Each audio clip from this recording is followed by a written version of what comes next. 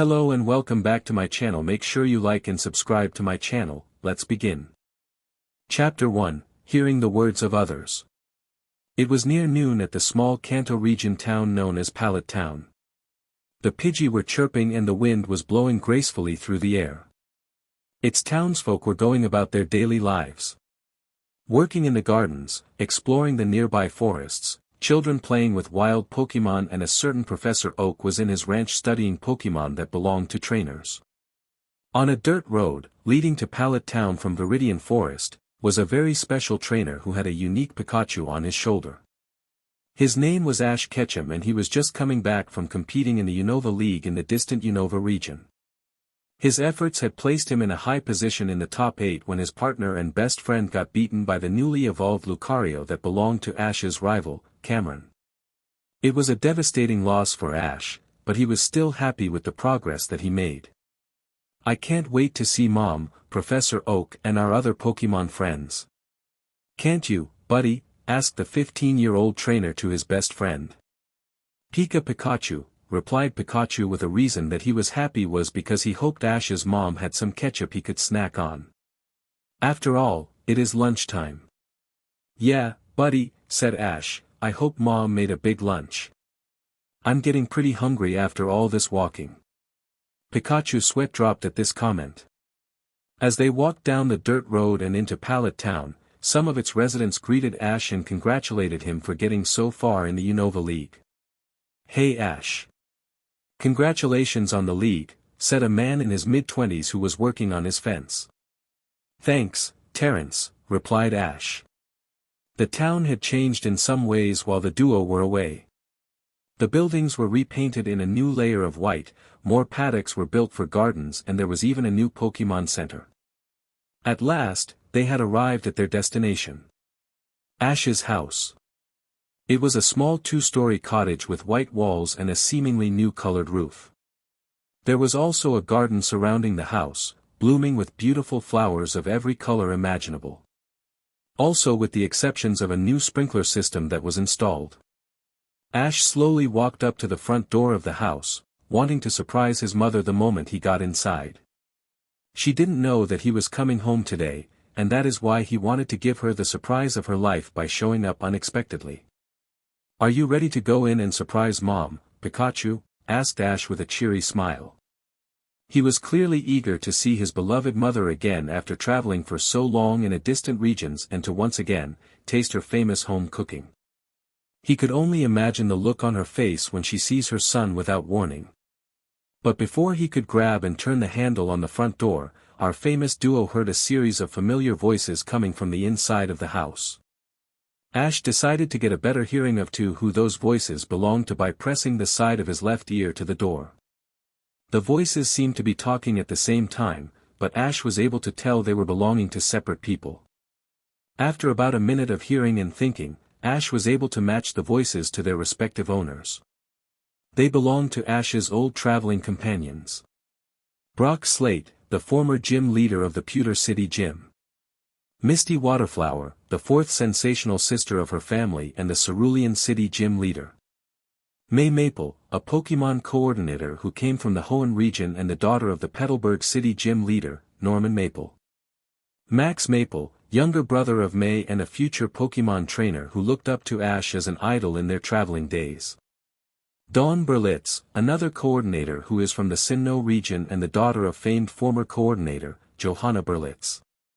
Iris, a girl who came from the village of dragons in the Unova region and a person who wants to become a dragon master. And lastly, Sillin. He was one of the 3 gym leaders of the Striaton Gym in the Unova region and also recognized as an A-class Pokemon connoisseur. Ash couldn't understand how Iris and Sillin got to Pallet Town before he did or why they were even here, because they went their separate way for the Johto region. However, he couldn't hear his mother's voice, so that meant that she probably wasn't home. At first, Ash thought they were here to congratulate him. But when he listened closer to their conversation, they were saying things that were more horrible and hurtful about him. They were having a talk that would change his life for both the better and the worst. "It's a surprise that Ash didn't win the Unova League and ended up in the top 8 as usual," said Misty with a sneer, he always has to use Pikachu as his last Pokemon to battle. Come to think of it, didn't he use that little rat in the last few league battles before losing the whole thing? Asked May in return. You couldn't have been more right, said Dawn. Even though he did defeat that Latios belonging to Tobias, he was still a complete idiot to have used Pikachu against powerhouses like those Legendaries. He always thinks that friendship is the most important thing about Pokemon, but he still doesn't get that power is the key to winning a battle. Ash was listening to every word. Tears began to form in his eyes. Tears of anger, sadness, and betrayal. Pikachu, on the other hand, was getting so angry when he was being called a rat and that they were talking about his best friend in such a horrible manner. He tried to hold back the urge to charge into the house and electrocuting them all to death. I used to look up to Ash as an idol, said the voice of Max, but I have decided to look up to a new trainer like Tyson or Cameron. I seriously doubt that Ash will win any more leagues. Even if he redone the leagues he already attended, that loser will still lose to someone who will always be more skilled and strategical. I mean, his Unova team weren't even that well trained than his Sinnoh team. Even if he does become stronger somehow, piped up Iris, he won't beat any of us because we will train harder than he ever will. After all, he is and always will be a little kid. His Pokemon will also stay weak and pathetic. This time it was Scyllane's time to talk. I agree. The only reason that I decided to travel with Ash on his journey was to figure what kind of battle recipes he would use in any match, but they all started to become quite dull and flavorless since he kept on using some of them over and over again. He has become somewhat of a dull-tasting trainer. Nobody in the room understood what the green-haired gym leader just said, but they all agreed with it nonetheless. Ash is supposed to arrive soon, said Brock with a sneering smile, so I suggest when he comes home, we tell him to give up and quit his dream of becoming a Pokemon master. I mean, there's no way he will ever achieve something like that in 100 years. All the others smiled wickedly. Also, we should stop being his friends since he's been holding us back from our dreams, added in May. I used to see him as a mentor when I first began my journey, but now I see him more as a failure of a trainer. Then it's all agreed. We'll give a warm welcoming and then tell him what we think of him, said Dawn. Yeah, shouted all the others. Unknown to them, the raven-haired trainer was crying and making no sound.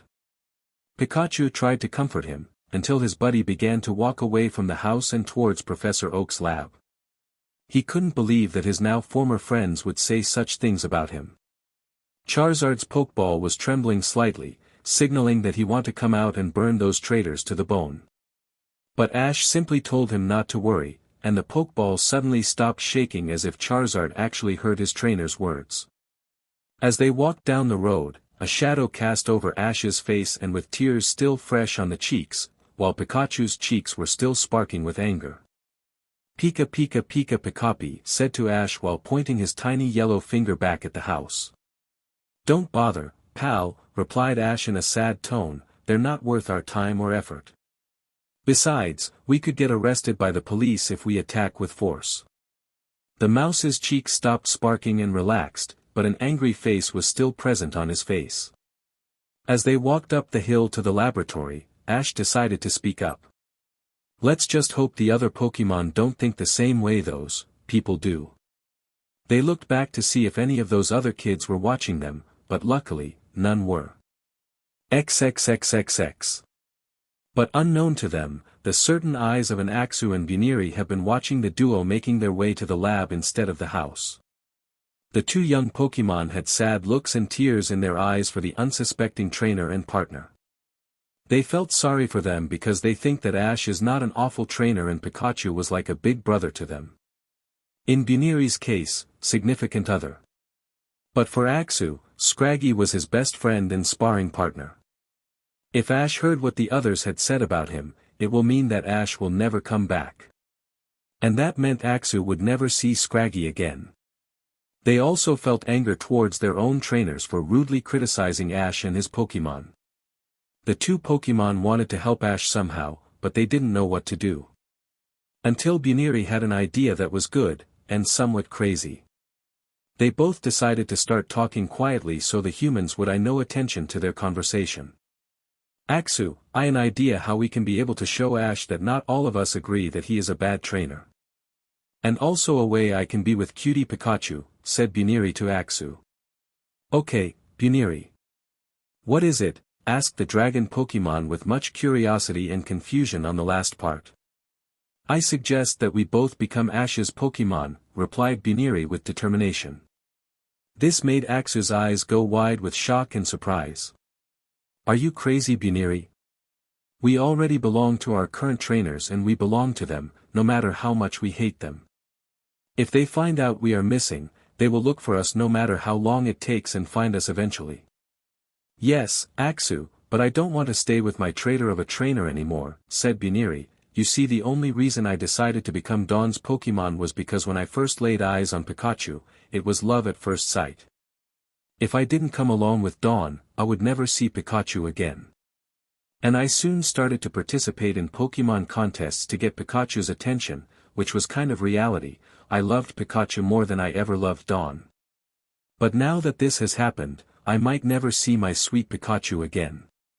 So I am willing to take my chances and join Ash and Pikachu. So I ask you this, Axu, would you do the same thing for Scraggy? That question hit Axu right in the head. He couldn't believe that the rabbit Pokemon would go through so much trouble just to be with her beloved. He thought on it for a few minutes.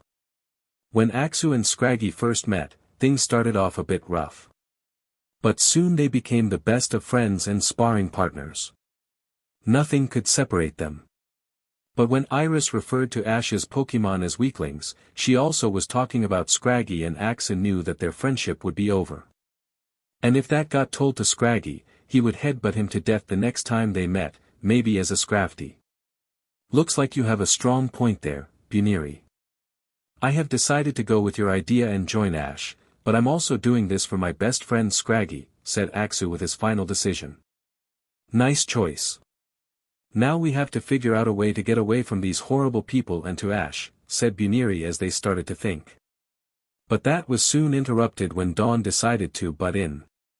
Were you telling Axu about Pokemon contests, Buniri, and what they are like? Asked Dawn to her rabbit. She received a nod, a fake smile, and some words that meant yes. That's good, Buniri, replied Dawn. Hey everyone, called out Brock, I'm gonna start making some food for us and the Pokemon since lunchtime is beginning to pass. Iris, can you go get some berries from Viridian Forest, please? And if you see Ash, escort him home. Brock ended that statement with an evil smile. Okay, Brock. Wanna come with me, Axu? Asked Iris to her dragon. Axu shook his head in refusing.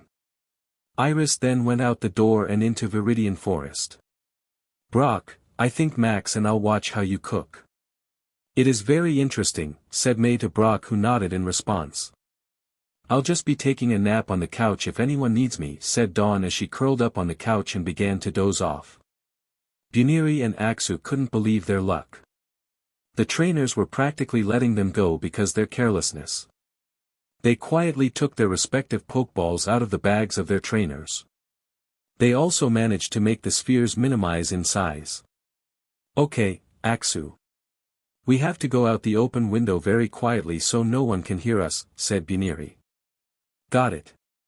Let's go, replied Axu in a whisper. They both jumped out of the window and landed on the grassy lawn with a small thump.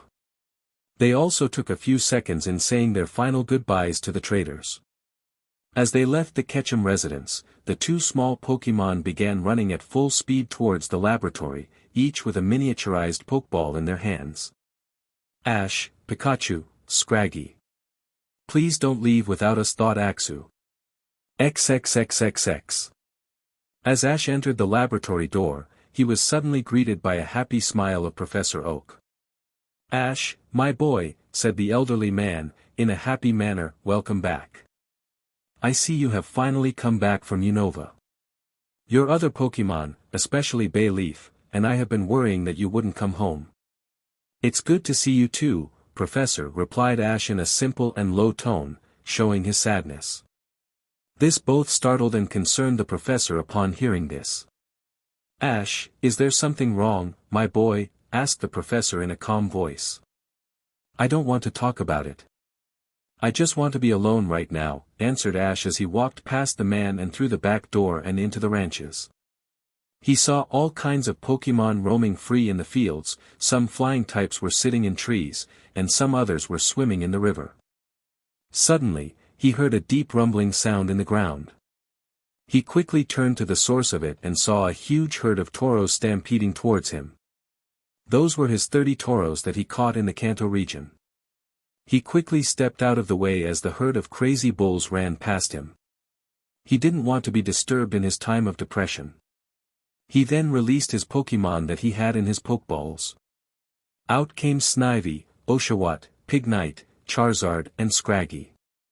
They all faced Ash, but when they did, they were confused by his sad face, except for Charizard. "You guys can meet the others. I just want to be alone for a while," said Ash to his friends. He then walked towards the nearby empty river. He then set himself down on a wooden log as if it were a chair. The others were still confused by their friend's actions, but Pikachu knew something had to be done about this problem.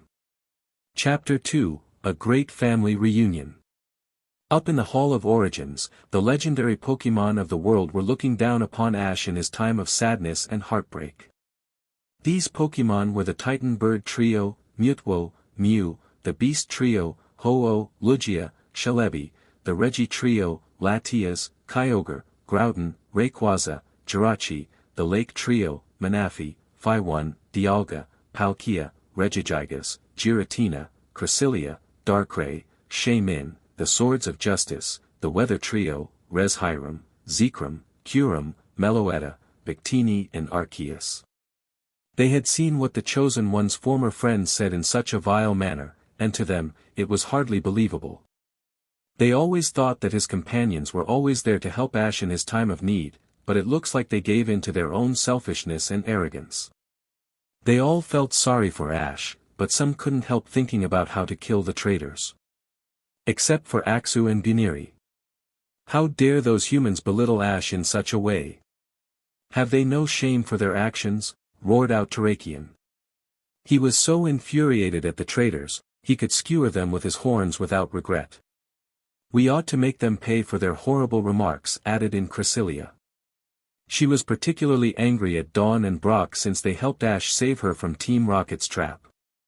She used to think that they were good humans, but now she has a different opinion of them. Manaphy was crying his heart out, because he couldn't believe what May had become. How could Mama be so mean to Papa? He didn't do anything wrong to her, so why is she acting so bad to him? I'm truly disappointed in those humans, but it looks like that Buniri and Axu have made the right choice in standing up for the young boy. Even if it means having to abandon their current owners, thought Darkrai. Keldeo went over to the little one to comfort him. "It's okay, Manaphy. Ash didn't do anything to make her act this way." Manaphy stopped crying, but then he said something that would shatter May. "I hate May. I want to be with Papa again and find a new mama," shouted out Manaphy, but not loud enough for everyone to hear. "I thought I could trust the boys' friends when they saved my life, but now they are nothing more than abominations. And such human abominations must be destroyed for the greater good," said Mutwo with anger in his voice. "The hero of ideals is a great individual who doesn't deserve liabilities like these people," said Zekrom. "That's enough, everyone. There will be order in this meeting," said Arceus in her mightiest voice. Immediately, everyone fell silent to their creator. "We are not here to decide whether to kill these people or not," spoke out the Alpha Pokemon. "We are here to discuss on how we are to bring back the Chosen One into high spirits. If he loses all hope for his life, the entire world could be in serious danger. After all, he is the most important human to all Pokemon kind." Everyone listened and didn't speak a word in opposition to their creator's opinion about the boy. Over his years as a traveler and a trainer, he has put himself in death's way to save those important to him, human or Pokemon. He showed no selfishness in his actions and always did the right thing no matter in what dangerous situation he was in, with courage and with truth. He has the virtues of a hero. A hero who is worthy of our approval to become the chosen one. He, not his former friends, he was the one who always saved us from evil humans, and he deserves to hear our true gratefulness. I'm open to suggestions on how we can both enlighten him and thank him, finished off Arceus. Hiram spoke up first. Mother Arceus, might I suggest that the next time he dreams in his sleep, we are to appear in his dream. There, we can both thank him for his contributions and encourage him not to give up on his life or his dream. That is a splendid idea, Hiram, said Arceus with a smile and then turned towards the others. Any more suggestions from anyone? Giratina spoke up next. He will need a much larger team if he is to accomplish his goals. In his sleep, we should tell him to get more members for his group. In the meantime, Mother, may I call upon the Pokémon that he helped, released or befriended and tell them about the situation, finished the renegade Pokémon.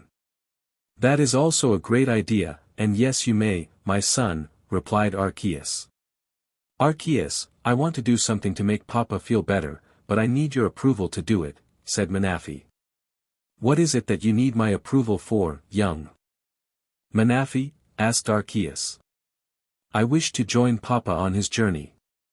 He means a lot to me, replied Manaphy. This truly surprised everyone in the room because a legendary Pokémon was wanting to join a human on his travels, but they understood it because Ash was like a father to Manaphy and was willing to see him again. You may, Manaphy, if that is what you wish, replied Arceus in a warm tone. Suddenly, Giratina, Zekrom, Ho-Oh, Lugia, Darkrai, Shaymin, Jirachi, Keldeo, Victini, Meloetta and Latias came forward, all with the same idea as Manaphy. Mother, spoke Latias, I think I speak for everyone with me that we also want to join Ash on his journey. Not because we want revenge on those other children, but because we might have a strong bond with him, and that because he is our best human friend. Max used to be my best friend and Ash was the second human I trusted. But because of Max's negative actions, Ash is my new best friend and it would make me happy to be with him, added in Jirachi. I really want to see the human world for what it really is. It is starting to get quite boring in the reverse world, said Giratina. Arceus couldn't believe her eyes. A portion of her fellow legends were actually wanting to join on the chosen one on his quest, but she was deeply concerned for their safety. There were, after all, humans like Team Rocket who want to take control of them.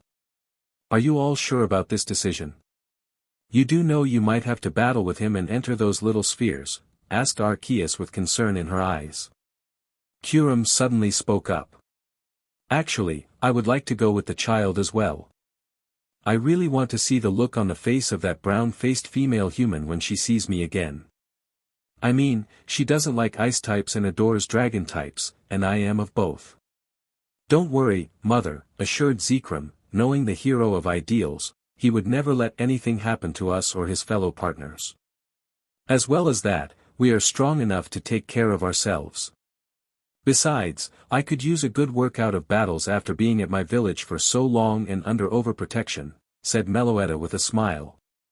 Then it's settled.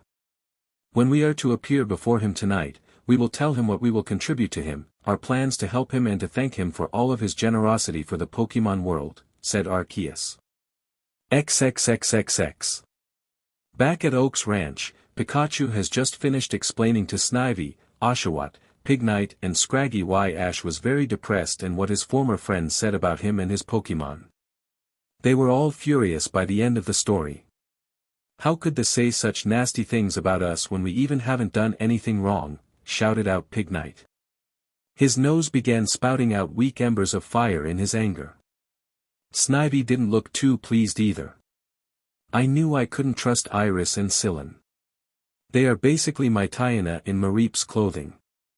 Charizard was enraged at Ash's friends for calling him pathetic. Oh, I'm pathetic, am I? We'll see what they have to say when they get a flamethrower from me to them in the face. Suddenly, they heard two voices calling to them. Guys, oh thank goodness. You haven't left yet. Pikachu, I'm so glad you're still here. The group turned to the left to see Buniri and Axu running towards them with a Pokeball each in their hands. The group growled at the two Pokemon, but Charizard gave out a small roar to intimidate them. Pikachu only spoke to them with anger in his voice. What are you two doing here? Aren't you meant to be with your trainers who hurt the feelings of my friend? Pikachu had sparks of electricity in his cheeks, ready to discharge at the wrong answer. No, Pikachu. We want to come with you, replied Buniri with a bit of fear in her voice. Pikachu was a bit surprised by this. Go with us where? If you guys, Ash and the other Pokemon are going to go somewhere to get away from the traitors and become better, please take us with you, replied Axu with a sad look on his face. Why should we bother with you two? For all we know, you could have been sent here to lead the others to Ash so they could belittle him more. How can we even trust you? Said Oshawott while raising an eyebrow. Because, Buniri turned to Pikachu, Pikachu, the only reason I joined Dawn in the first place back in Sinnoh was so that I could be closer to your. But after I heard Dawn say mean things about you and Ash, I knew I had to disagree with her and you would run away and I wouldn't ever see you again. But if you are going, I don't have to be her Pokemon anymore. I want to be Ash's. This is because I love you, Pikachu, more than I ever loved Dawn. Pikachu was certainly taken aback by this. He always knew Buniri liked him as a friend, but he never knew she liked him. Even though she confessed her feelings to him and ran away from Dawn, he just simply gave her a nod in response and understanding. He then turned to Axu. What's your reason for wanting to join us, Axu? Asked Pikachu in a slightly angry tone. Axu turned to Scraggy. Scraggy, you're my best friend and sparring partner. When Iris called you and the other Pokemon pathetic, I knew she was referring to you and I didn't agree with her at all. I also think that Ash is a terrific trainer if he was able to defeat the Hydreigon belonging to Cameron. I don't want our friendship to be ruined because of what my trainer said, because if she thinks you're weak, then I am weak too. I want to be with you and Ash as long as we live so our friendship doesn't break. Because I know he will be a better teacher to me than Iris ever will. Scraggy was certainly surprised there. He and Axu were best friends, but Axu belonged to another trainer. And here he is now, wanting his approval to continue a great friendship and to have Ash as a trainer instead of Iris. Guys, group huddle, said Pikachu to his friends. They all bundled up together and began to whisper very quietly so that Buniri and Axu couldn't hear what they were saying. After a few minutes, the group broke up and faced the two. This time there were no faces of anger, but faces of unsatisfaction with their answers. Okay, Buniri and Axu. If you truly want to stay with us, then you will have to prove to us that we can completely trust you again, said Pikachu.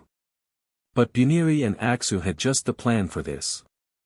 Buniri began to use Dizzy Punch on her own Pokeball while Axu used Scratch on his own. Soon, both Pokeballs were shattered and in pieces. By destroying our own Pokeballs, this means we are now catchable by anyone, said Axu. And we are officially no longer belonging to Iris and Dawn. Good enough for me, said Snivy. The rest of the group soon agreed with her. They then turned to Buniri and Axu with smiles on their faces. Welcome to the team, guys, said Pikachu as he shook the hands of his new teammates.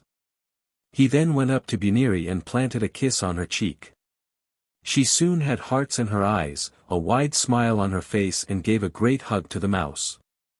Does this mean we're a couple, Pikachu? Asked Buniri eagerly. Only after Ash finds out about this and when we leave, replied Pikachu.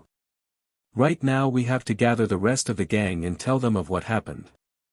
Buniri squealed in delight because she was finally going to be with her beloved after all this time. XXXXX. Professor Oak was still in shock with Ash's downed attitude.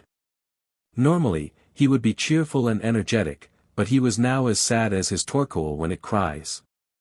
Something awful must have happened to him. Suddenly, the door to the lab opened to reveal young brown-haired woman with a basket of food with her faithful Pokemon, Mr. Mime. This was Ash's mother, Delia Ketchum. Ah, Delia. What brings you here on this fine day? Asked the Pokemon professor. Not much, Professor. I just wanted to say hi before going home to cook lunch for Ash and his friends, replied Delia with a smile. Mime, added in Mr. Mime. That's funny, Delia, because Ash is out in the ranch right now.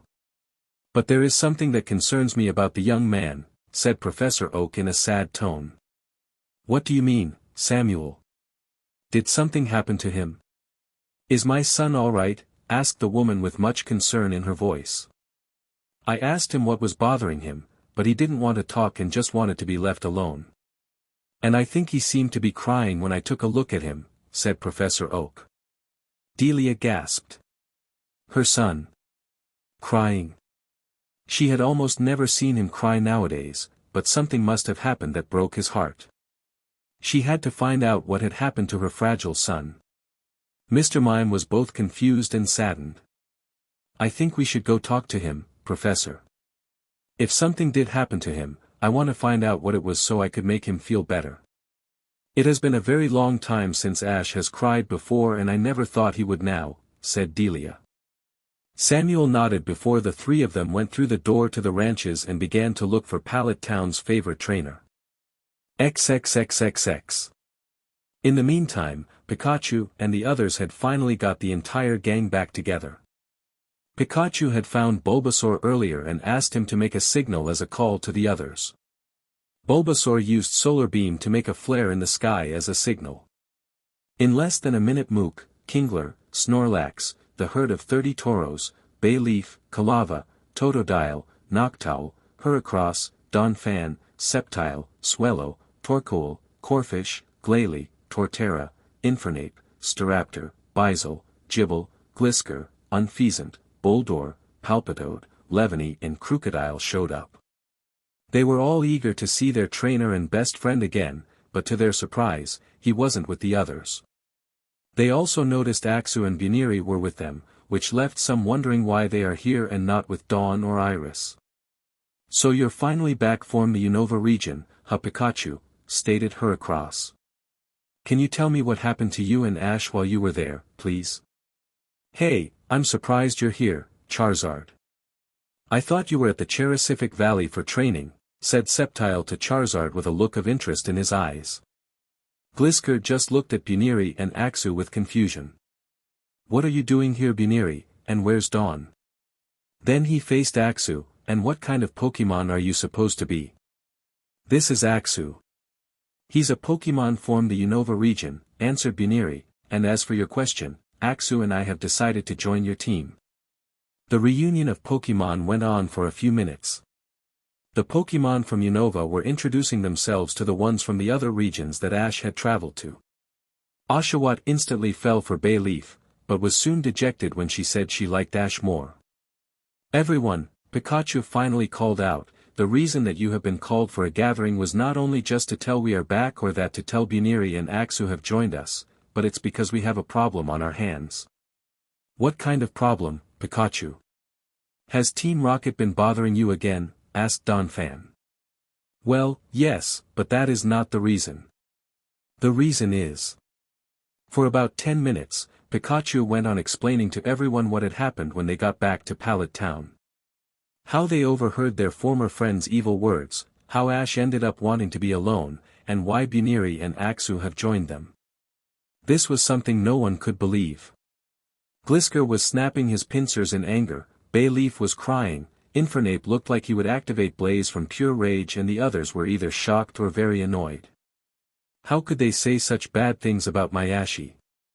Why would they do this? Asked Bayleaf, still teary-eyed. We'll worry about that later. Right now, we need to make Ash feel better. He's like a father and brother to us, said Corphish. He went down to the nearby river. We can find him there, said Snivy. Bayleaf already took off running. Then what are we waiting for, everyone? Let's go, shouted out Bayleaf. Soon, everyone went running, flying and hopping to the river in search of their beloved friend and trainer. XXXXX. Professor Oak, Delia and Mimey have been looking all over the ranch, when they suddenly saw a large group of Pokemon heading towards the river in a huge rush. "Hey, those are all of Ash's Pokemon. And where did that Buniri and Axu come from?" exclaimed Professor Oak. "Do you think they found Ash, Samuel?" asked Delia. "We can only find out if we follow them to find out." "And it seems that they are heading for the river," said Professor Oak. They then began to follow the herd of Pokemon to the river. When they all got there, they all saw Ash still sitting on the log with his wands on his face. And it looked like he was crying harder than anyone had ever seen. Chapter 3, Happy Comforts. Why would my friends do this to me? Why? I never did anything to them that would hurt them, so why did they have to hurt me, sobbed Ash to himself. As he looked into the river, he saw a reflection of himself. But it wasn't him.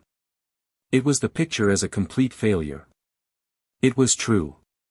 He never seemed to win anything important apart from Orange Island League and the Kanto Battle Frontier. He always wanted to win a regional league, but just when his victory was only a grasp away, it had to be taken away by his own stupidity in battles.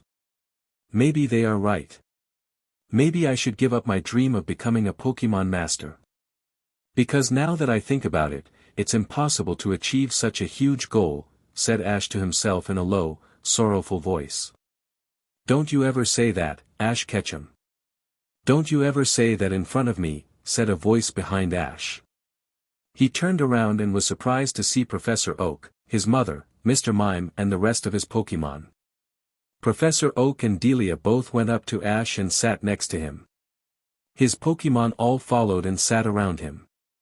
They, even Charizard, all had tears in their eyes. They couldn't believe that their great trainer would begin to give up on himself and his dream just because some bratty kid said mean things about him that were not true at all. Torkoal was crying up a river because of his soft nature. Delia faced Ash with a look of worry on her face for her son. Ash, I want you to tell me and Professor Oak what had happened and why you are acting like this. Go from start to finish and don't leave out a single detail. Understand, young man? Ash turned to face his Pokemon. They all nodded to Delia's request and showed Ash that she needed to know what happened to him so she could understand. They all sat down on the ground around them, not wanting to leave him. Even the herd of Tauros settled down even though they were masters of stampeding. With that, the raven-haired trainer began to talk, but in a strong clear voice instead of one that sounded dead. He told them how he heard them saying rude things about him, how they were going to tell him to give up, how he felt to that and why he wanted to be by himself to think this over. By the time he was done, both of the adults were shocked at his story, but the Pokemon were now more angry instead of tearful for hearing the story a second time. Professor Oak always thought that Ash's friends would be with him no matter what since he was always there to support them and they supported him.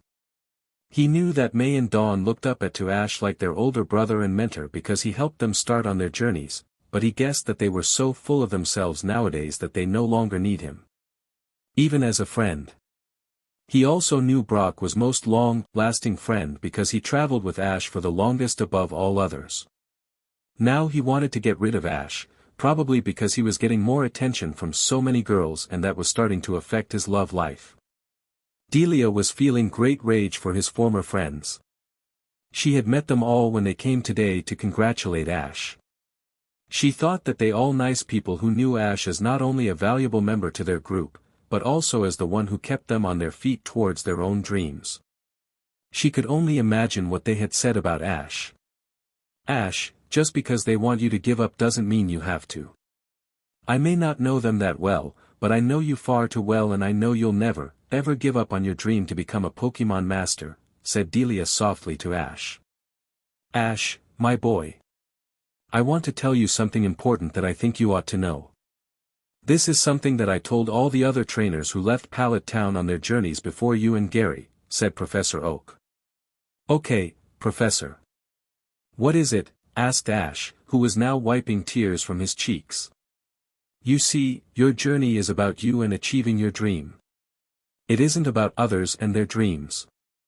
They'll just start holding you back to make you help them achieve their goals. And from you've been telling us, it sounds like another reason that the others have abandoned you is because they think you are starting to drag them down, said Professor Oak. Ash looked at him with confusion. Do you think that's true to you, Professor? Absolutely not, my boy, responded to Man. If anything, it's them holding you back, not vice versa.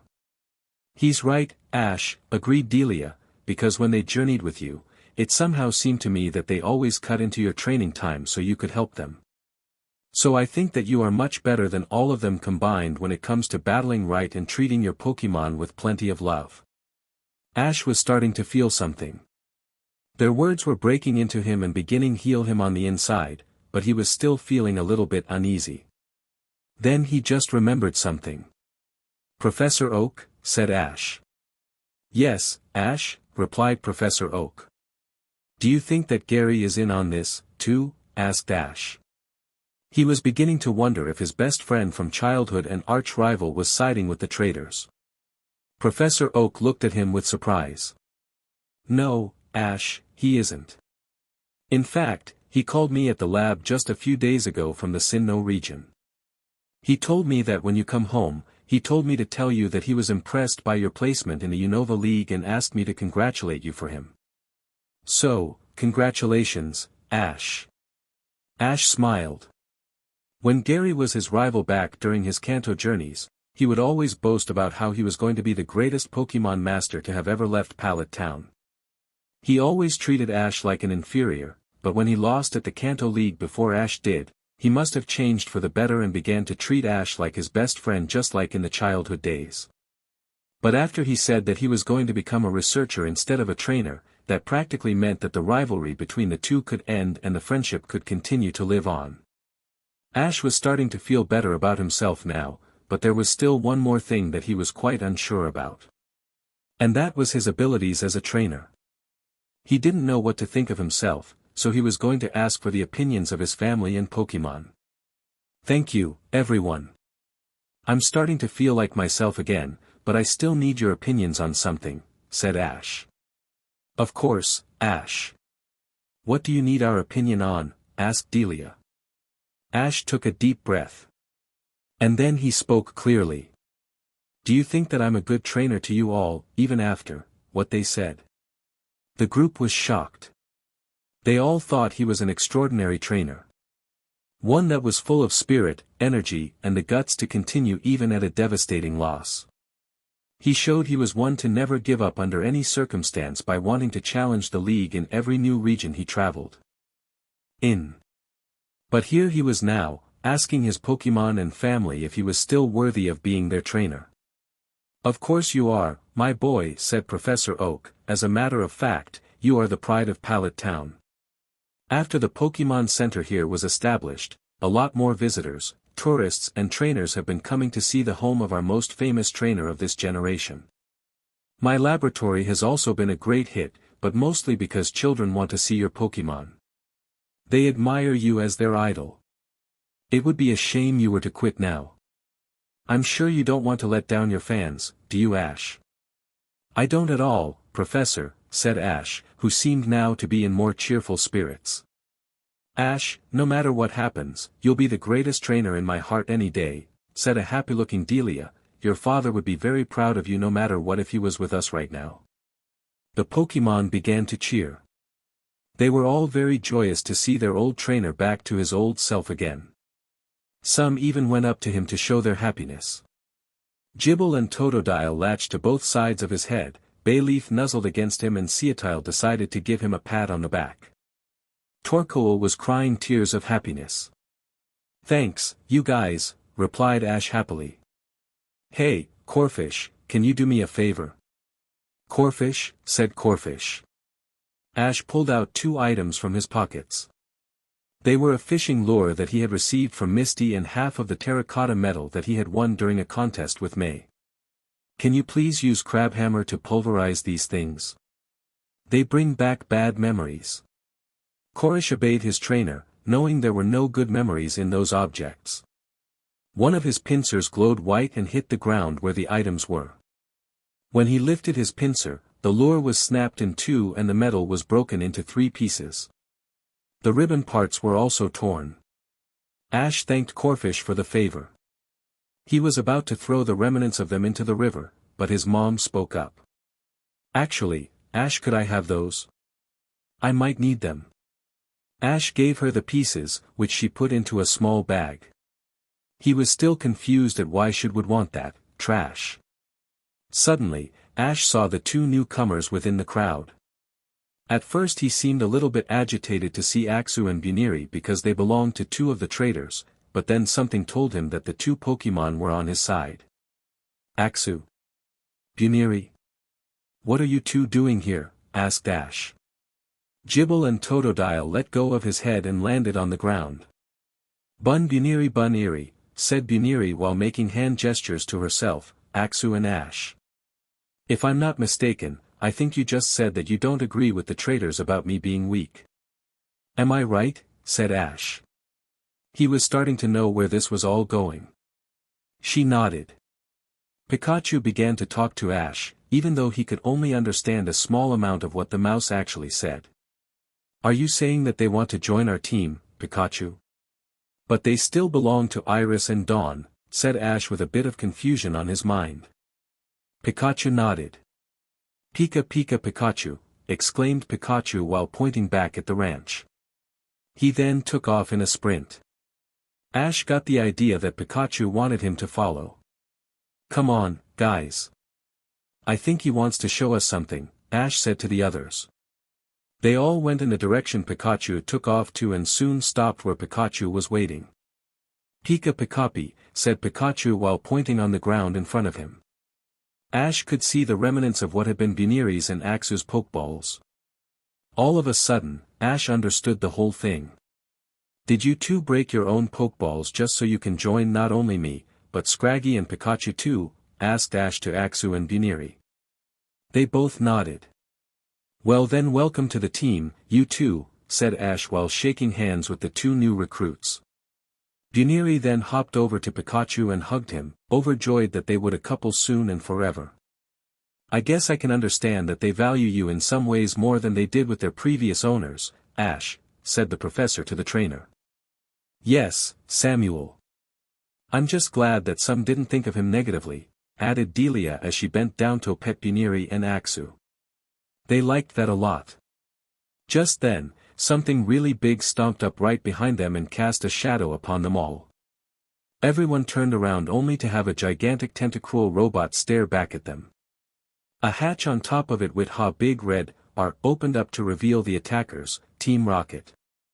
But right where James was supposed to be was a different person with short orange hair and sunglasses. Prepare for trouble and for a fight. Make it double and dash. Team Rocket, exclaimed Ash. The Pokemon got ready in battle stance and growled. Delia, however, was dumbfounded. Ash, who's Team Rocket? Asked his mother with a bit of fear in her voice. Mom, they are an evil organization who steal other people's Pokemon and use them for evil purposes, replies Ash while still facing his archenemies. Hey! We didn't get to finish our new motto, twerp. Don't you know it's rude to interrupt other people when they are talking? Shouted out Jessie in rage. Her face was beginning to go a light tinge of pink at this. Don't you dare call my son a twerp, you preposterous old witch, yelled back Delia in frustration that someone insulted her son. The Pokemon were not happy at this either and their growls just turned into roars. What did you just call me? Screamed Jessie when she heard that.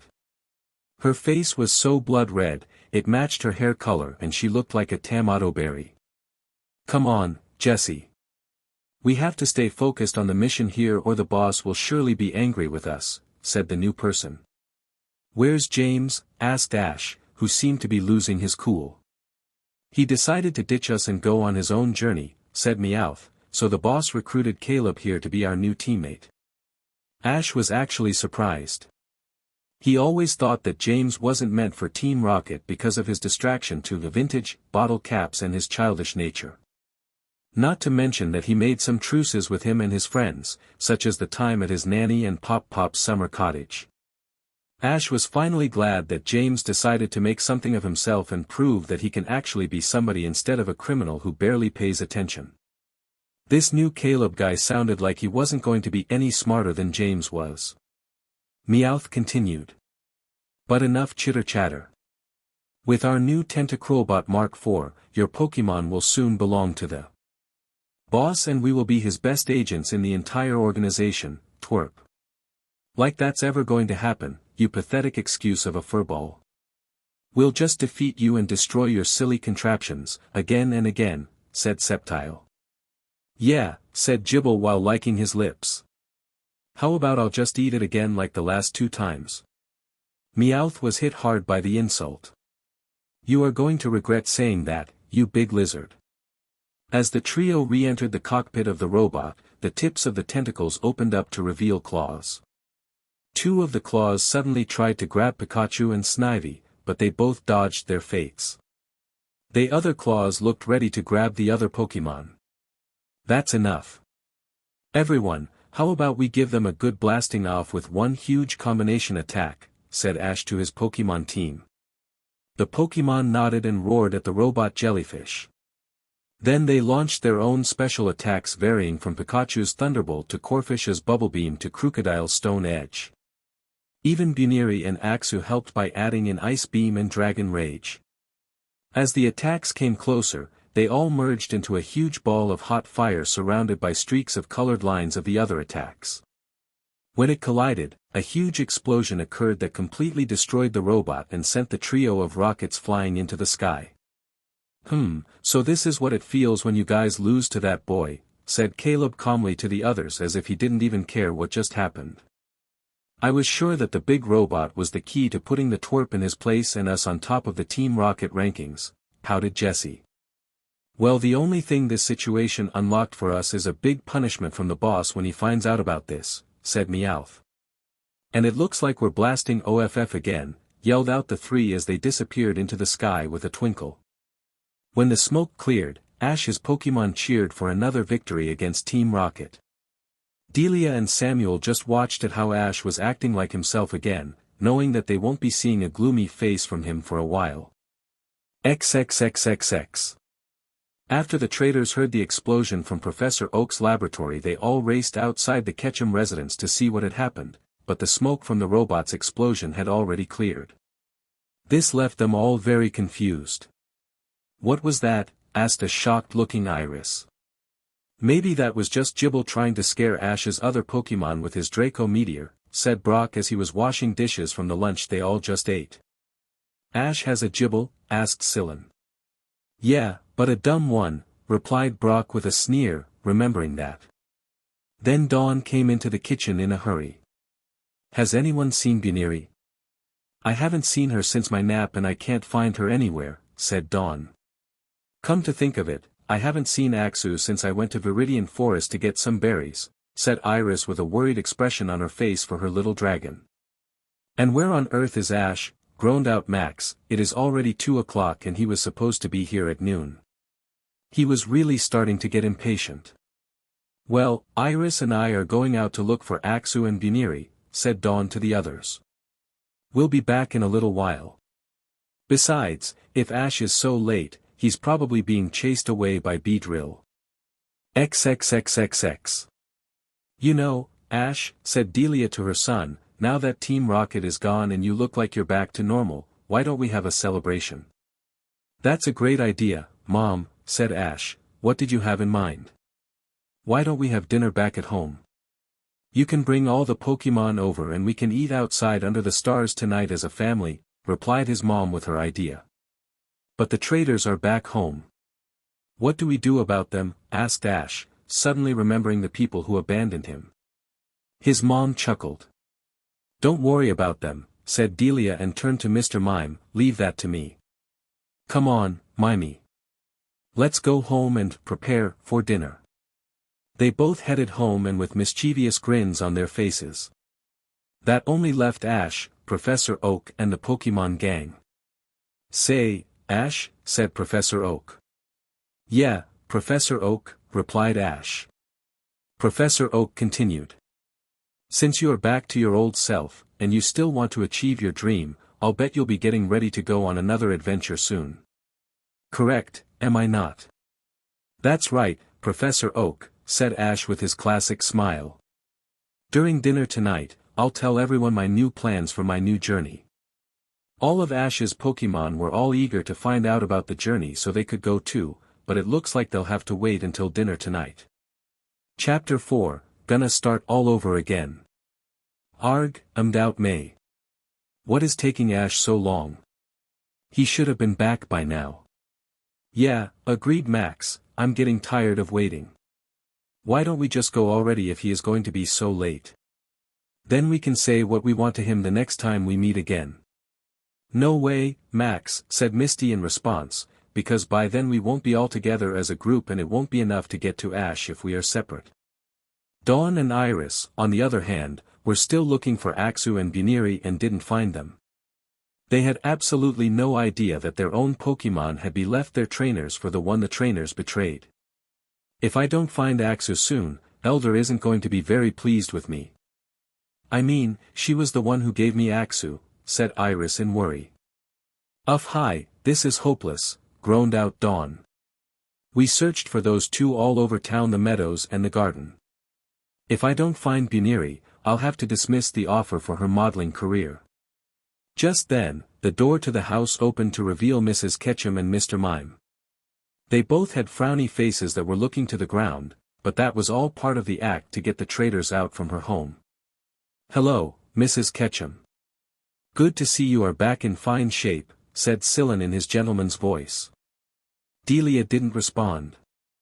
She just kept looking to the ground with Mr. Mime. Mrs. Ketchum, did something happen? Asked Max, because you don't seem all that fine to me. Again Delia didn't respond. Mrs. Ketchum, have you seen Axu and Buniri anywhere on your way here by any chance? Asked Iris. We can't seem to find them and we are worried sick. Delia's head went up to reveal a really angry face looking at the traitors. The kids all were surprised by this because they had never seen Ash's mother look so angry before. Mr. Mime, use Psychic on them all, called out Delia to her Pokemon. Mr. Mime's eyes started to glow a light blue color as it focused its power into its attack. The kids were first surrounded by the blue glow and then began to float into the air. They were all very shocked with surprise. Their bags and belongings were also floating next to them. Mrs. Ketchum, what do you think you're doing? Why are you doing this to us? Asked Misty in fury. She was really beginning to lose it. Yeah, we didn't do anything wrong to you, said May. Now, Mr. Mime, toss out the trash, instructed Delia to the psychic type. She quickly opened the door as Mr. Mime used his psychic energies to throw them all out of the door. Soon, they all landed with a huge thud on the dirt road and their bags got dumped near them or on their heads. And take this with you, you little brats, shouted out Delia as she threw a small sack at them. It hit Max's head. "Ouch," screamed Max in pain, that really hurt, you know, and what is the big idea of throwing us out of your house? He didn't get a response because Delia entered the house and the door closed with a huge slam. What the heck is that woman's problem? Why did she throw us out like that? Exclaimed Dawn. She wasn't happy since her clothes were covered in dust. I don't know, but she did throw this little sack out too, said May as she picked up the little sack, opened it and let all its contents spill out. What came out were 2 broken halves of a fishing lure and 3 pieces of half a metal. Hey, isn't that the lure that I gave Ash a while back, said Misty as she examined pieces of her lure. And didn't this used to be the other half of the terracotta medal that Ash won when he and I entered in a contest a few years back, added in May as she took a look at the now destroyed metal half. Suddenly, Iris spoke up. I remember seeing those objects in Ash's backpack while we were journeying in the Unova region. What's your point, Iris? Asked Brock, a little bit confused. If those items are here, then Ash must be back in town too, said Iris. And that means we can go tell him what we want to tell him. Actually, I don't think we have to, Iris, said Sillin. If Ash broke those items, then that must mean that he somehow knows what we were going to tell him. And he must now hate May and Misty because the medal and lure reminded him of them. May and Misty were not surprised by this action since it would be obvious to them that Ash would want to get rid of items that he no longer treasured because of what they said about him. May had also decided to get rid of her half of the medal just because it reminded her too much of how much Ash was a loser in her opinion. Well, since our work in Pallet Town is, kind of, complete, what should we do now? I mean, we all have our own dreams to achieve, said Brock. I think what we should do is keep on looking for Aksu and Buniri altogether, stated Dawn with an annoyed look on her face. The only place that we haven't searched yet is Viridian Forest.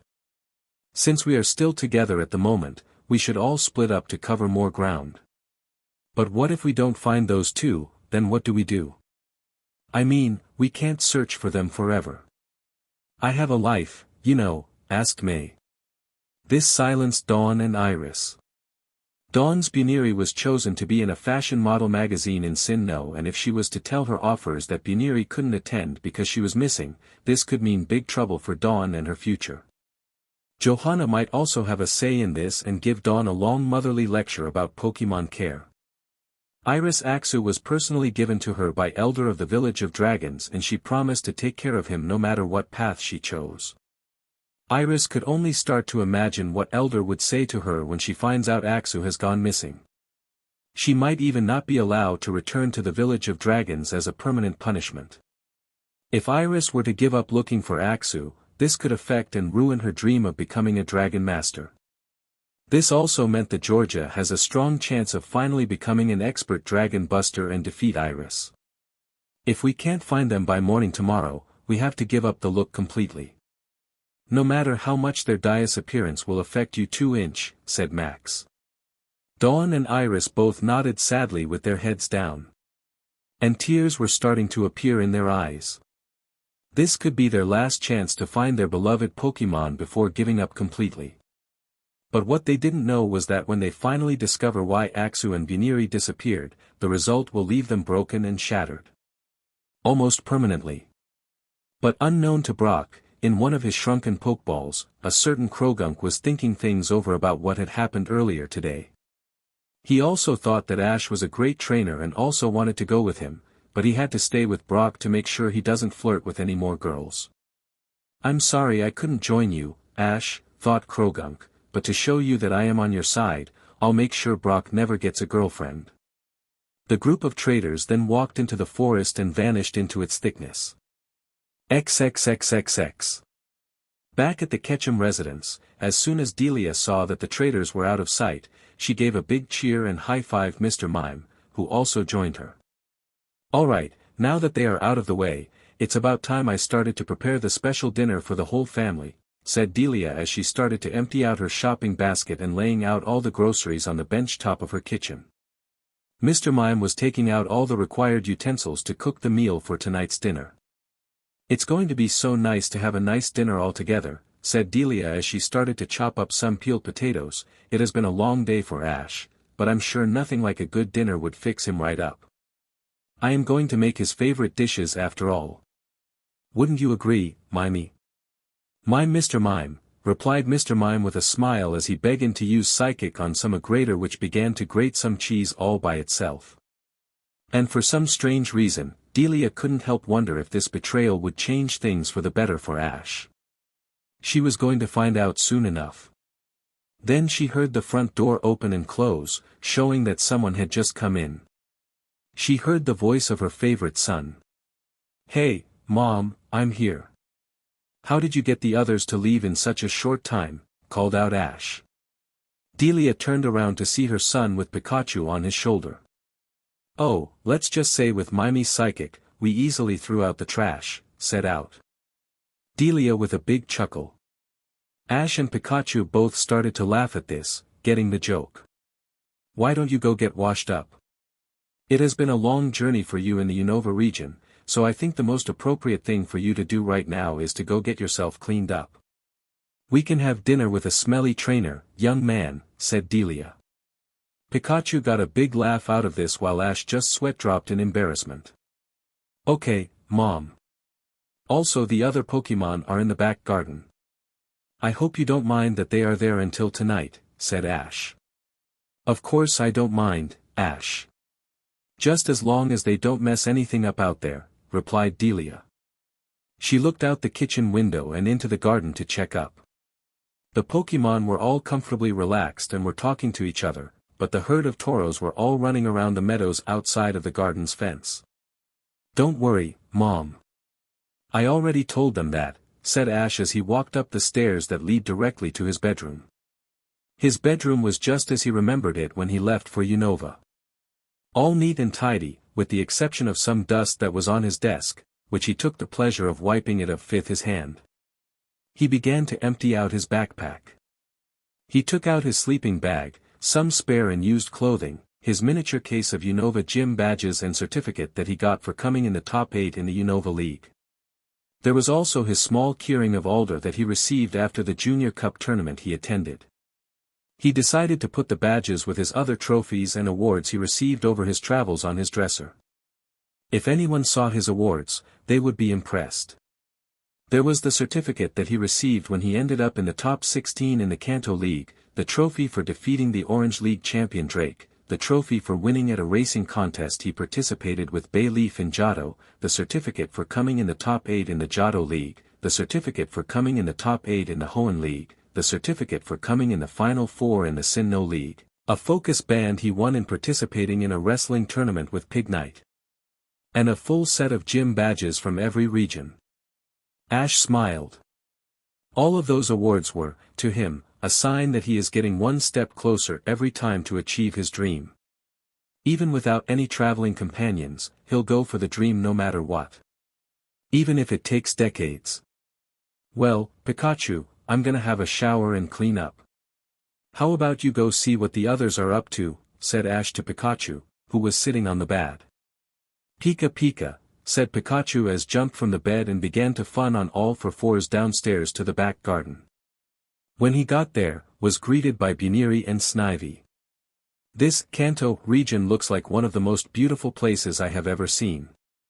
I just hope we'll be able to travel here for a while so the Unova Pokemon can get a feel what it's like to be here. Kinda reminds me of home, said Snivy as she sniffed the air. To her it smelled like nature couldn't offer anything better. I agree. This new region looks like a lot of fun. I also hope we can visit Ambipom since Vermilion City is in Kanto, if I'm not mistaken, said Buniri.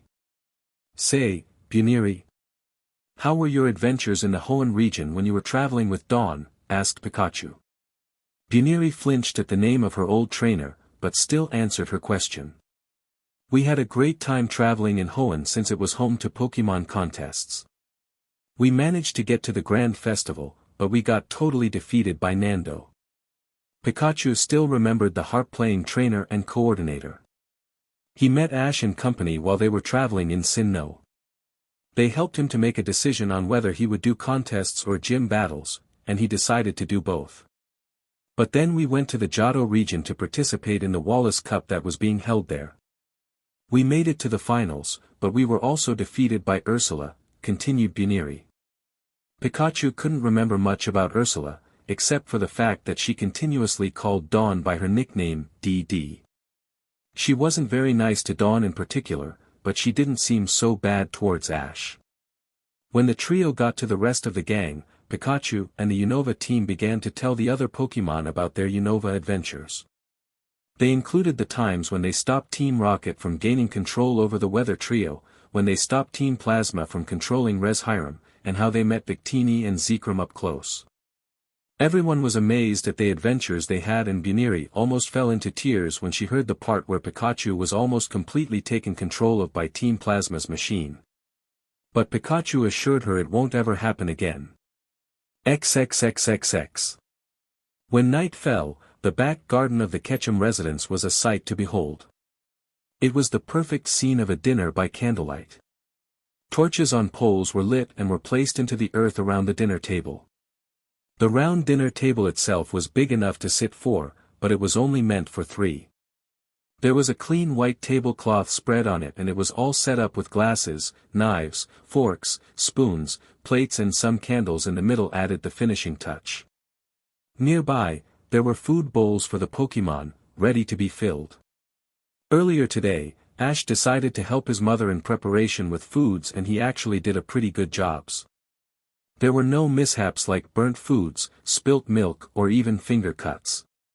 His mom really appreciated it, and she said he could be a great chef one day. Also, Professor Oak needed some help in bringing in a large cart of Pokemon food for all of Ash's Pokemon to his house, so Ash helped out with that as well. Professor Oak then told Ash he had to go back to his laboratory to handle a few more things, but he really had another surprise Ash, one which he didn't know about. "Honey, can you please take the creamed potatoes and salad outside, please? I need to take the fried rice off the stove and the roast potatoes out of the oven," called out Delia. "Sure thing, Mom," said Ash as he grabbed the platters containing the salad and creamed potatoes. He took a whiff of the delicious food and was starting to lick his lips in hunger, but he knew better, so he took out the food into the garden and put it on the table. As he went inside, the doorbell rang. "Ash, could you go get the door?" asked Delia. "Okay, Mom," said Ash and went to the front door. When he opened it, he was greeted by Professor Oak in a zip-up jumper instead of his usual lab coat, and he had a wrapped-up box in his hands. "Good to see you, Professor." "What's in the box?" asked Ash with curiosity in his mind. "You'll see soon enough, my boy. It's a little something that came in for you a while ago," said Professor Oak. Ash sighed in disappointment. They both walked through the house and into the garden. Professor Oak was shocked to see the garden so well set up. For him, it was like waking into a very fancy restaurant. "My word, Ash. This is certainly one of the greatest dinner surprises I have had in a while," said Professor Oak as he was looking the table, and to find it even more surprising that it was set up so professionally. "Yep. I helped Mom with all the preparations," said Ash with a grin. Just then, Delia and Mr. Mime came out with some more platters of food in their hands that they set down on the table. The fried rice looked really appetizing and the roast potatoes looked out of this world. Delia went back inside again and came out with a chicken and beef meatloaf in her hands. My, Delia. You and Ash have certainly outdone yourselves this time," said Professor Oak as she set down the dish. "I'll quickly go finish filling up the food bowls for the Pokemon," said Ash as he ran off to his Pokemon's dishes. When he came, the Pokemon were all looking very hungry because he was starting to hear rumbles of stomachs from each of them, but the loudest came from Snorlax since he had the biggest of appetites. "Sorry to keep you all waiting, but I promise your wait will all be worth it," said Ash to the creatures. "I helped Professor Oak make this special Pokemon food just for you, and I know everyone will love it." All the Pokemon cheered in delight. Snorlax couldn't wait to start eating his extra-large bowl of food, but even he knew it was polite to start as soon as Ash went to sit down. As soon as Ash sat down at the table, Delia spoke. "Ash, would you like to do the honors?" "Okay. Well everyone, dig in," exclaimed Ash. At that moment, the humans served themselves some food from the table while the Pokemon began to eat their own food from their respective bowls, taking their time. Even Snorlax was eating his dinner slowly, because if he didn't, his food wouldn't digest properly and he might get the hiccups from eating too fast. The rest of the dinner went pretty smoothly. Ash talked with his mother and Professor Oak about his adventures in Unova. He didn't mention anything about Team Plasma, Team Rocket, or their plans to take over the world. He did tell, however, how he met Reshiram and Zekrom at the same time he met Victini. He also told the stories of how he first met Keldeo, the Swords of Justice, Kyurem and Meloetta. He also told them a made-up story of how he met the Weather Trio, just so he didn't mention Team Rocket. Professor Oak was simply open-mouthed at Ash's stories about the Legendaries. He kept on asking questions about what the Pokemon looked like, their personalities and other random stuff that Ash had almost no time to answer. Delia enjoyed listening to his tales and laughed when he mentioned any funny parts. "I still can't believe you met so many Legendaries in one region," said Professor Oak. "Seeing them even once would be a thing to remember for the rest of your life." When they finished dinner, Delia had prepared an apple crumble for them. Professor Oak and Ash gave out different Pokemon food to the Pokemon as a dessert because it had a recipe that is sweet like a dessert. Everyone all enjoyed their desserts and finished them in a matter of minutes. Soon enough, Ash wanted to give out his speech. "Hey, can I have everybody's attention?" called out Ash. The Pokémon stopped what they were all doing and faced Ash's way while Delia and Professor Oak were already listening to him. "I have been doing some thinking for a little while now since dinner started about how I should continue my journey to be a Pokémon master and to make you all the very best that you can be," said Ash to his Pokémon, who were listening carefully to their trainer's words, and his mother and Professor Oak too paying attention. "I have decided to do a change in plans. Instead of just competing in leagues and battle frontiers, I've decided to train and become a top Pokémon coordinator. The reason for this is because it can help us make new techniques for future battles. Another reason for this is because since Dawn and May are no longer our friends, I say we should beat them at their own game and show them what real contest moves are all about. We'll go over all the regions again to participate in all grand festivals. If anyone doesn't like the idea, please speak up now," finished off Ash. Everyone, but the Unova Pokémon, were all surprised at this. Basil especially. They all thought that Ash would only do battling and not contests, but considering the betrayal of May and Dawn, they all agreed with the idea. Basil used to do contests, but now that Ash had that idea, he thought it wouldn't be too bad to do them again. And besides, the Unova Pokémon might love contests. Nobody said anything in response. At this, Ash smiled. "Well then in that case, are you all with me?" said Ash in a loud voice. All the Pokémon cheered in response to their trainer's question. They would all love to give coordinating a go and it sounded like a lot of fun. "Well, Ash," said Professor Oak, "I thought you might say that because I have something in here for you that might come in handy." He handed Ash the package he had earlier to Ash, who grabbed it reluctantly and began to unwrap it. When he lifted the lid, he couldn't believe his eyes at what he saw inside. It was the costume that he had worn at a Pokémon tournament that had been held in the Kingdom of Rhoda in the Hoenn region. It looked just like the one Sir Aaron had worn. And it was in perfect condition. "Queen Eileen had sent this to me a few months ago while you were in the Unova region," said Professor Oak. "She explained that she had seen you participate in the Wallace Cup in the Sinnoh region and decided to send you this outfit. She said that if you ever want to participate in Pokémon contests, you can wear this costume in them. She also said you remind her of Sir Aaron, whoever that fellow is, when you wore it in the tournament. This is awesome, Professor Oak. Thank you. And I'll thank Queen Eileen by writing her a letter tonight. Is that all right with you, Mom?" asked Ash after he turned his attention to his mother. "Sure, Ash, but don't stay up too late.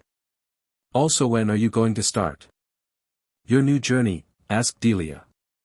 "I was thinking tomorrow noon," responded Ash. "I know we haven't seen each other in a while, so I decided to leave later tomorrow so that we can spend some extra quality time together before I go. I really care about you, Mom, and I want to make you proud." Delia was surprised that he would leave later just to be with his mother for a little bit longer. She had tears in her eyes and grabbed Ash into a huge hug. "You don't have to do that, honey," said Delia, still crying. "It's okay, Mom. I just want to be with you for a little longer before I go on my biggest adventure yet," said Ash. "Ash, since you're going to be on a very long journey, would you mind coming to the lab tomorrow before you go? I have some more surprises for you and I was saving them for a special occasion like this," asked Professor Oak with a wink. "Okay, Professor," replied Ash. After the garden was all cleared up for the night, Professor Oak went to his lab for the night. Ash was helping his mother with cleaning the dishes while the Pokémon were beginning to fall asleep. Ash then went up to his room to write the letter for Queen Eileen, which he finished in 30 minutes. Delia was up in her bedroom, working on another traveling suit for Ash to wear on his journey with her sewing machine. He's grown up so much and he's still going for his dream, even after what they said about him. If only his father could see him now, he would be so proud, said Delia to herself. Pikachu and Ash were already in bed. Little did Ash know he was going to have a dream that would change things for the better. XXXXX. In the Viridian City Pokémon Center, the traitors were resting. They had given up on the search for Axu and Buniri an hour ago and were exhausted. But May didn't know in particular that she was soon going to lose two of her own Pokémon because of her arrogance. In the Pokémon recovery room, Blaziken and Glacian were having a conversation. They also wanted to accompany Ash on his journey, but they were too late to do so. Pikachu was one of Glacian's best friends and she didn't want to see him go. Blaziken, on the other hand, had a big friendship with Sceptile since they first met as Trico and Torchic. He also didn't like May for what she said to Ash, even though he was her starter. We should have gone with Axu and Buniri when we had the chance.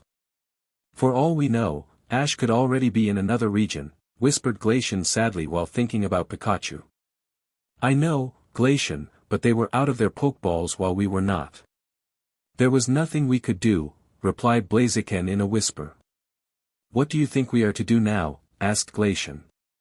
If Ash starts doing contests just to get payback, I suggest that if they come at the same contest in the future, when May's not looking or least expecting it, we ditch her and join Ash, replied Blaziken. What if he doesn't accept us? Asked Glacian in worry. We'll tell him why we didn't join him and how much we really care for him instead of May, said Blaziken. Chapter 5, Meeting with the Legends. Inside his dream, Ash had found himself in a place that looked so majestic and yet so strange. The entree place was in the shape of a large room, was painted white and a red carpet was strewn across the floor. Some stained glass windows were on what Ash thought was the right wall and there seemed to be light coming from the other side. Where am I? And what is this place? Asked Ash to himself in confusement.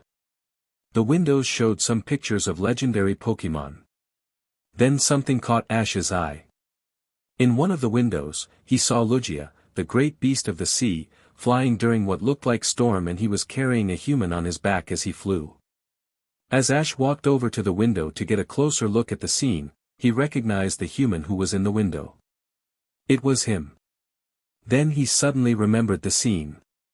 It was when he was adventuring in the Orange Islands to enter the Orange League when he got in the way of a Pokémon thief named Lawrence who wanted to capture the Titan Bird trio just so that he can capture Lugia as well. Ash still remembered that day very well, like it was yesterday, because during that adventure, it was also when Lugia told him he was the chosen one, the human who would save the world of Pokémon from dangers and bring balance to the planet.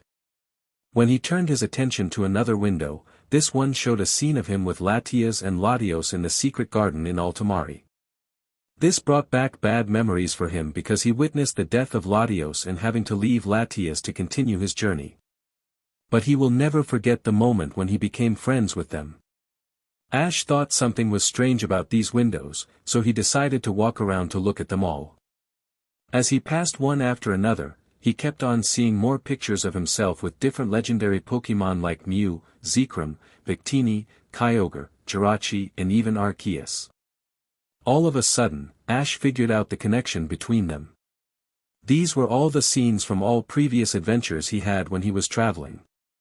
They all told the story of how Ash managed to save the world again and again while meeting legendary Pokémon.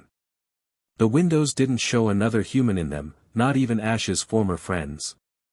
Suddenly, a familiar voice was heard from behind. "Hello, Chosen One," it said in a welcoming and lukewarm tone. Ash turned around to be face to face, with a lot of familiar faces. He recognized them as the faces of the Titan Bird Trio, Mutwo, Mew, the Beast Trio, Lugia, Ho-Oh, the Regi Trio, Latias, Kyogre, Groudon, Rayquaza, Jirachi, the Lake Trio, Dialga, Palkia, Regigigas, Giratina, Cresselia, Phi-1, Manaphy, Darkrai, Shaymin, the Swords of Justice, the Weather Trio, Reshiram, Zekrom, Kyurem and Meloetta. Arceus himself has standing in middle of everyone.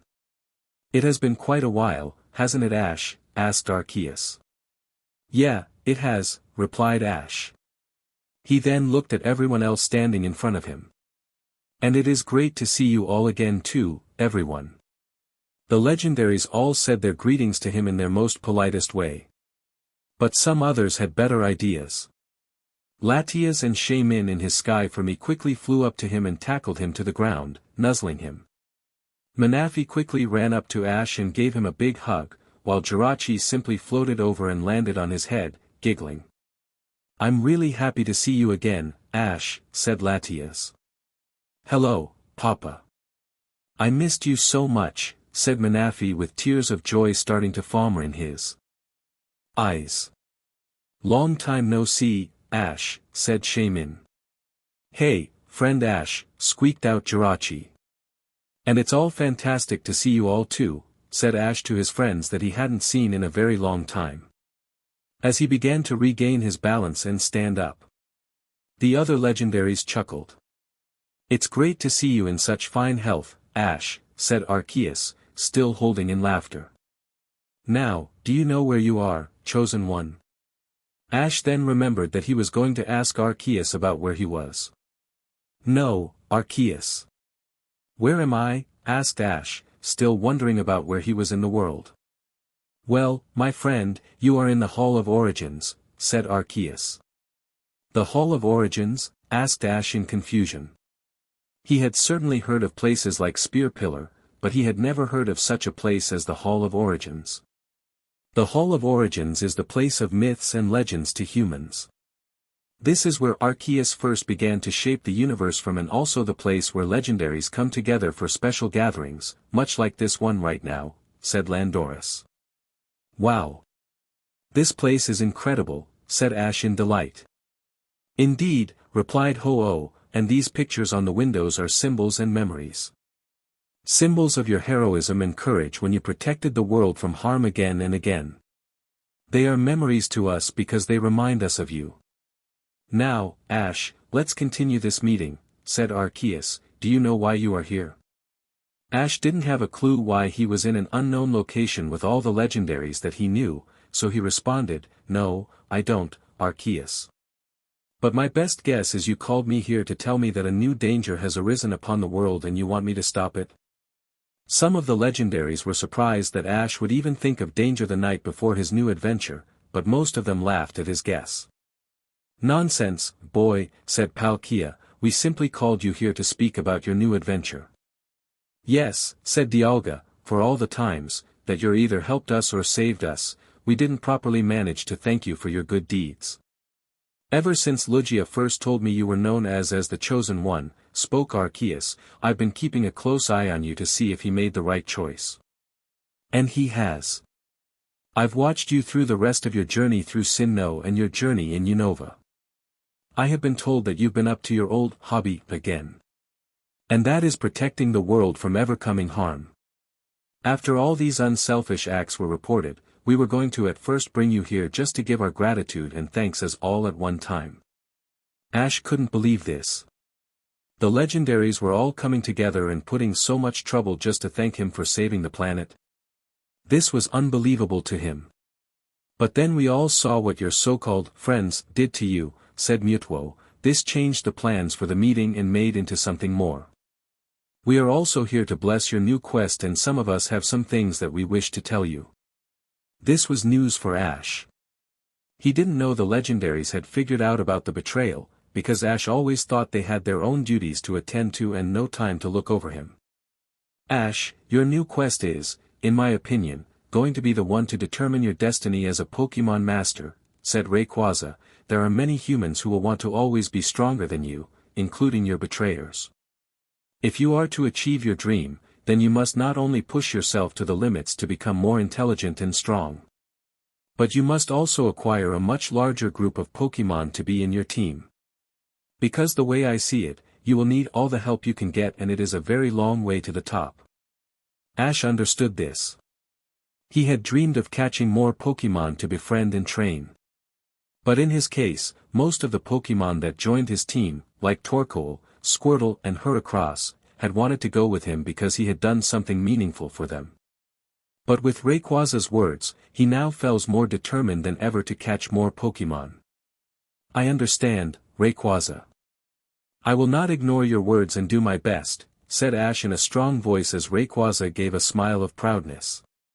"That is where my plan comes in, Ash," said Giratina.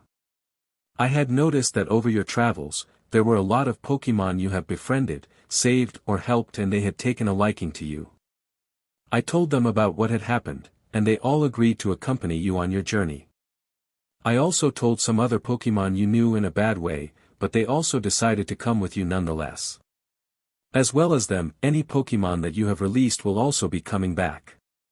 Tomorrow, when you begin your quest, you are to go to a lake that is located in the heart of the north side of Viridian Forest. You shall find them there and take them with you. Ash was surprised. Giratina, the renegade Pokemon, had called upon Pokemon that Ash had previously known and told them about the betrayal. He could only remember the Larvitar he helped to hatch, but he was eager to know who else would be there. He also remembered Lapra, Pidgeot and Butterfree and was hoping they were there too. Also, a number of us have also decided to join you, said Zekrom. Ash was shocked. This whole gathering was great already because he was talking with all the legendaries he knew, but now they want to go with him on his journey. He could only say so much to this. But traveling with me could be dangerous, said Ash in protest. This didn't surprise the legendaries, since they already knew the risks they were willing to take. It would be great to have you with me and all, but that means we could the targets of Pokemon thieves, especially Team Rocket.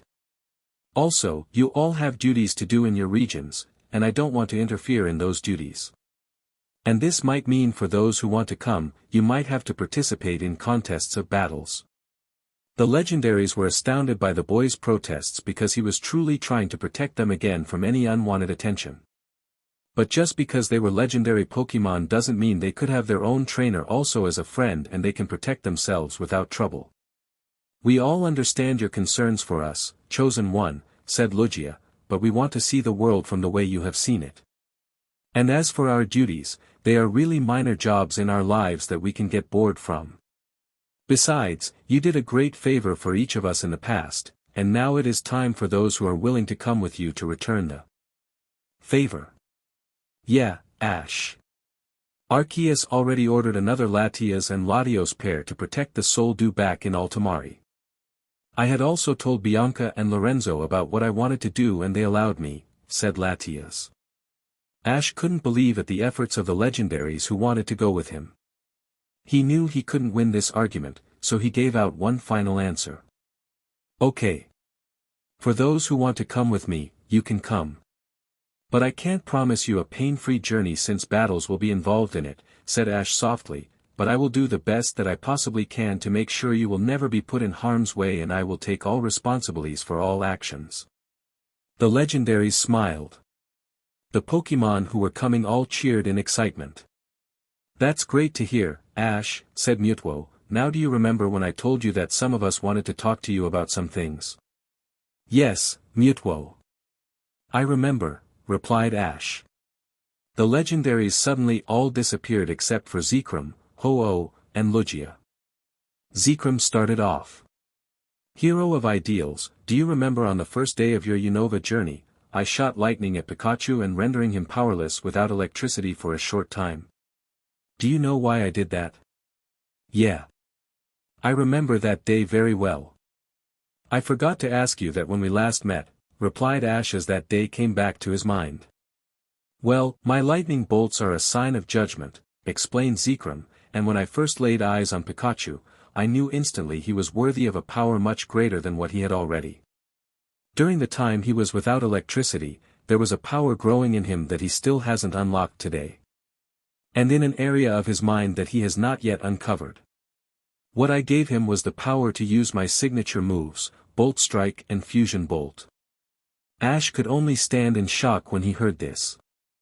All this time, he thought that the lightning strike from Zekrom was a short-time curse, but here he was now telling him that it was instead a gift and that Pikachu now has a power that can be unleashed. That sounds logical, Zekrom, but does Pikachu even have what it takes to discover his true power? Asked Zekrom. Zekrom laughed. Yes, he does. That is why I want to come along with you so I can help him to unlock power during our travels. Now, I believe it is Ho-Oh's turn to talk to you. Then he disappeared like the other Pokemon. Ho-Oh walked a few more feet towards Ash before stopping. Ash, do you remember on your very first day of your journey when you saw me flying? Did you actually know why I let you see me? No, Ho-Oh. All this time, I still hadn't thought back to that day, replied Ash. Well, I was blessing your journey. In myths, it is said those who see me will be granted eternal happiness.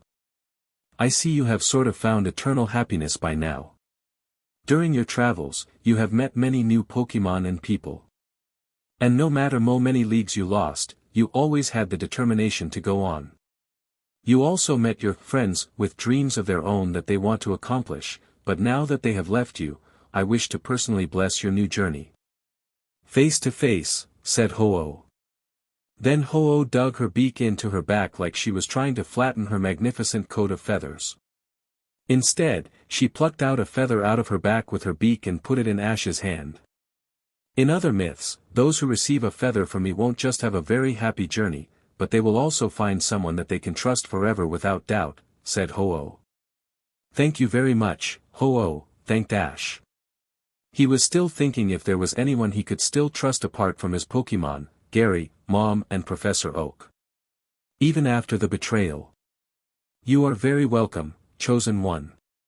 Now it looks like Lugia wants his turn to talk to you, said Ho-Oh before vanishing like Zekrom.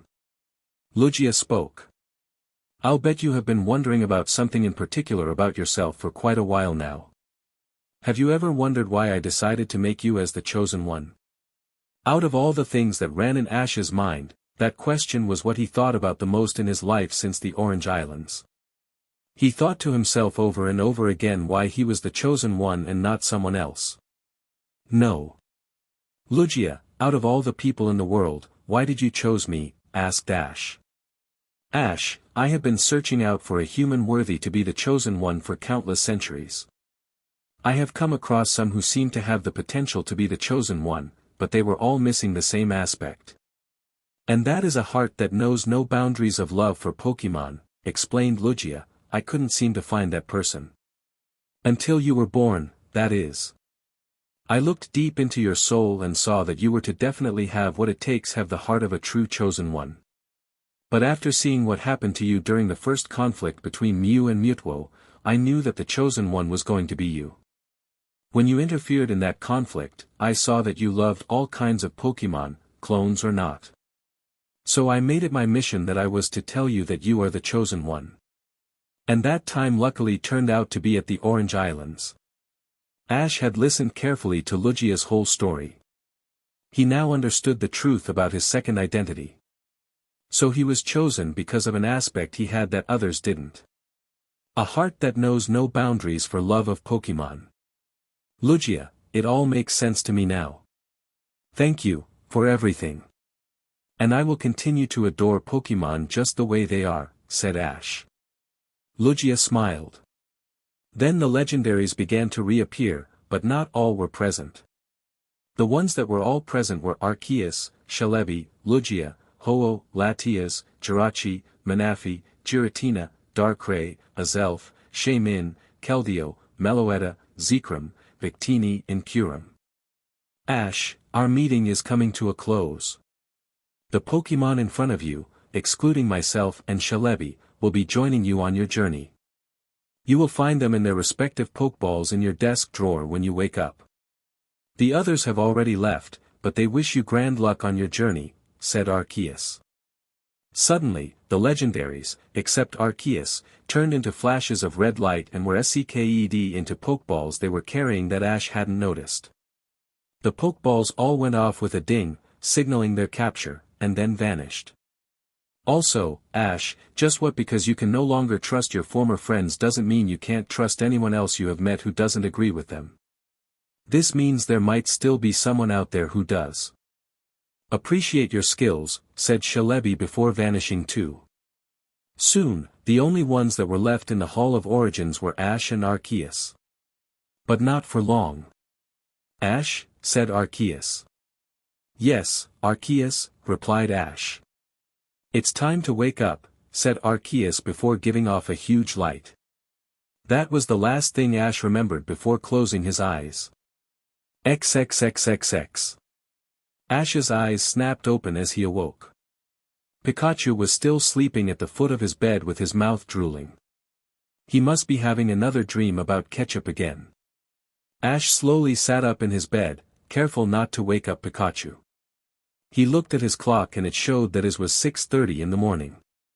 Some sunlight was peering in through the closed curtains.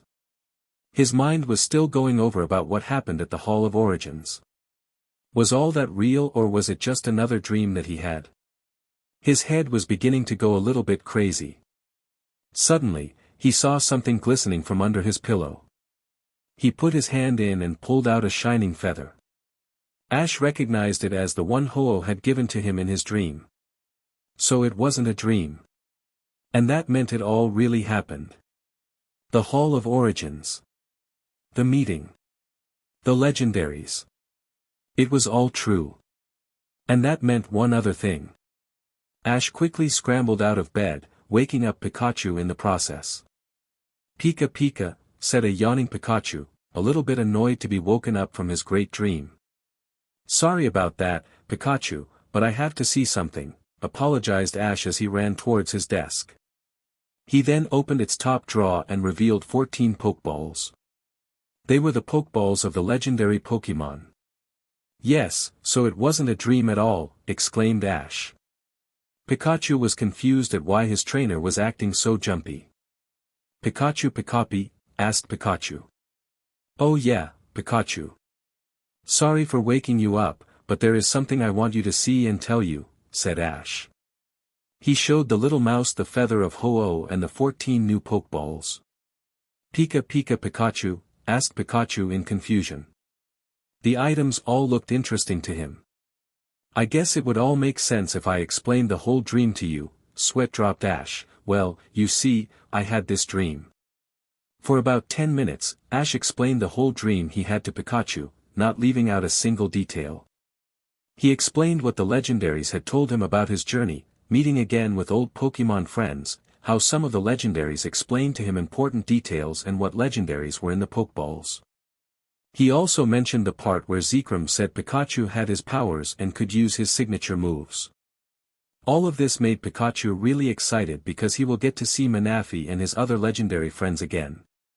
But at the part where Ash said Zekrom gave Pikachu great power, he was really shocked. He kept looking at his hands in wonder. Did he really have so much power within him, or was it all a joke? Suddenly, they heard Delia's voice coming from downstairs. "Ash, come down and have your breakfast. You can't leave on your journey on an empty stomach, you know," shouted Delia. "Okay, Mom, I'll be down in a moment. Just need to get changed into some clothes," answered Ash.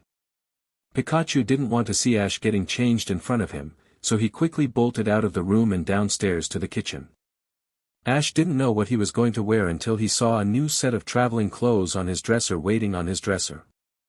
There was his black shirt that he always wears, a shirt-sleeve jacket that was white and had orange sleeves, a cap that had the same colors, a light gray pair of jeans and a pair of sneakers that were sporting the colors of black and white. Ash thought the clothes looked incredible, so he put them on straight away. He wasn't going to put on the shoes until he goes outside, but he did put on a clean pair of white socks. When he was done, he went downstairs, only to be hit by the delicious aroma of pancakes, maple syrup and hot chocolate. As he entered the kitchen, his mother suddenly looked up from washing the frying pan. He quickly went to the doorway to put his new shoes near the door. "Good morning, dear. Have you had a good night's sleep before your big day today?" asked his mother with a smile. Pikachu was already at the kitchen table, eating some Pokemon food with ketchup on top. "I slept well, Mom," replied Ash. He sat down at the table and began to eat his breakfast. His mother soon joined him. Ash took his time in eating, which surprised his mom, because he would usually scarf down his food in a hurry before running off. "Thank you for the great new clothes, Mom," said Ash. "You're welcome. They really suit you," replied Delia. "Pika," agreed Pikachu, whose mouth was covered with ketchup. When they were finished eating, Ash began to clean up the table and putting the dishes, and the mom was cleaning up Pikachu's face with a cloth, which he liked very much. "Ash, I can take care of the rest of this. I suggest you get to Professor Oak's laboratory. He did say he had a few more surprises for you before you go on your journey, didn't he?" asked Delia. Oh, yeah. I'll go there right now, said Ash as he dashed for the door and putting on his new shoes and Pikachu following him. Take care, sweetie, called out Delia. Okay, said Ash. He then turned to his partner, who was perched up on his shoulder. Just then, Buniri and Axu appeared before him, wanting to come along too. Well, guys, this is it. After noon hits, we and the others shall have a new beginning at a new journey. We'll show the world that we are going to be the very best that anyone has ever seen, said Ash proudly. The three Pokémon agreed by cheering. Then they began to run to Professor Oak's lab, just like on the day Ash first started his journey. He also couldn't wait to get to Viridian Forest to meet the newcomers and to show the Legendaries to his Pokémon. Chapter 6, Let the Journey Begin. As Ash, along with Pikachu, Buniri and Axu, ran towards Professor Oak's laboratory, Ash was trying to think what kind of surprises the professor had for him. Maybe it's a new gadget for him to test out. He would soon find out when he gets there. But as he began to ascend the hill that led to the lab, he was beginning to slow down. Ash was really exhausted from running on the road, but he got there without much trouble. As he opened the door, he heard the professor's voice. Ash, if that's you, I'm in the main laboratory, he called out. Okay, Professor. I'm coming, said Ash walking towards the lab room. When he got there, he saw Professor Oak standing with 3 Pokeballs in his hands. Behind him, a strange device was resting on a table. It resembled a normal wristwatch, but it was slightly bigger, had more buttons and there were no watch-related characteristics. Axu and Buniri were standing on either side of him. Good morning, Professor Oak, greeted Ash eagerly. He couldn't wait to see what surprises he had in store for him. Good morning to you too, Ash. It looks like you had a good night's sleep and I'm guessing you really want to know what the surprises I told you about yesterday are, correct? Asked Professor Oak. Yes, Professor, replied Ash, and has it got something to do with those Pokeballs you are holding? That's right, Ash. In these Pokeballs are 3 of your Pokémon, Squirtle, Primeape and Haunter, said Professor Oak as he gave the Pokeballs to Ash. Ash's eyes widened.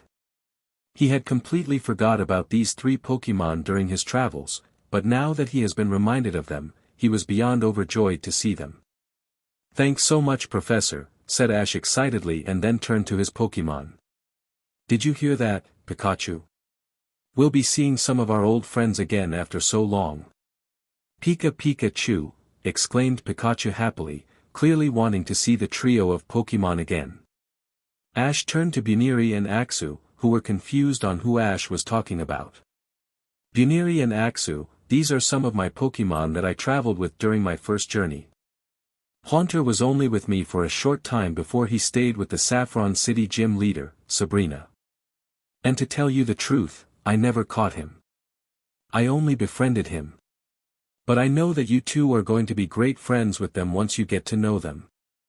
Axu and Buniri smiled and nodded their heads, showing that they trust their trainer. Axu was looking excited in particular. Ash then turned back to the professor.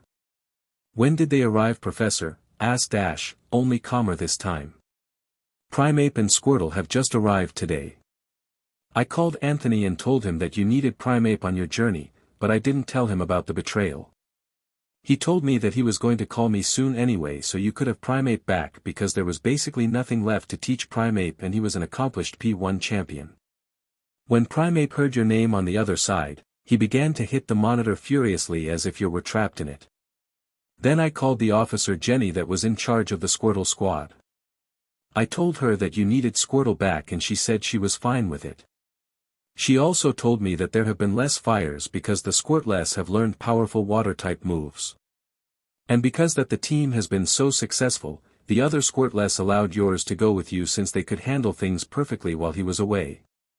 I didn't tell her what happened either. That's great to hear, Professor. What about Haunter? Asked Ash since Professor Oak didn't mention the ghost-type Pokémon. Well, Ash, Haunter arrived last night after dinner. Sabrina called me a few minutes after I got home. Because Sabrina is very good with psychic powers, she told me she had sensed the betrayal happen and she was going to send over Haunter. Haunter was very sad about what happened and wanted to rejoin you. Also, she officially caught it for you, explained Professor Oak. Alright. Is there anything else that you wanted to talk to me about? Asked Ash. Yes, my boy. There is one more thing that I want to give to you that might come of great use, said Professor Oak as he grabbed the machine that Ash had seen earlier on his table. This machine is called a microdex. It is the first of its kind and I think you should have the privilege of testing it out for me while you are on your journey. It has the functions of the most advanced Pokédex, PokeNav, PokeGear, X-Transceiver, Poketch and a few other devices. You can use it to scan Pokémon like a regular Pokédex, you can use it as a map like a PokeNav and you can call people like an X-Transceiver. Ash was given the microdex, which he was amazed by its lightness. He put it on his left wrist and stared at it with awe, but he looked back at Professor Oak had more to tell him and continued to pay attention. Professor Oak continued, I have programmed this microdex with all of your data. Gym badges collected, leagues competed in and in what place you have got to, captured Pokemon and other details of your own trainer record. I also have removed the limiter from the part of the machine where you can only carry 6 Pokemon at a time, so now you can carry an unlimited amount of Pokemon with you. If you are going to be on a very long journey, you might as well take all of your Pokemon. That's awesome, Professor Oak. Looks like I won't have to keep on switching out Pokemon anymore, but if you ever need to study them some more, I can always send them to you, said Ash. That's very generous of you, but I have studied all your Pokemon the best I could, so the only Pokemon you could bring here are the new ones you might catch in the future. The microdex also has a miniature inbuilt pad that can be used for transporting Pokeballs to my laboratory.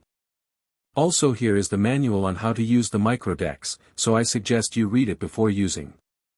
And I'm quite surprised at one thing over the duration of your entire journey, said Professor Oak as he gave Ash a small booklet. Ash grabbed the booklet before looking at the professor. What has surprised you, Professor Oak? Asked Ash.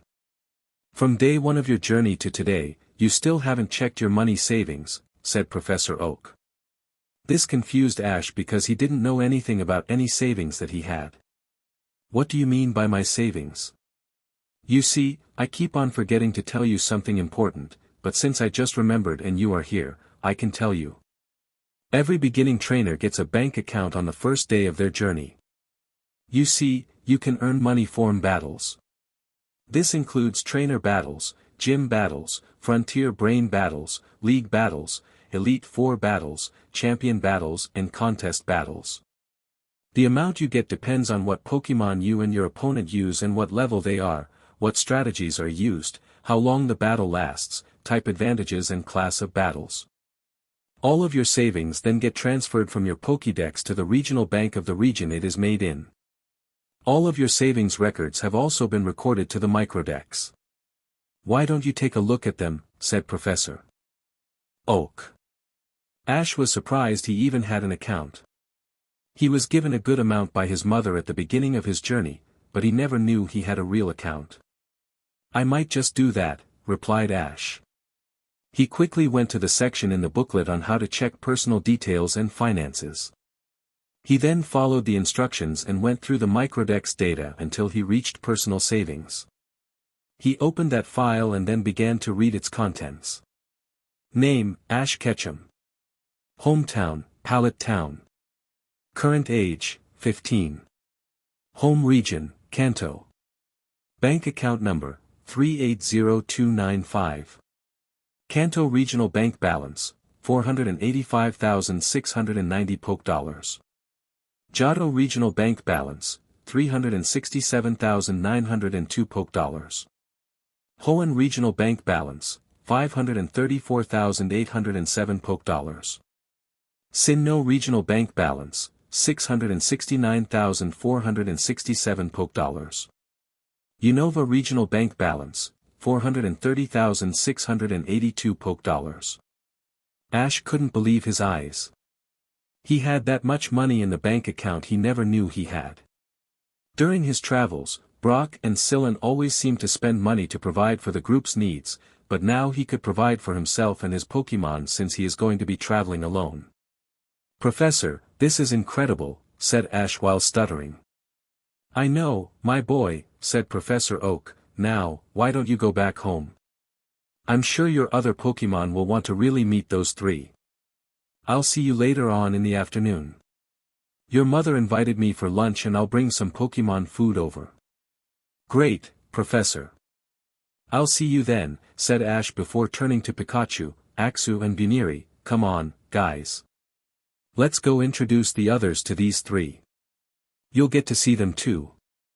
As Ash ran out of the lab and down the hill with Pikachu on his shoulder, Buniri hopping behind him and Axu sitting in his head, he was beginning to imagine what the faces of the others would look like when they saw the three new arrivals. Charizard would start a rivalry with Primeape since he was beaten him when he was a Charmander. Squirtle would be happy to see the Pokémon he knew over the Kanto journey, and Haunter would probably start to play pranks on everyone the moment he gets out of his Pokeball. As he ran up to his house, he saw his mother with Mr. Mime, picking some parsley from her small herb and vegetable patch. He decided to stop and tell her what happened over at Professor Oak's lab. "Hey, Mom. I'm back from the professor's lab," said Ash. Delia turned to see her with 3 Pokeballs in his hands and the 3 Pokémon beside him. She also couldn't help but notice there was a strange device on his wrist. "Hi, sweetie. How did things go over there? And where did you get those Pokeballs and the machine on your wrist?" asked Delia with interest.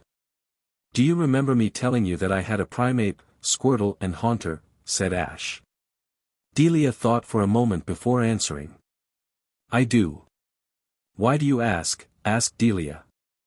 "Well," replied Ash, "they are in here in these Pokeballs and they also wanted to come with me on my journey.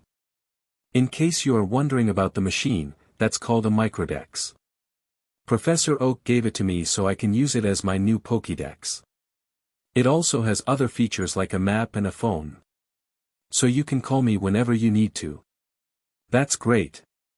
I'm going to start making lunch soon. The other Pokémon are now awake and they've been wondering where you were. You should go see them," said Delia. "Okay, Mom. I'll come help you with making lunch after," replied Ash as he ran to the back garden. Delia smiled. She was happy to be spending some extra time with her son. She then went inside with the parsley as well as with some other herbs. XXXXX. When Ash arrived at the garden, he saw that the Pokémon were indeed awake. They were all talking to each other and seemed to be observing each other's attacks, but Levany was trying to stop her across from once again extracting the nectar from Bulbasaur's bulb. "Hey, everyone. I'm back," called out Ash. They all turned to face their trainer with smiles and happy grins. "I've got some friends I want you all to meet, but some of you might know them already." Some of the Pokémon were confused at who Ash referred to, but they were soon about to find out. "Come on out, guys," said Ash as he tossed the Pokeballs into the air. They snapped open and a white beam of light shot out of each. Those beams then shaped themselves into 3 different creatures. The first one was what seemed to be a giant ball of white fur with a pig snout, 2 ears, 2 arms and 2 legs that have a metal ring on the wrists and ankles sticking out and a pair of assertive eyes. There was also a belt with a big golden buckle that was normally seen at wrestling matches. It had the words Primeape, P1 official champion engraved around what looked like the official trademark symbol of the wrestling league. The second creature resembled a turtle. Its body was a light blue color with large eyes. It had a red shell with white outlines and a light yellow underbelly. It had a tail that looked a bit like a swirl. The third creature looked a lot like a ghost.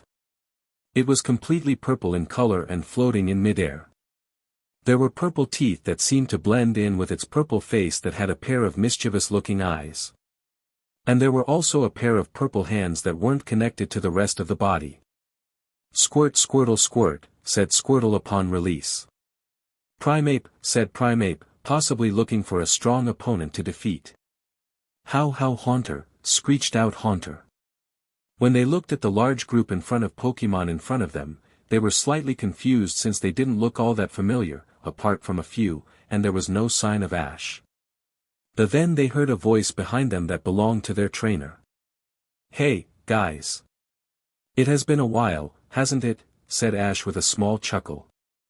When they turned around, they saw Ash and immediately ran up to him. Primeape gave him a huge bone-crushing hug, Squirtle hugged his leg and Haunter floated over his head in delight. Then he went right through him, sending chills up his spine, just for some laughs. Okay, you guys can let go now," assured Ash to Squirtle and Primeape, who decided to let go. "It's very wonderful to see you all again," said Ash, "and judging by your belt, Primeape, it looks like Anthony kept his promise and made you the best P1 champion there is. Congratulations." "Primeape," said Primeape in agreement. "I know it has been a while, so I don't think you know all of these Pokémon. While you were away, I went through other regions during my journey and caught them to be on my team," said Ash. "So why don't you get acquainted with the rest of them? They have all been very eager to see you. And they are friendly." The three newcomers walked towards the large group, while Ash went back inside to help his mother with cooking lunch, and were greeted with open arms. They took turns introducing each other. Primeape even recognized Charizard as the Charmander he battled once, and he apologized for any inconvenience between them. Charizard accepted the apology. Haunter got in a contest with Crocodile on who can make the most scariest face. Squirtle got a good welcome by the Pokémon did know. Suddenly, when Primeape turned around when someone tapped him on the shoulder, he met the leering eyes of Scraggy. "What are you looking at, short stuff?" asked Primeape, who got into battle stance. "You look tough and strong, but I want to battle you to see if you are what Ash says you are," said Scraggy. "Is that so? Well then, let's fight now," said Primeape angrily. The two looked at each other with fires in their eyes, but Pikachu had other ideas. "Come on, guys. Can we all just get along? Save your newfound rivalry for training time. I mean, this is Ash's house and his mother won't like it if we turn it into a battlefield," said Pikachu crossly. Scraggy and Primeape both looked at each other one more time before going the opposite directions to the other Pokémon. Pikachu sighed in relief. "So, Pikachu. Is there any reason why we were needed on a new journey on Ash?" Professor Oak looked a little bit desperate when he was talking, asked Squirtle. "Well, Squirtle," explained Pikachu, "Ash has decided to go on a new journey through all the regions we went through again, and this time, he is confident that we will be the best, in both battling and contests." "Contests?" said a surprised Haunter. "I've seen a few contests that happened in Saffron City, and by the looks of things, they focus more on beauty instead of power. Why would Ash decide to compete in something like that?" "Well, something bad happened that made Ash feel really down," said Pikachu. "What? What happened to him that made him feel sad?" asked Squirtle with demand. Pikachu looked to the Pokémon who knew about the betrayal and they nodded, showing him that the three returnees had the right to know about what happened. Axu and Buniri ran up to Pikachu's side, wanting to help explain their involvement. "Well, it started like this," explained Pikachu. XXXXX. Ash and his mother were in the kitchen preparing lunch. Ash was busy cutting up some leaves of lettuce while Delia was making some chicken cream soup. Ash was about to finish the last leaf, Delia spoke up. "Ash, I forgot to tell you. I had also made you some fingerless gloves that are upstairs in your room. I think now would be a good time to go pack for your journey so you won't have to leave too late," said Delia. "I also have a new backpack for you and it's in your room." "I'll go do that, Mom." "Thanks," replied Ash as he put the chopping knife on the table and exited the kitchen. When he entered his room, he noticed the new backpack on his bed. It was a little bit bigger than the usual bags he normally took with him, and it had a few more zippers, meaning there were more pockets. It had the colors of black, green and silver. The new pair of gloves that his mother mentioned were on the bed also. They were just like the ones that he had on his Sinnoh journey, but they were white and black. He firstly packed a few pairs of clean underwear from his closet so that his mom wouldn't have to remind him, the costume from Queen Eileen, some other spare clothing, a sleeping bag, a cookbook that his mother gave him for the journey and a water bottle. He then turned to the Pokeballs of the Legendaries that were on his desk. He didn't know whether to pack them too so Professor Oak and Delia wouldn't be surprised. But as he was about to pack them too, he heard Giratina's voice inside his head. Ash, why don't you introduce us to the others? It would be great to meet your mother and mentor as well. And don't worry about attracting too much attention from the townsfolk, because Darkrai can take care of that, said Giratina. Okay, Giratina, I'll do that, responded Ash. He then minimized the Pokeballs and put them in a little satchel. When he was done packing the rest of his required things, he decided to bring his backpack downstairs in the corridor for later. The Pokeballs of the other Pokemon were still in the dining room, but he would take care of those later. After bringing his bag down, he went back to the kitchen to see his mother washing dishes. He took the satchel of Pokeballs with him and attached it to his belt. Hey, Mom. I've finished packing what I need for the journey. And before you ask, I did pack some extra underwear, too, said Ash proudly. Delia smiled. Glad you remembered, Ash. Can you give me a hand with this cooking? Asked Delia politely. Sure, Mom. The faster we can get lunch finished, the better, said Ash. XXXXX. While Ash was busy doing things in the house, Pikachu, Buniri, and Axu had just finished telling Primeape, Squirtle and Haunter's story of what Ash's friends did to him and why the new journey was going to be completely different. He also told them that they also thought that all the Pokemon Ash had would always stay weak. The trio were furious at hearing this. How dare they hurt Ash like that? I ought to turn them into piles of mush for this, shouted out Primeape in rage. He began to punch the ground in frustration, but Donphan stopped him with his trunk. The next time I see them, I think I'll lay a curse on them just to teach them a lesson, said Haunter. I'm just glad that you two decided to join our team instead of sticking with those losers, said Squirtle to Axu and Buniri. Pikachu decided it was time to put that in the past. Okay, guys. That's enough for now. We can all show those traitors that they are the ones who are weak by beating them at their own games when the time is right. Well, that explains why Ash decided to do contests too, said Squirtle. For now, let's just drop that subject and focus on something else, said Buniri, because if we keep on mentioning those idiots, everyone here will soon want to find them and fight them. XXXXX. Meanwhile, something else was happening in a faraway Team Rocket headquarters. The man in the black business suit known as Giovanni, the supreme leader of the crime organization, was watching footages of specific events during the adventures of one of his most annoying enemies, Ash Ketchum.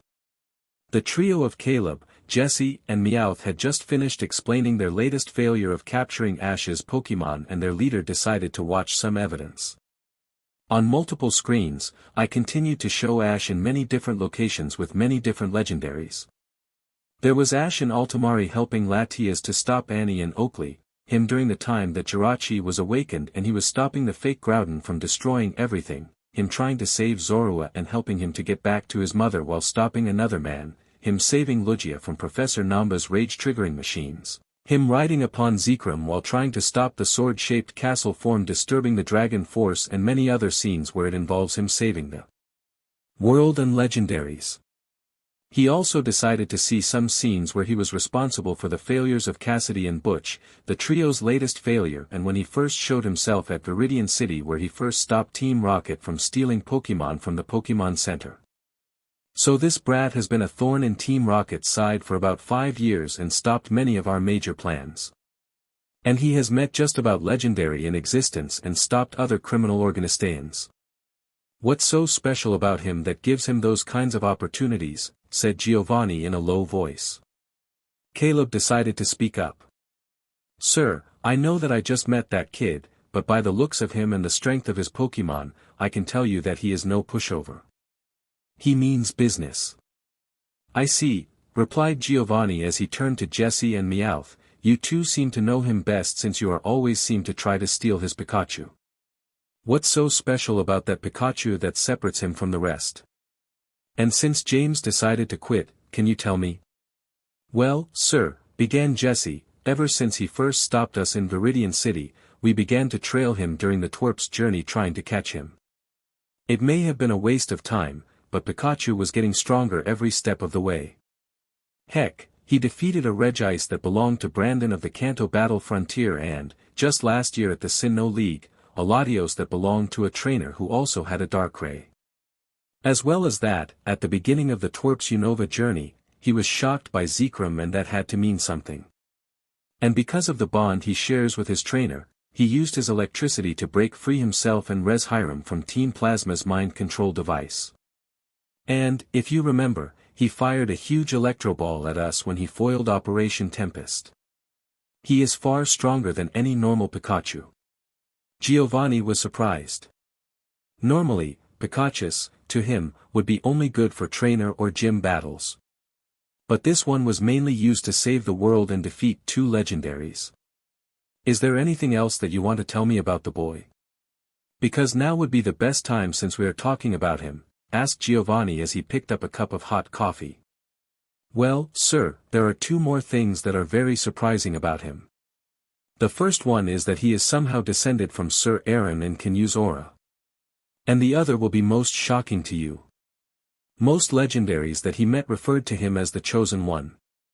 We found out about that when he stopped Lawrence the Pokemon Collector, said Meowth. At that moment, Giovanni dropped the cup he was holding and it smashed on the floor and splattering coffee everywhere. He couldn't believe his ears. The boy. The Chosen One. This had to be a joke.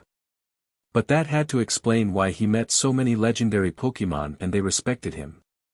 You too, said Giovanni sternly to Jessie and Meowth, I want you to give me as much information on this kid. Where he has been, events he participated in, leagues competed in, well-known achievements, friends, home, family, Pokemon captured, everything.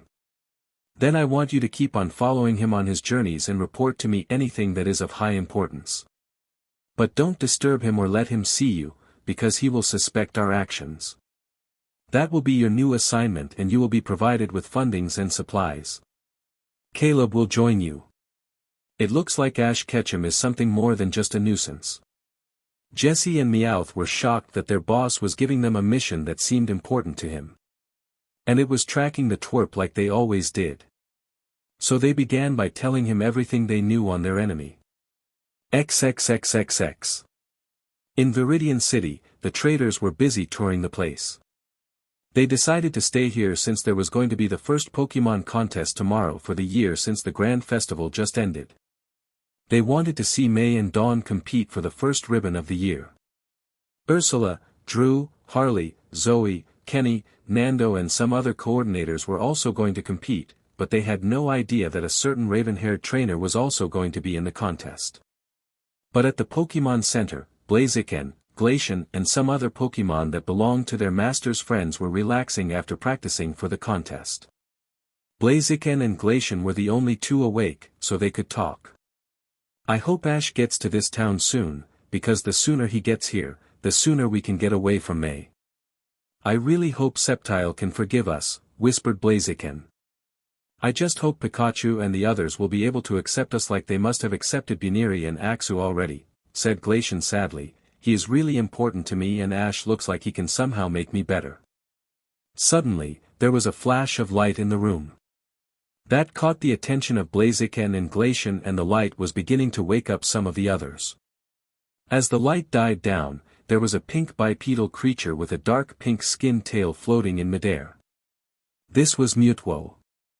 His eyes began to glow a light blue color and the same colored aura surrounded all Pokemon except Blaziken and Glacian. The ones that were beginning to wake up suddenly went back to sleep and the ones who were still asleep stayed asleep. Mutwo must have used hypnosis. Blaziken and Glacian were about to get into battle stance, but Mutwo spoke to them silently, "Hello. Who are you and what do you want?" said Blaziken. "I am Mutwo. I am not here to fight you. I simply want to talk to you 2 in particular," said Mutwo in a low quiet voice. "Why?" asked Glacian. "I have been watching you and read your thoughts. You really want to go back to Ash, don't you?" said Mutwo. The two were surprised that this mysterious new Pokemon knew about their wants. But they remained calm. "How do you know that?" asked Glacian. "I know Ash as a friend and I can help you get to him. All I ask from you is to trust me," said Mutwo in a serious voice. "How do we know this isn't some kind of trap? What if you work for people like Team Rocket?" asked Blaziken. Mutwo got a little angry when he mentioned the name of the group that created him and betrayed him, but he kept his cool. "Team Rocket created me, but they soon betrayed me when they tried to use me as a tool for their dirty work. I ran away from them and I've been running ever since with other clone Pokemon. I met Ash along the way and he helped me in my time of need. And I trust him," explained Mutwo. That sounded convincing to the duo because they relaxed. "Yes, we do want to go to him, but we don't know when he'll be here, where to find him or how to get him to trust us," said Glacian. "I can tell him what you think of him and I can convince him to trust you. He is planning to do contests on his new journey, so that might increase your chances of being accepted into his team," said Mutwo. The duo smiled at this. But even though they now know Ash will be doing contests, they both agreed earlier that they wouldn't mind battling as well. "So, what's the plan, Mutwo?" asked Blaziken. Mutwo explained the rest of his idea to them. XXXXX. Soon, it was lunchtime. Ash and Delia had just finished preparing lunch of hot sandwiches, flavored milk and salad for themselves and Professor Oak. Like yesterday, they decided to eat outside on the same table with the Pokemon. It wasn't set up in the same fashion, but it was good enough for a good lunch. As Ash was getting the plates, the doorbell rang, showing that Professor Oak had arrived. When he opened the door, Professor Oak was standing behind a cart of fresh Pokemon food. He didn't have his lab coat as usual. "Hello, my boy," greeted Professor Oak. "Hey there, Professor. Are you ready for lunch?" said Ash. "I sure am, Ash. I have brought some special food for your Snorlax. If you remember the poke block that I showed you that is made just for Snorlax, I made it into Pokemon food," said Professor Oak as he gave a container to him. "This contains it for the journey ahead of you along with the recipe, but I got some with me for now." "Thanks, Professor. This will do me good," said Ash as they entered and he helped push the cart in.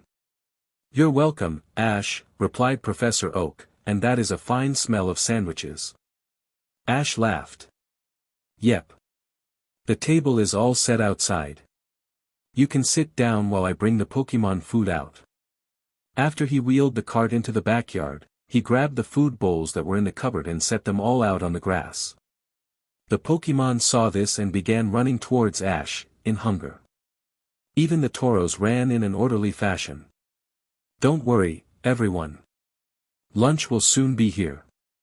I'll just fill the bowls up for you," said Ash. The Pokemon then sat down.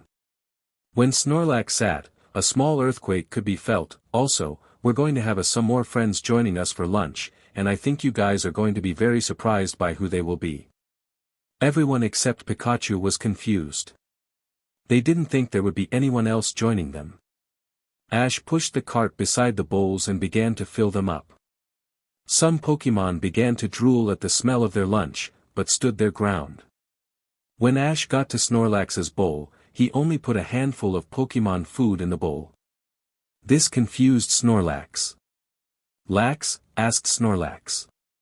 "Snorlax, do you remember that poke block that Professor Oak made for you that would fill you right up? Well, he made it into Pokemon food. This should be enough for you since it expands and you might only have to eat a few of them. I'll bring some on the journey, so don't you worry about a thing, buddy," said Ash. Snorlax smiled. He liked that poke block a lot, but now he wanted to taste it in its food form. When Ash finished filling the rest of the bowls, he heard the screen door opening. Delia came out with a plate full of steaming sandwiches, a glass of chocolate milk.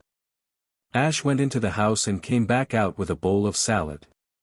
They put the food on the table and then took their seats.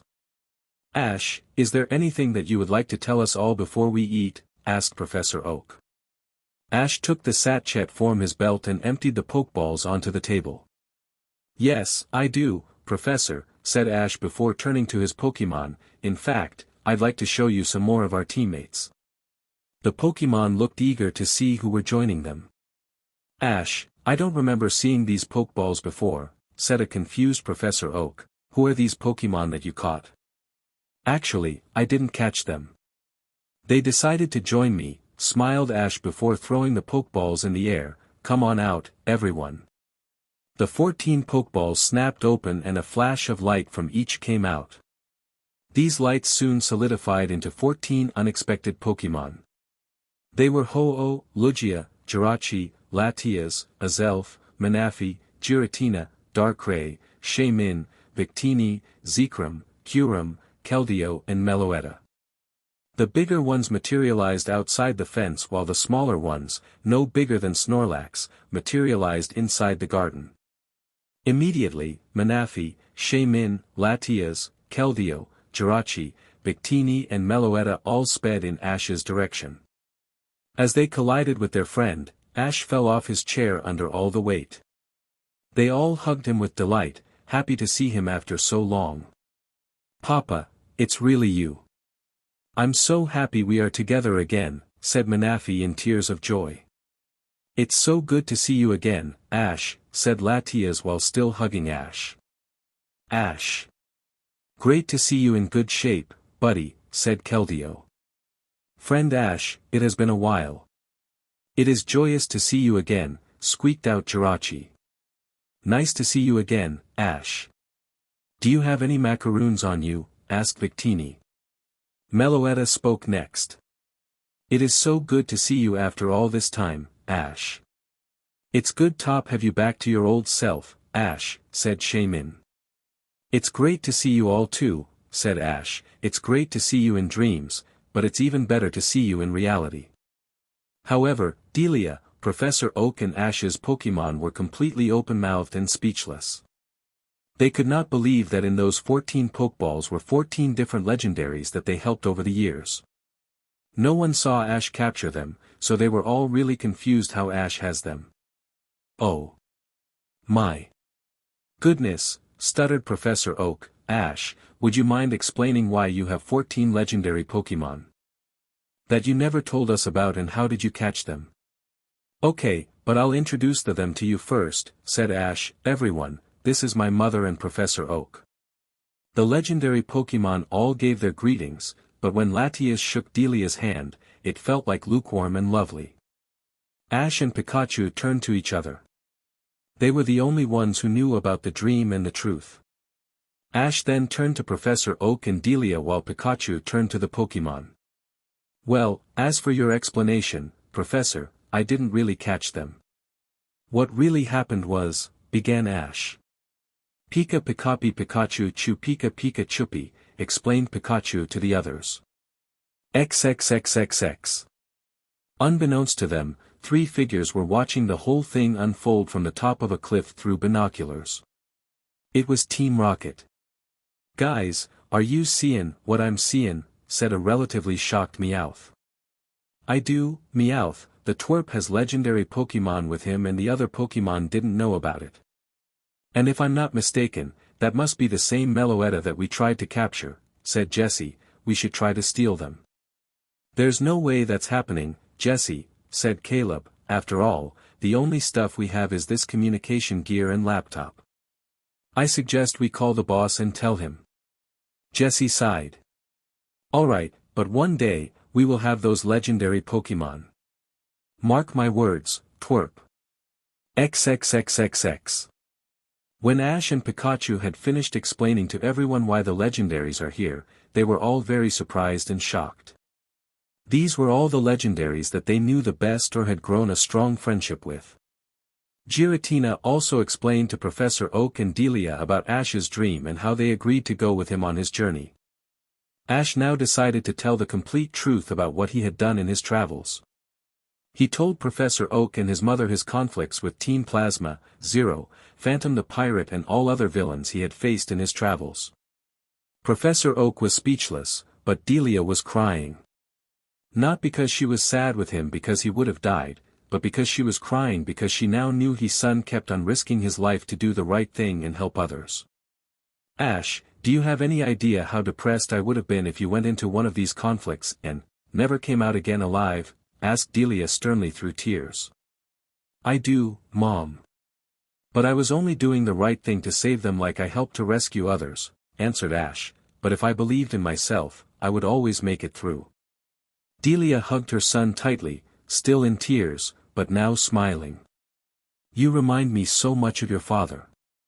He was almost the same as you. He would risk his life to do something important and come back out alive in the end. I'm not asking you to stop doing these good deeds for others, but try to consider what would happen if you didn't make it. Mom, answered Ash, I always think about that, no matter what. Delia let go of Ash and smiled. Thank you, sweetie, your father would be very proud of you. Professor Oak, on the other hand, was zooming from one legendary Pokemon to another, examining them with keen eyes. This really creeped out Manaphy when the professor was staring at him, but he didn't burst into tears. Ash, I still can't believe you have so many legendary Pokemon who want to travel with you. You are a very lucky young man to have such powerful and extremely rare Pokemon, said Professor Oak as he made his way back to the table. Thanks, Professor, replied Ash as he went to the Legendaries. If you guys are hungry, would you like some food? Some of the Legendaries refused the offer, but Manaphy, Meloetta, Keldeo, Shaymin, Latias, Victini and Jirachi's bellies were grumbling for some food. Ash went inside and came out with some plates and put some leftover Pokemon food in them. He grabbed a salad sandwich for Keldeo since he liked the food that he had with Ash and company when he first met them. Kyurem got some leftover Snorlax food that instantly filled him after a few. Ash's Pokemon introduced themselves to the Legendaries, but some were already familiar with them since they met before. And then everyone dug into their meals. Ash talked more about his adventures with his family while the Pokemon chatted away the Legendaries and each other. Sceptile was even getting along with Darkrai, since he had defeated the one that Tobias owned in the Sinnoh League. Zekrom began telling Pikachu that he would begin teaching him how to unlock the energy he has been granted and how to master Bolt Strike and Fusion Bolt at the duration of the journey. Professor Oak looked like he had been thinking while he was eating, and he decided to speak up. Ash, if this Jirachi is the very same Jirachi that you met back in Hoenn, how is it awake now? Normally he would be asleep for 1,000 years. That's an interesting question, Professor. I'll ask him, replied Ash as he turned to Jirachi. Hey, Jirachi. Yes, Ash, answered Jirachi. I forget to ask you. It hasn't been 1,000 years yet. How did you get yourself to wake up after only a few years, said Ash in wonder. Well, Ash, my kind do sleep for 1,000 years before waking up again, but there is another way that we can force ourselves awake for as long as we need. The planet houses a specific energy called the Illumina Force that can affect the normal life cycle of a Jirachi, explained Jirachi. We simply feed on it and the more we consume, the longer we can stay awake for. This happening is extremely rare for Jirachis and the planet creates more of this energy every day than a single Jirachi can ever feed on. Professor Oak had been listening to the whole thing and had been taking notes on a small pad of paper. Truly fascinating, Jirachi. This is to be a great new topic for a new paper. You don't mind, do you, Jirachi? Not at all, replied Jirachi. Suddenly, a bright light appeared in the middle of the garden. It soon died down to reveal another legendary Pokemon, Mewtwo. Mewtwo? What are you doing here? Asked Latias. I have come here with a message for Ash, replied Mewtwo before turning to Ash. Hello, Ash. Hey, Mewtwo, said Ash, how's everything going for you and the other clone Pokemon? Not bad, I must admit. We seem to have gotten along with normal Pokemon in the Hoenn region and there have been no disruptions from Team Rocket whatsoever, said Mewtwo. I'm sorry I couldn't join you, but maybe I'll help you in the future. That's okay, Mewtwo, replied Ash. Now, what was the message that you wanted to tell me about? Are you familiar with Maze Blaziken and Glacian? Asked Mewtwo. Ash went a little dark when he heard that name, but he didn't have anything against the two Pokemon mentioned. What about them? They wish to join your team as well as Buniri and Axu, replied Mutwo. I have been watching them for a little while now and they have made their decisions to get away from her because they don't agree with what she and the others said about you yesterday. Are they trustworthy? Asked Ash. They are. I have spoken to them and I asked them how they can be trusted. Glacian said that Pikachu was one of her best friends and Blaziken said that Sceptile was one of his most trusty companions throughout Hoenn and Kanto. Sceptile and Pikachu were surprised by this. Glacian and Blaziken had to be two of May's most trusted Pokemon. They would never leave her. But it was true that they were great friends and the story did make sense. Okay, everyone, said Ash to his Pokemon, should we allow them into our team? They roared in agreement. Since they seemed convinced with Mutwo's story, it was only fair to give them a chance. Okay, Mutwo. Everyone here agrees, Ash said to Mutwo. Did you tell them where they should meet us? I did. There is a Pokemon contest tomorrow in Viridian City and I told them to meet you in the northern outskirts of the city when the event finishes, answered Mutwo. I'll go inform them. See you another time, Ash. See you later, replied Ash. The same light appeared from before, but this time, Mutwo was gone when it died down.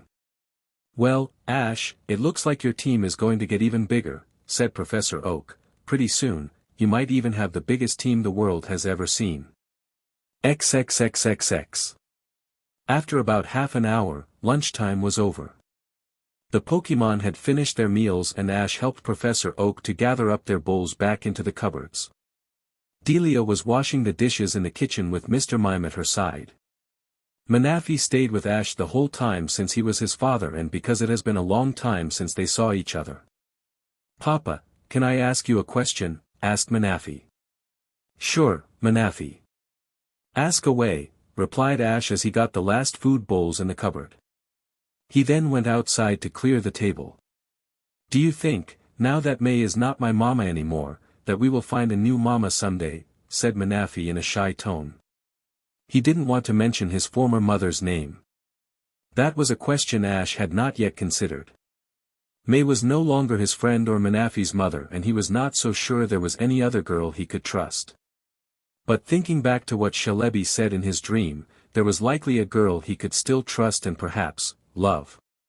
Yes, Manaphy. I'm sure we will find a new mama on our journey, replied Ash as Manaphy suddenly hugged him. And I hope that Manaphy's new mama could be my future daughter-in-law, said a giggling Delia as she stepped outside. It turns out she had been listening to the whole thing. Mom! Not in front of the Pokemon, cried Ash. The Pokemon and Professor Oak burst out into laughter. Hero of ideals, she does have a point, you know. Someday you might find a significant other for your life, said Zekrom while still laughing, Yeah, Ash, agreed Jirachi. Well, Ash.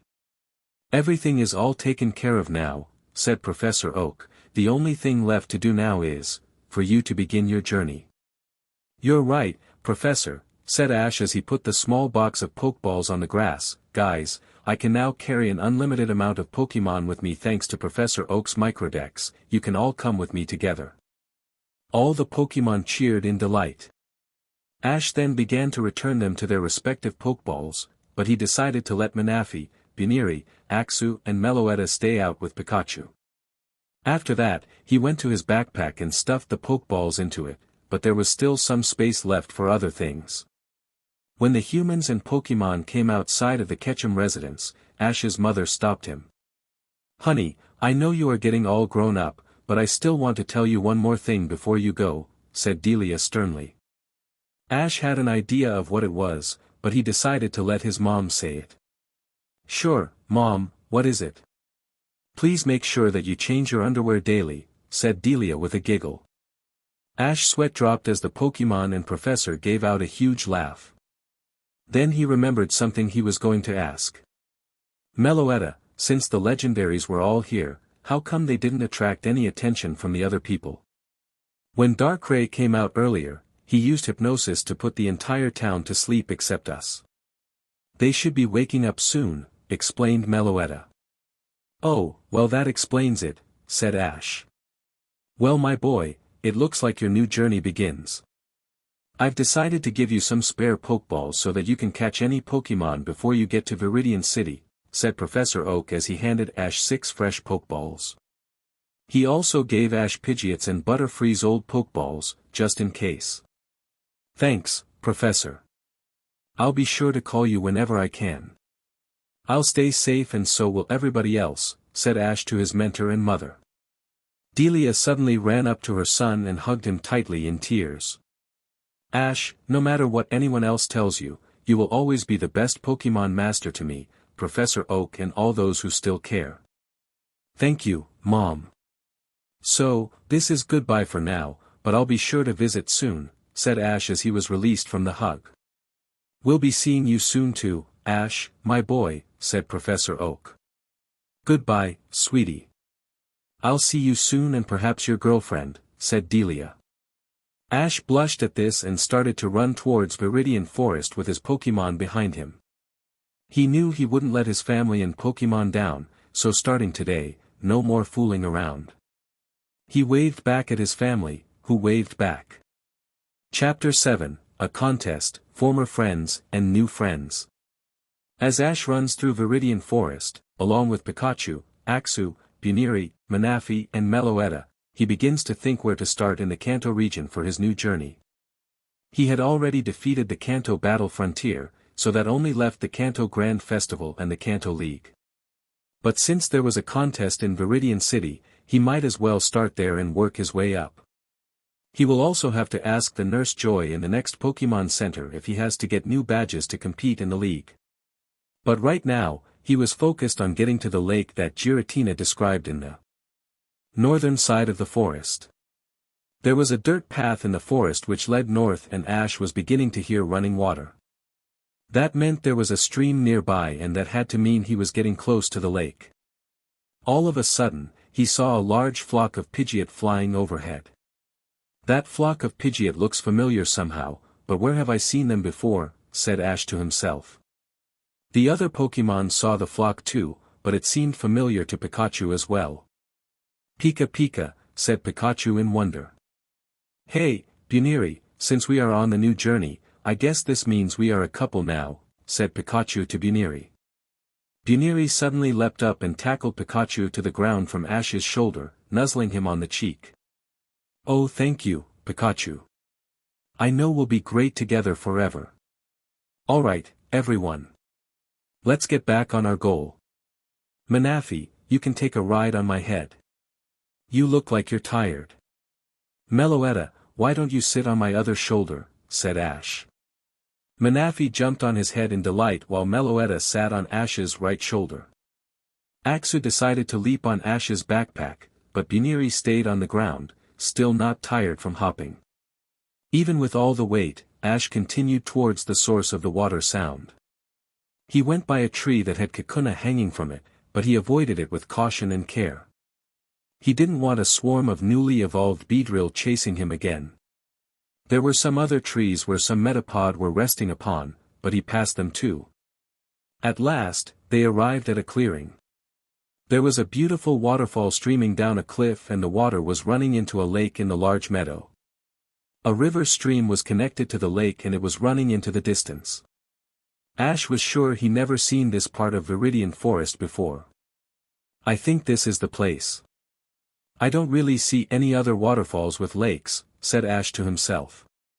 Suddenly, he saw some shapes in the distance that were near the lake, but they were too far away to see. Ash, I think those shapes you saw in the distance could be the Pokemon who are waiting for you, said Meloetta. Alright, exclaimed Ash, I can't wait to see who is there. Can't you, guys?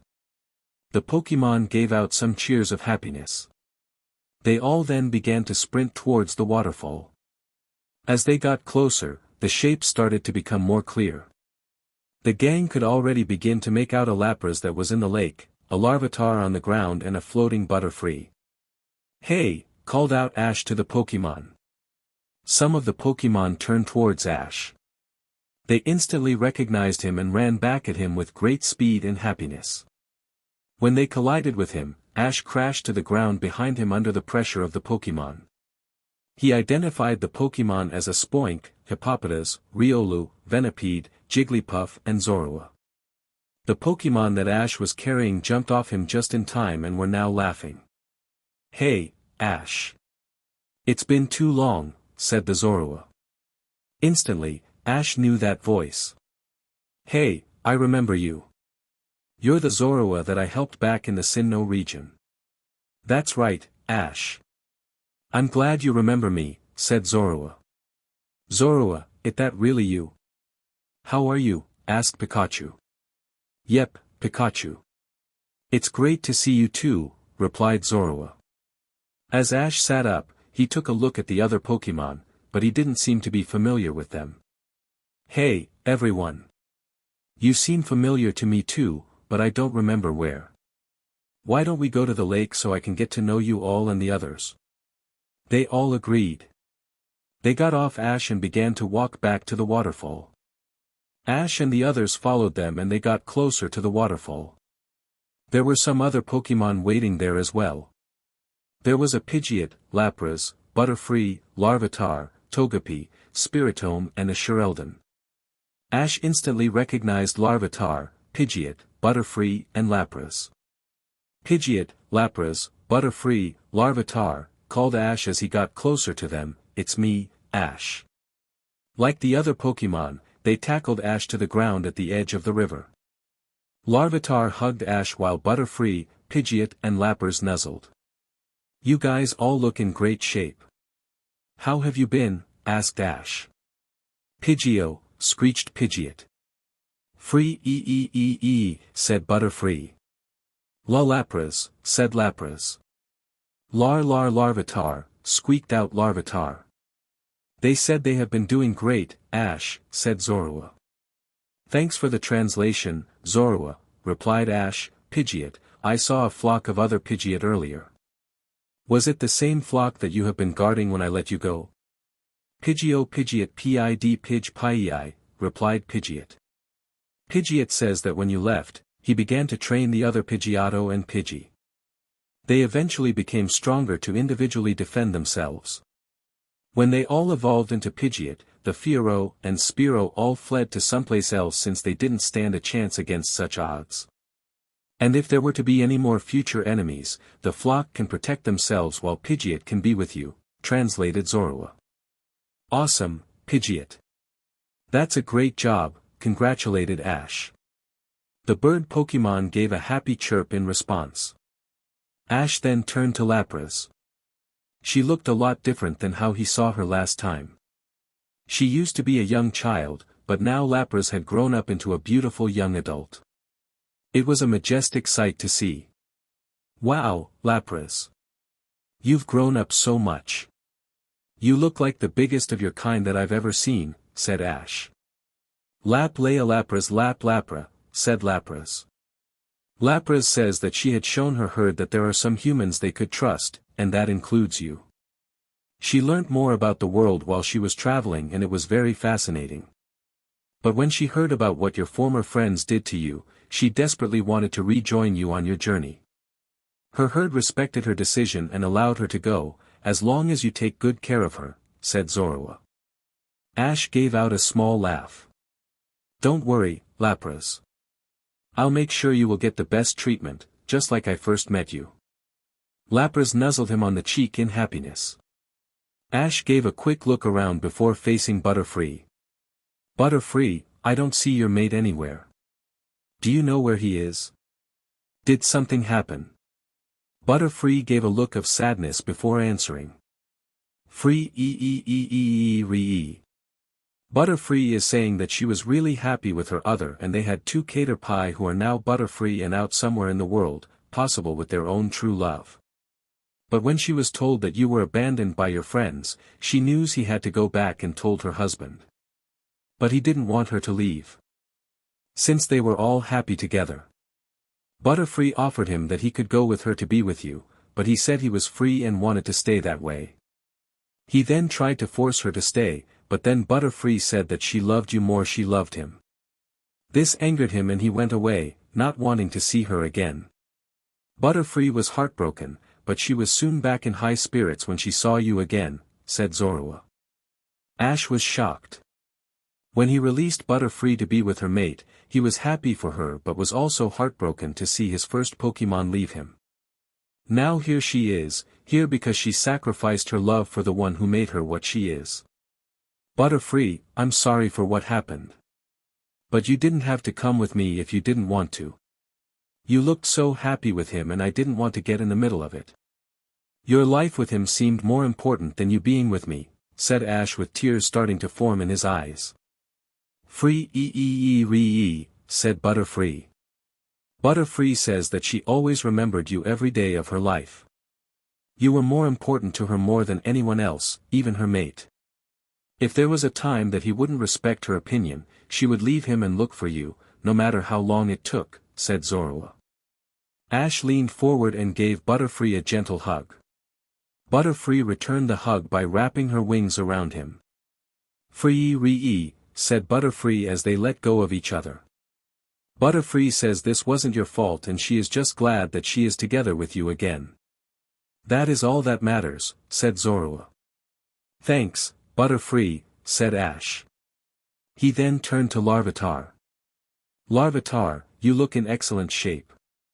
How has life been for you and your mother at Mount Silver? Asked Ash with much enthusiasm. It was true Larvitar looked a bit bigger. Larvitar Larvitar, said Larvitar. Zorua translated for Ash, he says that life has been great.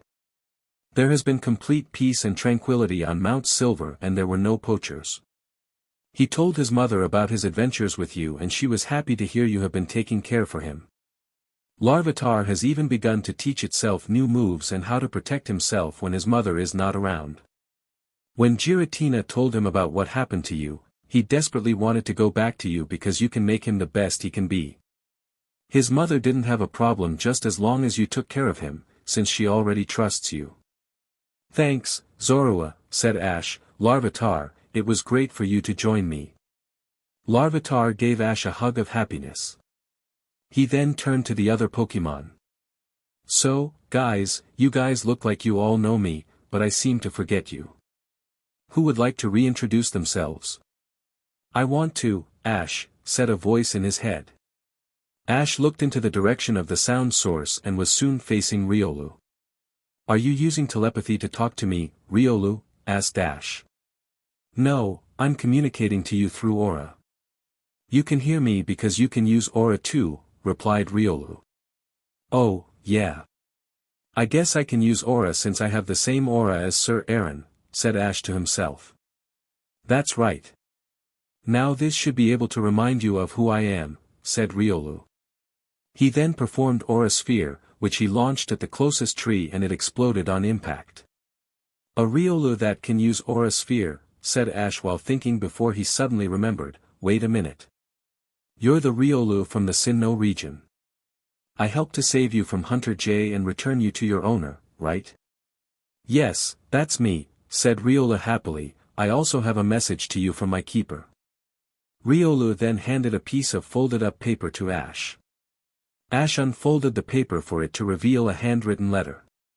He soon began to read its contents. Ash. The last time we met, I had not properly introduced myself.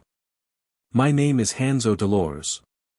I thank you again for saving Riolu from his captors. During the time you were with him, he has formed a strong friendship with you.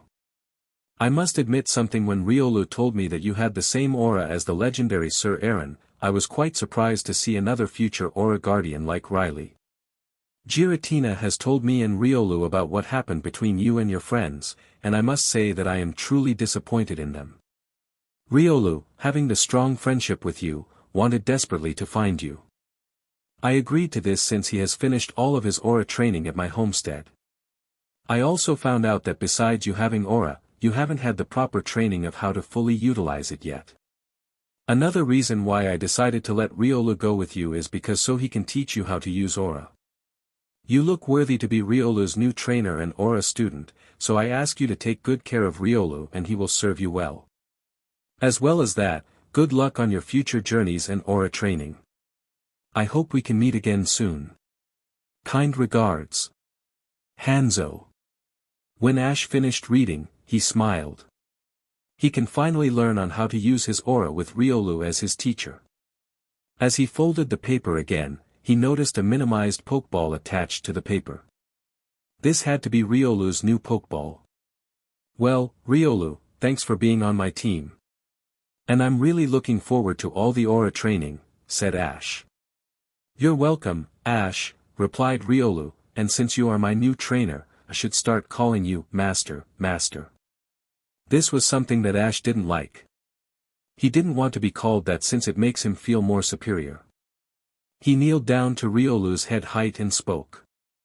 Riolu, just because Lucarios call their trainers or Aura Guardian friends Master, doesn't mean you should. In my team, no one is inferior or superior. No one is smarter or dumber. We are all equal in everything. So I'm not your master. I'm your friend until the very end, said Ash. Ash then embraced Riolu in a hug, who returned the hug with tears of trust and happiness in his eyes. Ash grabbed a handkerchief from his pocket and used it to wipe the tears from Riolu's cheeks. And besides, you are going to be my teacher a majority of the time in Aura.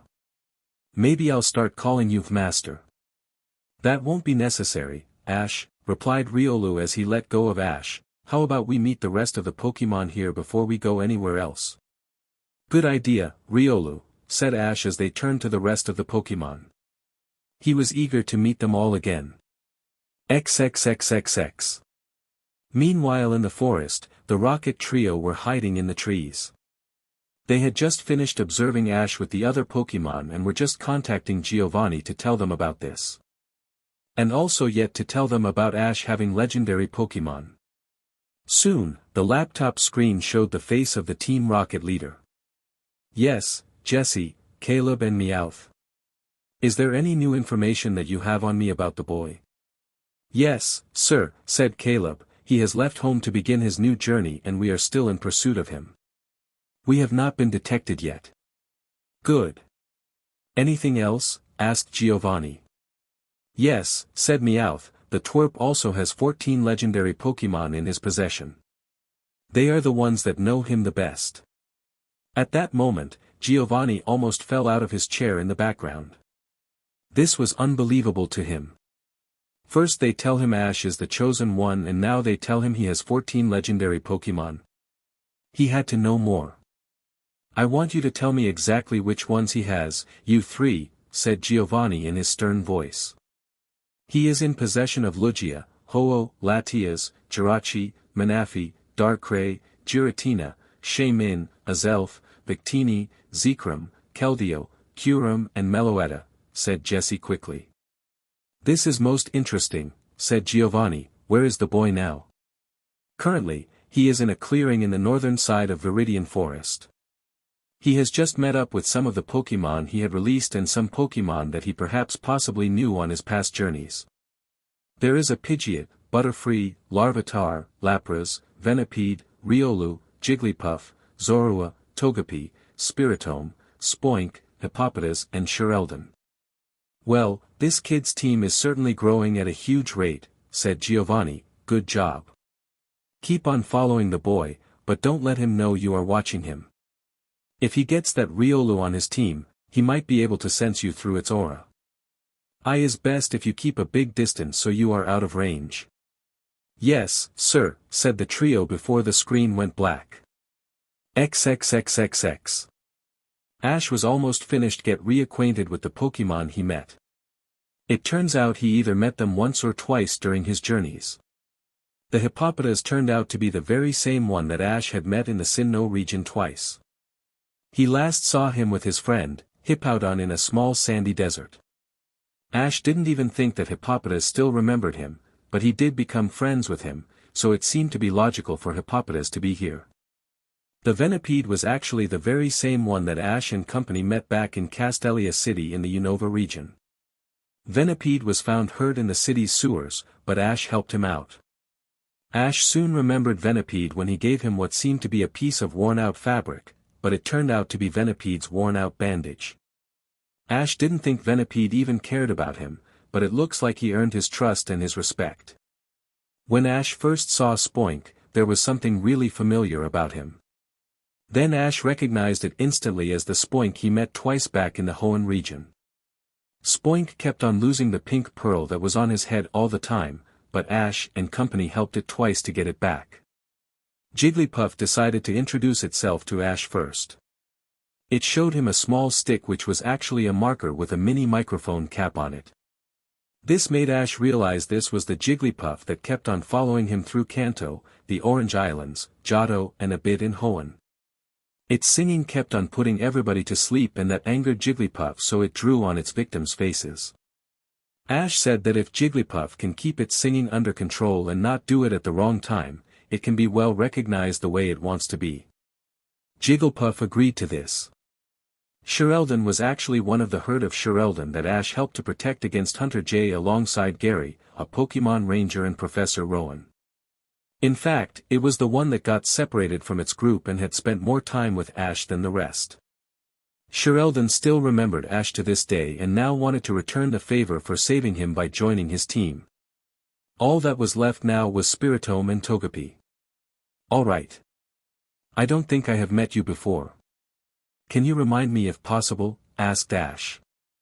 Toj Pai, said Togepi as if closed its eyes and covered its face with its tiny arms.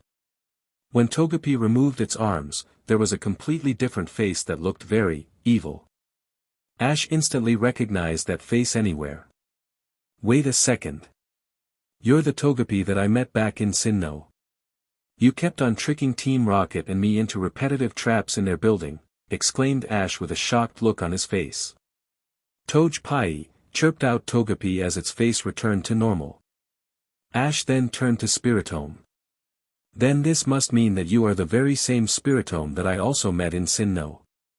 You are the one who was locked away in a keystone near a village and was defeated by someone who fitted my description, aren't you? Asked Ash in a voice with some cowardice in it. Spiritomb, replied Spiritomb. Ash knew these were two of the Pokemon that he knew in a bad way. Togepi kept on lying and trapping Ash back at Team Rocket's base, while Spiritomb tried to harm Ash because it believed the lies it was told by Team Rocket. He decided to have a small talk to them to make some things change for the better. Okay, you two. I just want to tell you something, began Ash. We may have gotten on the right foot when we first met, but I really want to turn our relationship for the better. Togepi, you may have been a bit evil in the past, but I can help teach you about respecting others and knowing the right time to be your old self. I hope this can mean we can be friends. Spiritomb, when Team Rocket told you that I was related to the man who imprisoned you all those years ago, I want you to know that they were lying. The only reason why I had a Pikachu that reminded you of him was only by pure coincidence, and I'm not related to that man in any way. I hope that you can understand this and we can put our past behind us and hope for a better trainer-Pokemon relationship. Togepi and Spiritomb were surprised by Ash's speech. They had caused him some problems in the past, but now he was willing to make sure that all gets forgotten and replaced by a healthy friendship. They knew what his friends had said about him, thanks to Giratina, and they decided to help him out as a way of apologizing. Toj Pai, said Togepi, giving out a happy chirp and jumping on Ash's lap. Spy Raitum, said Spiritomb. It looked like it now trusted Ash. All the Pokemon then got in a group in front of Ash, waiting for what to do next. They also had already gotten reacquainted with the Pokemon Ash was traveling with already by his side. Ash, now that we are all remembering each other, what do we do now? Asked Riolu. Well, if you guys are coming with me, then our next destination is Viridian City. There is a contest being held there tomorrow and I'm looking forward to it. As well as that, I need to pick up a Blaziken and a Glacian that belong to one of my former friends. They didn't agree with what she said about me and they are willing to join our team, explained Ash. That's great news, Ash. We'll see how they like it when someone betrays them for a change, said Zorua, and besides, we are all wanting to come with you, since that was why we were all called here in the first place. Great. Alright, the road ahead of us is going to be a long one. So are you all with me? Called out Ash. The Pokemon all cheered in response, willing to stick with their new trainer. That's great, guys. Then I suggest we get there before sundown. Soon, Ash returned Pidgeot, Butterfree, Lapras and Riolu to their old Pokeballs. But then he realized that he had 6 spare Pokeballs while there were still 9 uncaught Pokemon. Guys, I only have 6 Pokeballs that are empty and there are 9 of you. 3 of you will have to go with me until I can get some more from the Viridian City Pokemart, clarified Ash. Immediately, Zorua, Larvitar and Jigglypuff went up to Ash. We 3 want to go with you, Ash. Ash nodded to this. He then tapped the 6 Pokeballs on Spiritomb, Togepi, Sheldon, Venipede, Spoink and Hippopotas. They all then went off with a ding, signaling their capture. Ash then turned to Buniri, Meloetta, Axu and Manaphy.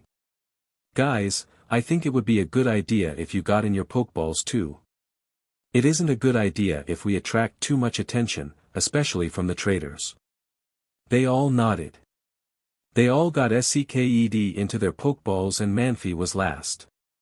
Okay, Papa, said Manaphy before he was lastly SCKED into his own. Ash then trooned to the remaining 3. Okay. Let's get going, guys, said Ash. Larvitar jumped on Ash's backpack, Zorua got on his left shoulder and Jigglypuff, being very light, got on Ash's head. He then began to run towards the direction of Viridian City. XXXXX. At Viridian City, the gang of former friends were doing their own business in the city. Brock was at the library studying about Pokemon care, May was eating some noodles at a fast food restaurant, Max was battling some random trainer on the Pokemon Center battlefield, he had just started his journey a few months ago, Syllan was shopping for some food and Iris was helping Dawn to pick out a new dress for tomorrow's contest from a medium-sized shop called Coordinator's Contest Corner. She was having trouble deciding whether to buy a blue or purple dress. You know, since you are going to be using Piplup in the contest, I suggest that you should buy the blue dress. It matches his colors, informed Iris. Why didn't I think of that? Thanks a lot, Iris, replied Dawn as she took the dress off the rack and carried it to the checkout desk. This is my first official contest in Kanto, so I hope I can make a good first impression. While the clerk was busy handling the dress, Iris smiled. Don't worry, Dawn. You and Piplup are going to be great out there. I'll be cheering for you all the way. As they exited the shop after paying for the desk, Dawn replied. Thanks, Iris. But I have a strange feeling that someone completely unexpected will steal that spotlight from me. Like I said, Dawn, don't worry, reassured Iris. XXXXX. It had taken him about an hour, but Ash and his Pokemon were finally at Viridian City. It was just as he remembered it and it brought back memories. When he was going to get his 8th badge from the Viridian City gym to finally qualify for the Kanto League, he was surprised to see that Team Rocket were the gym leaders. He had fought a fair fight and defeated them, but they cheated by not giving him the badge. He sent them off flying at the end and claimed his rightful badge. Also a few years later, he was asked by Scott, the owner of the Battle Frontier, to compete in the new Kanto Battle Frontier. Ah, Viridian City. This place brings back memories, doesn't it, Pikachu? Asked Ash to his best friend. Pika Pikachu, replied Pikachu. Ash, why is this place so familiar to you? Asked Zorua. I'll explain it to you. How about we go to the nearby park so I can explain? Asked Ash. Okay, Ash. Let's go, replied Zorua as they went to the park's location. When they arrived, they got quite the scene. The whole place was beautiful. Lawns were freshly cut, some wild Pokemon were present and were playing with some children, some family picnics were taking place in some of the meadows and a few wild Poliwag were swimming in a small fountain. The gang decided to go to the fountain since there was a bench. When they got there, they all sat down, wanting to take a break from all the traveling they did so far.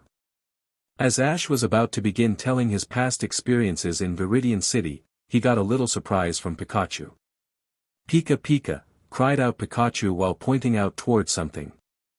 What is it, buddy? Asked Ash while observing. Is there something you want to show me? Pika Pie, said Pikachu while still pointing. Ash turned to the direction of Pikachu's pointing finger and found himself looking at a girl. But this girl was one that Ash was familiar with. She herself had peach-colored hair with two swirly pigtails on each side of her head, each with a green ribbon. Her eyes were a crimson color and she was wearing a pink skirt that went to her knees and a light blue long-sleeve shirt that was under a snow-white thin coat. She was also petting her cave Pokemon, Gabite.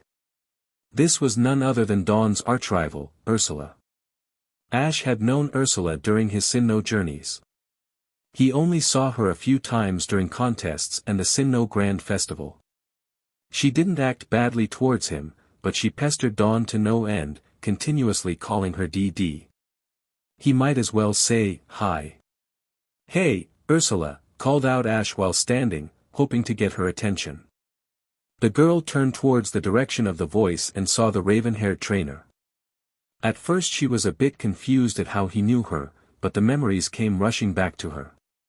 This was the same boy who had traveled with Dawn. She also saw him compete in the Sinnoh League, seeing him knock out the Darkrai and Latios that belonged to Tobias. I recognize you. You're Ash Ketchum, aren't you? Said Ursula as she stood up from her bench and ran to Ash. Her Gabite also remembered Ash and went with her. That's right. I'm glad you remembered me, even after all this time, said Ash. Pikachu and the other Pokemon scurried up to Ash. How can I forget the trainer who defeated both a Darkrai and a Latios at the Sinnoh League 2 years ago, replied Ursula with a smile. I watched your battle and I know that it was incredibly impressive. Thanks very much, Ursula, said Ash while blushing. So how are you, Ursula? Are you here to compete for the contest as well? Gabite and Pikachu seemed to remember each other. Pikachu introduced her to the other Pokemon and they all seemed to get along well. That's right, Ash. I'm also here to get an Earth badge from the gym, said Ursula. I've decided to try out the Kanto League and see what it's like to be a trainer. Ash was certainly confused by this. Ursula was known as a coordinator and he didn't ever think that she would ever want to be a trainer, since those are two completely different paths. I'm surprised that you want to compete in the league, Ursula, said Ash. What made you want to do leagues while doing contests at the same time?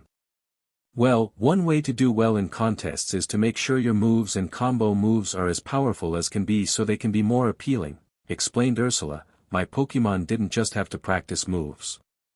They have to be strong as well. I think the league is a great way to get my Pokemon into great shape so it can test their strength. So the next time I face Dawn, I'll be sure to humiliate her. Speaking of her, where is she and that other guy you hang out with? At the mention of Brock and Dawn, Ash went completely silent as if it were something he just ate. He certainly hated them now and didn't want to talk about them. I don't really want to talk about it, Ursula. Let's just say that my friendship with them is over forever, said Ash glumly. Ursula was surprised by this. She thought that Ash seemed close to those two, but now he is telling her he isn't friends with them anymore. She had to know more. Not because she forcing him to, but just because it seemed to make Ash look quite down. Why is that, Ash? What happened? Asked Ursula with concern in her voice. I really don't want to talk about it. You might think exactly what they think about me if I told you, said Ash. Come on, Ash. You can tell me what happened. You hate DD, I hate DD. We have something in common. I promise I won't think any different of you or laugh at you, said Ursula. Ash still wasn't sure. He looked back at his Pokemon. They nodded to their trainer that he should tell her what happened. He faced back and took a deep breath. Okay, Ursula, began Ash, it all started when I. And he told her everything. He told her how he overheard what his friends say about him, how he fell into depression, the comfort from his family and Pokemon, and how he will be not only a trainer on his new journey, but also a coordinator just to beat Dawn and May at their own game. He didn't mention the dream he had or the legendary Pokemon he had with him. She wasn't ready to hear this since he didn't fully trust her.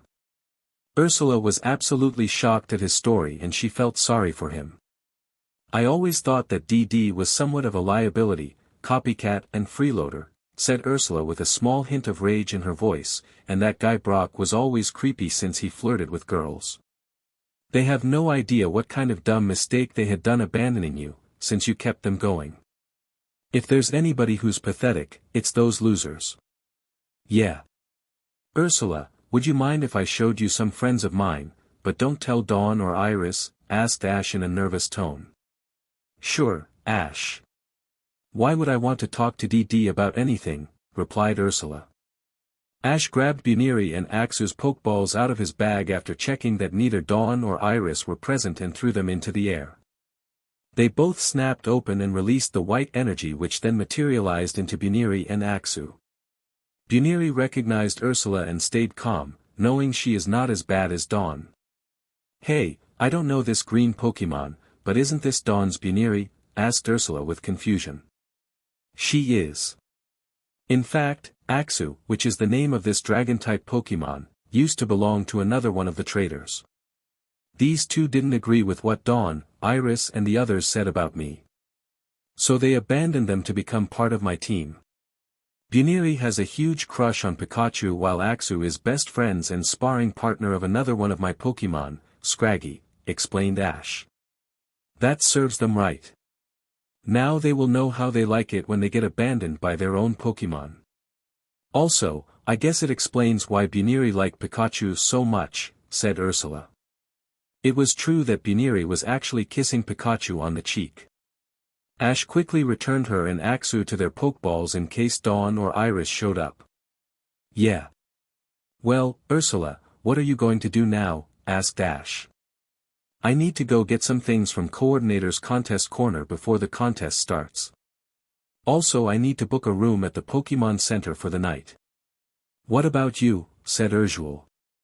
I need to go to the Pokemart to get some new Pokeballs for these three, replied Ash, pointing at Zorua, Jigglypuff and Larvitar. After that, I think I'll check out this place you're going to. I need to get some supplies since I just started coordinating. Okay, said Ursula, and Ash, could I ask of you a favor? Sure, Ursula. What is it? Asked Ash. Do you think I can travel with you? I need some help getting around to the gyms in Kanto as well as contests, asked Ursula in a small shy voice. This took Ash aback. He never thought that Ursula would want to travel with him since she looked better on her own, but it was true that she might need help to get around Kanto and its gyms. All of a sudden, he heard Lugia's voice in his head. Chosen One, I sense that this girl means no harm to you or your new quest. She seems to support you in your time of need, said Lugia. Why don't we take her with us? She looks very trustworthy and seems to agree with you about hating your former friends, and then when the time comes, you can show her to us. Ash thought of this for a moment before answering. Okay, Ursula. You can come. I guess a new traveling companion isn't such a bad idea. Besides, since we practically have the same goals, perhaps we can help each other out on our journey. Thank you, Ash. I can teach you some things about coordinating while maybe you can teach me about gyms. But we can still be friends. Instead of rivals when we compete, exclaimed Ursula happily. Ash nodded in agreement. As the gang left the park, Ash began thinking of something. Since Ursula had the same goals as him, then maybe having her by his side isn't such a bad idea. She was impressed when he defeated Latios and Darkrai and she respects him for it, so that means she appreciates him for skills and for who he is. After they arrived and left the Pokemart, Ash tapped the 3 new Pokeballs on Zorua, Larvitar and Jigglypuff. They then got SCKED in and the Pokeballs went off with a ding, signifying their capture. He also got 6 extra, just in case. Ursula was very surprised at why he had more than 6 Pokeballs on him. Hey, Ash. Why is it that you have more than 6 Pokeballs on you when an average trainer normally has 6, asked Ursula. Well, Ursula, explained Ash, since I'm going to go on a new journey, I might as well take all of my Pokemon with me. Professor Oak removed the limiter on my microdex so that I can now carry as many Pokemon as I want. I don't want to leave them out. He then showed her his microdex that was on his wrist. Wow, Ash. Where did you get this? Asked Ursula in delight. Professor Oak gave it to me. It's the first of its kind and he wants me to test it out while out on the journey, said Ash. Soon they arrived at their destination, Coordinator's Contest Corner. It was a 2-story red-colored corner shop that had a wit roof. A sign was hanging above the doorway with some silhouettes of people wearing contest outfits. Displays of costumes, Pokeball capsules and posters were visible from the windows. When they went inside, they got a very big surprise. The whole place was colorful with merchandise. There were racks of costumes waiting to be tried on and bought, capsule stickers on displays on walls, Pokeball capsules on shelves and other things that coordinators would go crazy for. Well, Ash, what do you need to get from here? I think all I need is a new dress and some more capsule stickers, asked Ursula. I need a new outfit for special occasions, 2 Pokeball capsules and a full set of capsule stickers, replied Ash. They both split up their own ways. Ash found himself a suit that included a white button-up shirt, black trousers with overalls, a red bow tie and a black coat with gray patches on the elbow sections. He also got 2 Pokeball capsules, a set of over 20 capsule stickers and a pair of black shoes to go with the costume. He was walking to the counter to pay for his things when he saw Ursula already there. She was holding a dress that was turquoise in color and with a pair of pearl white gloves that went up to her forearm. There were also some capsule stickers resting on the desk, which were presumably hers. Hey, Ursula. I suppose you are finished with your shopping? Asked Ash. Yep, I'm all set now. All I have to do now is prepare for the contest and compete in my gym battle. Do you need the badge? Said Ursula. No. I already have this gym's badge. And in case you didn't know, the Viridian gym uses ground-type Pokemon and they are normally 3-on-3 matches. Which Pokemon are you going to use? Explained Ash. Well, now that you mention it, I think I'll use Vaporeon, Gabite and perhaps Grotle, said Ursula.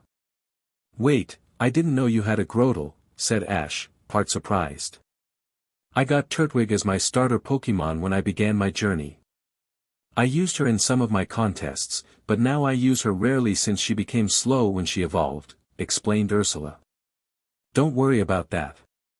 With some proper training, I'm sure she will be faster, even in her slower form.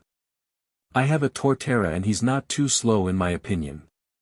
In fact, Rock Polish is the only move that Torterras can learn to sharply increase their speed. Maybe we can teach my Torterra that and when Grotle evolves, we can teach her that too, explained Ash. What a great idea, Ash. You are smarter than you look, said Ursula with a giggle. Ash blushed. When they left the shop after paying for their purchases, the clerk decided to speak up. Hey, have a good day, lovebirds. They both blushed and looked at each other. They have just become friends, but they didn't have a relationship that involved love, yet. Hey, thanks for sticking by me. It really means a lot to me, said Ash. No problem. Compared to what they said, you're definitely no lousy trainer and you didn't do too badly at the Sinnoh Wallace Cup either.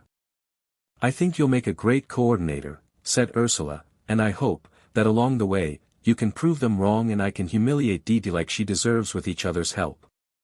The rest of the afternoon went pretty smoothly. The gang didn't see the traitors even once and they were very happy with that. At one point, Ash decided he was to use Levany for this contest since he had moves that appealed greatly. They also got 2 official contest passes for Kanto so that they can officially enter Kanto Pokemon contests. When they went to the gym so that Ursula can get her badge, they found out there was a new gym leader named Terry, who did specialize in ground-type Pokemon. He had an Onix, Glisker and Camerupt and they were his most toughest Pokemon. The battle was a 3-on-3 and Ursula chose to go with her Vaporeon, Grotle and Gabite for the match. For the first round it was Onix against Grotle. She defeated Onix with much ease, but then Gabite was defeated by Glisker with a single guillotine attack. It was then Vaporeon against Camerupt and Vaporeon won since it had a double type advantage, but lost to Glisker with another guillotine. At the final battle, it was Grotle against Glisker. Grotle got some good hits on Glisker by hitting him with Energy Ball, but kept suffering from multiple fire fangs. This caused Grotle to evolve into Torterra and soon defeated Glisker with a mighty leaf storm, giving Ursula the victory and the Earth Badge.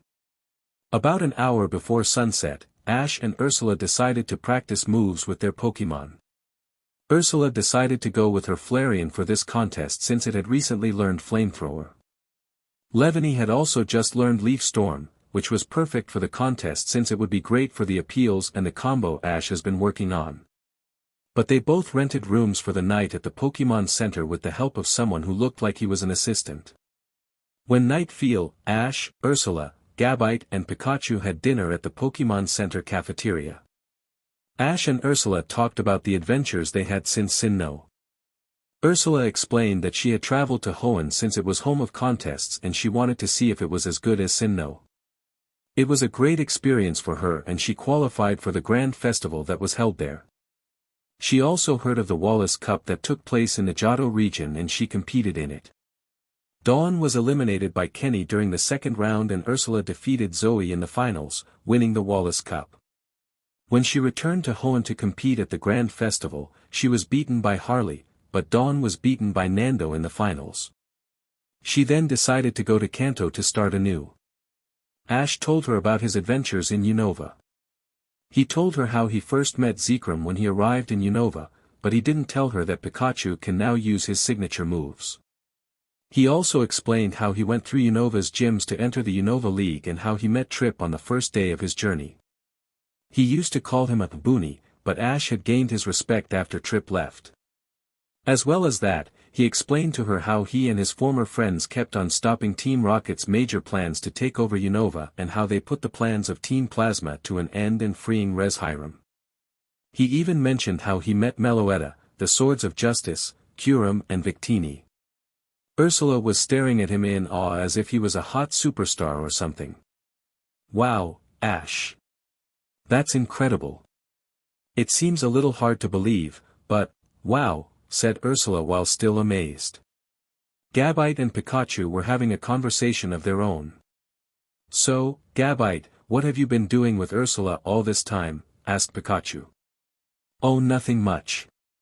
Just the usual stepping on Pachirisu's poffins and making him angry and occasionally beating Dawn and her team at contests, replied Gabite. How about you? Oh, just the regular saving the world repetitively, avoiding being captured by Team Rocket and defeating stronger opponents. You know, just what happens regularly, said Pikachu. Not bad for someone your size, said Gabite with a chuckle while Pikachu blushed. The Fursum stayed for another half hour at the cafeteria before deciding that it was bedtime for everyone. When they passed through the lobby of the Pokémon Center, Ash suddenly remembered what he wanted to tell Nurse Joy, so he quickly ran up to the front desk. Excuse me, Nurse Joy, says Ash. Nurse Joy turned to see a very familiar face. Why, hello there, Ash. It's good to see you again after all this time. How are you? Asked Nurse Joy. I'm doing fine, thank you. I'm surprised that you still remember me, said Ash. Well, how could I forget? You saved this Pokémon Center from Team Rocket's attack 5 years ago.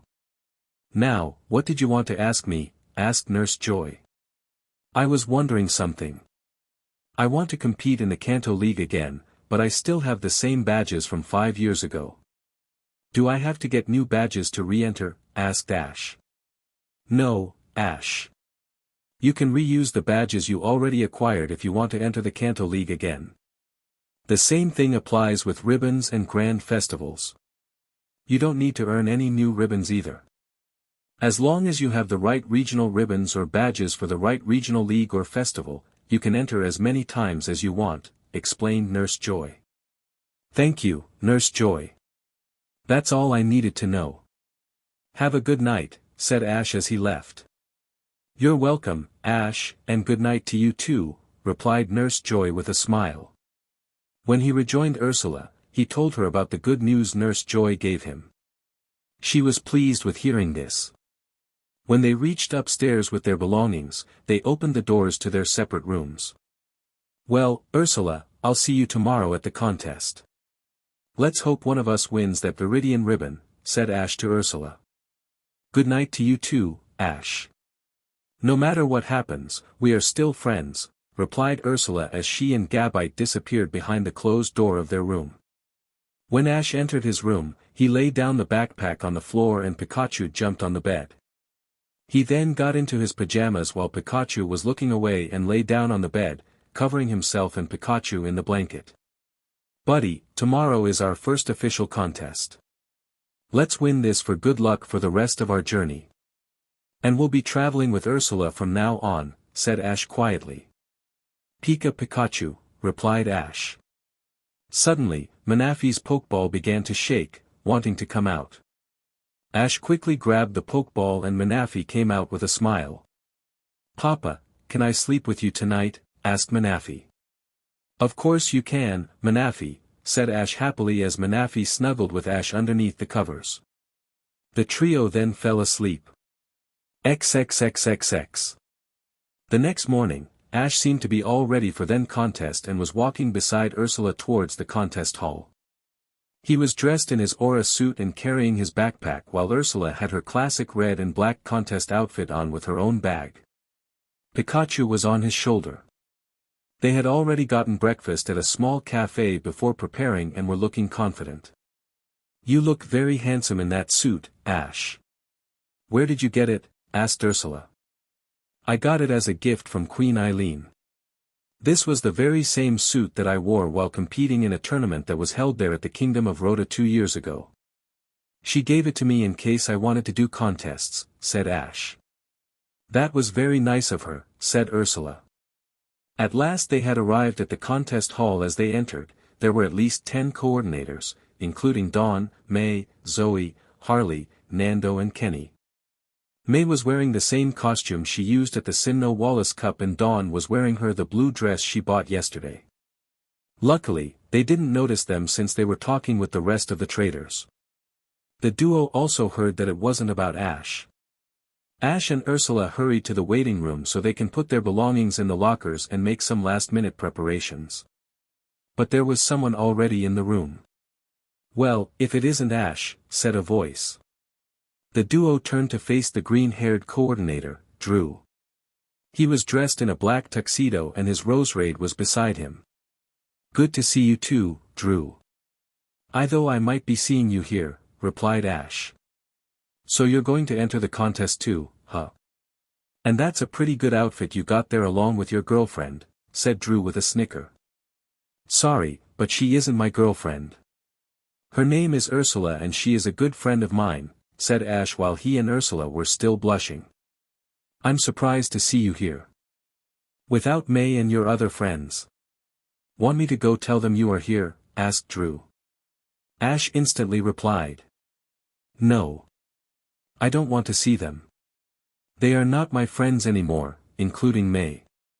Drew was surprised. "Why is that? Did something happen between you and them?" "Yes. Let's just say they said some hurtful things to me and that our friendship is over forever," said Ash, "and the reason I'm here is to beat them at their own game and win as many grand festivals as possible. The same thing goes for Pokemon Leagues." "Okay, but can you fully explain to me the whole thing?" asked Drew in concern. "Not right now. Not while they're here. But I will tell you when the time comes," replied Ash. Drew nodded at this, showing he understood. Just then, the other coordinators came in and that meant that the contest was about to begin. The duo quickly put their bags in lockers and checked themselves to see if they were ready.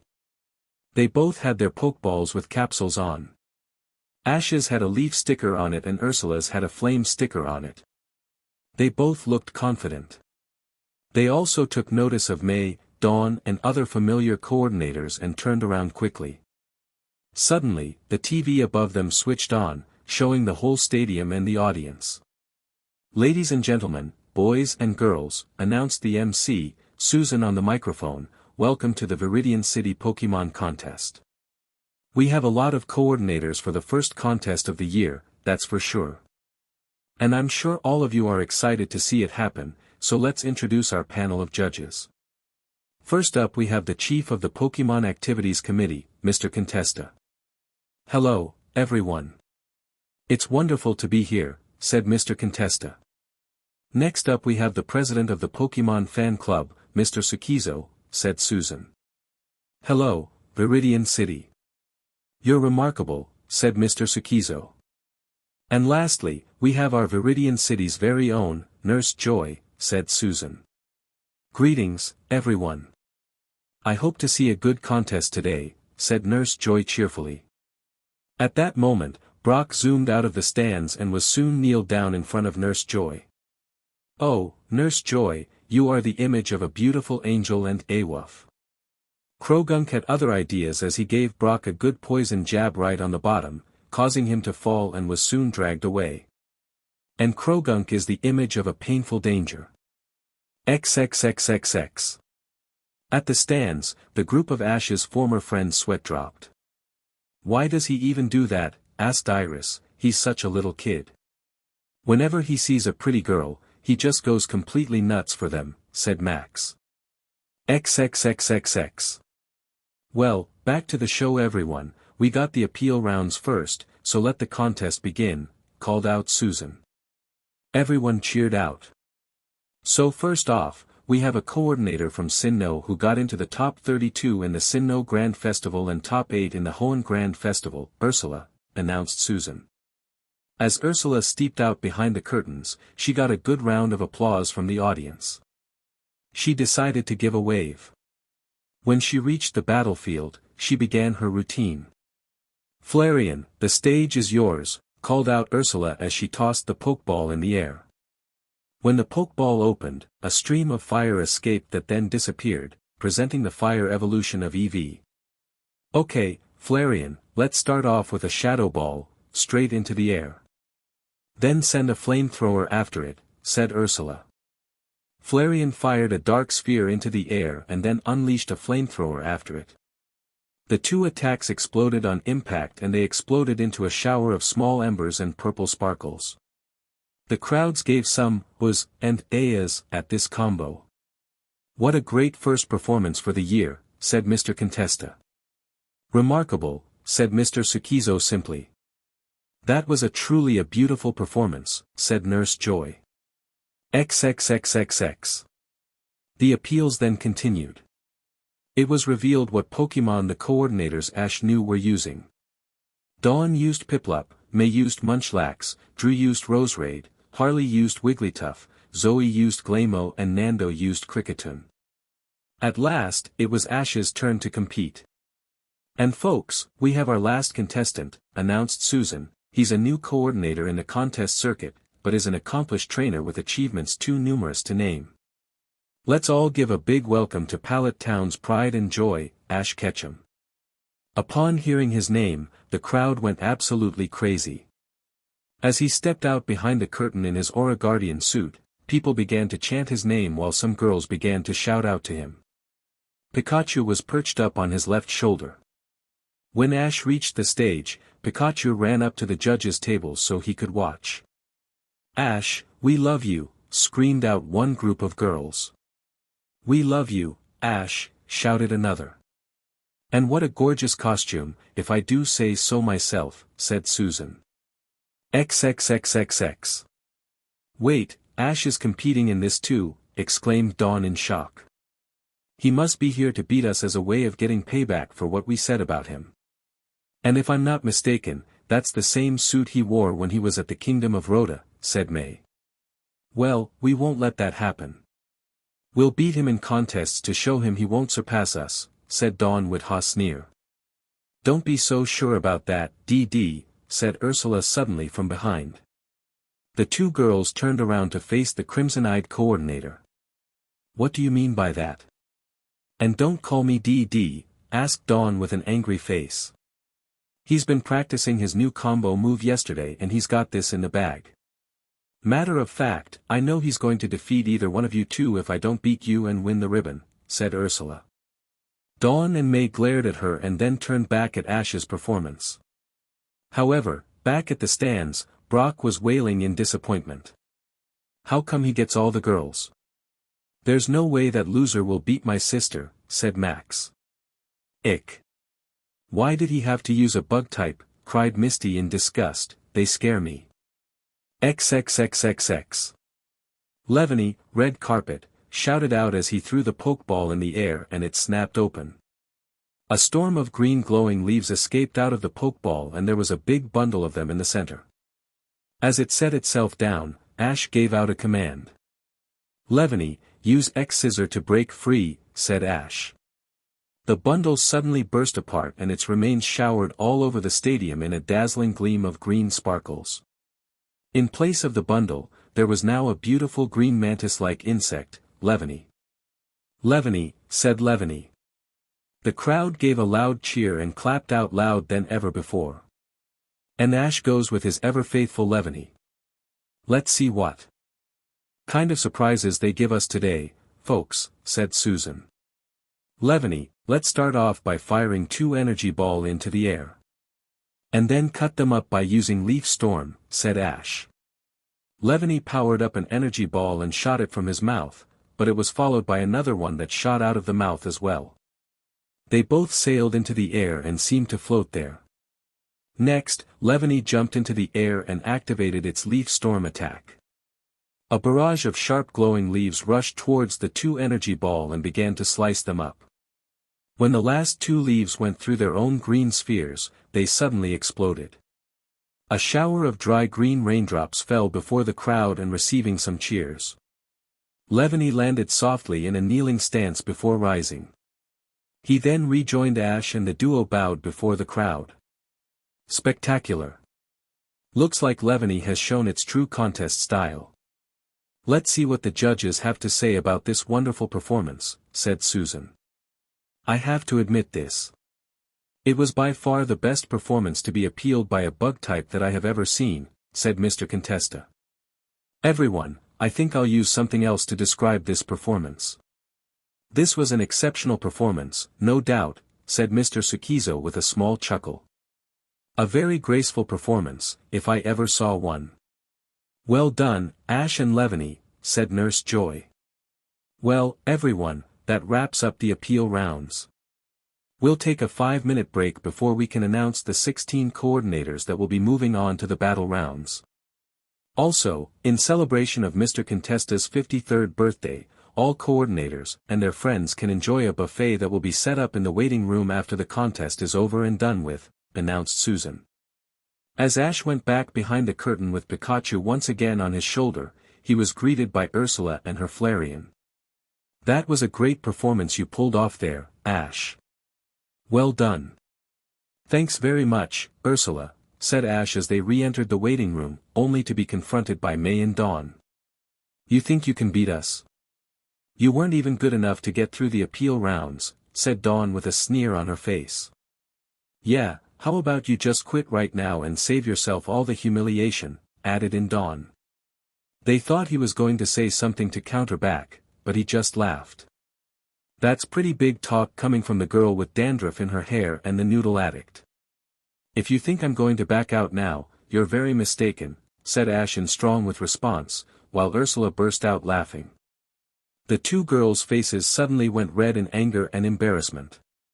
You can't talk to us like that, shouted out Dawn. Who do you think you are talking to 2 very accomplished coordinators like us in such a rude manner?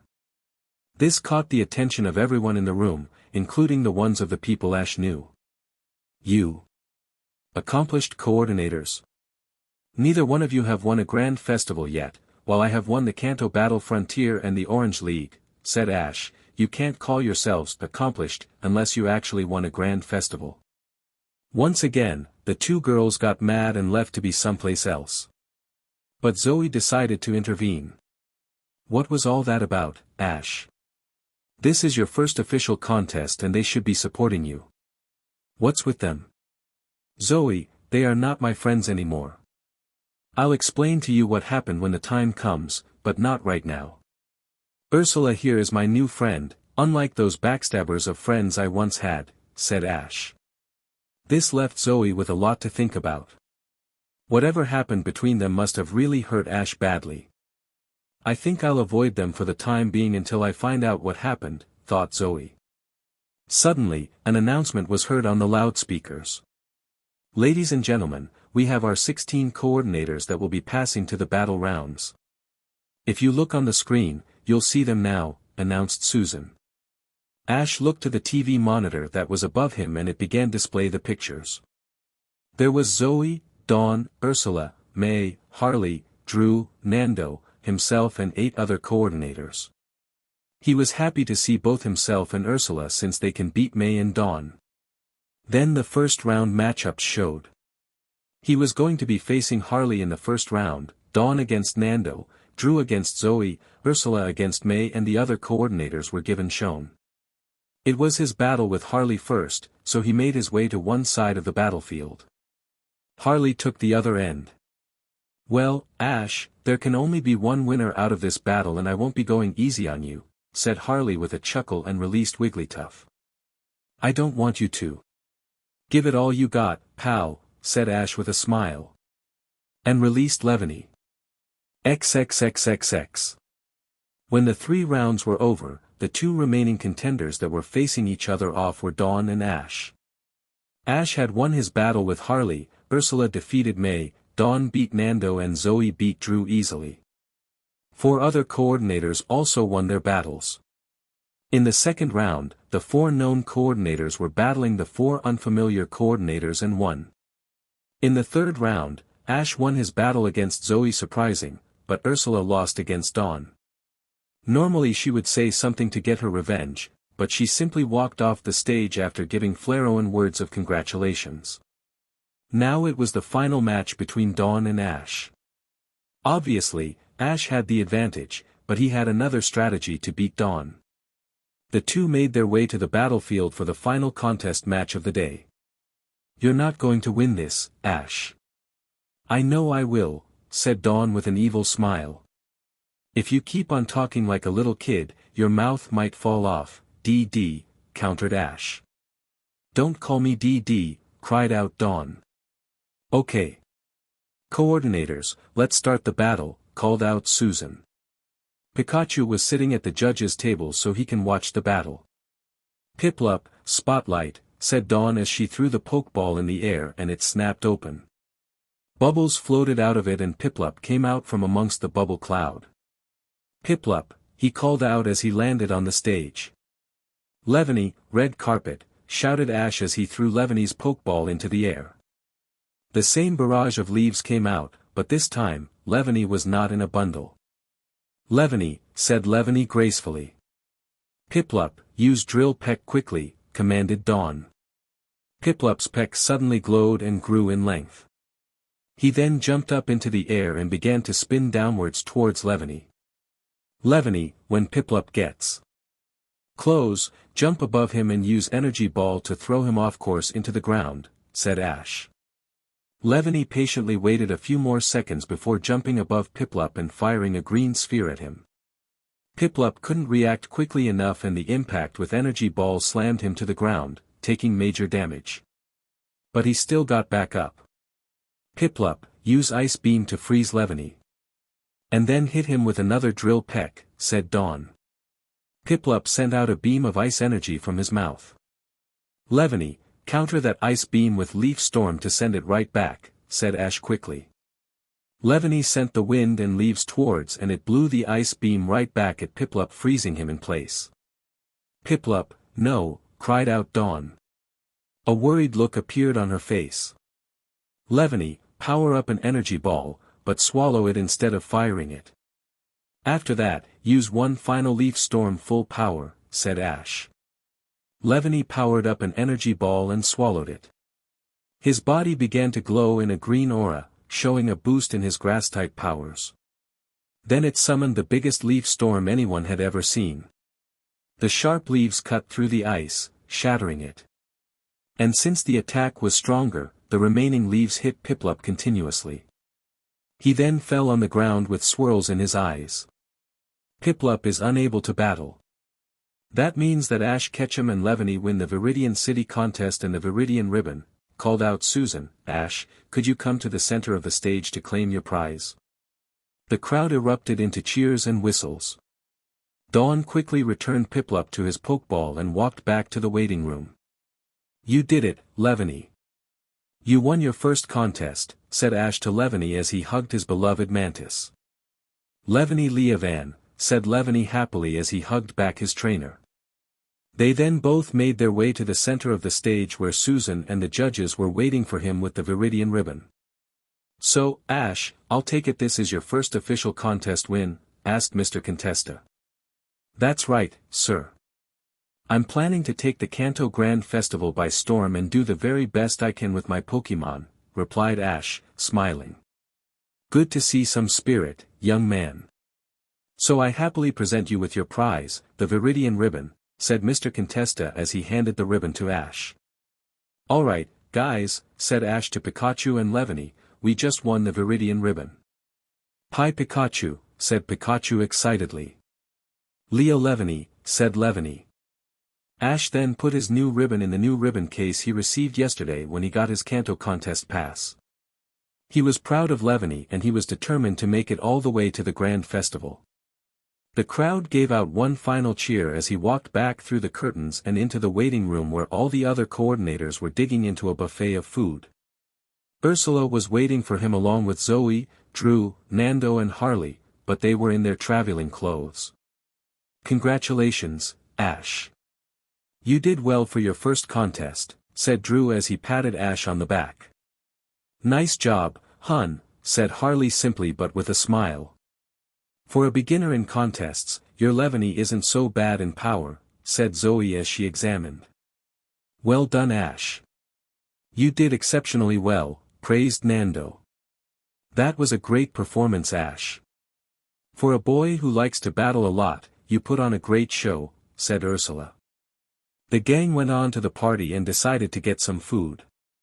For about half an hour, they all talked about what they did on their journeys. Most of them had really good times and achieved great things.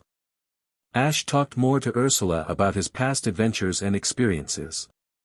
Soon, some of the people left to go their own ways on their journeys. As Ash and Ursula were about to leave for Pewter City so Ursula can earn her second gym badge, they came face to face with the traitors. "How could we lose to you two? You aren't even that good at contests, let alone the Grand Festival," said Dawn in a harsh tone with May by her side. "Oh, I don't know. Maybe it's because we have been practicing last night for today and because our Pokémon are very dedicated. Unlike you two who think that you will win by simply entering the contest.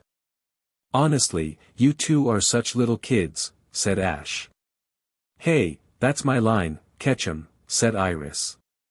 "Whatever, Dragon Master wannabe," retorted Ash. Iris was getting really mad, but Dawn intervened before she could say anything. "The next time we meet, we will absolutely destroy you two. Then we'll see who really is going to be the greatest coordinator. And if you are going to enter, use something other than a bug type," said Misty. Leaveney was not amused at this and walked up to her with a mean-looking glare on his face. She shuddered in fear. "Hey, I want to battle you, Ash, to see how weak you really are," said Max. Ash only gave him a quick look before speaking. "You are not worth my time, Max. You look like you just started as a trainer and I'll bet you'll just run all the way home crying with your tail between your legs when you lose." "How dare you talk to my brother like that, Ash," screamed out May. The duo only responded by turning their backs on them and walking away.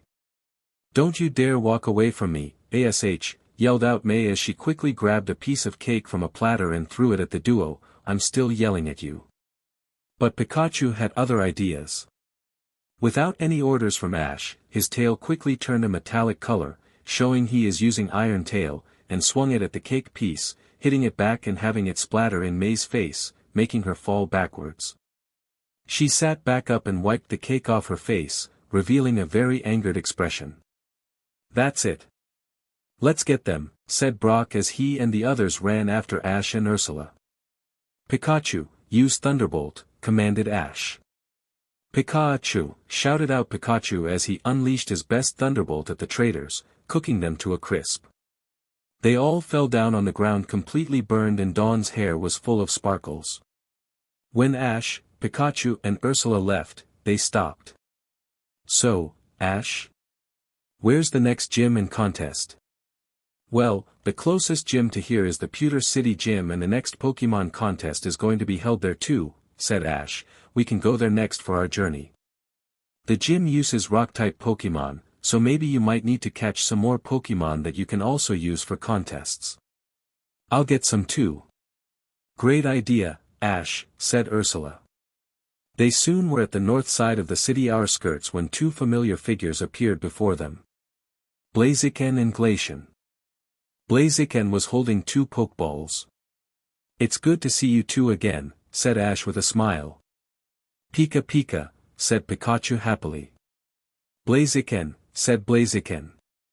GLA Glacian, said Glacian as she tackled and hugged Pikachu. Ash, do you two know these two Pokemon? Asked Ursula. Yes, they are good friends of mine. They are actually May's Pokemon, said Ash. They are. Then what are they doing here instead of with May? Said Ursula. I'll explain to you, said Ash. A psychic Pokemon I met once named Mutwo told me yesterday that these two wanted to come with me because they don't agree with what May said about me. They are also friends with HMY Pikachu and Sceptile. Oh, I guess that makes sense. Looks like these two made the right choice staying with you instead of them. Yeah, said Ash before turning back to the two new recruits. Are you two ready to go? It's going to be a long journey and I promise to make you the very best of your kind. The two Pokemon nodded, but then there was rustle in the bushes nearby. A short yellow figure stepped out. It was a Psyduck. A Psyduck? Why does this Psyduck look familiar? Said Ash to himself as he tried to think where he had seen this Psyduck before. Psyduck, it said. The Psyduck tilted its head to the left a little bit and gave Ash a small spherical object, a Pokeball. Suddenly, Ash remembered. Wait a minute. You're Misty's Psyduck, aren't you? Said Ash and Psyduck nodded. Are you willing to join me too? Again Psyduck nodded. Ursula, this Psyduck belongs to the redhead, Misty. She doesn't really give much attention to him and calls him a nuisance sometimes. I guess he wants to come along too, because maybe he disagreed with the others, said Ash. Well then, let's take him with us. He looks kind of cute, said Ursula.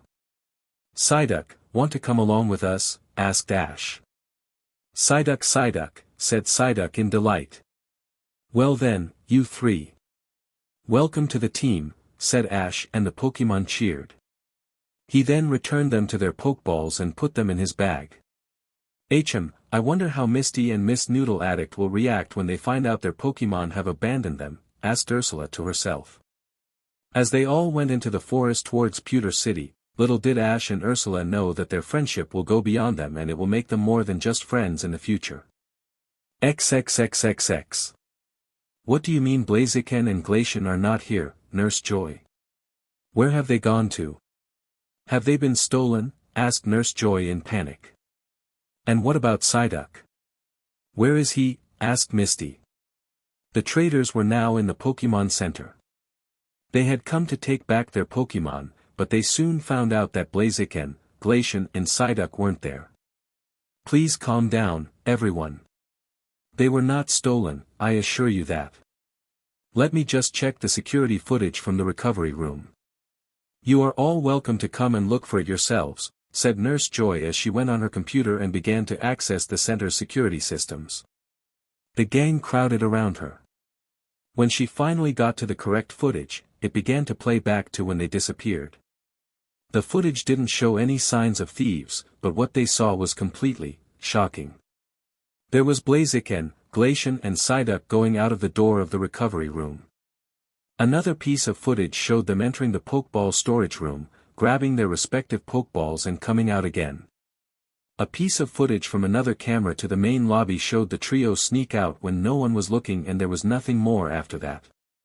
They couldn't believe what they just seen. Their own Pokemon had abandoned them and took their Pokeballs with them. May and Misty were crying their eyes out while Dawn and Iris comforted them. First Buniri and Axu left them, but now it was Blaziken, Glacian and Psyduck. They spent the rest of the day searching for them in Viridian City, but they couldn't find them anywhere. They had no idea that the trio had chosen a new trainer. And that trainer was Ash Ketchum. Chapter 8, The Kanto Journeys Part 1. Ever since Ash and Ursula met each other again in Viridian City and both became great friends, they have been traveling together throughout Kanto. Along the way, they told each other about their lives and where they came from. Ursula had originally come from Sanjem town in the Sinnoh region. Her parents were an accomplished couple and were well recognized by society. Her mother, Lola, is a retired top coordinator who now owns a Pokemon nursery school where she teaches trainers how to take care of newborn Pokemon when they get any. Ursula's father, William, was the 7th frontier brain of the Battle Palace of the Sinnoh Battle Frontier. She had wanted to become a coordinator just like her mother when she was a kid and was inspired by watching a contest that the Heart Home Gym leader, Fantina, participated in. XXXXX flashback start.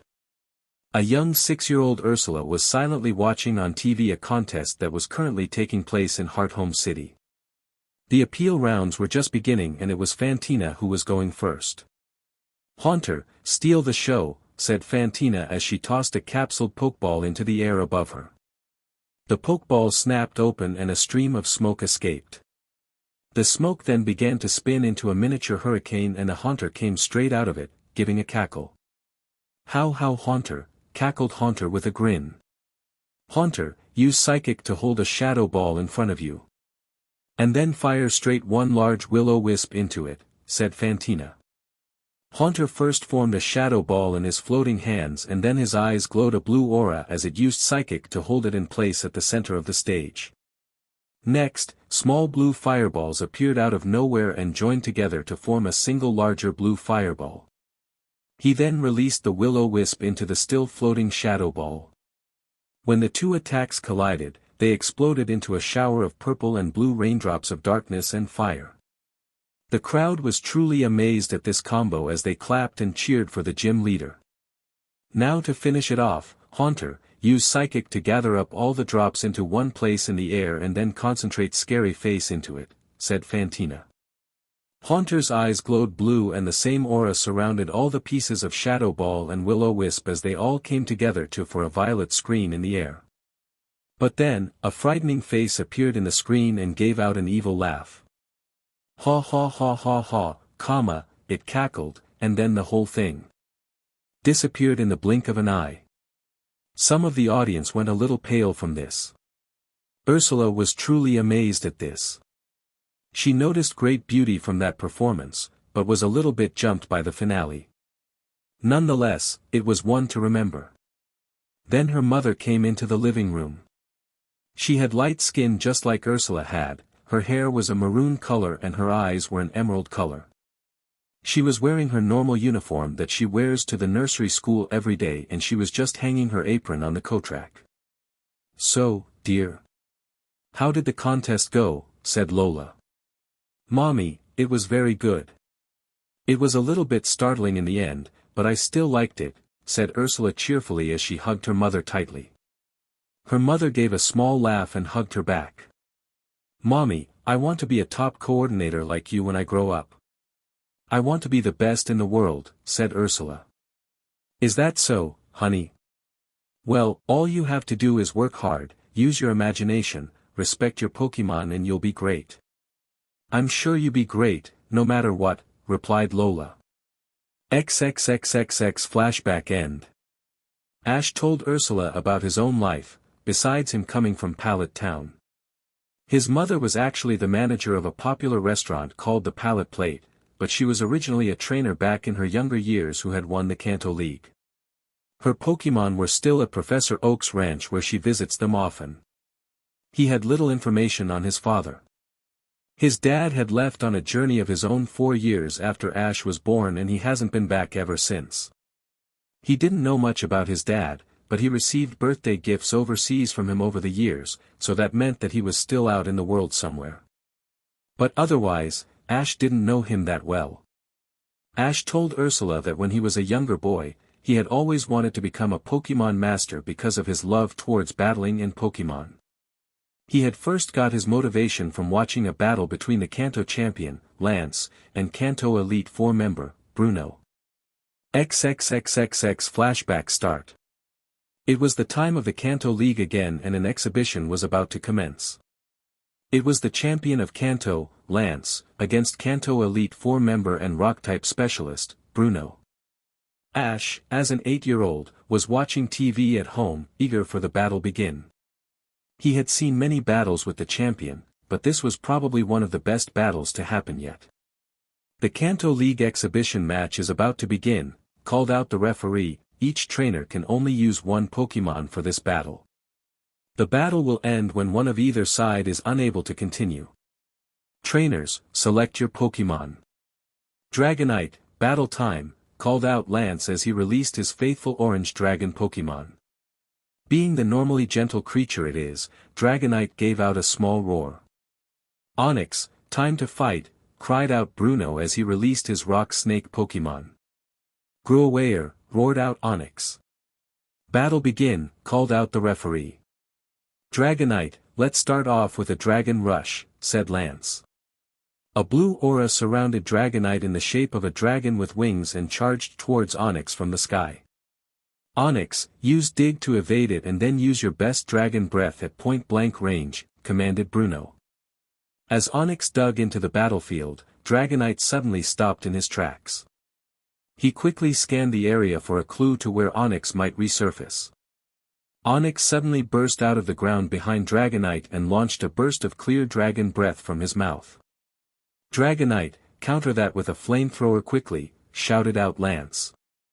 A storm of flames escaped out of Dragonite's mouth and blasted right through the dragon breath and hitting Onyx. It didn't do much damage but it did hurt him a little. Now, Dragonite, infuse a focus blast with your best water gun, said Lance.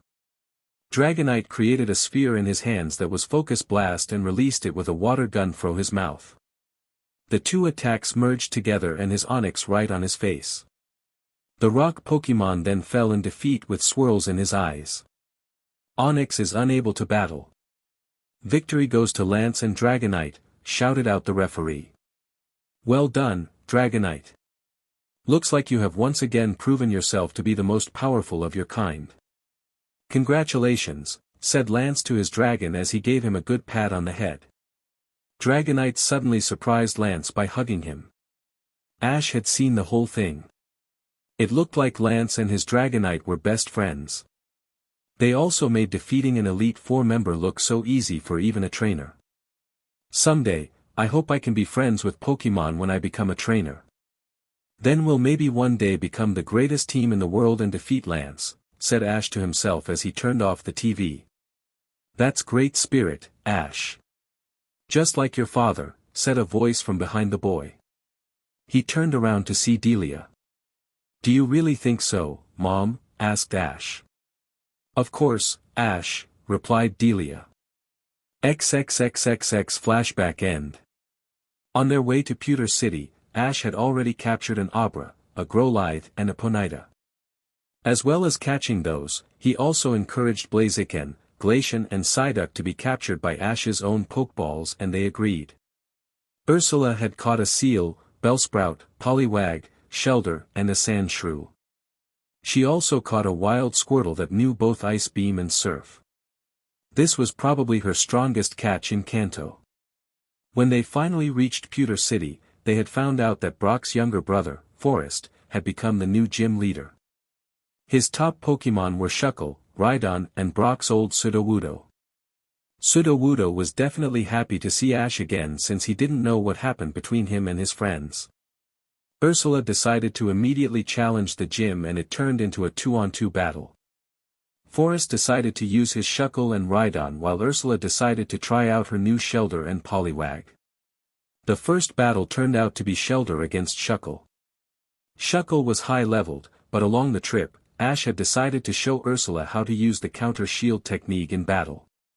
Shelder won the battle using an Ice Beam counter shield to defeat Shuckle, but wasn't strong enough to knock out Rhydon and was defeated. During the second battle between Rhydon and Poliwag, Poliwag had evolved into Poliwhirl after being hit with multiple horn drills and also learned Hydro Pump. Since Poliwhirl had a double advantage, he easily defeated Rhydon. Forest gave Ursula the badge that she earned and Ash was proud of her.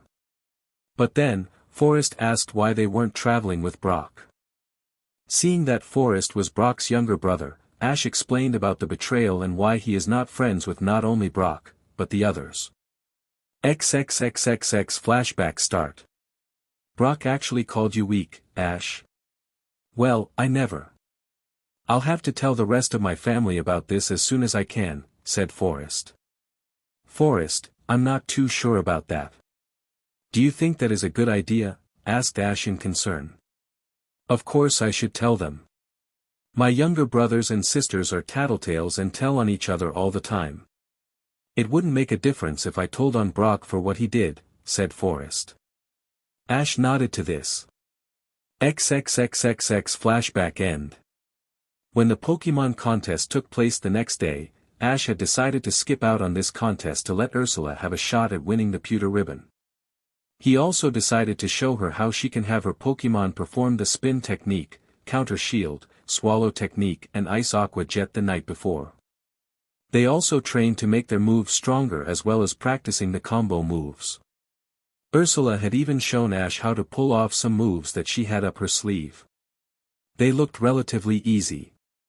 The next day, they were surprised to see that the traitors had caught up with them and that both May and Dawn were performing again.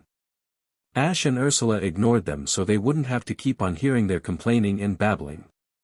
Ursula had chosen Seal to be her main Pokemon for the contest and had gotten through the appeal rounds easily thanks to all the hard training of last night along with Kenny, May, Dawn, Drew, Nando, Zoe and Harley.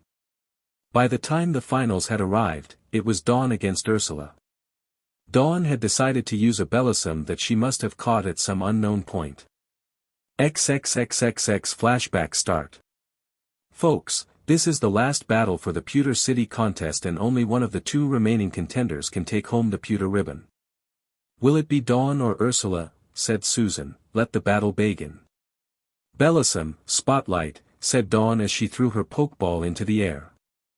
A burst of pink flower petals escaped and a Bellossom materialized from within those petals and landed onto the floor. Seal, the stage is yours, shouted out Ursula as she tossed her own Pokeball. A blizzard of snow escaped from out of the Pokeball, revealing Seal from within as it landed on the floor. Okay, Bellossom, use Magical Leaf, said Dawn to her Pokemon. A sudden barrage of green glowing leaves began to pelt toward Seal. Seal, use Icy Wind to counter. Then execute Ice Aqua Jet straight away, just like we practiced, said Ursula. Dawn's eyes were wide in shock when she heard that move. The crowd were a little confused when they heard this unknown move. A small wind with some snow began to blow in the opposite direction of Magical Leaf, canceling each other out. Then water surrounded Seal as he began to fly in it towards Bellossom, but he straightaway used Ice Beam to freeze himself and the Aqua Jet became a huge chunk of ice with Seal in it. He plummeted towards Bellossom at a high speed and hit his opponent with the super effective move. This caused Bellossom to fall to the ground, but soon got back up. Ursula, how on earth did you know how to use Ice Aqua Jet? Either you saw one of Ash's Sinnoh gym battles or Dash, said an rather enraged Dawn, but was soon interrupted by her opponent. Ash himself personally taught my Pokemon how to use it without a problem. He's not too bad with combo moves, I must admit. He's my new traveling partner and friend, DD, said a snickering Ursula. Don't call me D-Dash, said Dawn in anger, but was soon cut off because a bright light seemed to be coming from Seal. It was enveloped in a coat of a bright blue aura and began to change. What's this, folks? It looks like Seal is evolving after performing a great combo move that was super effective against a grass type, announced Susan. When the light died down, there was no longer a Seal, but a Dugong in his place. Dugong, said Dugong happily. Congratulations, Dugong. You're incredible. And it looks like you learned some new moves too, said Ursula as she scanned Dugong with her Pokédex. Ha! It won't matter, even if Seal evolved, Ursula. Bellossom used Solar Beam. Commanded Dawn. As Bellossom began to charge up its most powerful grass-type attack, Ursula suddenly saw her chance. "Dugong, use Blizzard before she has a chance," said Ursula. A sudden snowstorm swept through the field and went straight for Bellossom, freezing it in place, and swirls in its eyes were visible in the ice. "Bellossom is unable to battle. That means the winners are Dugong and Ursula," said Susan proudly as she and the judges went to the center of the stage to congratulate her and give her ribbon. Dawn simply recalled her fallen Pokémon without saying a word. Ash gave out a loud cheer from the stands for his friend. "So, Ursula, this is your first contest that you won in Kanto, right?" asked Mr. Contesta. "That's right, sir," replied Ursula. "Well then, I hereby present you with your prize, the pewter ribbon," said Mr. Contesta as he handed her the ribbon. The crowd gave a loud cheer for Ursula, but the traitors simply rose from the stands and left with Dawn. XXXXX flashback end. From Pewter City onwards, Ash and Ursula had traveled throughout Kanto, visiting all the towns and cities that were interesting to visit or had contests or gyms. From Pewter City, Ash and Ursula traveled throughout Kanto, visiting all the majorly known cities or towns that had gyms or contests. Ash was a great guide for Ursula since this is his home region and he had already traveled through it twice. The next gym that was on the road ahead of them was the Cerulean City Gym. When they got to Cerulean City, Ash didn't think that it was a good idea to go there since Misty is the gym leader, but Ursula said that he didn't have to go with her if he didn't want to. Ash made his decision that he would go. But when they got there, they were both surprised that Misty wasn't there and instead were her three sisters, Daisy, Violet and Lily. They were otherwise known as the Three Sensational Sisters and were really good models on the fashion industry.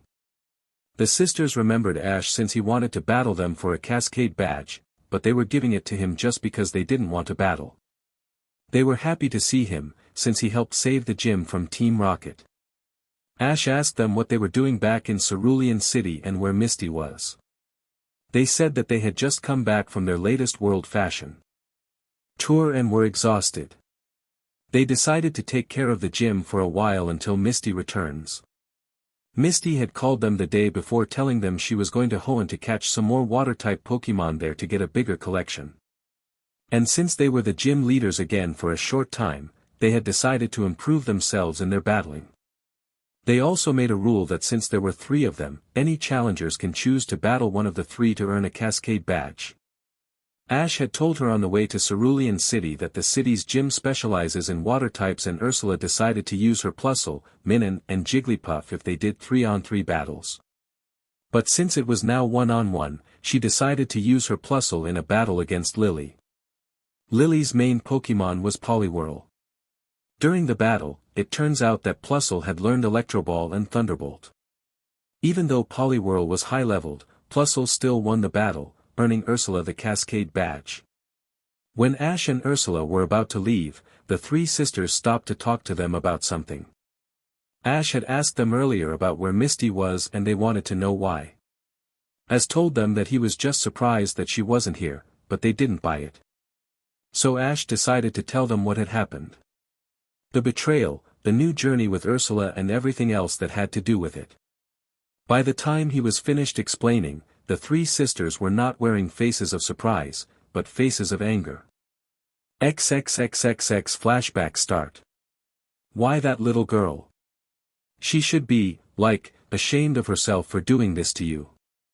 I mean, you are not a bad trainer, said Violet. I agree. She doesn't deserve to be a water Pokémon master. She's just a wannabe, said Daisy. Misty's an idiot calling you a weak trainer. When she gets here, we'll be sure to give her a scolding she'll never forget. After all, she isn't like us. We're, like, famous and she's still a rookie water trainer to us. And we're sure that you'll be better than she'll ever be, said Lily to Ash and Ursula. They nodded. XXXXX flashback end. Ash, Ursula and their Pokémon continued to travel through Kanto at an increasingly high pace. They had found out that the Kanto League was going to be held again in 4 months' time, so they decided to pick up their pace. The next contest was going to be held in Vermilion City, and that was where the next gym was going to be, and its gym leader, Lieutenant Surge. This was also the place where one of Dawn's former Pokémon, Ambipom, was going to meet up with Ash again. Giratina had telepathically told Ash on the way to their destination that he had informed Ambipom of the betrayal and has also agreed to join him on his journeys and to meet him on the western outskirts of the city after the contest is finished.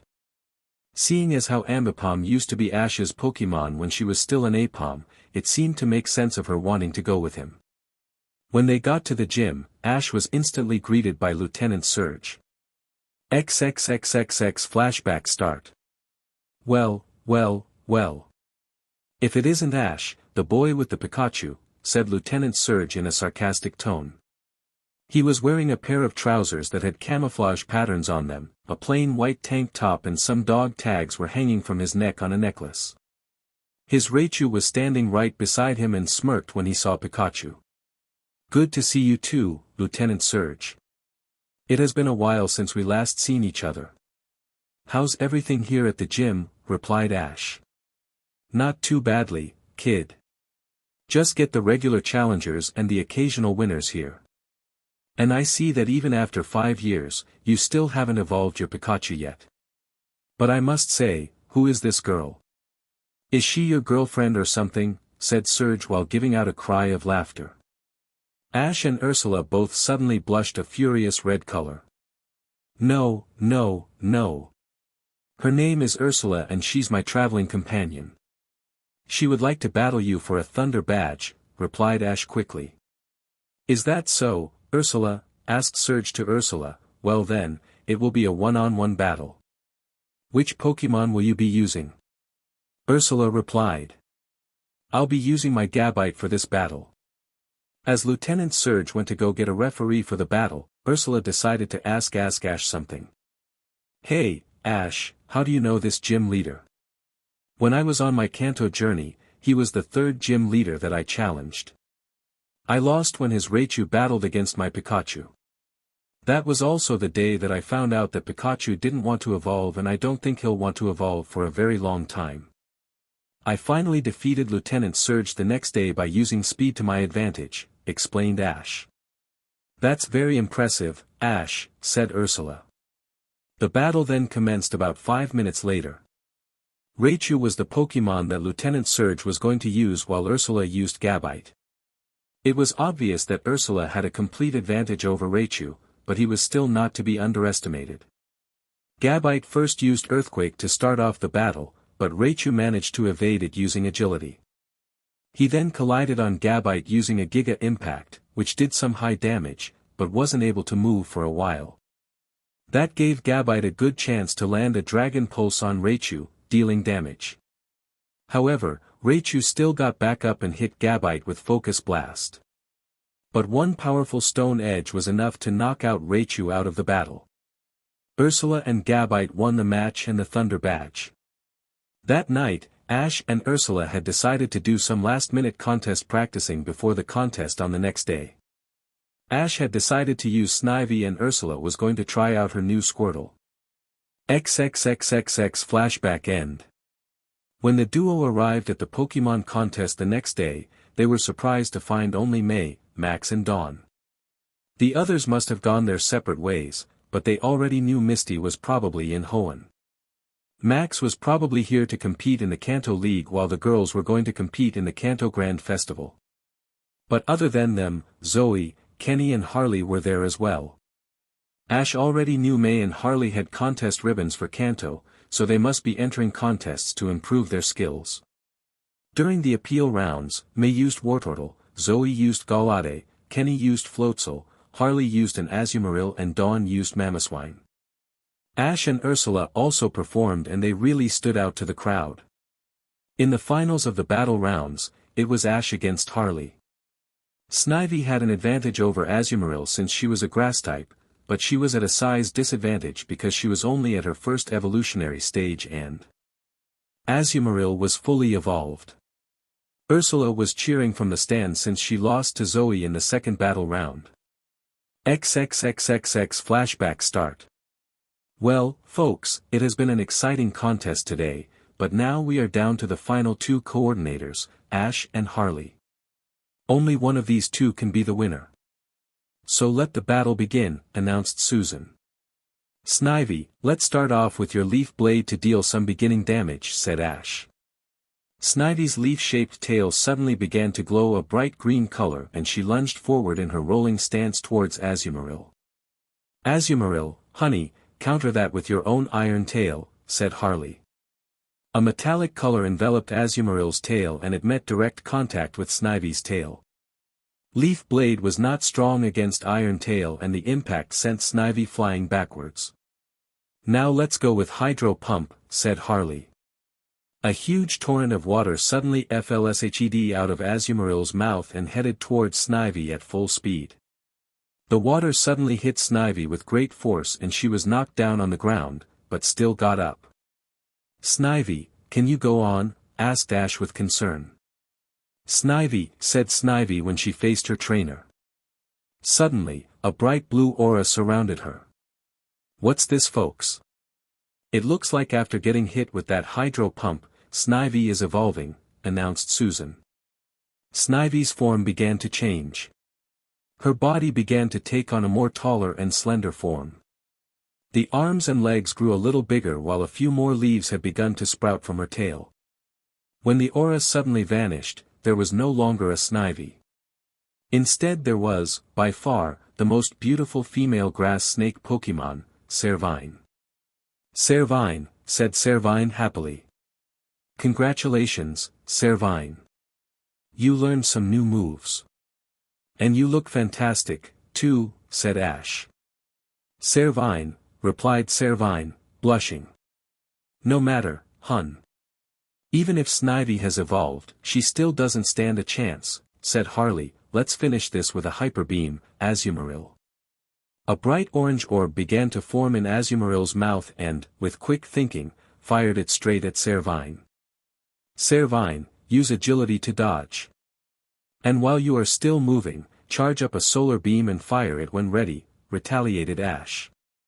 Servine suddenly began to move at a leopard's pace and dodged the hyper beam with much ease, but was also forming a green ball of energy in her mouth as she ran.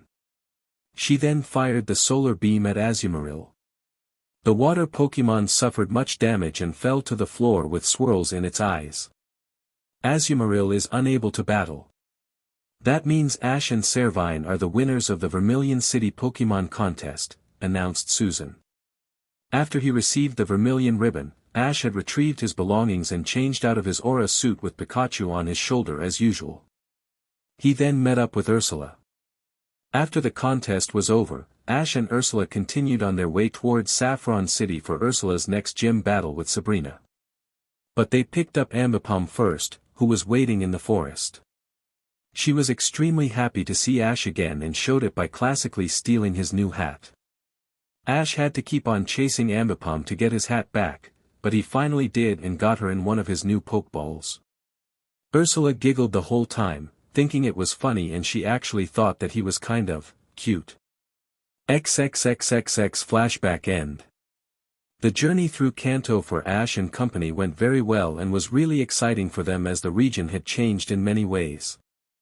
For one, the Pokemon Battle Club Corporation had spread throughout Kanto and was now beginning to present itself in the Johto region. The gang had found out about this when they had arrived in Celadon City after Ursula earned her Marsh badge at the Saffron City Gym when she defeated Sabrina. A brand new Battle Club building had been constructed right next to the Celadon City Gym and a new stadium was built so that there could be any Battle Club tournaments. Ash had told her along the way that the gym uses grass types, the battles are 3-on-3 and the gym leader is Erica. On the day that they got there, Ursula had challenged the gym. She used her Sandy Cloak Wormadam, Flareon and Bellsprout against Erica's Gloom, Vileplume and Bellossom.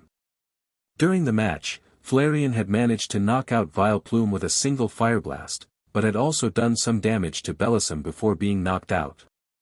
Wormadam had finished the job by defeating Bellossom before being defeated by Gloom. When Bellsprout went up against in the final battle against Gloom, he kept on being hit by multiple sludge bombs. This caused Bellsprout to evolve into Weepinbell. With Weepinbell's new moveset, he was able to defeat Gloom. Ursula had won the match and the rainbow badge. During the whole time, Ash had decided to get some aura training done with Riolu at the Pokemon Center battlefield. It took a lot of focus and energy to summon the aura properly from his body, but he was beginning to get the hang of it with Riolu's help. Riolu said that if they kept on training on a regular basis, he can start to use aura to sense his surroundings in just a few short months. When Ursula had come back and told him she had won the badge, Ash was very happy for her. But when they were about to leave, something had caught their eye when they passed the Pokemon Center lobby. There was a poster on the wall saying that there was going to be a Pokemon battle tournament at the Celadon City Stadium the next day, hosted by the Celadon City Pokemon Battle Club. The grand prize for the winner was the complete evolutionary set of Evolutions. They both looked at the pictures of the evolved forms of EVs. There was a Jolteon, Flareon, Vaporeon, Umbreon, Espeon, Glaceon and Leafeon. But there was also a picture of another evolution of EV that they have never seen before. It was white and pink in colors that had blue eyes, a pink tail, a bow on its left ear that had the same body colors with two different shades of blues as well as a same colored bow tie in its neck and what looked like streamers coming from its head. The duo were both wondering where that Pokemon was from and what it was called.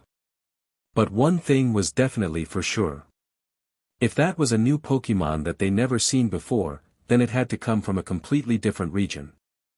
They both agreed that when they finished their journey through Kanto, they would go to the new region straight away together.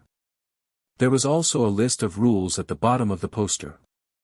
Participants can use different Pokemon for their battles and all battles will be one-on-one. No substitutions will be allowed. Registrations can be made at the Pokemon Center. The day when entries will be closed is June 17th at midnight. Realizing that it was already 17th of June, Ash and Ursula quickly registered at the Pokemon Center. They also saw that Dawn, May and Max were registered for the tournament too. But Ash also saw two people who were registered he didn't expect to see, Paul and Trip. Ash thought that Paul was here to challenge the Kanto Battle Frontier and Trip was probably here just to see if Kanto was at Booney, as well as its gyms and league. He didn't have anything against them since they weren't with the traitors. Seeing as how they already had some evolutions, they both decided to agree on something. Ash said he won, he would give her the Glaceon and Ursula said that she would give him the Flareon and Vaporeon if she won. For the rest of the night, things went very smoothly for the two. They had dinner at a restaurant together that allowed trainers to eat with one of their Pokemon. They had decided to bring Pikachu and Gabite with them since they were their favorite Pokemon companions. When they returned to the Pokemon Center, they both had separate rooms to sleep in. As Ash was about to get into bed, Manaphy got out of his Pokeball, wanting to sleep with his papa again. Ash said yes to that. Then they all fell asleep. XXXXX. In another room of the Pokemon Center, May couldn't get to sleep for some reason. The truth was that she couldn't sleep since she and the others ditched Ash. She felt like a piece of her heart was missing, like someone or something was missing from her life. Unfortunately, she didn't know that right now, that missing piece was closer to her than she thought. And that piece was Manaphy. XXXXX flashback start. As the next day arrived, there was huge activity within the Pokemon Center. Trainers were talking to each other while comparing each other's Pokemon, some were getting breakfast at the cafeteria and a few were waiting for their Pokemon to be healed. Ash and Ursula had already made it to the Celadon Stadium for the tournament and were in the waiting area. There were a lot of trainers who were busy preparing their own Pokemon. The duo were having a talk with the Pokemon they were going to use for their first battle for the tournament. Ash had decided to use Gible for the first match and the reason for this was that he wanted to try out a new trick that involves using Draco Meteor. Ursula had decided to use Gabite for the battle. Gabite was looking at Gible in a strange sort of manner. She was carefully admiring him as if she was checking him out if he was worthy of being her significant other, and was blushing the whole time. Ash and Ursula noticed this, both giving out small snickers. Looks like Gabite likes Gible, even if he is her pre-evolved form, said Ursula, still giggling. I know, agreed Ash. Suddenly, Don George's voice came over the loudspeaker. Welcome, one and all, to the Celadon City Pokemon Tournament. I'm sure you are all excited for all the trainers and their Pokemon to do their best in the tournament. And I'm sure that you're all even more excited to see who will be the winner of this tournament. There has been a total of 32 trainers who have signed up to be in this tournament, so that means there will be 5 solid rounds and there can only be one winner. And, as most of you know, the winner will get a full set of 8 different evolutions of EV. All battles will be one-on-one battles and you can use different Pokemon for every battle you get into. So without further delay, you will all see the trainer matchups on the screen in the stadium, and let the tournament begin. On the huge screen that was hanging on one of the walls of the stadium, all of the trainers' pictures showed up and found their matches. Max and Ursula were going against each other, May, Paul and Dawn all had unknown trainers, all other trainers had their own matchups, and Ash was going up against Trip. Ash saw this as an opportunity to get even with him. And it was the first battle. As they made their way to the battlefield, Trip decided to speak up. Well, Ash, looks like we meet again. Sure looks like that, Trip. I may not have given my all back in Unova, but I'm ready this time.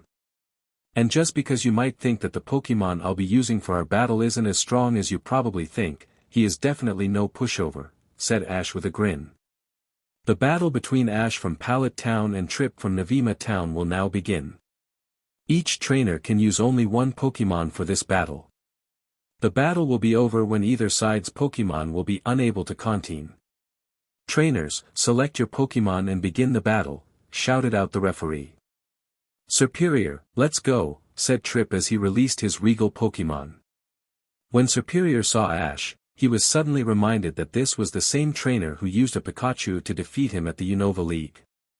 He was hoping so that he could use Pikachu again so that he can be proved that a snake is always more dominant over a mouse. Superior, cried out Superior. Gibble, I choose you, shouted out Ash as he tossed out his Pokeball.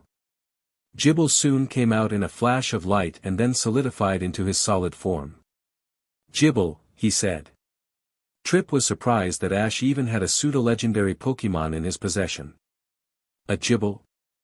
Not bad, Ash, but he still doesn't stand a chance because of his type disadvantage to grass types.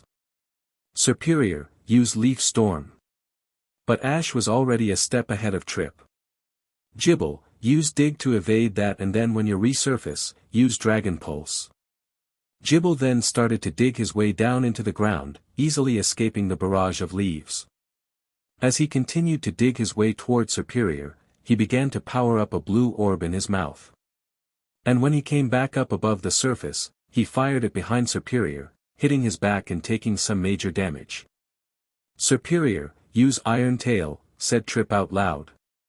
The end of Superior's tail suddenly glowed a metallic color and swung it at Gibble. The attack made some good damage on Gibble, but he still got back up after being hit down.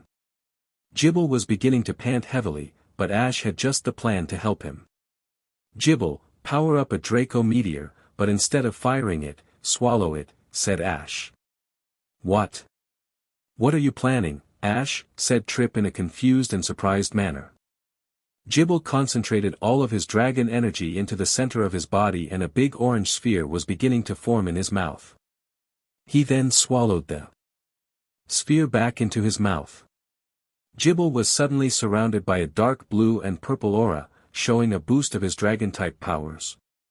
Gibble, cried out Gibble. But that was soon cut short because he was also soon covered in a light blue aura. Folks, this is astounding. A strange type of strategy that Ash has just told Gibble to use has not only just powered up his strength, but it looks like he is beginning to evolve as well. Let's hope that we get one powerhouse of a Gabite, announced Don George. Gibble soon began to change in his size, but something was not right.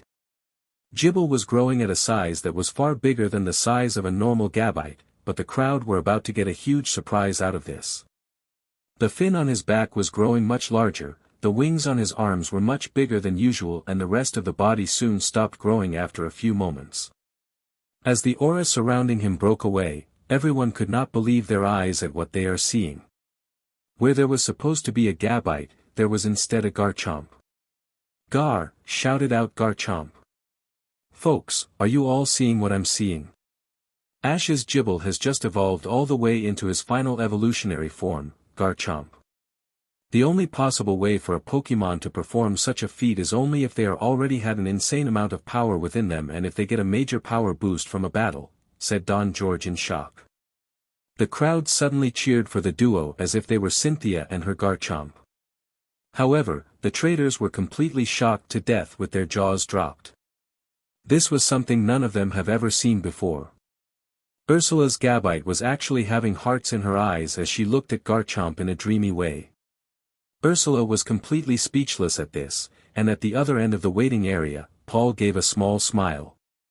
"And that's not all, everyone," continued Don George, "this is not the miracle of not just any regular Pokémon, but a pseudo-legendary Pokémon to be exact. Wow, Garchomp! You're awesome.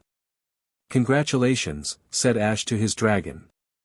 Garchomp quickly rushed towards Ash and gave him a gentle nibble on the head in affection. Ash laughed at this. Garchomp then made his way back to the battlefield and faced Superior. Superior looked a little intimidated. "Looks like you have learned some new moves too, buddy. Finish this with Aerial Ace," shouted Ash. Garchomp soon rose into the air and began flying down at top speed. He suddenly disappeared for a split second before we was practically in Superior's face.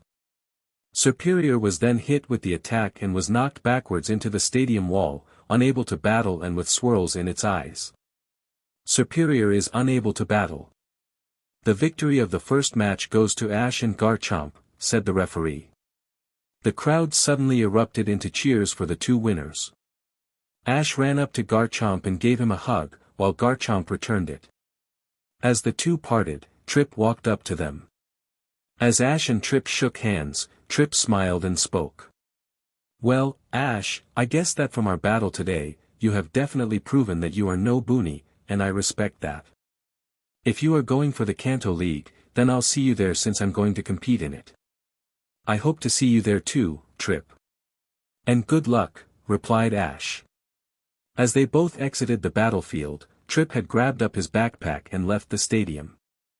Ash and Garchomp made their way back to the waiting area, only to be surrounded by people wanting to have his autograph, some fangirls wanting to get close to him and a few trainers who were admiring Garchomp.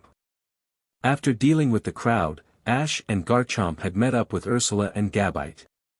Gabite instantly ran up to Garchomp and hugged him tightly. "Ash, that was completely unbelievable.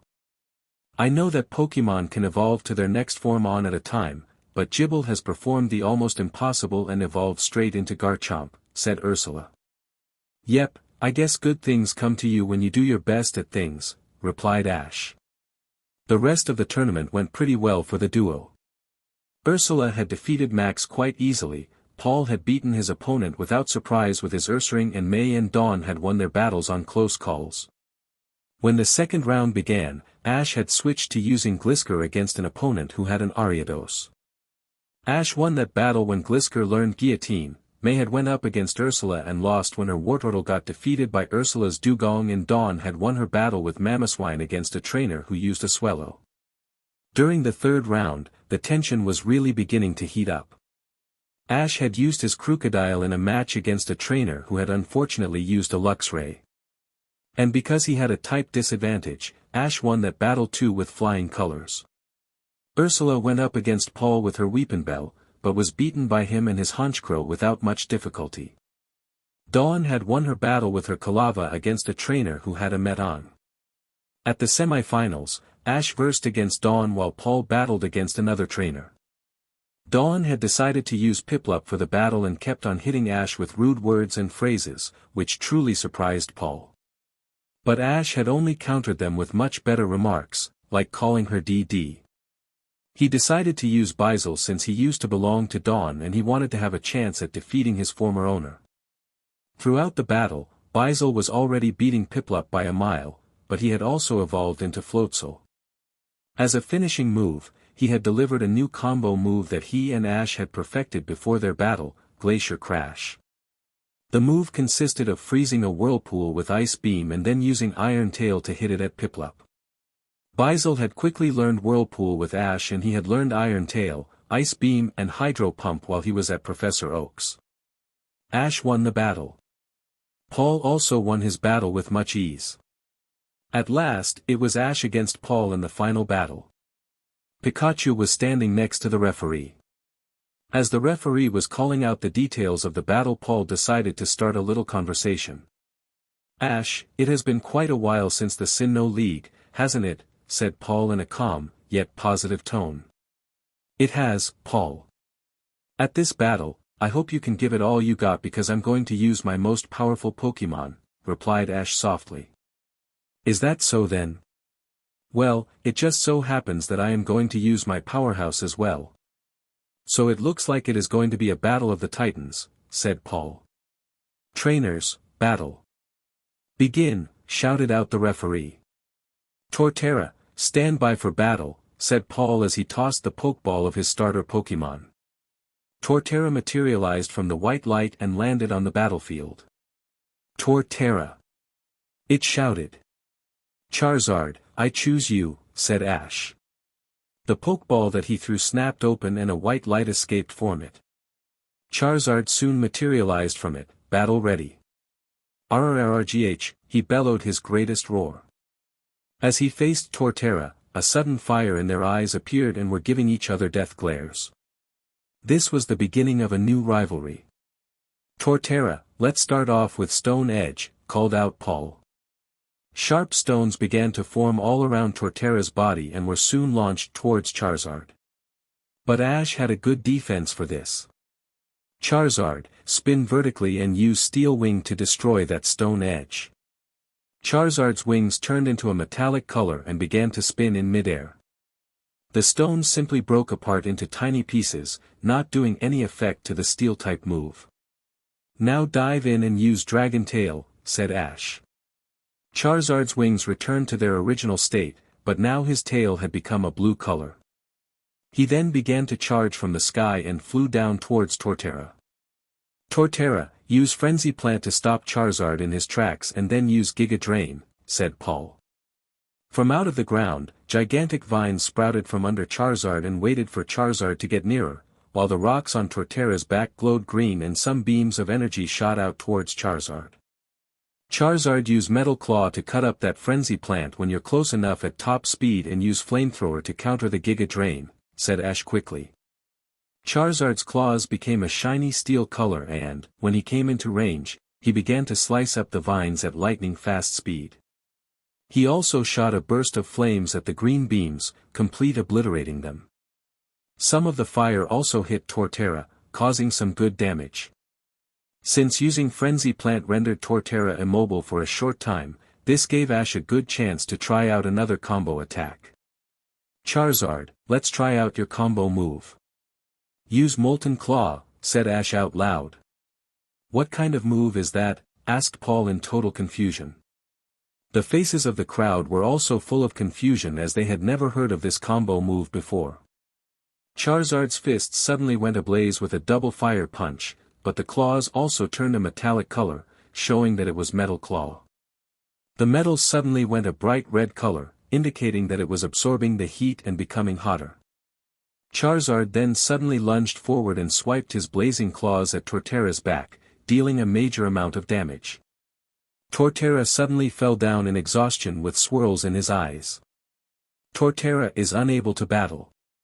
"That means the winners of the Celadon City Pokemon Tournament are Ash Ketchum and Charizard," announced the referee.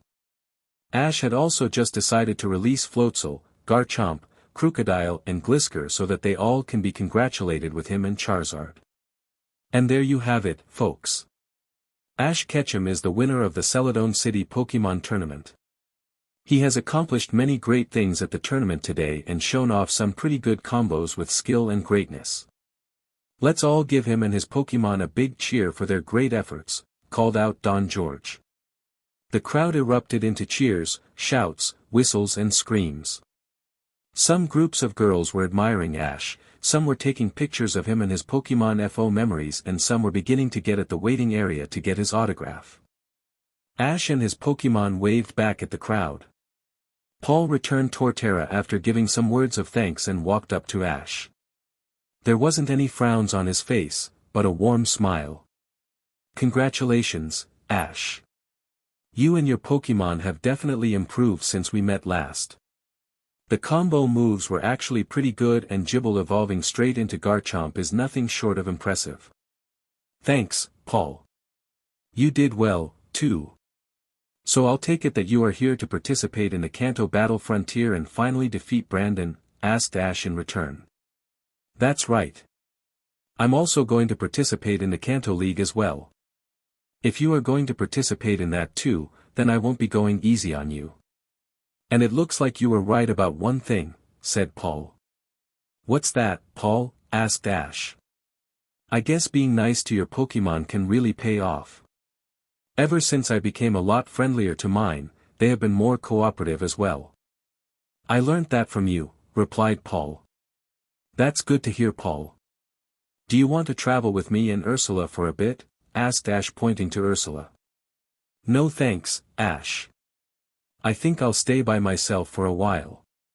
But until next time, good luck on doing contests, replied Paul. Ash was surprised by this, but Paul probably saw the Viridian contest.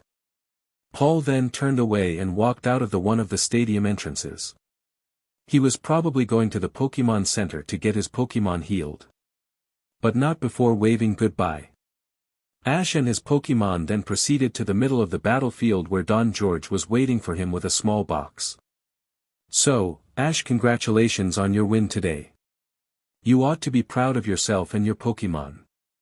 They have really shown out their true potentials, said Don George with a smile. Thanks, Don George. I'll continue to make them better and we will soon become the best in the world, replied Ash. That's the spirit, said Don George as he gave the box to Ash. In the box are the 8 Pokeballs of the evolutions. That includes Flareon, Jolteon, Vaporeon, Espeon, Umbreon, Glaceon, Leafeon and Sylveon. Sylveon? Is that the name the 8th evolution that was on the poster which had a pink color? Asked Ash in wonder. That's right. Sylveon is a fairy-type Pokémon that is native to the Kalos region. It can't be found anywhere else in the world, explained Don George. The Kalos region? Where is that region? Asked Ash. It's south of Kanto and is only an overnight flight away by plane. As well as that, it has its very own Pokémon League and Pokémon contest circuit. Maybe when you're done in Kanto, you can maybe explore that region then, said Don George. Ash thought for a moment. It would be great to visit this new Kalos region, but it might cut into his journey for the Johto region. Maybe he could put the Johto region aside for a while and perhaps Ursula would want to come with him. Besides, he would love to catch some fairy-type Pokémon. Okay, Don George. I think I will go there, but only after the Kanto League is finished, said Ash. Good to hear, Ash, replied Don George. When the award ceremony was over and everybody had left the stadium, Ash and Ursula were on their way to get their belongings. He told her about the new Kalos region and the other interesting facts. The part that intrigued Ursula the most was the fairy-type Pokémon. Ash then asked her if she wanted to go with him when he goes to participate in the region's league and contest circuits. She agreed to this since she said that she was going to actually battle in all of the leagues of every known region, including Kalos, but she wasn't going to do the Elite Four and Champion challenges. She also wanted to catch some new fairy-type Pokémon since they sounded cute and could be perfect for contests. XXXXX flashback end. When they got back to the Pokémon Center, they decided to check out after they had some lunch and heal their Pokémon before they leave for the next town. They also decided to get acquainted with the new evolutions that Ash had won. When they came out of their respective Pokeballs, they immediately took a strong liking to Ash. Espeon and Umbreon liked Ash's face and Leafeon intertwined his grass tail around Ash's arm. Sylveon particularly liked him since she wrapped her ribbon feelers around his leg in affection. Not seeing the traitors anywhere, Ash and Ursula decided to release the evolutions they already had. Ash's Glacian had immediately fallen in love with the new male Glacian, and the same thing happened with the Vaporeans and Flareans since they were of an opposite gender. Ash explained to the newcomers that he was going to be their new friend and trainer and that he was going to make sure they will greatly taken care of and he will make sure no one else will hurt them. They all gave some cries of happiness. When Ash told the new Glacian he was going to give him to Ursula, he felt a little sad since he wouldn't see his female counterpart. But Ash explained that he and Ursula were traveling together and he can see her throughout the journey as much as he wanted. That immediately made both Glacians happy and agreed to be Ursula's Pokémon. After they had finished lunch, there was still some time before their Pokémon were finished healing, so Ash used one of the computers to do some research about the Kalos region. They had also returned their evolutions to their Pokeballs and Ursula received Glacian. What he had found out was really incredible. The region was famous for being the only region that was home to Fairy-type Pokémon. The champion of the Kalos Pokémon League was named Diantha and she has been a champion for several years with her own Elite Four team. The contest circuit was the same as all the other regions and held their own grand festival. The information about Fairy-type Pokémon really surprised Ash. It was shown that they were immune to Dragon-type attacks, but they were affected by Poison types and Steel types. It also gave out a list of known Fairy-type Pokémon. This made Ash realize that he was in possession of 3 Fairy Pokémon already, Jigglypuff, Togepi, and obviously, Sylveon. He couldn't believe his luck. But there was one thing that really caught his attention. Scientists and Pokémon researchers were studying something called Mega Evolution. It involves a certain fully evolved Pokémon evolving again for the duration of a battle and having their stats raised to a much more powerful level. But in order for the evolution to work, the Pokémon and trainer had to have a powerful bond that brings them together as one. It also involved having to use things that are called Mega Stones and Keystones. They were stones that very rare to find and they had their own unique effects on their respective Pokémon. For the trainer, the Mega Stone can be used in an object called a Mega Ring, an accessory that for the wrist that can start the evolution process, but there were other accessories than a Mega Ring. At the same time, the Pokémon will have to wear something so that they can use the stone as well. The most common way was a necklace. Some known Pokémon who could Mega Evolve were Gengar, Charizard, Blastoise, Venusaur, Alakazam, Lucario, Tyranitar, Garchomp, Heracross and Blaziken. Ash thought that if he could fully evolve the Pokémon he already has who could Mega Evolve, then he could have a better chance of winning any future leagues or festivals.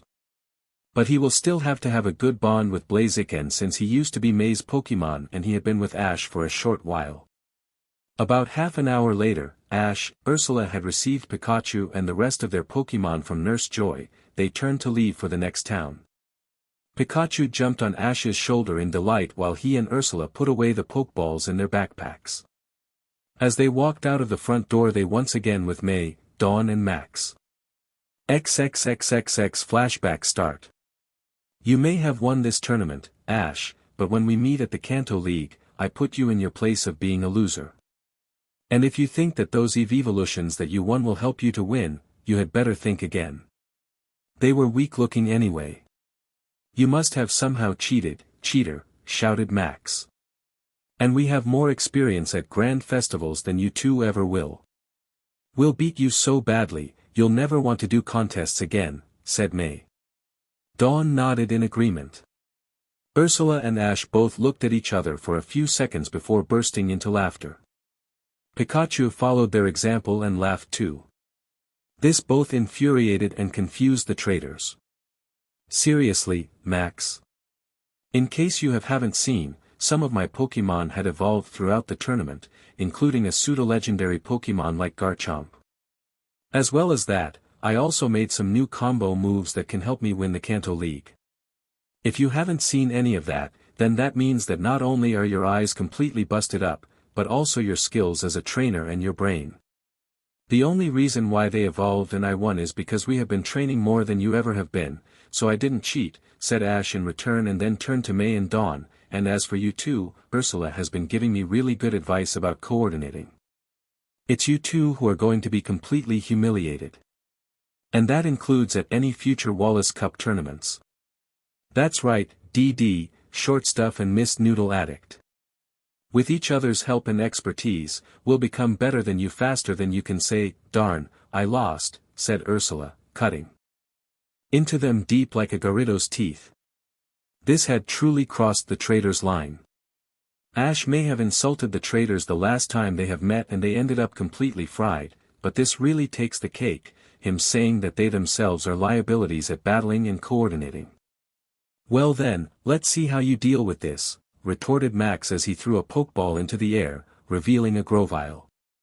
Dawn and May did this too as they released Kalava and Wartortle. All of a sudden, 3 flashes of light escaped out from Ash's backpack. They then solidified into Typhlosion, Blastoise and Sceptile. The 3 Pokémon had let themselves out of to protect their trainer. Rarik, shouted Typhlosion in anger. Blastoise, said Blastoise in fury.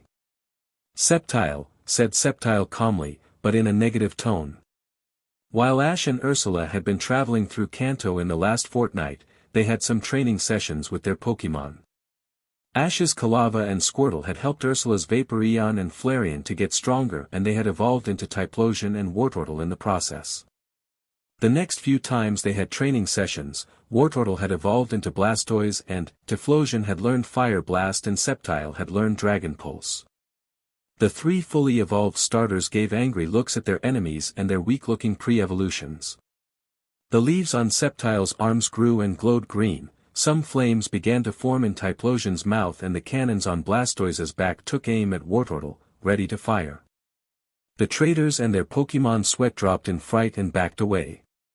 Guys, I don't even have to tell you what attacks to use, so just give them what they deserve, said Ash calmly.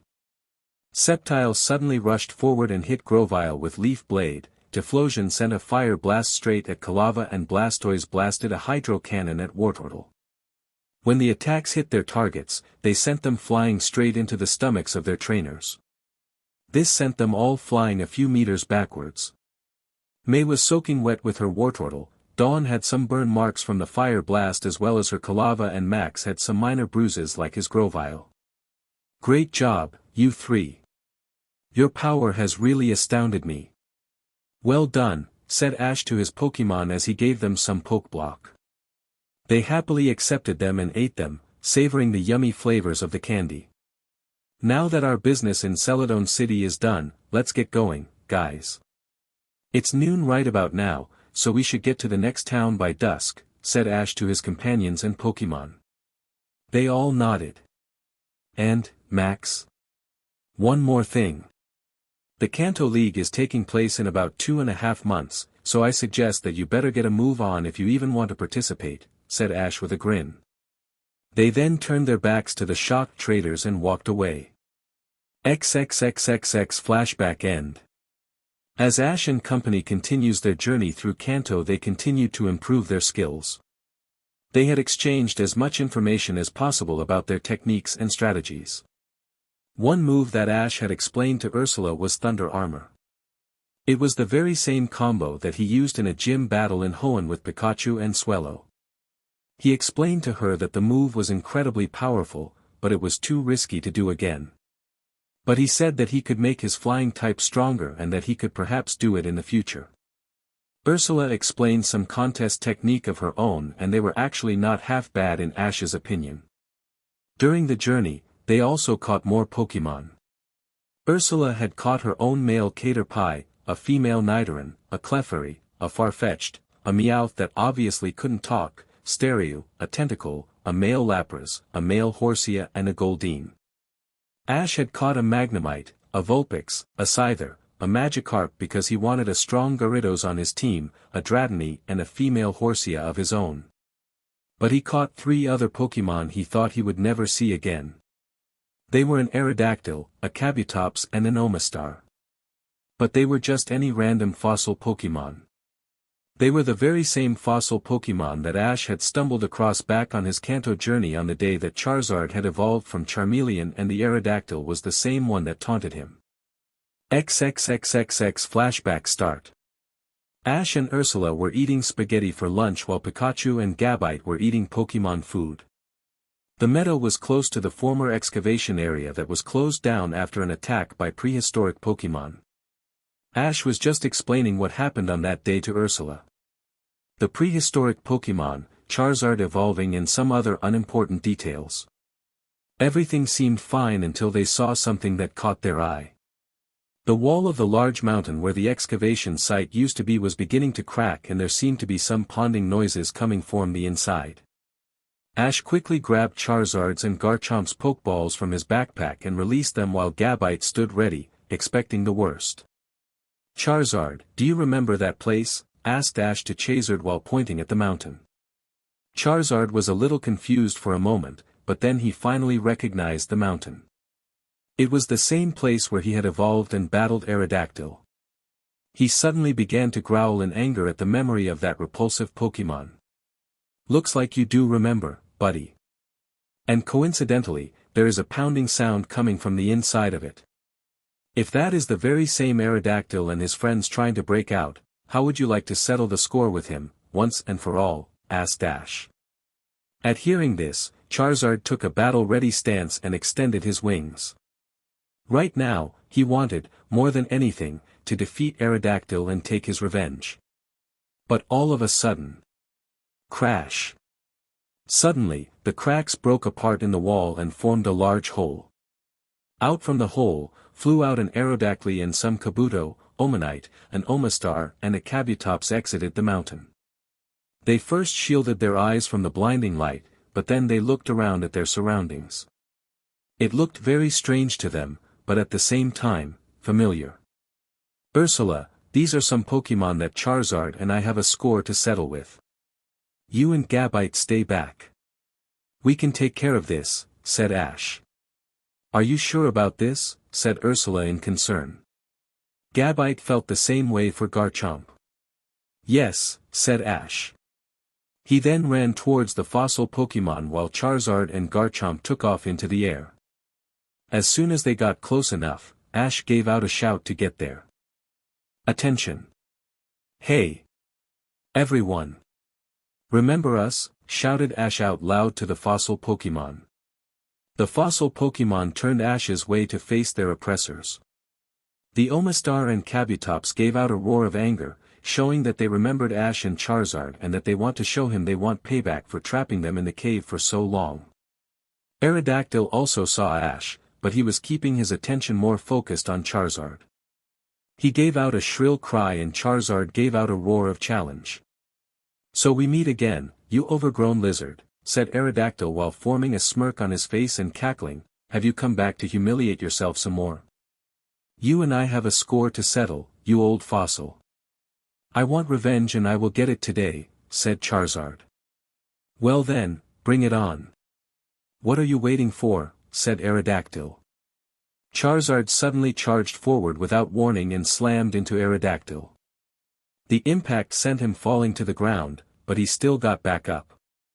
"Charizard, can you handle Aerodactyl by yourself?" asked Ash, who got a roar and a nod in answer. "Okay. Garchomp and I will take care of the others and direct them back into the cave." Ash and Garchomp suddenly turned back their attention at the other fossil Pokémon. They were slowly beginning to spread out, but not fast enough. Ash suddenly had an idea. "Garchomp, use Rock Slide to block off their path," said Ash. Suddenly, gigantic stones began to appear out of thin air and crashed onto the ground. Garchomp then ran up to them and began to hit them with Iron Tail towards the Pokémon. The stones had managed to block off the Omanite and Kabuto, but Kabutops and Omastar were slightly faster and got past the stones. A sudden hydro pump escaped from Omastar's mouth and headed straight for Garchomp. Kabutops did the same thing with Ice Beam.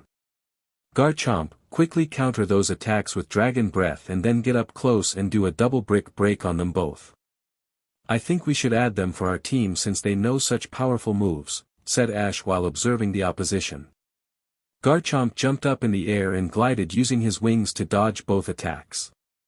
The claws on the tips of his arms then suddenly glowed white, signaling brick break. The then got to a point-blank range with his oppressors and slammed his claws down on Kabutops' head and Omastar's shell. The duo fell on the floor with swirls in their eyes formed the super effective attack. Okay, said Ash as he threw 2 empty pokeballs from his hands at the defeated, go, pokeballs. The 2 pokeballs suddenly hit their targets and ejected up the Pokemon in a flash of red light. The pokeballs then snapped shut and bounced on the floor. They shook 3 times each before a ding was heard, showing that they had been captured.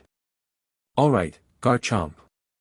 We just caught an Omastar and a Kabutops, exclaimed Ash in his classic stance. He then thanked Garchomp with a pink poke block and a pat on the back. Garchomp didn't take long on the candy because he then nibbled on Ash's head in affection for a moment before letting go. We had better go see how Charizard is doing. Even though he is the strongest in the Cherasific Valley, that Aerodactyl is still unpredictable and sneaky, said Ash. They both then hurried to where Charizard was battling Aerodactyl and they got a big surprise.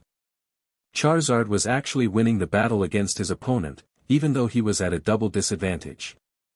He must have used multiple steel wings and metal claws to get the upper hand because Aerodactyl was in a completely crumpled heap on the ground, bruised and cut. Well, Charizard, looks like you succeeded in beating Aerodactyl. I'm very proud of you, said Ash as he handed Charizard a piece of pokeblock, which he ate.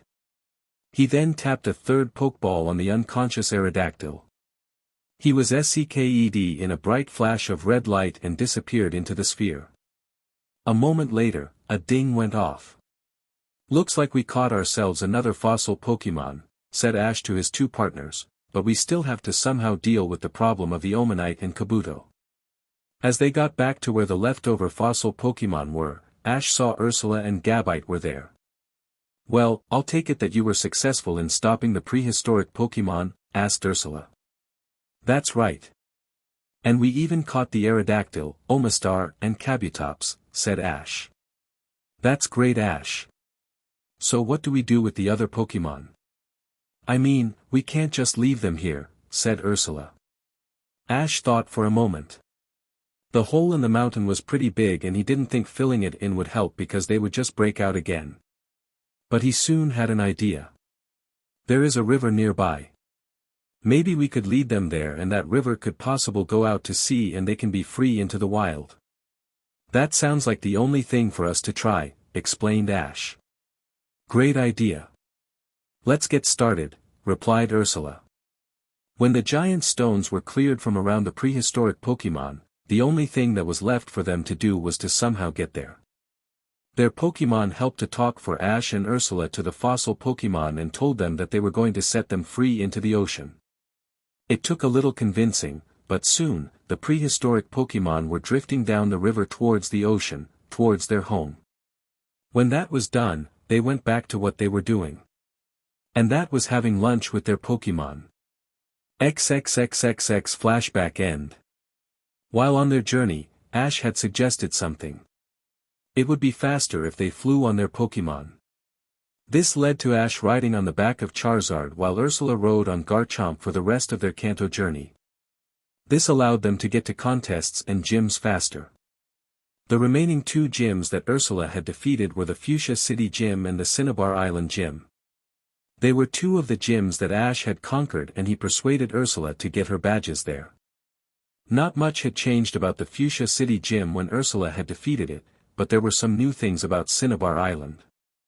It used to be an island completely dedicated to tourism, but now, it has been partially contributed to trainers and other Pokemon-wielding travelers. There had been a new Pokemon Center built near the center of the town and the gym has been restored. When they got to the island's main town, they had found that the gym was no longer in the volcano, but it was now where it used to be at the town.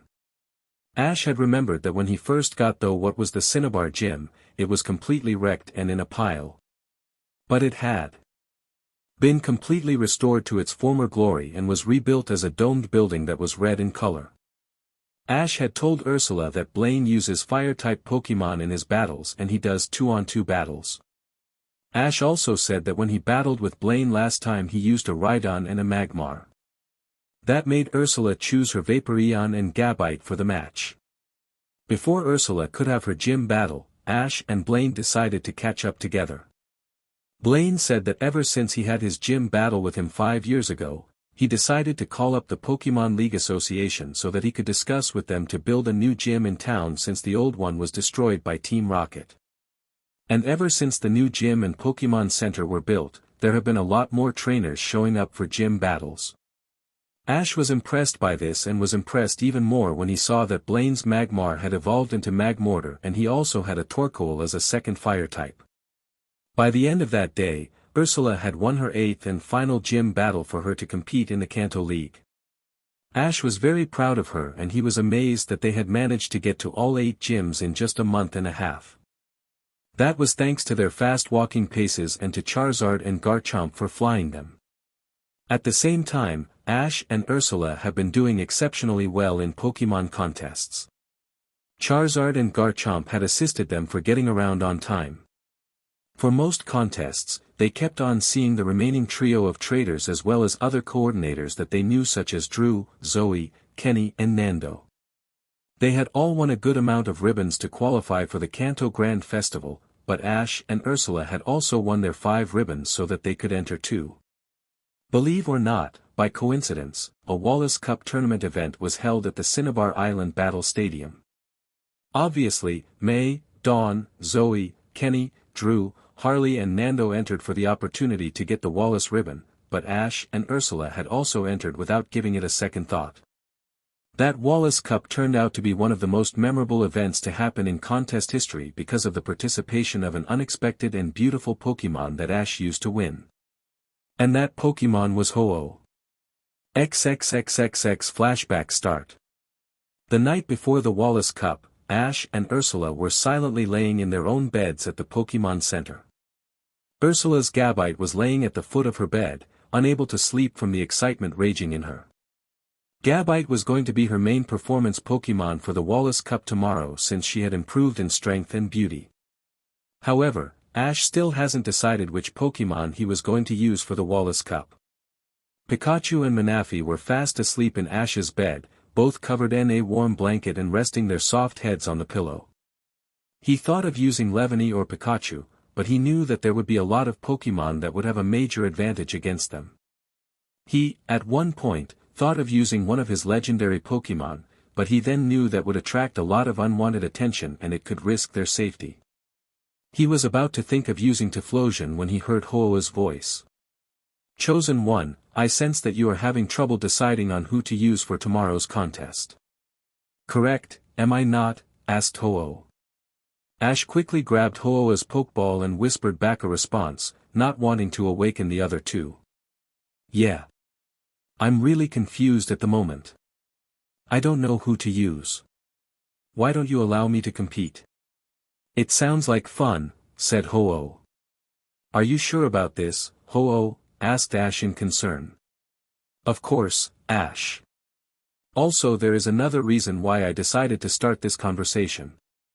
Myself and the other legendary Pokemon have had a talk between ourselves. Ursula has been your traveling companion for a couple of months now and, along the journey, has supported you and cared for you and you have for her. Tomorrow, when competition finishes, it would be great if you could introduce her to your entire team, including the Legendaries. Then we can all help you explain your true identity to her, explained Ho-Oh. Ash was surprised by this. Ursula and himself have been traveling together for a couple of months now and they have always trusted each other. But he didn't think that the Legendaries would trust her after such a short amount of time. But they were quite wise and seemed to know that it was the right choice. Are you sure about this? You all seem to trust her already. Is she forever trustworthy? Asked Ash. If you recall when I gave you one of my feathers, I explained that you would find someone who you could trust forever with a doubt. And we think that Ursula is that someone, said Ho-Oh, and besides, Manaphy has been starting to call Ursula Mama behind your backs. Ash gave a small chuckle. All right then. I'll let you compete in the Wallace Cup tomorrow and then you all can meet Ursula. I promise. That's great to hear, Ash, replied Ho-Oh, before the voice silenced. Ash then put the Pokeball back into his backpack. He then turned back to Manaphy. Tomorrow, Manaphy, you'll meet your new mama, he whispered softly. Even though Manaphy was asleep, he gave a happy smile. The biggest since he was reunited with his papa. XXXXX. The next day, the entire city was practically screaming. A large crowd was gathered outside the stadium to watch the Wallace Cup while the rest decided to sit at the bleachers of the stadium to watch the competition up front. At the main coordinator waiting room, the contestants were preparing for their appeals. Some were in the dressing rooms making final preparations to their costumes, some girls, including Dawn, were adjusting their facial beauty and hair, and the rest were getting their Pokémon ready. Ash and Ursula were simply waiting for the competition to begin. Ash decided to wear his aura suit since it goes better with Ho-Oh's introductory. It gives the duo a little hint of legend and majesty. Ursula was dressed in her turquoise dress with some white gloves, a pair of glass shoes and silver bows in her hair for her pigtails. Her Gabite was sitting beside her. Ash, which Pokemon are you going to use? You haven't told me yet, asked Ursula. Ash looked down at his capsuled Pokeball. It had a limited edition rainbow sticker stuck to it. Ho-Oh was in there. You'll see, Ursula. In my opinion, this Pokemon was literally born to do contests. Once May and Dawn see this Pokemon, they'll be the ones who'll be quitting contests, said Ash, and when the Wallace Cup is over, would you like to meet my entire Pokemon team? Sure. It would be great to see which Pokemon you caught over the years. I'll show you my team as well, replied Ursula with a smile. More coordinators were pouring into the waiting room now. Drew was talking to Harley about something to do with May, probably how to beat her. Ash overheard Zoe and Kenny talking about him. It must have had something to do when Ash told Zoe he wasn't friends with Dawn. Nando, Dawn and May were in a group and showing their Pokemon. Nando had his Armaldo, Dawn had Pachirisu and May had Venusaur. Max was also with them. The TV on the wall suddenly turned on. It showed the stadium and the main battlefield. There were at least 1,000 people at the bleachers. The battlefield had a pool in it, showing it was a water field. All of a sudden, Susan's voice came over the loudspeakers. Welcome, one and all, to the annual Kanto Wallace Cup tournament. Hope you are all having a good day today because it is about to get a whole lot better. We have a total of 64 coordinators who are entering this event and we all hope they do their best. Ash smiled in delight. Ursula quickly returned Gabite to her Pokeball in case she was first for the appeal. Susan continued. My name is Susan and I'll be your MC for today. We also have our panel of judges. First up, we have the chief of the Pokemon Activities Committee, Mr. Contesta. Hello. It is a great privilege to attend this once-in-a-year opportunity.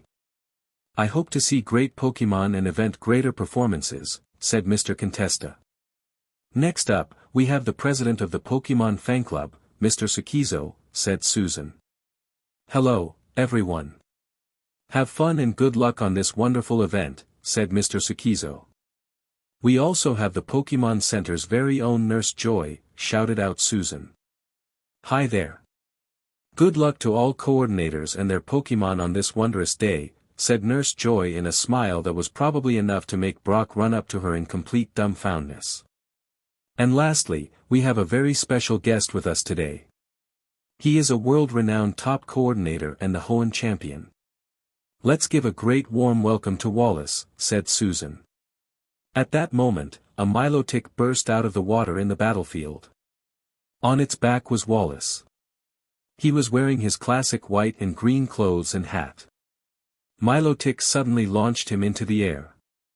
He then landed in front fourth judge's box and turned to face the audience. What surprised everyone was that he was completely dry. The crowd erupted into cheers and screams of congratulations for the coordinator. He then returned Milotic to its Pokeball and spoke aloud. Hello, everyone. It is truly an honor to once again host the Wallace Cup for all talented coordinators. I hope to see all coordinators and Pokemon to do their best at this glorious event. And, as you all know, the overall winner will receive the symbol of this particular event. The Wallace Ribbon. He held up the ribbon. It was the same one that was presented to Dawn. It had its gold shape in the center, with green and white ribbons. The crowd gave some ohs and ahas at the sight of the prize. He then walked to his judge's box and sat down at the seat. Thank you, Wallace. Now to explain the rules of the Wallace Cup. Each coordinator can use only one Pokémon in the entire contest, for both the appeal round and the battle rounds. Don't worry about your Pokémon being hurt or tired, because you will be provided with potions and all kinds of berries to keep your Pokémon at tip-top shape for the tournament at the waiting room. Only 16 coordinators will progress into the battle rounds based on their appeal performances, explained Susan. Susan continued. So, let's begin the Wallace Cup with our first coordinator, Dawn Berlitz. Dawn suddenly entered the stage with a capsuled Pokeball in her hand. She was wearing her classic pink dress, but there were some minor alterations that she seemed to have made. Pachirisu, Spotlight, cried Dawn as she threw the Pokeball into the air. A sudden blast of pink hearts appeared before the crowd.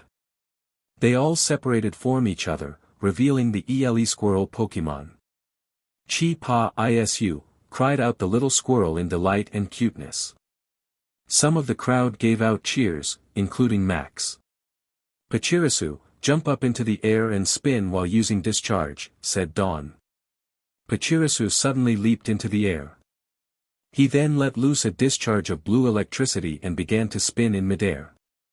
As soon as he did, the bolt separated into a dozen and spun around as he spun. Now use Thunderbolt the same way you are using discharge, Pachirisu, commanded Dawn. At hearing that, Pachirisu released the yellow-colored lightning bolts from his body and directed them in the same pattern as discharge, but they were in between the blue bolts. Amazing, folks. Like Pachirisu has shown off by giving us a double-colored dome of beauty. Spectacular.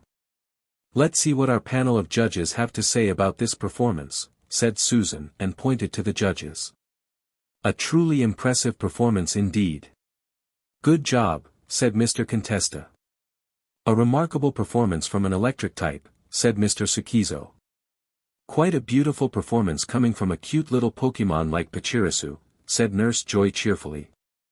It was a performance that has unlocked Pachirisu's inner beauty by presenting such magnificent dedication and love, said Wallace. Dawn and Pachirisu then bowed down before trotting back into the waiting rooms. May went to her and congratulated her along with Max. Ursula and Ash both knew that they were much better than those two. XXXXX. The appeal round took most of the morning. The coordinators that participated showed off quite well. May did use her Venusaur in the battle, Drew used Flygon, Harley used Banette, Kenny used Floatzel, Nando used Armaldo and Zoe used Galade. Ursula had just finished her appeal with her Gabite and she looked like she passed well enough. But now, it was Ash's turn to compete. He stood behind the curtain with Pikachu on his shoulder, waiting for his name to be called out. And now we have our last coordinator for today. He has gotten very far in the contest circuit so far and has won 4 ribbons so far, and he hopes to make the Wallace ribbon his 5th and final ribbon. Let's all welcome Ash Ketchum, announced Susan. As the duo passed through the curtains and into the stadium, they received screams from groups of girls, whistling from supporters and cheers from everyone else. In his past contests, he had always gotten huge amounts of fans and supporters, but right now, this was his biggest welcome yet. When he made it to the trainer's box on the battlefield, Pikachu jumped off his shoulder and ran towards the judges' boxes. He sat down next to Wallace's box, which surprised the coordinator. Well, Pikachu, I guess that Ash is going to use a different Pokemon for the appeal, huh? Asked Wallace to the mouse. Pika Pika Pikachu, replied Pikachu with a grin. I suppose that's a yes. Why don't you jump up here next to me? You can get a better view of the show, asked Wallace. Pika Pie, said Pikachu as he jumped up to Wallace's table and sat down. Well, folks, it looks like Ash isn't going to be using Pikachu. That means that he is going to use a different Pokemon. But who? Asked Susan to the audience. Ash tightly gripped Ho-Oh's pokeball in his hand with confidence before beginning his performance. "Ho-Oh, red carpet," shouted out Ash as he tossed the pokeball into the air. At the mentioning of the name of the legendary rainbow Pokemon, everyone's eyes suddenly lit up. Everyone exchanged glances of confusement before looking back at the performance. All wanted to see the legendary Pokemon with their own eyes. The judges and Susan were especially shocked. "Wait, what?" said Mr. Contesta. "Did he just say Ho-Oh?" asked Wallace in surprise. XXXXX. The judges and the crowd weren't the only ones that were surprised at the mentioning at Ho-Oh. The coordinators in the waiting room had different looks on their faces. Some were confused and some were surprised. The traitors, however, just laughed like it was some sort of joke. Ho-Oh. Ash doesn't even have the smarts to catch a legendary Pokemon. Why would he say the name of one if he knows he doesn't have one, said Max arrogantly. Yeah, he's just gonna humiliate himself in front of the viewing world. What an idiot, agreed May. Dawn walked over to Ursula with a smirk. Well, Ursula, it looks like your traveling partner is about to humiliate himself in front of the viewing world at one of the biggest events of the year. I'll bet that all that will come out of that Pokemon will be an ugly Feebas. There's no way he can ever catch a Pokemon as beautiful as Ho-Oh. Ursula didn't reply. She was too busy wondering what on earth Ash was thinking. But the traitors were about to see how wrong they really were. XXXXX. When the Pokeball snapped open, a dozen large rainbow streams escaped and twirled together like a tornado. As they separated, they revealed a single rainbow stream that appeared to be made of sparkles came out from within. That stream suddenly exploded, revealing the legendary rainbow Pokemon, Ho-Oh. Screeched out Ho-Oh as she flew across the stadium. A bright rainbow followed her in her wake behind her as she glided through the air inside the stadium.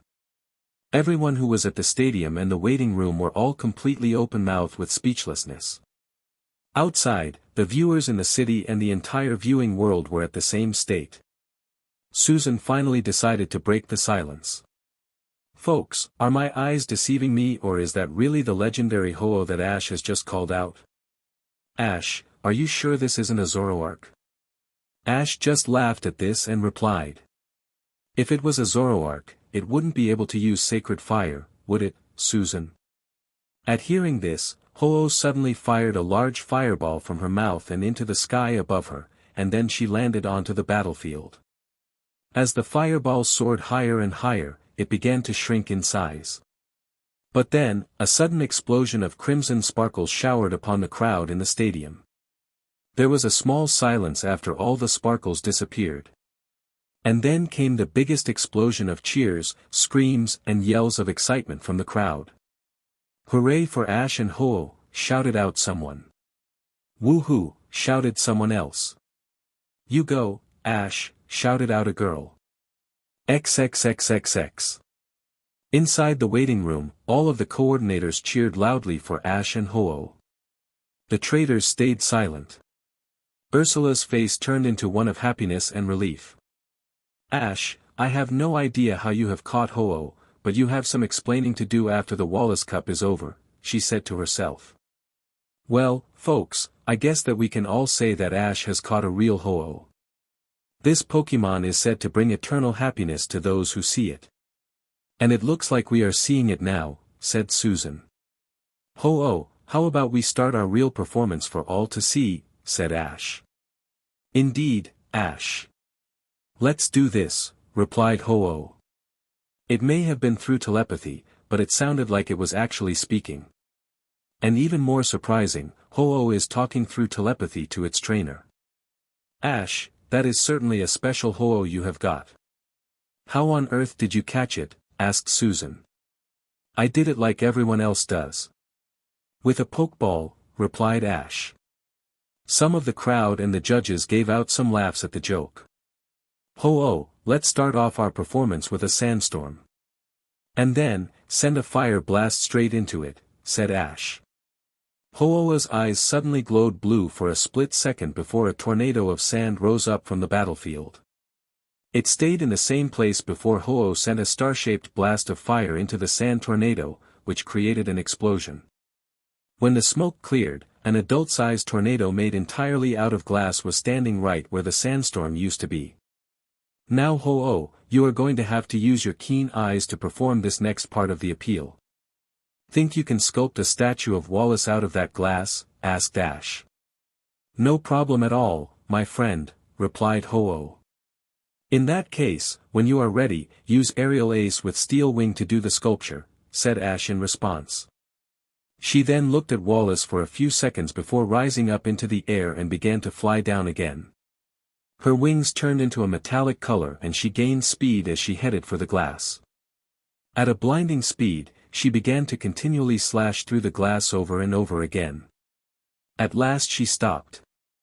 She then landed, and at the moment she did, chunks of unwanted glass fell onto the ground with huge thuds. A human-sized statue of Wallace stood at the middle of the glass debris.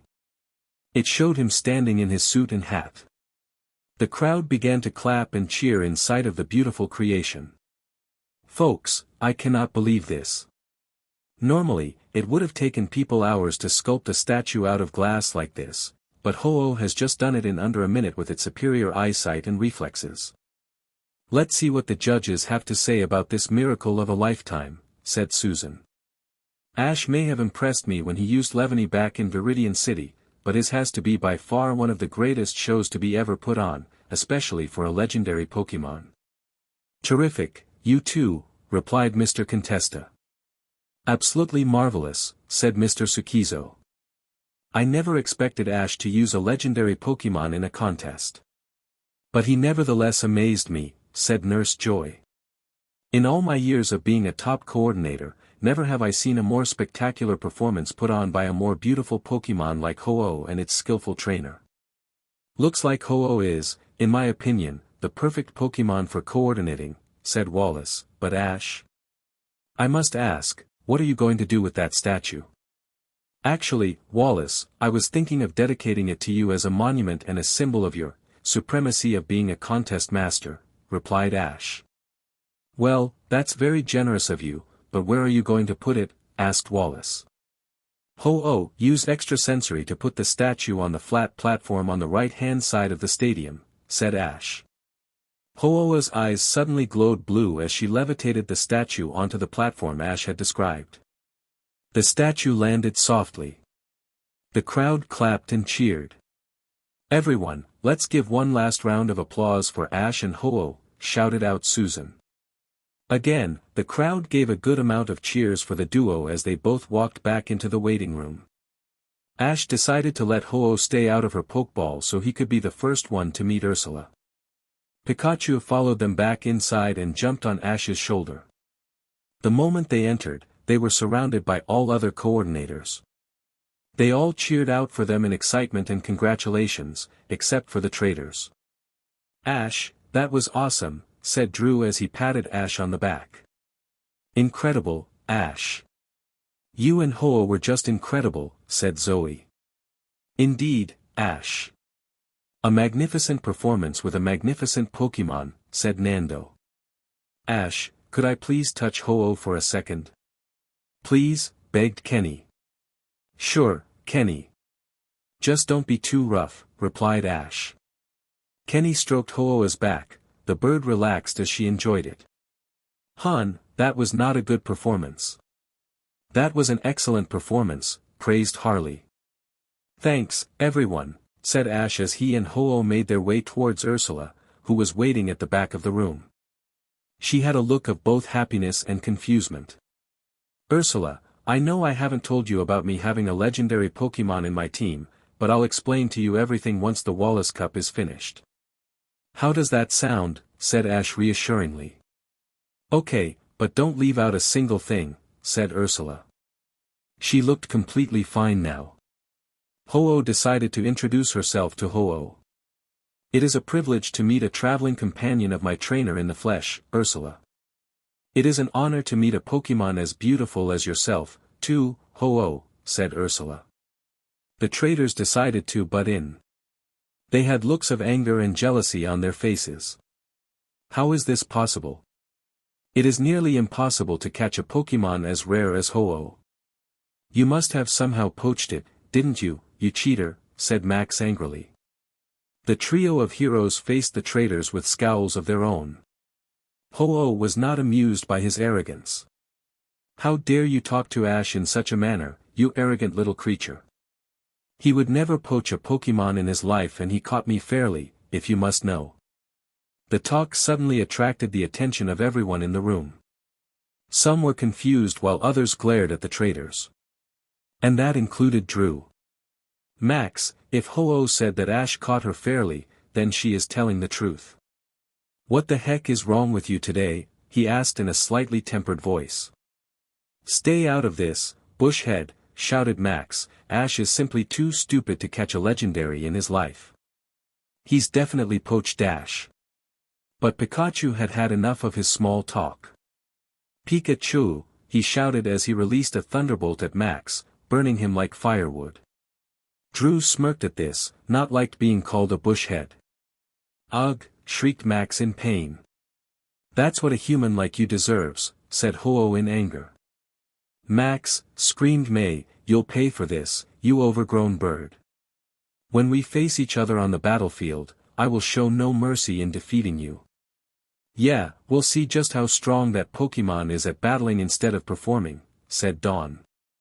Hey, leave Ash and Ho-Oh alone, Huns. You'll still have to get through me out there, said Harley. And besides, Miss Noodle Addict and DD, your lousy Pachirisu and Venusaur are nothing compared to Ho-Oh. And about what you said about Ho-Oh being a Feebah, it looks like you are dumber than you look, DD, said Ursula. Most of the coordinators roared in laughter.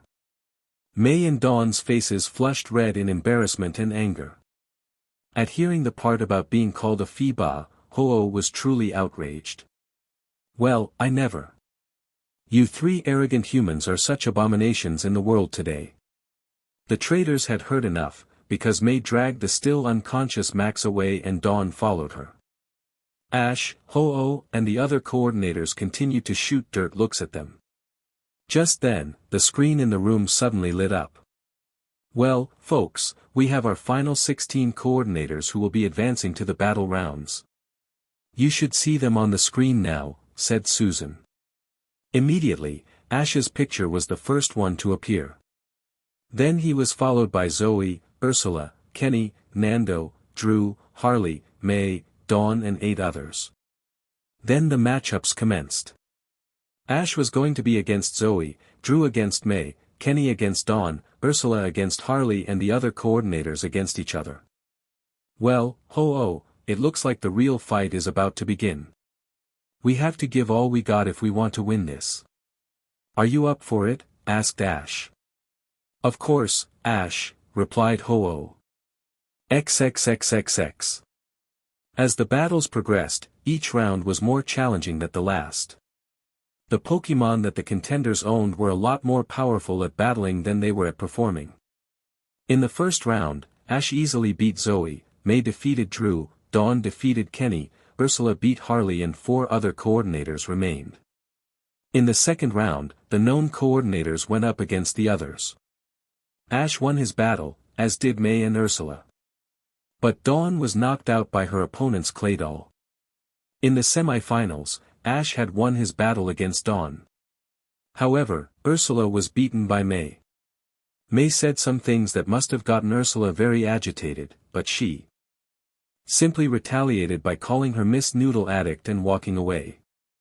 As Ash and May made their way towards their own trainer boxes on the battlefield for the finals, May shouted out to her opponent. Ash, just because you have a legendary Pokemon doesn't mean you will beat me. Venusaur is more well-trained and much stronger, said May in an angered tone. We'll just see about that, replied Ash. Alright, coordinators. Send out your Pokemon and begin the battle. May has the first move, announced Susan. Venusaur, take the stage, cried out May when she threw her Pokeball. A small storm of pink-colored petals materialized from the Pokeball and fluttered in the air before disappearing and revealing the large green dinosaur-like Pokemon. Venusaur, it shouted. Ho-Oh, red carpet, shouted out Ash as he tossed the Pokeball into the air. The same rainbow streams appeared as before and presented the rainbow Pokemon. Scree, Ho screeched out loud. Venusaur, use Frenzy Plant, instructed May. At that moment, giant plant vines came out of the ground and shot up at the sky towards Ho-Oh. Ho-Oh, use Protect to defend yourself. Follow it up with a Brave Bird and then use Recover to heal yourself, said Ash. A green barrier surrounded Ho-Oh and the Frenzy Plant simply bounced off it, not doing any damage. With the advantage, Ho-Oh flew up high into the air and began rushing downwards. Flames covered her for a split second before it was replaced by a blue energy. She hit Venusaur, dealing great damage. A sudden jolt of blue electricity shocked Ho-Oh, showing the recoil damage. But she closed her eyes and was surrounded by a green aura, showing her recovery process. When she was done, her eyes snapped open and gave out a screech of power. She was clearly feeling much better. Venusaur, use Petal Dance, said May. A barrage of pink petals headed for Ho-Oh. Ho-Oh, use Sacred Fire to counter it, said Ash. A fireball formed in Ho-Oh's mouth and she fired it straight into the Petal Dance. The petals all burned as it passed through them. It then landed on Venusaur, blowing it a few feet away with burn marks all over its body. There were swirls in its eyes, showing it was knocked out. Venusaur is unable to battle. That means the victors of the Kanto Wallace Cup are the team of Ash and Ho-Oh, announced Susan. The crowd suddenly gave out their own ways of congratulations. Some cheered, whistled, shouted, some chanted their names and some girls were going head over heels for the duo. The judges clapped for them with smiles on their faces. They then got up and made their way to the center of the battlefield. Ash soon made his way there too and Ho-Oh followed beside him. Ash, I honestly think that was the greatest contest that your generation had to offer, said Mr. Contesta, and since you are about to be presented with your 5th ribbon, I expect great things from you when we meet at the Kanto Grand Festival in a few weeks' time. Don't worry, sir. Me and my Pokemon will not let you down, replied Ash. Good to hear, said Mr. Contesta. Wallace then came up beside him in front of Ash with the ribbon. Ash, congratulations on your first Wallace Cup win. You two have definitely impressed me today and expect to see you do great at any future contests or grand festivals, said Wallace as he presented the Wallace ribbon. It is my great honor to present you with your prize, the Wallace ribbon. Ash took the ribbon and smiled as he examined its beauty. Thank you very much, Wallace. And one more thing, sir. Yes, Ash, asked Wallace. I'll see you at the Hoenn League sooner or later. When I win it and defeat the Elite Four there, I hope we can battle, said Ash. Absolutely, my friend. I've seen the strength of some of your Pokemon and want you give it all you got, replied Wallace with glee. And, hopefully, we can meet once again face to face in battle, added Ho-Oh. Of course, said Wallace. XXXXX flashback end. After the whole Wallace Cup was finished, Ash was interviewed by a lot of people from news companies. They all wanted to know how Ash had caught a legendary Pokemon like Ho-Oh, what the thought on the performance and everything else that had to do with his appeals. It was long, but it was over eventually. Ash and Ursula then had decided to relax for a little while before Ash would show her his Pokemon team. They had a special celebration lunch at a restaurant, swam at the beach and made some poffins and Pokeblock for the journey for the Pokemon. When Ash finally did show Ursula his team of Pokemon, she was shocked to see that not only did Ash have very high-leveled Pokemon, but he had more than one legendary Pokemon. XXXXX flashback start. Ash and Ursula had made their way into a small clearing that was within a forest that resided on the inside of the island. Ash had told her that it was only to play it safe to make sure no one else was around, except maybe wild Pokemon. Before they left, Ursula had decided to let Ash meet all of her Pokemon as well. She had earlier asked Professor Rowan to modify her Pokédex and remove the limiter on how many Pokemon she can carry. The professor was a little curious on why she wanted to carry so many Pokemon with her at once. She explained to him that she was going to be on a long journey with Ash as her traveling partner. He accepted and transferred all her Pokémon to her when she was at the Pokémon Center. "Ash, are we there yet?" asked Ursula. "Yes, we are. Now, when you meet my team, don't be shocked or frightened. I can promise you that they are quite friendly and are happy to meet new people. I'm sure you will like them and they will like you," said Ash. Ash had decided to introduce his Pokémon to her first since he had a bigger team and he wanted to surprise her. There were a lot of Pokeballs for him to open but he simply spilled out them on the ground. Ursula was amazed by how many Pokémon he actually had. He then used a program that was installed on his microdeck so that he could bring out all of his Pokémon at once and then return them afterwards. This didn't apply for Pikachu since he hated his Pokeball. "Everyone, come on out and meet some new friends," said Ash as all his Pokeballs released their own white light of energy. At once, the Pokeballs opened up and flashes of white lights came out of them. They then solidified into Pokémon. Pokémon from Kanto, Johto, Hoenn, Sinnoh, Unova, and the legendary Pokémon of the world. "Everyone, I want you to meet someone new who is going to be traveling with us. Some of you might already know her, but say hello to Ursula," said Ash to his Pokémon as he pointed to the peach-haired girl. "Also, we have some familiar faces with our team that you might remember, so why don't you get reacquainted with each other," added Ash. The regular Pokémon all said their cries to Ursula. The Pokémon who all could use telepathy to talk introduced themselves formally. Ursula was in mild state of shock. She couldn't believe the Ash had so many great Pokémon in one place. And what surprised her even more was that there were 14 legendaries in front of her. She had only seen sightings on Phi-1 in Sinnoh and read stories about them, but this was unbelievable. She was also seeing important ones like Giratina, Lugia, and even Zekrom. She didn't notice that Manaphy was eyeing her with cute eyes.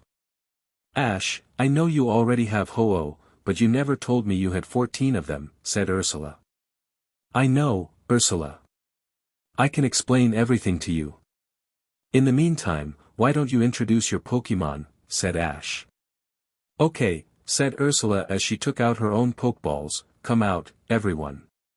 Her own Pokeballs produced white lights of their own and quickly solidified into her Pokémon, Weepinbell, Poliwhirl, Shellder, Sandshrew, Dugong, Wormadam, Gabite, Jigglypuff, Plusle, Minun, Flareon, Glaceon, Vaporeon, Nidoran, Caterpie, Clefairy, Farfetch'd, Staryu, Squirtle, Tentacle, Lapras, Horsea, Goldeen, Meowth and Torterra. They all rushed to meet with Ash's Pokémon and to talk, relax and get to know each other. Some water Pokémon went into a nearby lake. Lugia, Manaphy, Zekrom, Ho-Oh, Giratina, Latias, Jirachi and Victini followed Ash and Ursula to where they could have their conversation. Manaphy was really eager to see if Ursula could be her new mama. "Ash, we can help explain everything to Ursula. She seems trustworthy in our presence. Don't worry. It seems she holds no form of evil within herself and she doesn't seem to want to do anything horrible," said Lugia. "Thanks, Lugia," replied Ash. With the Legendaries, Ash explained everything to Ursula. How he truly met every legendary Pokémon, what adventures he had with them in the past and what conspiracies they had overcome. Ursula listened carefully, not wanting to miss a single detail. He also explained how he defeated enemies like Hunter J, Team Aqua, Team Magma, Team Galactic and Team Plasma. But the hardest part was when he explained he was the chosen one. Luckily, Lugia helped Ash to tell Ursula what kind of responsibility he had in protecting the world. Ursula couldn't believe that she had actually been traveling with a hero and the most important human to all Pokémon. Zekrom had also told her how Ash was also the hero of Ideals. Another part that he mentioned was the dream he had the night before he left Pallet Town. How he was in the Hall of Origins with all the Legendaries, the talk they had and how they told him they were going to go with him. Again, the Legendaries helped explain to her. Ash also told her about his aura abilities. "Wow, Ash, this is truly mind-blowing. All of these legendary Pokemon are actually your partners. And you have met Arceus herself, asked Ursula. That is correct, Ursula. The hero of ideals is a truly special individual who has met every single legendary in existence so far because of him being the chosen one, said Zekrom. Yeah. This is all I can tell you, Ursula. I really need you to not tell all of this information to anyone, not even your family. But the world will know eventually, just it can't be right now. It will attract unwanted attention, said Ash. Don't worry, Ash. Your secret's safe with me. I won't tell anybody. But why would you tell me all of this out of all people in existence? Asked Ursula. Ash took out the feather that Ho-Oh had given him. Receiving a feather from Ho-Oh means that you will find someone in the world without a doubt. I think I have found that someone. You, replied Ash, and besides, the only other people that know about this are my mother and Professor Oak. Ursula gasped. She knew Ash trusted her since they had the same goals and kept each other safe, but she was surprised that Ash trusted her without a doubt. She then came forward and hugged Ash. Ash returned the hug. Thank you very much, Ash. I promise I won't let you down. No one's ever put this much trust in me before, said Ursula. Thanks, Ursula. Also, I think Manaphy wants to ask you something, said Ash as he parted from the hug and pointed to Manaphy. Ursula, can you please be my mama, said Manaphy sweetly. Mama? What do you mean by that, sweetie? Asked Ursula in confusion. Ursula, May used to be Manaphy's motherly figure during one of my adventures, while I am still the fatherly figure. But ever since Manaphy found out about the betrayal, she now hates her for what she's done and wanted to find a new mama. I think he chose you, said Ash. Ursula looked at Manaphy one more time before embracing him in a hug and happily saying, Yes, Manaphy. I'll be your new mama. You're just the cutest little thing in the world. Mama, Papa, I hope we can be a great happy family one day. Can we? Asked Manaphy cutely. Ash and Ursula blushed at this. Secretly, they have been beginning to develop feelings for each other. Not because of their skills or fame, but simply because of how much they trusted and helped each other in the past. Their Pokemon were also getting along. They looked at each other for a second before facing Manaphy. Perhaps we will someday, Manaphy, said Ash. Yay, cheered Manaphy. For the next hour, Ash, Ursula, Manaphy, and the other Pokemon just decided to relax and talk before heading off to their next adventure. XXXXX flashback end. When the time came for the Grand Festival and the Kanto League, Ash and Ursula had never been more prepared in their lives for such events. They had still 2 weeks between the Wallace Cup and the Kanto Grand Festival to get their Pokemon prepared and in shape. At daytime, they had trained to improve their Pokemon strengths and advantages for the battle rounds. They both decided to use Pokemon that they had newly caught in Kanto and train them carefully. But they also kept thinking up new combination moves for individual Pokemon or for double battles. Ash had taught some of his water Pokemon how to use Glacier Crash and a few other new combos. His training had Totodile, Dratini, and Magikarp evolve into Croconaw, Dragonair and Gyarados. Since Ash had given Gyarados plenty of attention and love when he was still a Magikarp, he didn't go on any rages or be very violent. He was instead very calm and listened to Ash.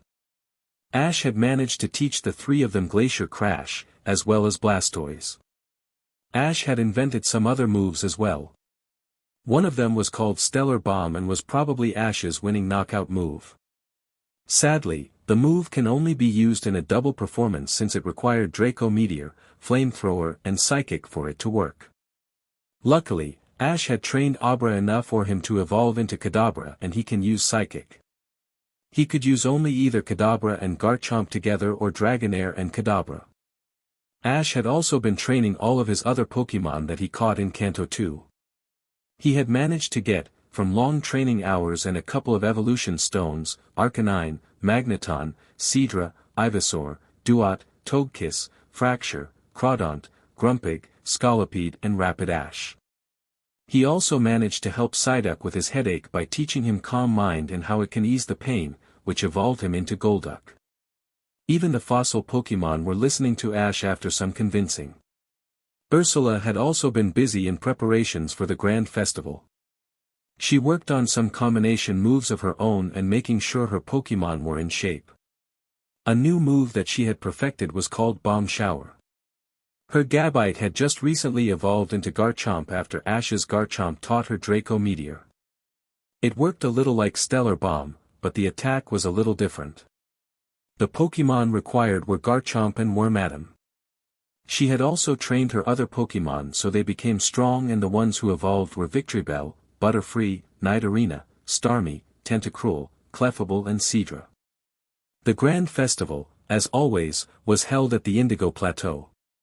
On the day when all the entries would close for the festival, there was a really huge turnout.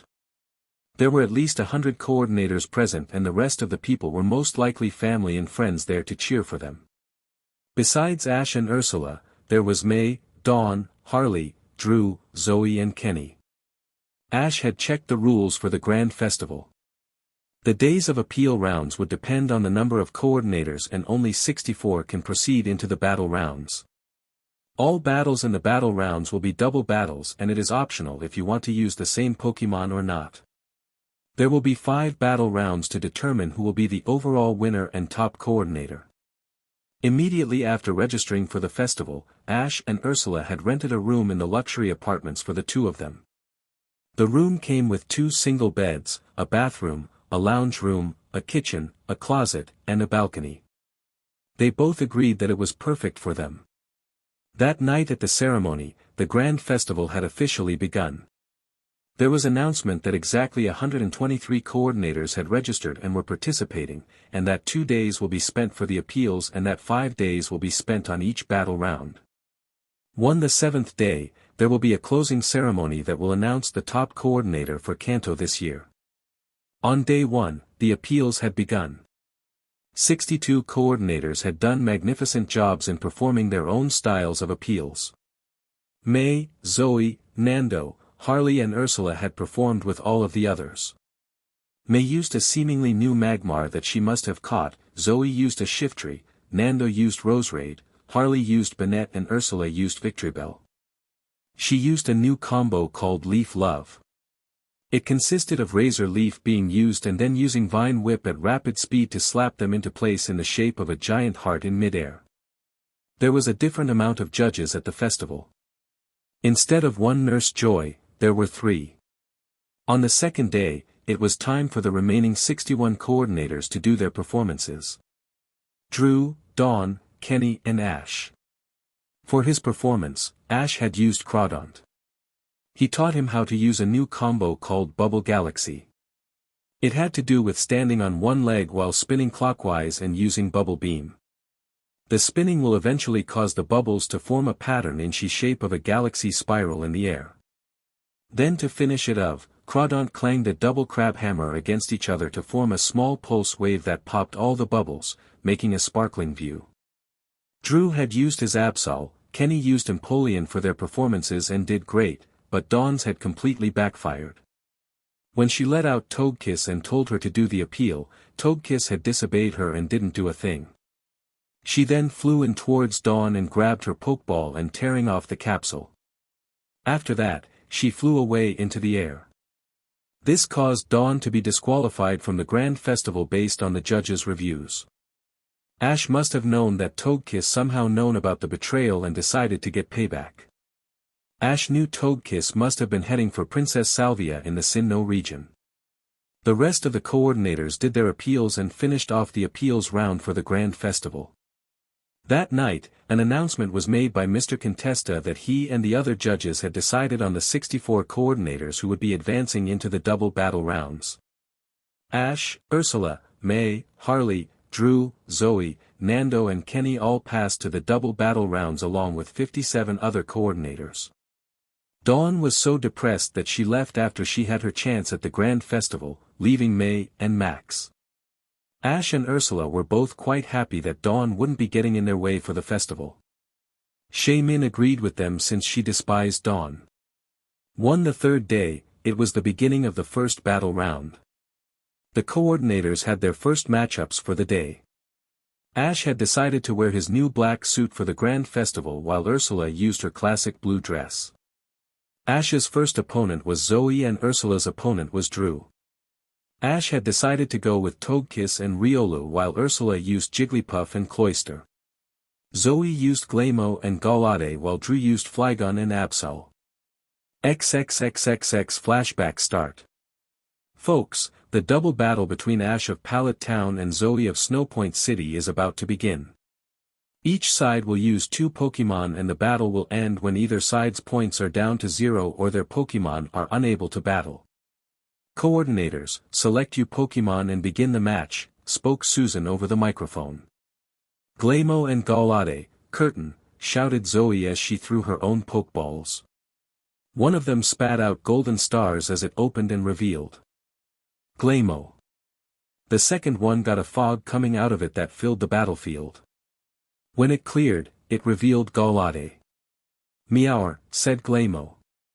Gallade Gall, said Gallade. Togekiss and Riolu, red carpet, said Ash as he tossed his own. Riolu's Pokeball opened and a barrage of silver sparkles rained out. Riolu appeared from within and landed on the battlefield in a kneeling position. Out of the second Pokeball, pink hearts floated out in every direction and Togekiss suddenly flew out and landed beside Riolu. Rio, said Riolu happily. To kiss, chirped Togekiss. Ash, just because you have some pretty impressive Pokémon doesn't mean I'm going easy on you, said Zoe. I don't want you to, Zoe. And I think I'll start things off. Riolu and Togekiss, both of you use Aura Sphere on Glamour, said Ash as he commanded his Pokémon. Both created blue spheres of aura before launching them at the cat. How is that possible? Exclaimed Zoe. Riolu can't learn Aura Sphere until it evolves into Lucario. Gallade, use Night Slash to counter those Aura Spheres quickly. Gallade's arms suddenly grew into blades and he jumped in front of Glamour, ready to cut up the Aura Spheres. But Ash had other ideas. Oh no, you don't. Riolu, use Quick Attack on Gallade to get him out of the way and then use Force Palm to try and get him paralyzed, said Ash in retaliation. Riolu dashed at Gallade's side at a super fast speed and hit him, causing Gallade some pain and pushing him out of the way. He then flattened his hand and hit Gallade in the chest with his palm. This caused Gallade to fly backwards, but when he regained his balance, he was suddenly shocked by a jolt of electricity. At this point, the Aura Sphere had successfully hit their target. Glamour was badly hurt by the 2 super effective attacks. At that, Zoe's point meter on the screen lost a quarter of its full points. Folks, it looks bad for Zoe. Gallade has been paralyzed and Glamour has taken effective hits. But Ash's Pokémon haven't taken a single hit. Could this be the end for Zoe? Said Susan in a voice of suspense. Glamour, can you still battle? Said Zoe. Glamour nodded. Alright, then. Glamour, use Thunderbolt on Gallade to power up his blades. Gallade, focus your own Thunderbolt into your blades as well and then use a full power X-Scissor at Togekiss, commanded Zoe. Glamour suddenly shot yellow electricity from her body at Gallade, but it all went to his arms and began to glow in a rainbow color. Gallade released his own Thunderbolt upon his arms and they glowed even brighter. He then crossed them in an X position and launched a beam of electricity in the shape of an X at Togekiss. To Ash, this was a move that was almost the same as the one the Zoe used to defeat Dawn back in Sinnoh. It would do great damage to Togekiss, but he had the perfect counterattack. Riolu, power up an Aura Sphere, but swallow instead of firing. Then use Force Palm incorporated with Bullet Punch to hit the X-Scissor. Togekiss, help him out by launching Shadow Ball, said Ash to his faithful Pokémon. Riolu's left paw suddenly turned into a metallic color and sparked with a little electricity, showing the successful combo. He then jumped in front of the incoming attack and got ready to counter it. Togekiss launched a Shadow Ball from her wings and shot it at the X-Scissor. When it collided, the Shadow Ball was too weak to completely nullify the attack, but it looked like it made the X-Scissor weaker and less powerful looking. At the blink of an eye, Riolu pounded his metal paw against X-Scissor. The result was that the move exploded into a rainy day of rainbow raindrops and electricity crackled through the air. But Riolu looked fine. The entire audience was open-mouthed. Ash had just nullified a move that was certain to have knocked out one of his Pokémon with such ease. Another quarter of Zoe's point meter went off the chart. Zoe was starting to get really anxious. Folks, this is an impressive battle so far. Ash has managed to completely negate 2 attacks from Zoe while at the same time dealing damage to her Pokémon and not taking a single hit, announced Susan. All of a sudden, an all too familiar light blue aura surrounded Riolu. As he began to grow in height, his limbs also grew longer, his ears became larger, and some new features began to take shape. When the aura broke away, there was no longer a Riolu, but a powerful-looking Lucario. Alright, Lucario, you evolved. Congratulations. I'm proud of you, said Ash. Thanks, Ash. It's because I had a great trainer like you, replied Lucario as he faced his trainer and smiled.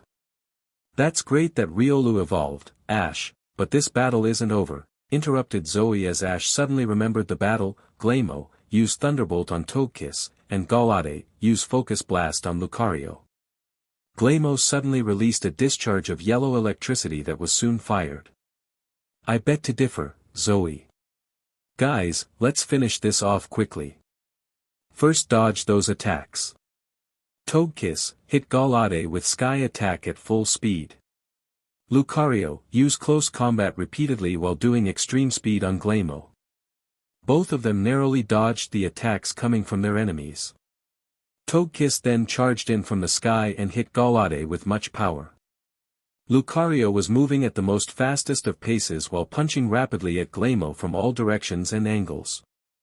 They both then went back to their side of the battlefield and waited for the results of their attacks. At that moment, Glamour and Galade fell to the floor in exhaustion and with swirls in their eyes, cleanly knocked out by the super effective attacks. Glamour and Galade are unable to battle. That means Lucario and Togekiss win and the victory goes to the team of Ash, said Susan. Cheers erupted from the stands as the audience congratulated Ash and his Pokémon for a great battle. Zoe went up to Ash and the two shook hands after she returned her Pokémon.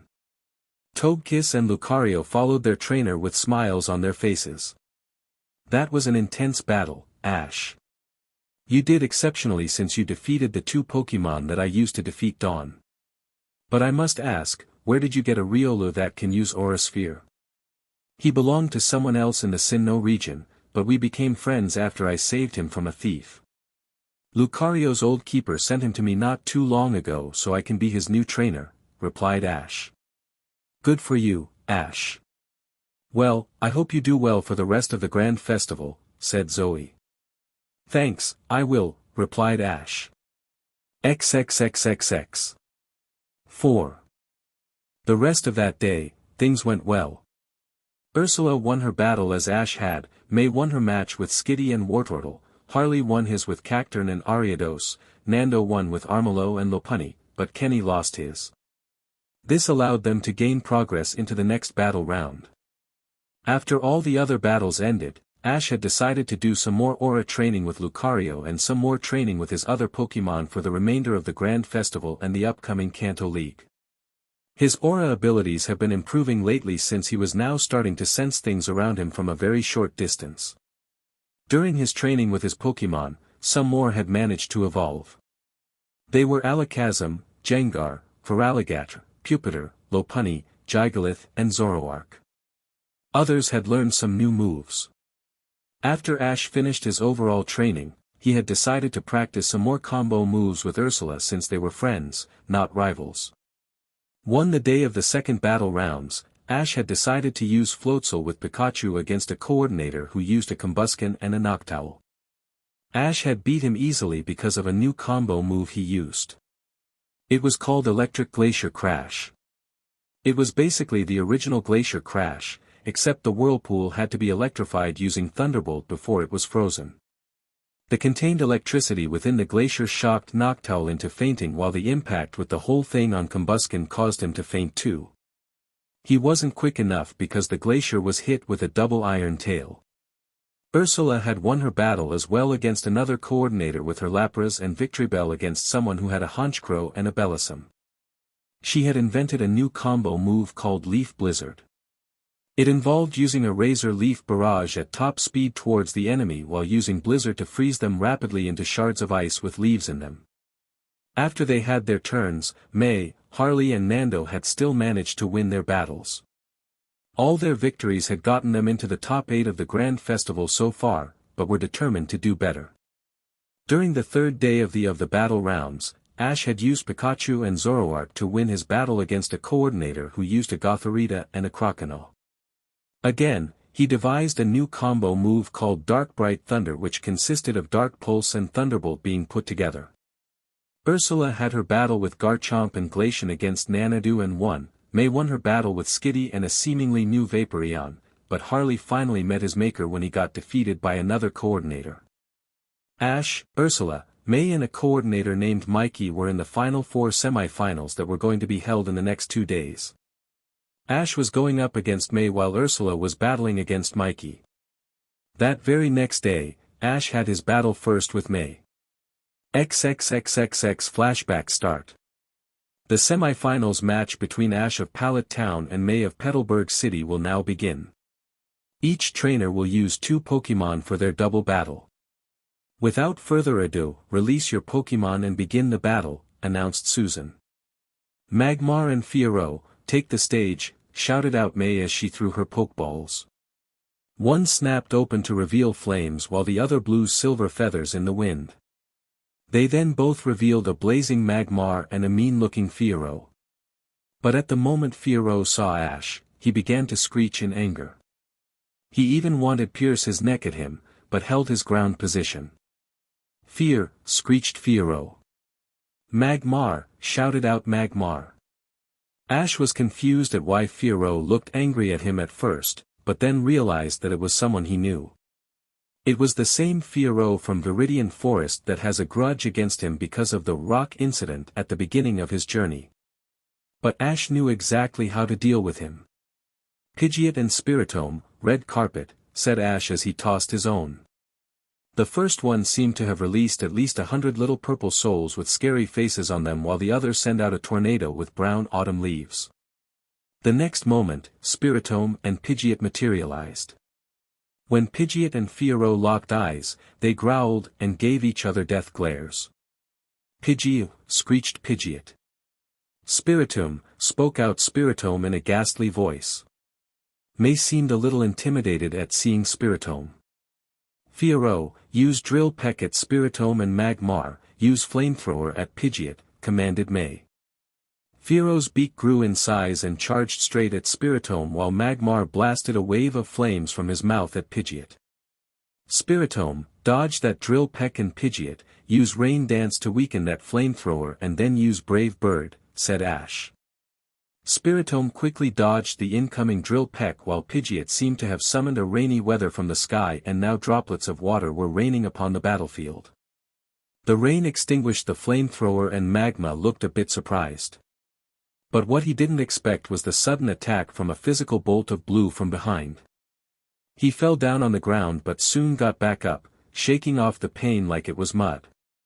Pidgeot was suddenly hit with recoil damage, but got back into stance. Wow, folks. Looks like Ash's Pokémon not only managed to avoid getting hit, but Pidgeot had managed to hit Magmar with some heavy damage, said Susan.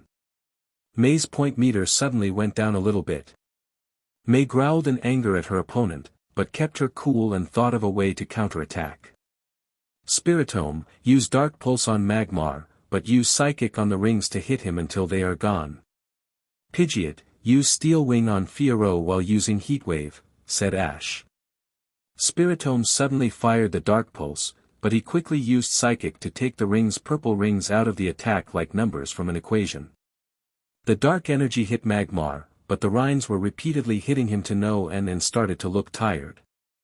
Fiero felt the same as he kept on being hit with multiple red-hot steel wings. the points of May's meter were also going down at a fast rate. As well as that, there was 1:23 left on the clock. "You two, get out of there," panicked May.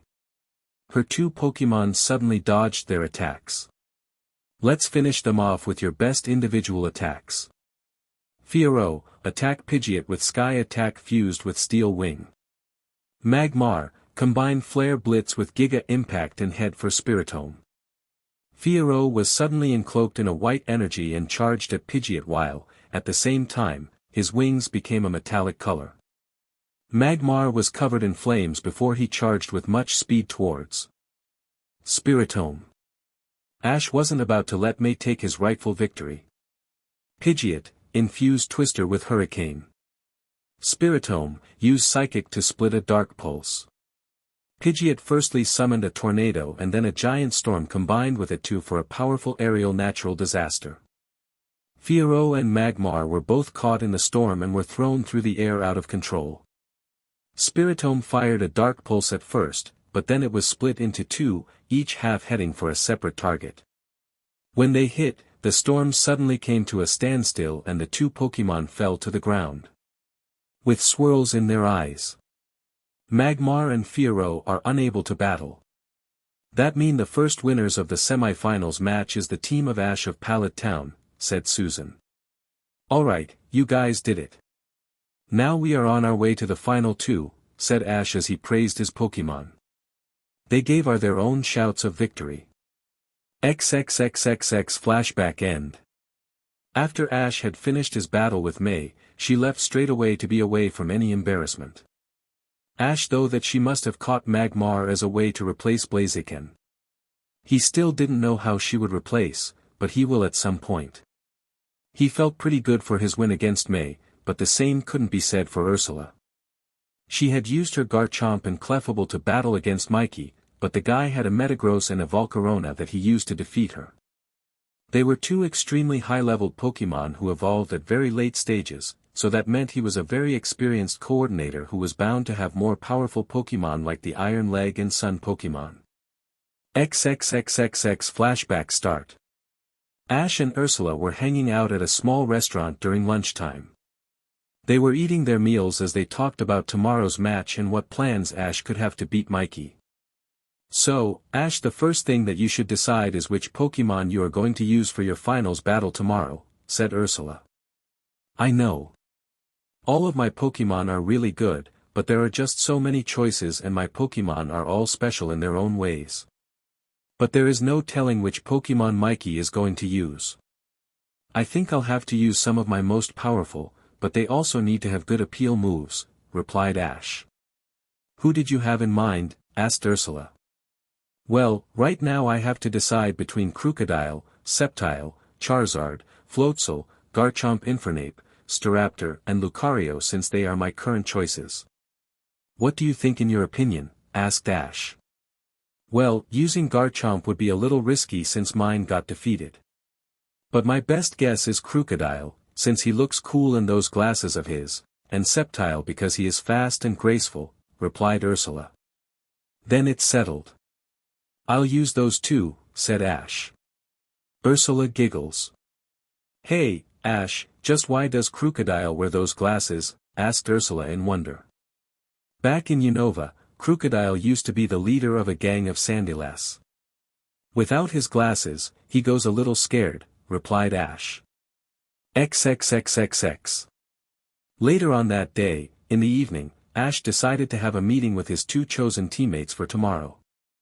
Ursula was already in the apartment while Ash, Sceptile and Crocodile were still outside. "Well, guys, tomorrow is the day to decide it all. Tomorrow we will either be going as winners of the Grand Festival or the second placers. I have chosen you because you both have your own unique character. As well as that, you both seem to like battling strong opponents," explained Ash. Both of his Pokémon listened carefully, not wanting to miss a single detail of tomorrow's match. "Our opponent, Mikey, sounds like he's an experienced coordinator. Today, he used a Metagross and Volcarona to beat Ursula, which means he's bound to have more powerful Pokémon. Those are the kind we like to fight, right?" said Ash. Tile, said Septile. Crocodile, agreed Crocodile. XXXXX. The next day, there was a huge turnout at the stadium. The judges and Susan were at the side of the battlefield, people were crowded at the bleachers, and lastly, the two finalists were in their trainer boxes on the battlefield. Ash was wearing his black suit while Mikey was wearing an aqua blue tuxedo. So I finally get to battle you, Ash. Not bad for a new coordinator to get this far in the grand festival. And I was impressed at the Wallace Cup. I want you to give it your all today because I am not that easy to beat. Good luck, said Mikey with a smile. Thanks, Mikey. You seem like the kind of person who trains hard, and I like that. Good luck to you too, replied Ash. Ladies and gentlemen, it looks like today is the day that decides it all. Ash and Mikey, along with their Pokémon, have performed and battled brilliantly to get to this point, but there can only be one winner by the end of today. Only one will be named this year's Kanto Top Coordinator. Let's give them a round of applause for their excellent efforts, said Susan. The crowd within the stadium blasted out their cheers and applause. Some held out posters and banners for their favorites, while some girls were saying things of affection. So, without further delay, let's begin the battle. The finals battle between Ash of Pallet Town and Mikey of Lumio City will now begin. Each coordinator can use 2 Pokémon and the battle will be over when either side's Pokémon will be unable to battle or when the timer runs out. Coordinators, select your Pokémon, said Susan. Meowstic and Trevenant, Spook M, said Mikey as he threw his 2 Pokeballs. The first one released a storm of golden stars while the other sent black clouds to cover Mikey's field.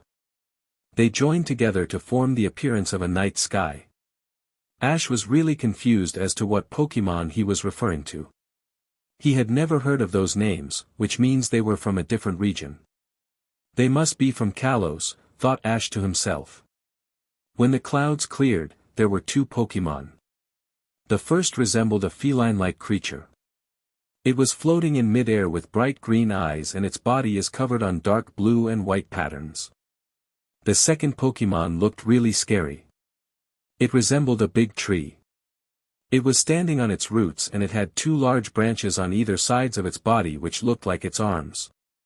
Some black patches were present on its joints and body, leaves were sprouting on the top of it like a regular tree, but the face was the scariest part. There was one large black eye in the middle with a red pupil in the middle. Its mouth was black and looked like it had sharp teeth. Trevenant, said Trevenant. Meow meow, said Meowstic. Softly. Hey, Ash, in case you are wondering, these 2 Pokémon are from the Kalos region. Their names are Meowstic and Trevenant. Meowstic is a psychic type and Trevenant is a dual ghost type and grass type, explained Mikey. Thanks, I've heard about Kalos, said Ash before releasing his Pokémon, Septile and Crocodile, Red Carpet. Septile's Pokeball released a green tornado while Crocodile's threw up small boulders complete with some wind. The 2 Pokémon appear at that moment when the tornado and boulders disappeared. Septile, said Septile as he lowered his arms. Crocodile, shouted Crocodile as he adjusted his sunglasses and gave out the 2-fingered peace sign. And Mikey has decided to go with his Meowstic and Trevenant while Ash has decided to go with his Septile and Crocodile. Coordinators, begin the battle, said Susan as the 5 minutes on the clock began to count down. Crocodile was the one who began the battle since he gave out a small startling roar at his opponents. Trevenant and Meowstic were just then surrounded by a red aura for a split second before returning to normal. And Crocodile's Intimidate ability lowers the attack power of his opponents. A great start for Ash, said Susan as a little of Mikey's point meter went down a little. Meowstic, use Magical Leaf on Crocodile. Trevenant, use Will-O-Wisp on Septile, commanded Mikey. Trevenant used his hands to form out little blue ball of flames and launched them at Septile while Meowstic blasted at Crocodile a small army of glowing green leaves. Crocodile, counter that Magical Leaf with Stone Edge, while Septile, use the same process on Will-O-Wisp with Leaf Storm, said Ash. Sceptile shot a storm of leaves at the blue flames, extinguishing each one as they passed. Crocodile's stone edge shredded through the magical leaf. What was left of the counterattacks hit Trevenant and Meowstick, doing some damage. This caused the Mikey's point meter to go down a little more to 3/4. On the clock it read 4, and Ash makes his special counterattack combos once again. Things look bad for Mikey. Can he make a comeback? Said Susan as Trevenant got back up. Crocodile, use Dragon Claw on Trevenant, and Sceptile, use Agility with Leaf Blade on Meowstick, said Ash. Crocodile suddenly began to rapidly charge at Trevenant with claws glowing in blue while Sceptile took off at a tremendous speed with the leaves on his arms glowing green. Trevenant, use Phantom Force on Sceptile. Meowstick, dodge that Leaf Blade and hit Crocodile with a Hyper Beam, said Mikey in retaliation and confidence. A spiraling black hole suddenly appeared underneath Trevenant and he disappeared into it, and it then closed. Crocodile stopped dead in his tracks, shocked at his opponent's sudden disappearance. Meowstick instantly floated even higher into the air, just narrowly missing the incoming razor-sharp leaves. He then powered up an orange beam from his mouth and fired it. It hit Crocodile square in the chest, sending him flying backwards a few meters on the battlefield. Meanwhile, Sceptile was still on the lookout for Trevenant. Trevenant suddenly floated out of the ground behind Sceptile from the same black hole. Sceptile was just beginning to turn around when Trevenant collided against his back, making Sceptile fall back on his back. And Mikey makes a terrific return in this battle as he's managed to temporarily turn around the tide. Both sides are looking tired, but are not giving in, said Susan. Ash's point meter dropped to slightly below Mikey's and the timer now read 3. Sceptile and Crocodile were soon back on their feet, not wanting to give up. Alright, guys. Are you still okay to continue? Said Ash, his Pokemon gave nods. That's great, you too. Trevenant, Meowstick, let's finish this. Trevenant, first use Sunny Day and then fire a solar beam at Crocodile. Meowstick, send a rapid-fire focus blast at Sceptile. While Trevenant sent a small sun into the sky, Meowstick began to send blue orbs directly at Sceptile. Trevenant then released a beam of green energy at Crocodile. These moves are guaranteed to give me victory, thought Mikey. The clock now read 3. Sceptile, use Frenzy Plant to block all those focus blasts and then use them to hold Meowstick in place. When you feel recharged again, hit him with your own solar beam. Crocodile, use Dig to evade that solar beam and use Crunch on Trevenant. If he's still standing, use Outrage, said Ash. Mikey was completely taken off his guard when he heard this. Unbelievable. I know my Pokemon are strong, but his are capable of much better things. Sceptile gave a loud stomp on the ground before a huge array of thorned vines sprouted in front and protected him. He suddenly fell onto one knee, feeling weak, but wanting to go on. Crocodile started to use his claws to dig a big hole in the ground, the solar beam missing its mark. He suddenly burst out of the ground without warning, his teeth glowing white, and bit right down on Trevenant's arm and swung him right down on the ground. He groaned in pain, but still got back up. Meanwhile, Sceptile felt greatly refreshed and jumped into the air. When he caught sight of Meowstick all tangled up within the vines, he used the still active Sunny Day to quickly fire his own solar beam. When it hit Meowstick, an explosion occurred and smoke covered the entire scene in Crocodile's battle. With Crocodile, he was covered in a purple aura, showing the activation of Outrage. He began thrashing Trevenant with his body, head and claws. When the smoke cleared, the battle was over. Meowstick was no longer floating and Trevenant wasn't on his roots. They were completely slumped on the ground, with swirls in their eyes. And there you have it. With only 3:01 left on the clock, Trevenant and Meowstick are unable to battle. That means that victory goes to Sceptile and Crocodile, and the Kanto top coordinator for this year is Ash Ketchum of Pallet Town, said Susan with joy in her voice. At this moment, a mixture of emotions were going through Ash's head. He had just won the Kanto Grand Festival on his first try at his new coordinating career while all his other former traveling companions hadn't won any yet. He knew that if he kept on training well, he could win all regional Grand Festivals in no time. With some help from Ursula, of course. The crowd were cheering for him. They were all chanting his name, some were admiring his Pokémon and clapping. The judges clapped with smiles on their faces. Mikey returned his Pokémon and walked up to. "Well, Ash, it looks like you have won the Grand Festival this year."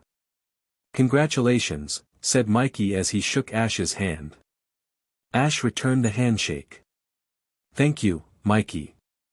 You did exceptionally well yourself." "It was really great to battle a coordinator as strong as you," said Ash, "and I hope we can battle someday again." "That is something that will be guaranteed, my friend. I guess I'll be seeing you around sometime," said Mikey as he turned to leave. "Yeah. I'll see you later," said Ash as he waved to his friend. Mikey waved back before going through the curtain to the waiting room. "Ash, would you come with your Pokémon to the center of stage to meet with the judges?" said Susan. Ash, Sceptile and Crocodile walked up to the center as they were told. There, Mr. Tsukizo, Nurse Joy, Susan and Mr. Contesta were waiting for him. Mr. Contesta was holding a polished gold-colored trophy that looked like any regular one, but it had a turquoise and white ribbon embedded on the front of it with a Pokeball picture in the middle. "Well, Ash, congratulations on winning your first Grand Festival. You should be proud of yourself and your Pokémon since you worked together to bring out their elegance, power and beauty," said Mr. Contesta. "I am, and thank you, sir. I don't plan on stopping anytime soon and I'll be sure to win every regional Grand Festival," said Ash. "Well said," replied Mr. Contesta gladly, "so I hereby present to you your token of proof for winning the Grand Festival, the Kanto Ribbon Cup." As Ash received the trophy from Mr. Contesta, Susan made her final Grand Festival announcement. "Well, there you have it, folks. This has been a very delightful Grand Festival this year. But before we conclude it, let's give out one last great round of applause to this year's Kanto Top Coordinator, Ash Ketchum. XXXXX. Back at Pallet Town, Delia, Professor Oak and Tracy were watching the Grand Festival through at the Ketchum residence. Tracy heard from Professor Oak and Delia about what Ash's former friend said about him. He was angry. He thought that he was a great trainer and was impressed when he defeated Drake back at the Orange Islands. Ever since Tracy came back from a holiday in Johto and Ash had entered his first contest, they had been watching all of Ash's performances and were truly happy, especially Delia. When they saw the Wallace Cup and Ho-Oh being used, Professor Oak was amazed by the power that Ho-Oh possessed. But now they more proud than ever to see Ash as the Kanto Top Coordinator for this year. Delia had tears in her eyes of joy for her son. XXXXX. Back at the Indigo Plateau, a certain trio of Team Rocket agents were watching from the stands in disguises as Ash got his trophy and was continually harassed with newspeople, fans and camera flashes. What Ash didn't know was that they have been watching all of his contests, the Wallace Cup and now the Grand Festival. Jessie was truly outraged and jealous by this. She had almost 2 years of experience of coordinating in Sinnoh, Kanto, and Hoenn, but Ash had less than a year and he had just won something she could. The title of top coordinator. It was like pure torture to see her enemy take something that she thought she rightfully deserved. That should be me down there. The twerp doesn't deserve the title. I'm a great actress and an experienced coordinator unlike him. Why is it that he gets all the fame while I get the cold shoulder, said Jessie. Jessie, I hate to admit this to you, but Ash, right now, is a lot more experienced at any form of Pokémon battling and coordinating than you ever have been. With his growing team and support from Ursula, he'll go very far. The way I see it, you are not an experienced coordinator, actress or anything famous. You are nothing more than just a complete phony, said Caleb calmly. Jessie turned in his direction and growled. Nobody had ever called her a phony before and that was insultive to her reputation. The trio then left the stadium, but Jessie was looking forward to hitting Caleb. XXXXX. Ash held the trophy up high as the crowd started to cheer. Some news reporters and photographers went up to him to interview him, and take pictures of him with his Pokémon. Some kids and fans were coming up to him for autographs. After about an hour, everyone was gone and the stadium was silent. Ash and Ursula were beginning to walk from the stadium on the dirt road back to Pallet Town. With his trophy in hand and his Pokémon to thank for, Ash was happy. "Congratulations again, Ash," said Ursula. "Thank you again, Ursula," said Ash with a laugh. "So, Ash? What are we going to do now?" "The Kanto League isn't for another month," asked Ursula. "I'm going to take you to Pallet Town. I was wondering if you wanted to meet my mom and Professor Oak." "It's really great there," replied Ash. "That would be great," said Ursula. "In that case, to Pallet Town." Chapter 9, The Kanto Journeys Part 2. 2 days after the Kanto Grand Festival had concluded, Ash and Ursula were back in Pallet Town. Pikachu was sitting on Ash's shoulder while Ursula was carrying Manaphy in her arms. Ash was also holding a cardboard box, which had the ribbon trophy inside. Over the 2 days, not much happened on their walk. They had passed a couple of minor towns where they stopped at Pokémon centers to rest at night and to restock on some supplies. But the duo got a little harassment out of the public. There were large groups of children, teenagers and adults who wanted to see the duo in the flesh. Adults would congratulate them for their successes, children would ask for pictures to be taken with them and some autographs, but they felt a little disturbed by the teenagers. The boys would ask Ursula to go on a date with them while the girls would ask Ash the same question. The duo would always give them the same answer. "No, thank you. I already have my sights set out on somebody else," they would both say. The teenagers felt a little jealous and dejected by this, but they would soon later understand. When Ash and Ursula said about somebody else, they actually secretly meant each other. As they walked back into the streets of Pallet Town, they noticed that there were some villagers in the open. Some of the adults congratulated the Ash and Ursula while the children went up close to say their congratulations to two of their favorite teenage inspirations. Ursula thought. "But why do I get a funny feeling that we are about to get a huge surprise out of the dullness?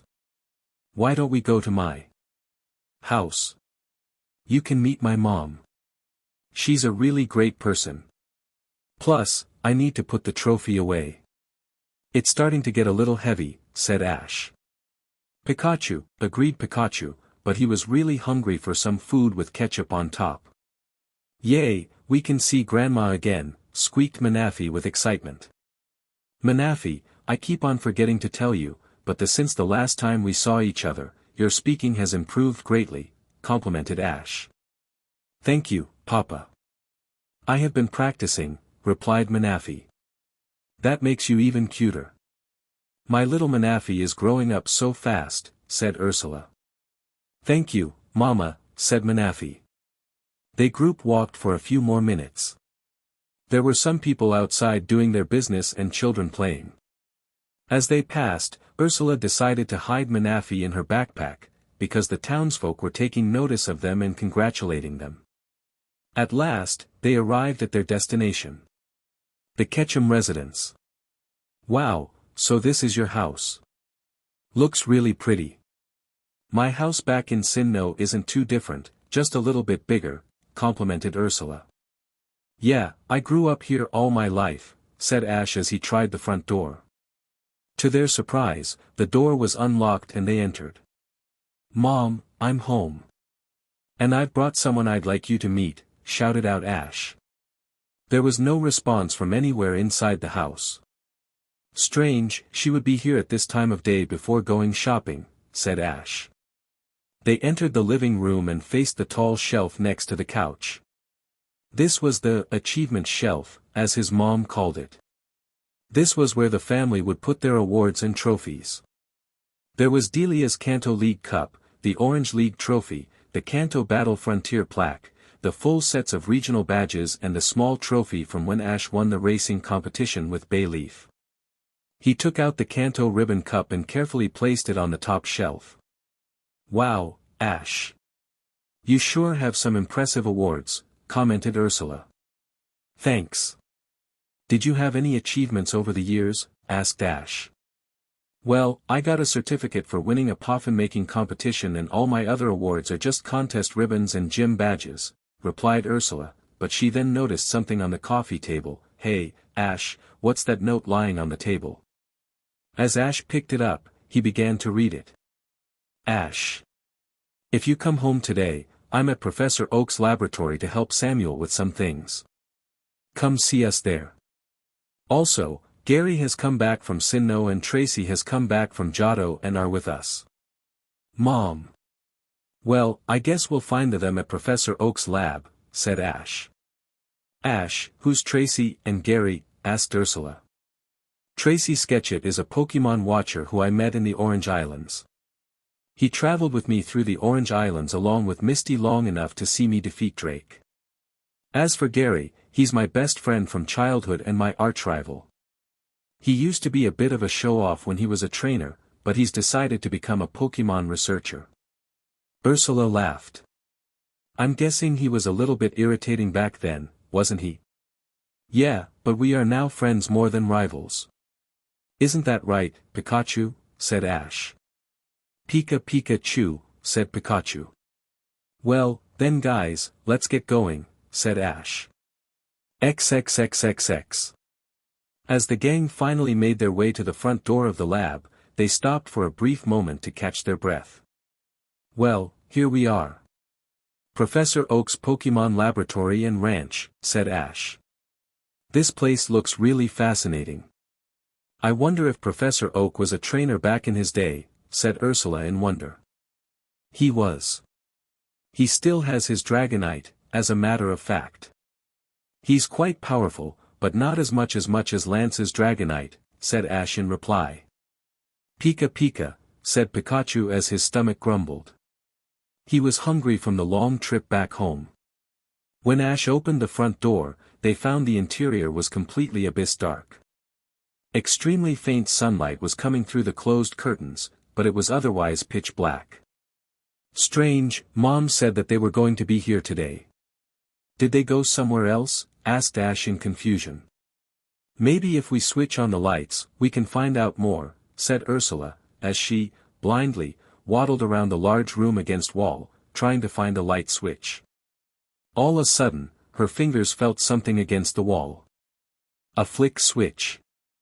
Ash, I found a switch, exclaimed Ursula as she switched on the lights. The moment the room came to light, Ash, Pikachu, Ursula and Manaphy were suddenly surprised by a loud shout that belonged to four familiar figures. Surprise, shouted Gary, Professor Oak, Delia and Tracy as they jumped out from behind a sofa.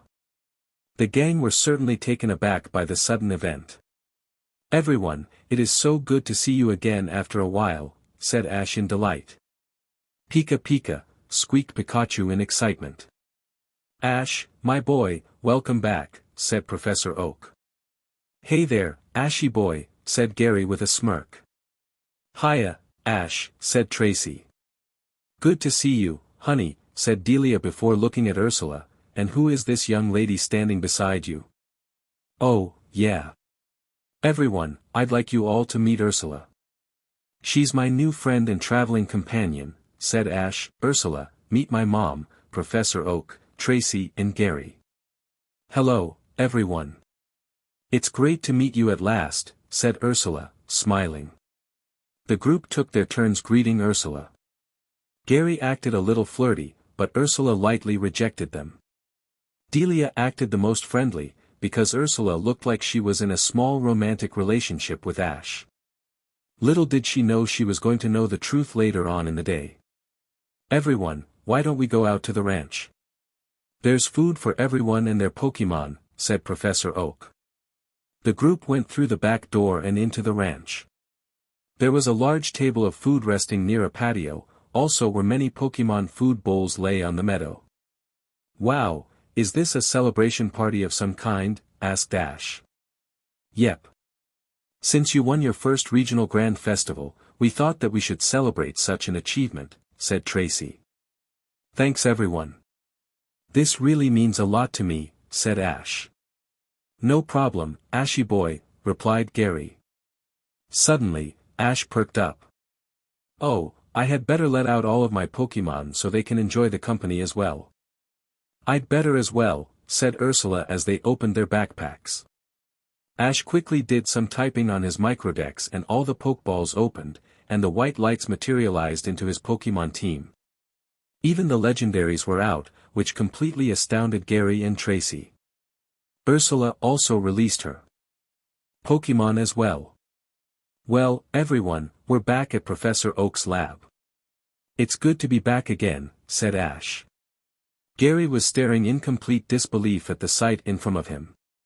Not just because Ash now had more powerful Pokemon than he ever did. It was because Ash had 14 legendary Pokemon. Tracy was busy sketching them down on separate pieces of drawing paper. Well, Ashy boy. I guess Gramps was telling the truth after all. You do have legendaries on your team, not just Ho-Oh and Manaphy, said Gary. I'll take it that you saw the Wallace Cup competition, asked Lugia.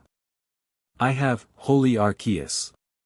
A legendary Pokemon just spoke to me, exclaimed Gary in utter surprise. He looked like he was going to faint from happiness. Keldeo walked over to Ash and whispered something. Is your friend all right? Sometimes, I wonder about him. He can be a bit eccentric, replied Ash. Well, it certainly is a great opportunity to meet more close friends of Ash, said Darkrai. Ash, how on earth did you catch all these legendary Pokemon? Asked Tracy, not taking his eyes off them. These are all the legendary Pokemon who I became great friends with. When they found out what happened with my former friends, they wanted to come with me on my new journey. You remember Lugia, right? Said Ash. Oh, yeah. Is that the same Lugia we met in the Orange Islands? Asked Tracy. Indeed it is I, Tracy. It is good to see you after all this time, replied Lugia. Gary suddenly caught sight of Sylveon. Ash, which Pokemon is this? I've never seen it before. That's Sylveon. It's a fairy-type Pokemon from the Kalos region. I won her at the Celadon City Pokemon Tournament some time ago, explained Ash. The Kalos region, huh? Sounds like an interesting place to visit, said Gary. That's why Ash and I are going there on a journey after we finish the Kanto League, said Ursula. By the way, Gary, are you here to participate in the Kanto League as well? Asked Ash. That's right. I thought I might as give the league another try. Even I need a break from doing a lot of research in Sinnoh, said Gary. His Umbreon suddenly ran up beside him and sat on the ground, nuzzling his leg. Well, how about we talk more over some food and refreshments? I've finished feeding all the Pokemon, said Professor Oak. Okay, said the gang simultaneously. XXXXX. Unbeknownst to them, Jessie, Caleb and Meowth were once again spying on their target from the forest nearby. Jessie was busy typing on a computer while Caleb was photographing Ash's Pokemon. Giovanni suddenly came up on the screen, facing the trio. Jessie, Caleb and Meowth, how is the mission going? Asked their brown-haired leader. Good, sir.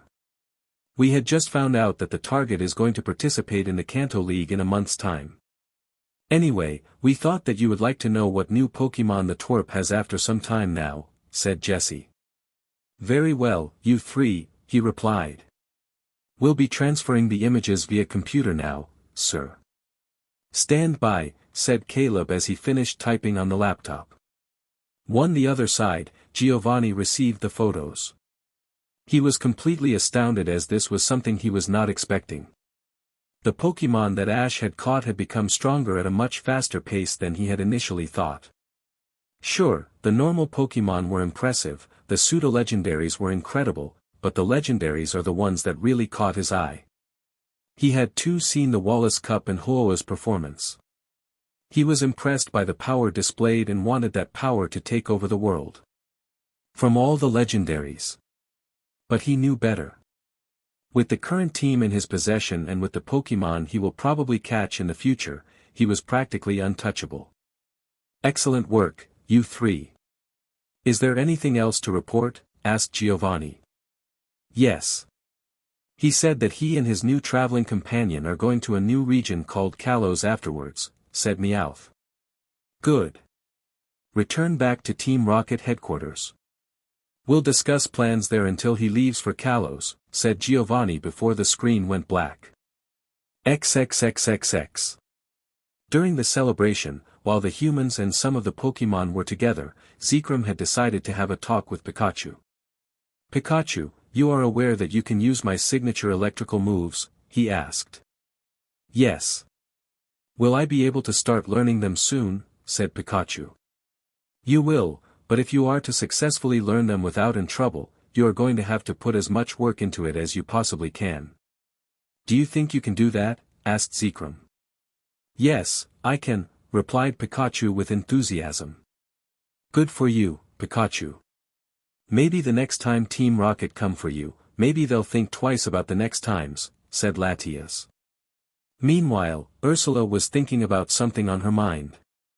She wanted to tell someone how she felt for Ash ever since she reunited with him, but she was too embarrassed to tell anyone anything, even now. It was too early for her. Then she realized there was someone who she can talk to.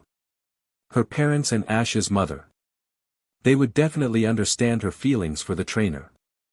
She just had to find the right time. Excuse me everyone, I'll be back in a second. I need to make a quick phone call, said Ursula as she dashed into the laboratory. Okay, said the others. Delia, however, got a little bit suspicious about her actions and kind of knew where this was all going. She slowly began to follow Ursula when she disappeared. Inside, Ursula had just finished typing the number for her house back in Sinnoh. I rang for a few seconds until the monitor came to life and it showed two people. The first one was a light-skinned woman who was in her early 30s. She had emerald eyes, maroon hair, light red lipstick on the lips, a clean face, wearing 2 diamond earrings and a smile on her mouth. She was also wearing a blue indoors dress with a white apron.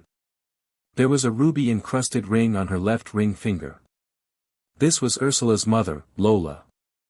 The second face was a man who was in his mid-30s. He had a completely shaved face, turquoise eyes, and brown hair. He was wearing his regular Battle Palace attire that consisted of brown combat boots, blue jeans, a black button-up shirt and an open jacket. He was wearing a sapphire-studded ring on his right ring finger. This was Ursula's father, William. Hello, said Lola. Hi there, Mom and Dad, said Ursula with excitement. Hello, dear, said Lola quickly with the same amount of excitement. Ursula, honey, how's my little girl doing in Kanto? Said William. I'm doing great, Mom and Dad. How's everything back home? Asked Ursula. Everything is fine, sweetie. I've been having fun teaching at the nursery school and your father has been getting lots of challengers at his Battle Palace. We saw you on TV at the Kanto Grand Festival and we're very proud of you for making it so far, said Lola. Thanks, but I guess I owe everything to Ash, said Ursula nervously. Ash? Ash Ketchum? The boy who had a ho-oh and the winner of the Wallace Cup and Kanto Grand Festival, asked William, raising an eyebrow. Yes, he's my new traveling companion and he's a great teacher when it comes to battling, said Ursula. Oh, is he? Has he been treating you well and keeping you safe from harm? Asked William like he was confronting Ash. Of course he has, Dad. He's my new best friend as well.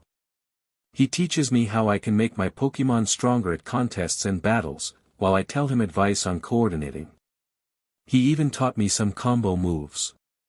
We have been together since we met in Viridian City, said Ursula reassuringly. That's great to hear, honey. It's good to hear you've made such a promising friend. Where are you calling from? Asked Lola. I'm calling from Professor Oak's lab in Pallet Town. This is where Ash was raised and where he began his journey, replied Ursula. Okay. So when are you coming back home? Asked William. Actually, I'm going to participate in the Kanto League in a month's time, said Ursula. The Kanto League? Why the new decision, Ursula? I thought you wanted to be a coordinator, said Lolo in confusion. I do, but I want to win as many leagues as possible to make my Pokémon stronger. Ash and I are both coordinators and trainers, so we help each other and have the same goals. After the Kanto League finishes, I'm going to a region called Kalos to participate in its league and grand festival with Ash, explained Ursula. Good for you, honey, said William. Mom, Dad, there is also one other thing I want to talk to you about, said Ursula. What is it, sweetie? You can tell us, said Lola. During the time I had traveled with Ash, I had started to develop feelings for him. Mainly because he's smart, determined and hardworking. At this point, I have come to a point where I like him, said Ursula. Unknown to her, Delia was listening to every word at the door. She was really happy that a girl actually loved her son at such an age and in such a short time. Honey, that's wonderful news. Ash sounds like a really remarkable boy, so I think you two would be great together. And I'm sure he feels the same way, said Lola. I know. But I don't know if he feels the same way, said Ursula. Honey, while you were traveling with him, did you ever see him blush when you two talked together, talk nervously or stutter, asked William. Well, that has happened a lot of times during our journey, but what does that have to do with anything, said Ursula. It means that he likes you as well, but he's too scared to admit it. I felt the same way about a year after I met your mother. I didn't have the courage to admit that I liked her, said William. Well, you did eventually, and because of your confession, we are a happy family now, said Lola as she kissed William. So, you see, sweetie, Ash does feel the same way, but is too nervous, said William. Thank you, Mom and Dad. I really appreciate your help and I hope that he says it before I do, said Ursula. I'm sure he will, sweetheart, said Lola.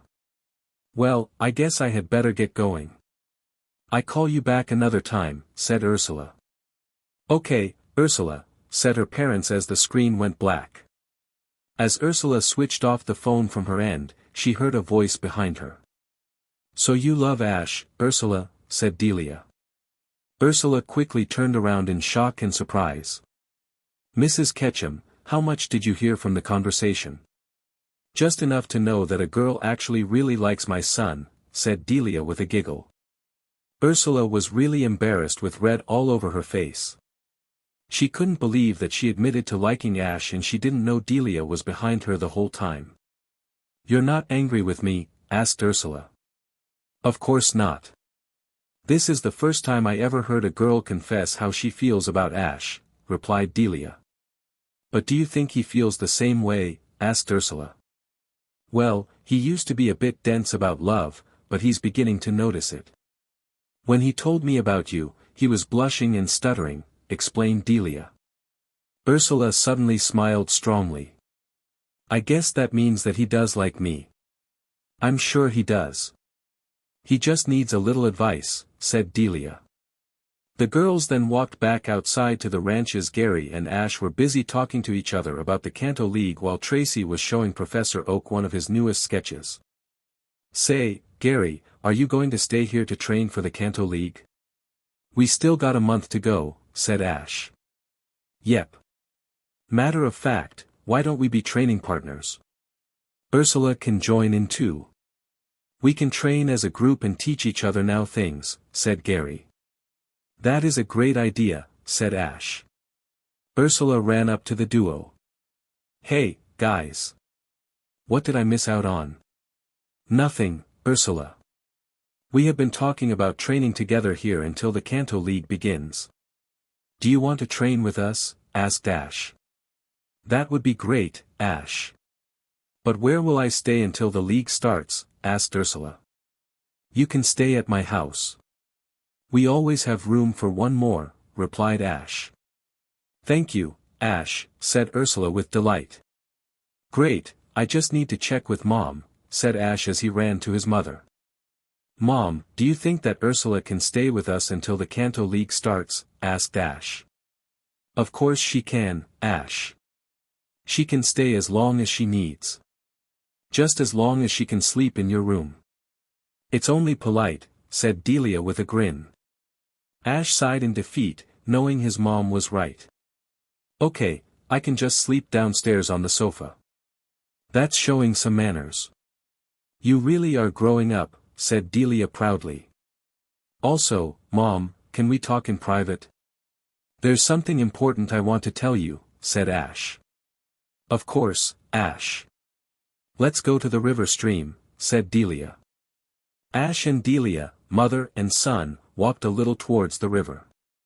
When they arrived, there were some Pokemon playing in the water. They noticed the humans, but soon went back to playing together.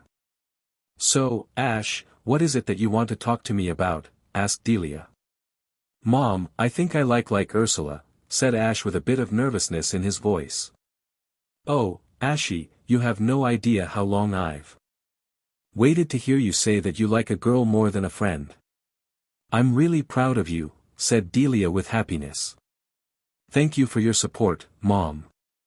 But I'm worried that she might not like me back the same way, said Ash, worriedly. Ash, you won't know that if you don't tell her how you feel, said Delia. I guess so, but how do I tell her, said Ash. I have an idea. When you are 2 months into your journey in Kalos, why don't you tell her? It seems like an appropriate time and it would be good in a new region, said Delia. Great idea, Mom. I do that. Thanks for the advice, said Ash. You're welcome, said Delia. They then returned to the celebration with the other Pokemon and people. For the rest of the day, the gang talked, ate, and even had a few Pokemon battles before calling it a day. XXXXX. For the following month, there has been much activity going on at Professor Oak's ranch. The team of Ash, Ursula and Gary had been training excessively hard for the upcoming league. For Ash, this was a chance for him to redeem himself at the battlefield of the Indigo Plateau once more after what happened the last time he battled in the league. When Charizard had disobeyed him at the battle against Richie. But this time, Charizard had been training with Giratina in Viridian Forest to make sure that he is not just ready, but to make up for what he did all those years ago. And this time, he was going to listen and win. Ursula knew this as an opportunity to make her Pokemon even stronger for any future battles or contests. She even announced that she was going to try and win all the regional leagues, not just the Kanto League. Another thing that the gang had discovered about the bigger legendary Pokemon was that they had the unique ability to make themselves look like humans in disguise, just like Latias. Jirachi, Manaphy, Victini, Azelf, Shaymin, Meloetta and Keldeo can change too, but they stayed in their original forms. Ho-Oh usually took the shape of a young woman with light orange hair in her early 20s and wears a short skirt that has rainbow glitter on it, white sneakers, and an orange shirt.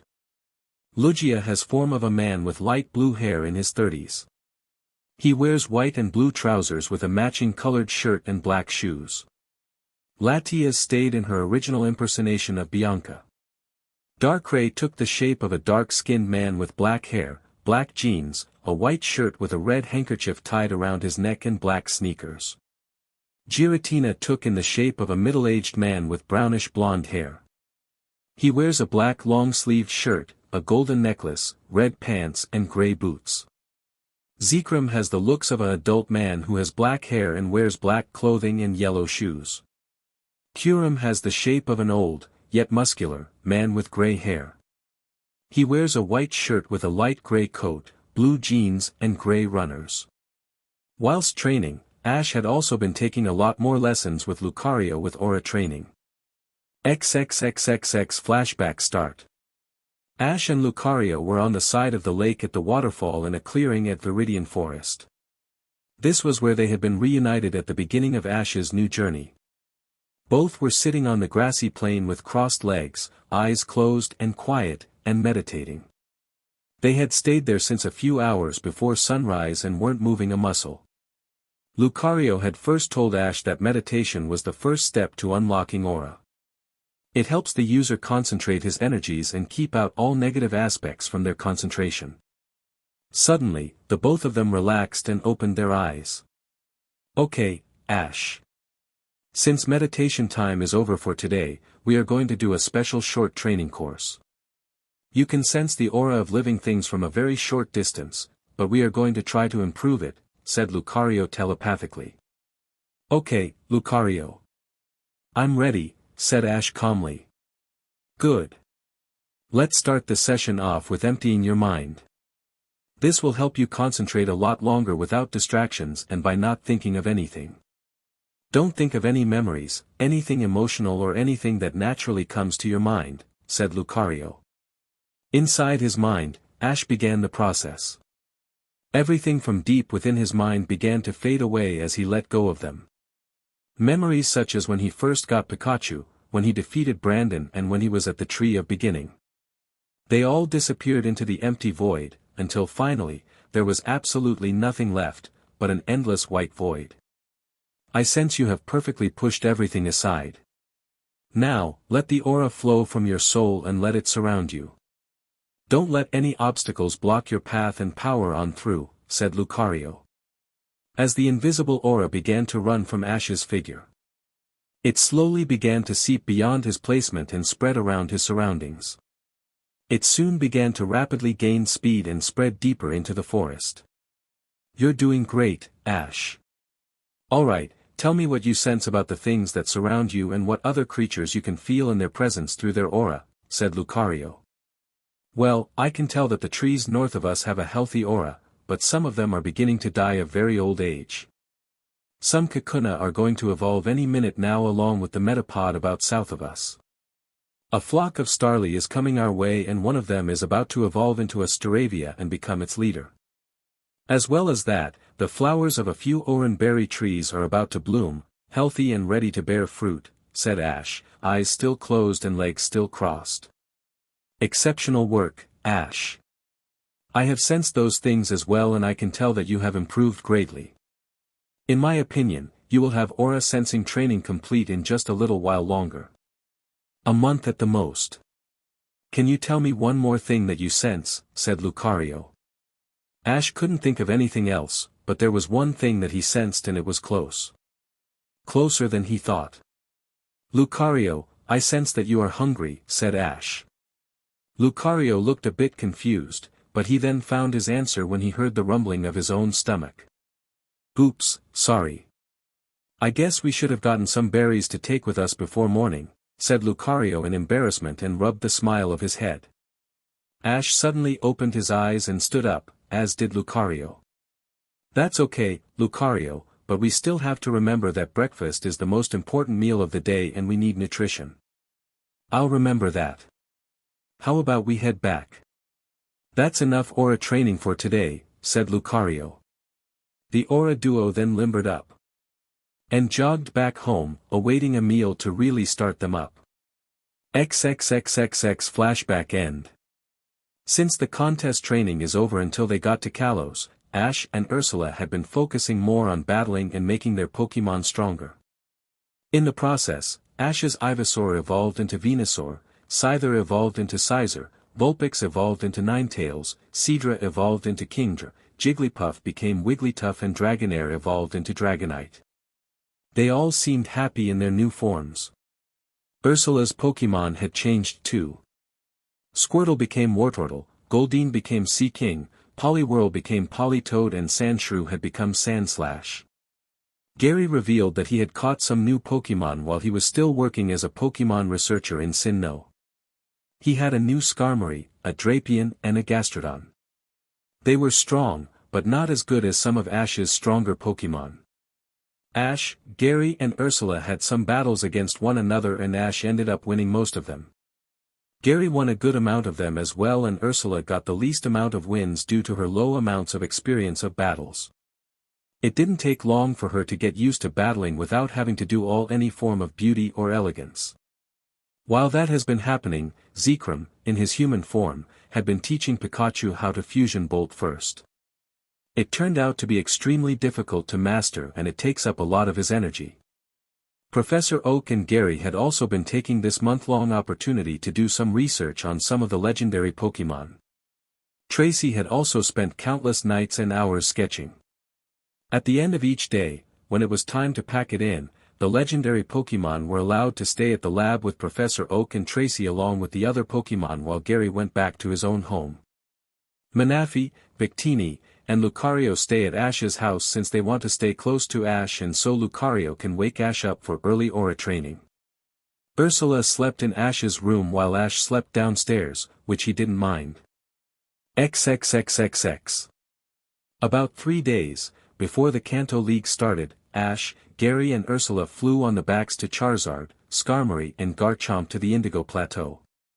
Before they left, Ash had regathered his Pokémon while Ursula and Gary gathered theirs. Professor Oak and Ash's mother wished them luck at the league. Latias, Manaphy, Victini and Meloetta had decided to stay outside of their Pokeballs. When they arrived on the next night, there was a big turnout already. At least 100 trainers had turned up with some strong Pokémon. Ash thought if that there was already this many people here, who knows how many more would turn up in the next few days.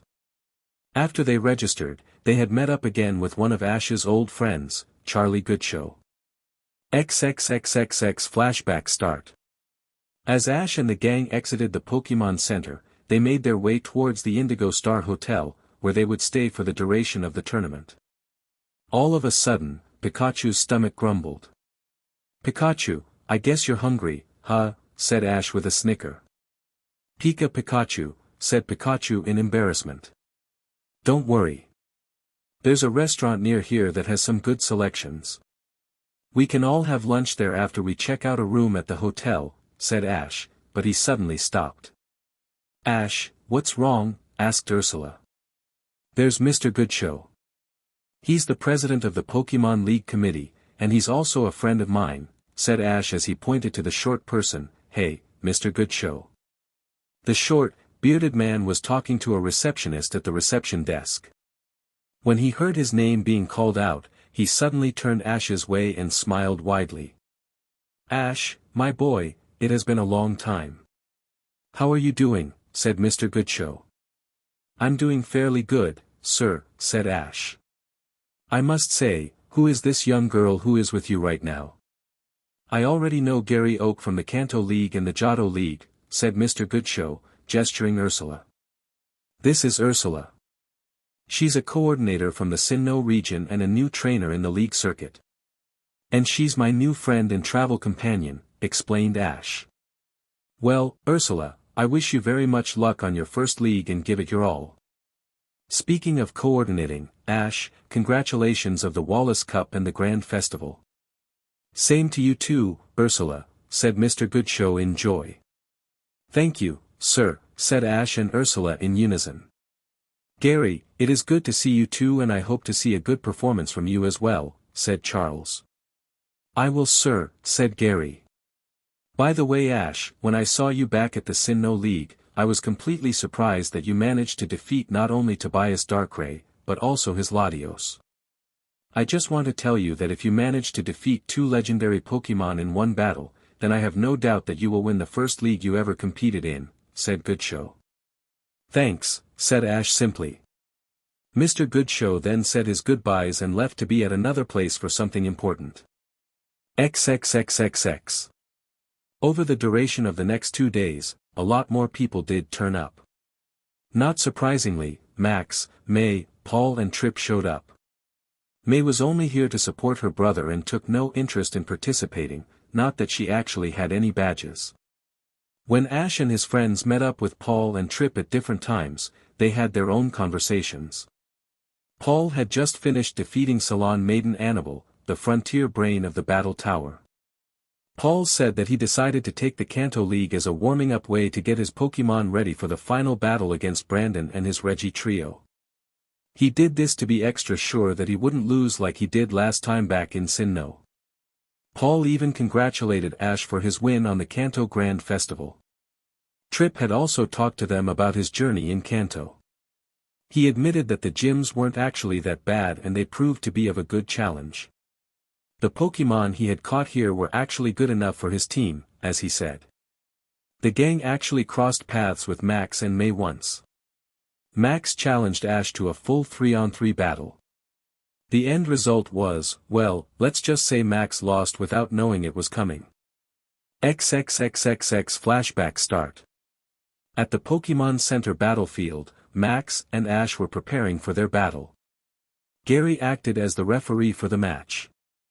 There was a crowd of people gathered at the two benches to watch. Ursula was with them and May was on the other bench. After Gary said the necessary details for the battle, the match soon began. "Shelgon, let's do it," said Max as she sent out his dragon Pokemon. "Shelgon," said Shelgon. "Charizard, I choose you," said Ash as he released his fire starter. "Rarg," roared Charizard. "Shelgon, begin with Hyper Beam," said Max. Shelgon charged up a orange sphere of energy in front of him and fired it at his orange opponent. "Charizard, dodge that by flying up and counter-attack with Dragon Rush," said Ash. Charizard flew up high, easily dodging the attack. Shelgon stood there, completely immobilized.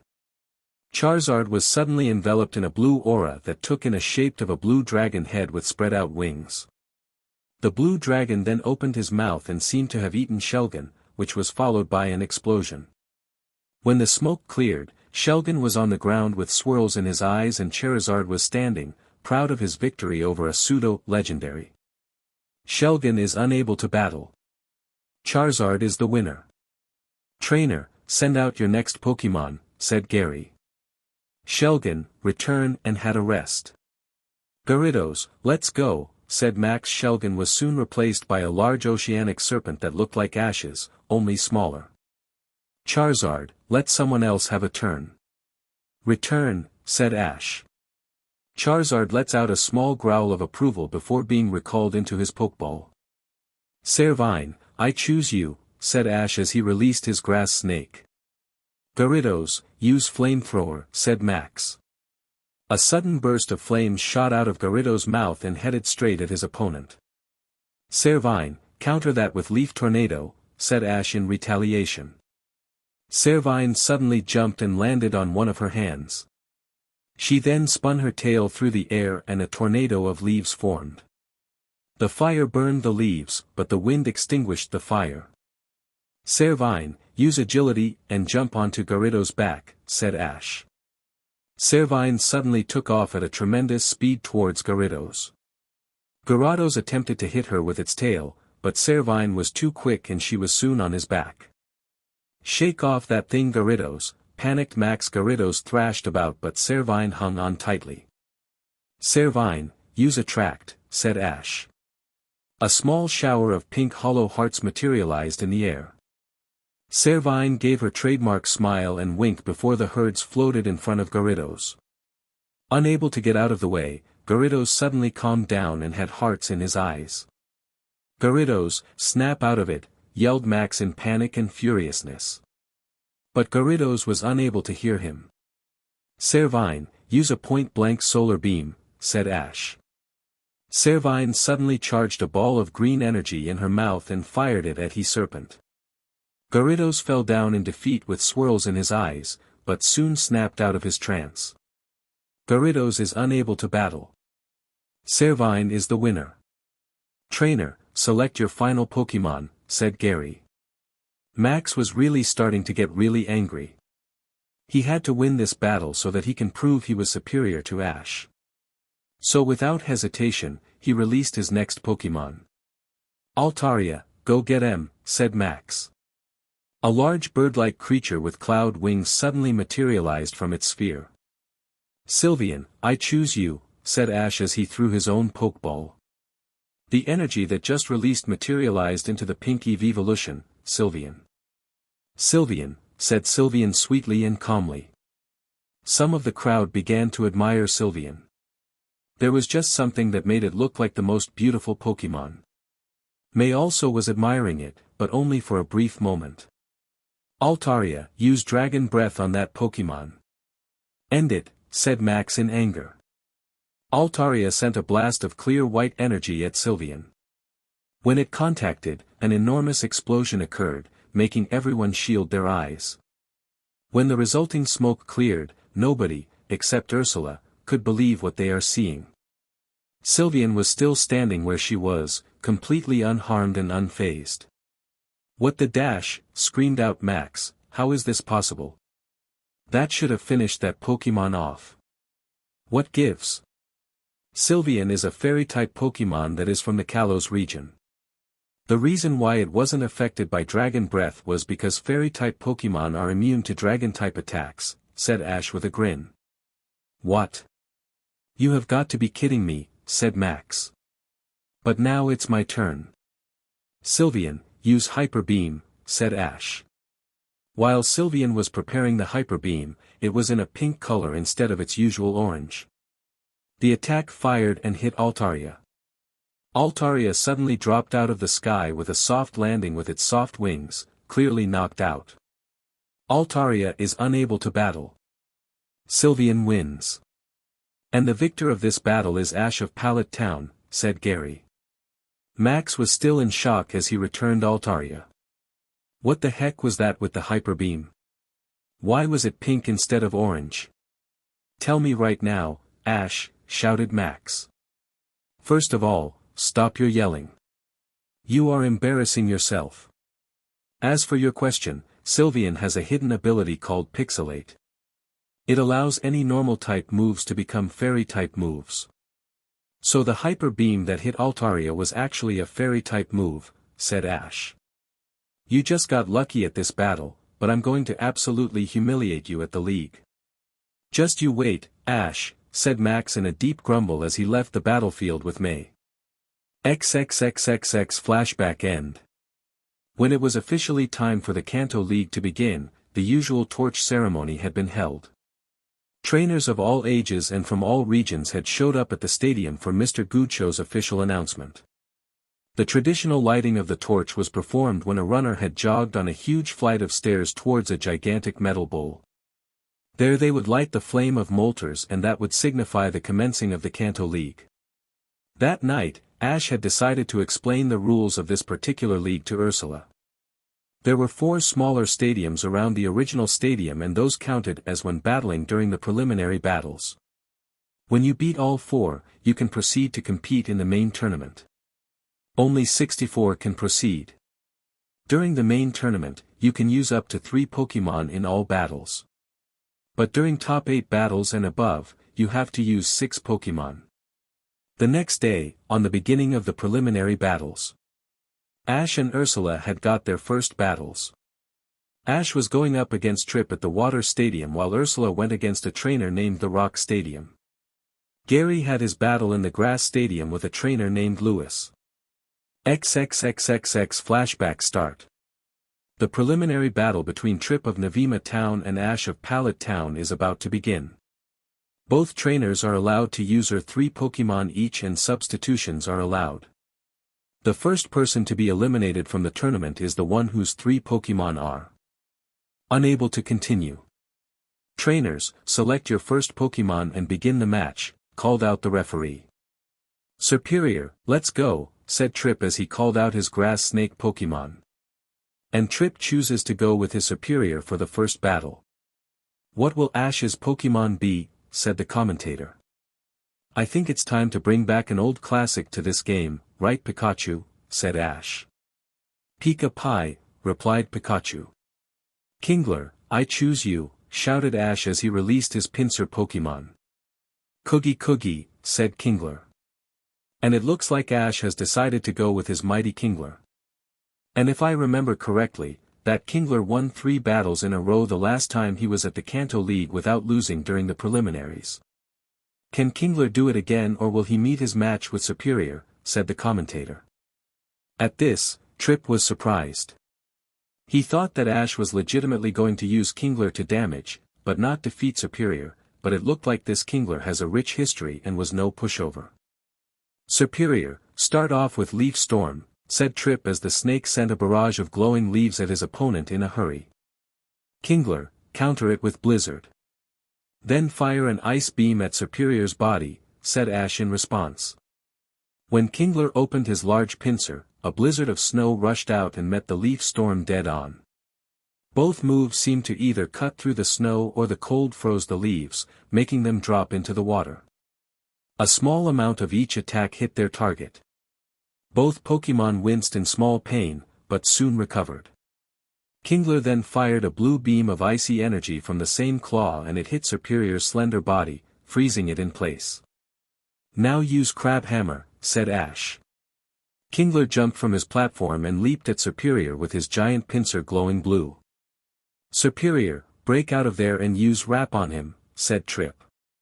Superior suddenly broke out of its icy prison and dodged the incoming pincer. He then wrapped his body around Kingler and began to squeeze tight. Kingler was starting to feel pain, but he stayed strong. "Now fire a solar beam," said Trip. Superior readied a green orb in his mouth. "Kingler, use Guillotine," said Ash. Kingler's pincer suddenly glowed white and then pinched down. Superior roared in pain as Kingler flung him into the water. Superior then resurfaced with swirls in his eyes. Superior is unable to battle. Kingler is the winner. "Red Trainer, send out your next Pokemon," said the referee.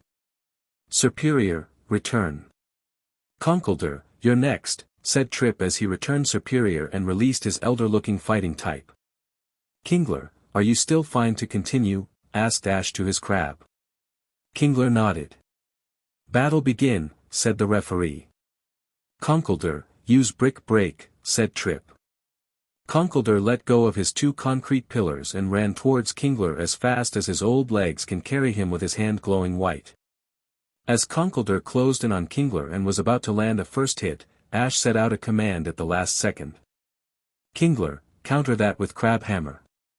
Then dive into the water."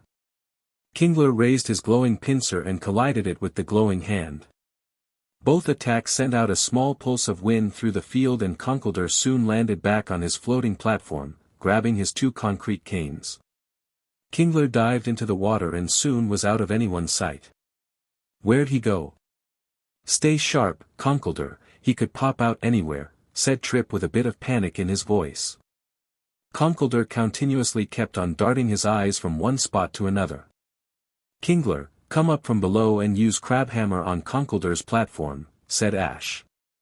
All of a sudden, the platform that Conkeldurr was standing on has hurtled into the air a few feet by a large glowing pincer from beneath. Conkeldurr landed into the water. Even though his pillars were heavy, he paddled his feet to remain afloat. "Conkeldurr, try to swim to the nearest platform for safety," said Trip. "Kingler, dive into the water once more and end this with an uppercut Crab Hammer from below Conkeldurr," said Ash. Sinkeldurr swam for Kingler's platform, but his attempts were futile as he was too slow. Kingler was underwater and quickly resurfaced at Conkeldurr's position. He bashed his glowing blue pincer against Conkeldurr's jaw, making him fly out of the water and landing on his platform. He was laying there with spirals in his eyes. Conkeldurr is unable to battle. Kingler wins. "Red Trainer, send out your final Pokemon," called out the referee. "Folks, it looks like Kingler is still standing and not about to give in anytime soon like last time. Let's see what Pokemon Trip has left for us to see," said the commentator. "Magneton, battle time," said Trip as he released his own Magnet Pokemon. "And it looks like Kingler is up against his final foe, Magneton. Magneton may have an advantage, but it seems like Kingler is stronger," said the commentator. "Magneton, use Thunderbolt," said Trip. A sudden surge of yellow electricity escaped from Magneton and headed straight for Kingler. "Kingler, counter that with Water Gun," said Ash. Kingler fired a torrent of water from his mouth at the Thunderbolt. The two attacks exploded on impact. "All right then. Magneton, charge in with a Giga Impact," said Trip. Magneton soon became coated with a purple veil and took off towards Kingler at a fast-paced speed. "Kingler, when Magneton gets close, quickly grab him with Vice Grip," said Ash. Kingler waited for his opponent to get close enough. Trip made out a smirk but that was soon cut short, when Kingler grabbed him with his larger panst and gripped down hard. "Now finish him off with a Hyper Beam at point-blank range, Kingler," said Ash. "Get out of there, Magneton. Try to break free," said Trip. But Magneton's escape attempts were futile. The orange orb that was powering up within Kingler's pincer fired, blasting Magneton out of his pincer and sent him flying into the water. He re-emerged with swirls in his 3 eyes. Magneton is unable to battle. That means Kingler is the winner and the victor of this preliminary battle is Ash Ketchum of Pallet Town, called out the referee. And there you have it, folks. Kingler has once again proven his water-type superiority by winning 3 full battles. Even at some great disadvantages, he managed to pull through and keep his title, said the commentator. The crowd began to cheer for the winning duo, still amazed that Kingler still won another 3 battles. Kingler, great job. I'm proud of you, said Ash as he jumped on Kingler's platform and embraced him in a hug. Kugi Kuu, said Kingler in joy as he wrapped his pincer against his trainer.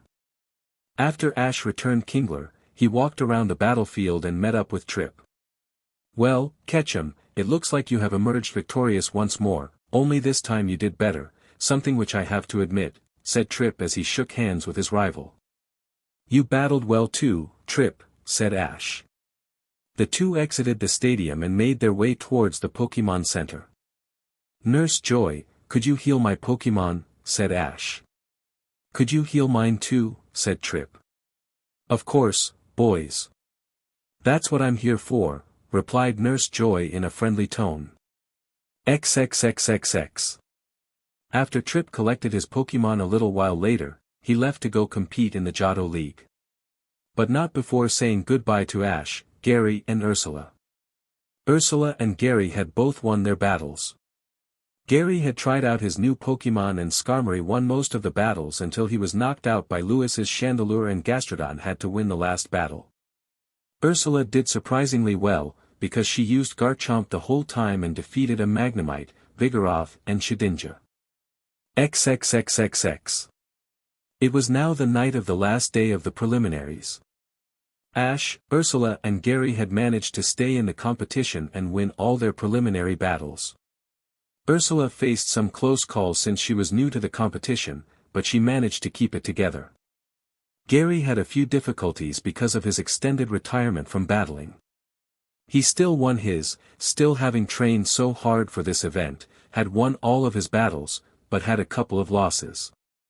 In his 3rd battle in the rock field, his Snorlax had lost to a Golurk, and in his 4th battle at the grass field, Butterfree lost to a Mandibuzz. Max didn't face any of the 3 trainers. He won his battles only at the last minute because he had saved his powerhouses for the last and they had just managed to pull through with victory.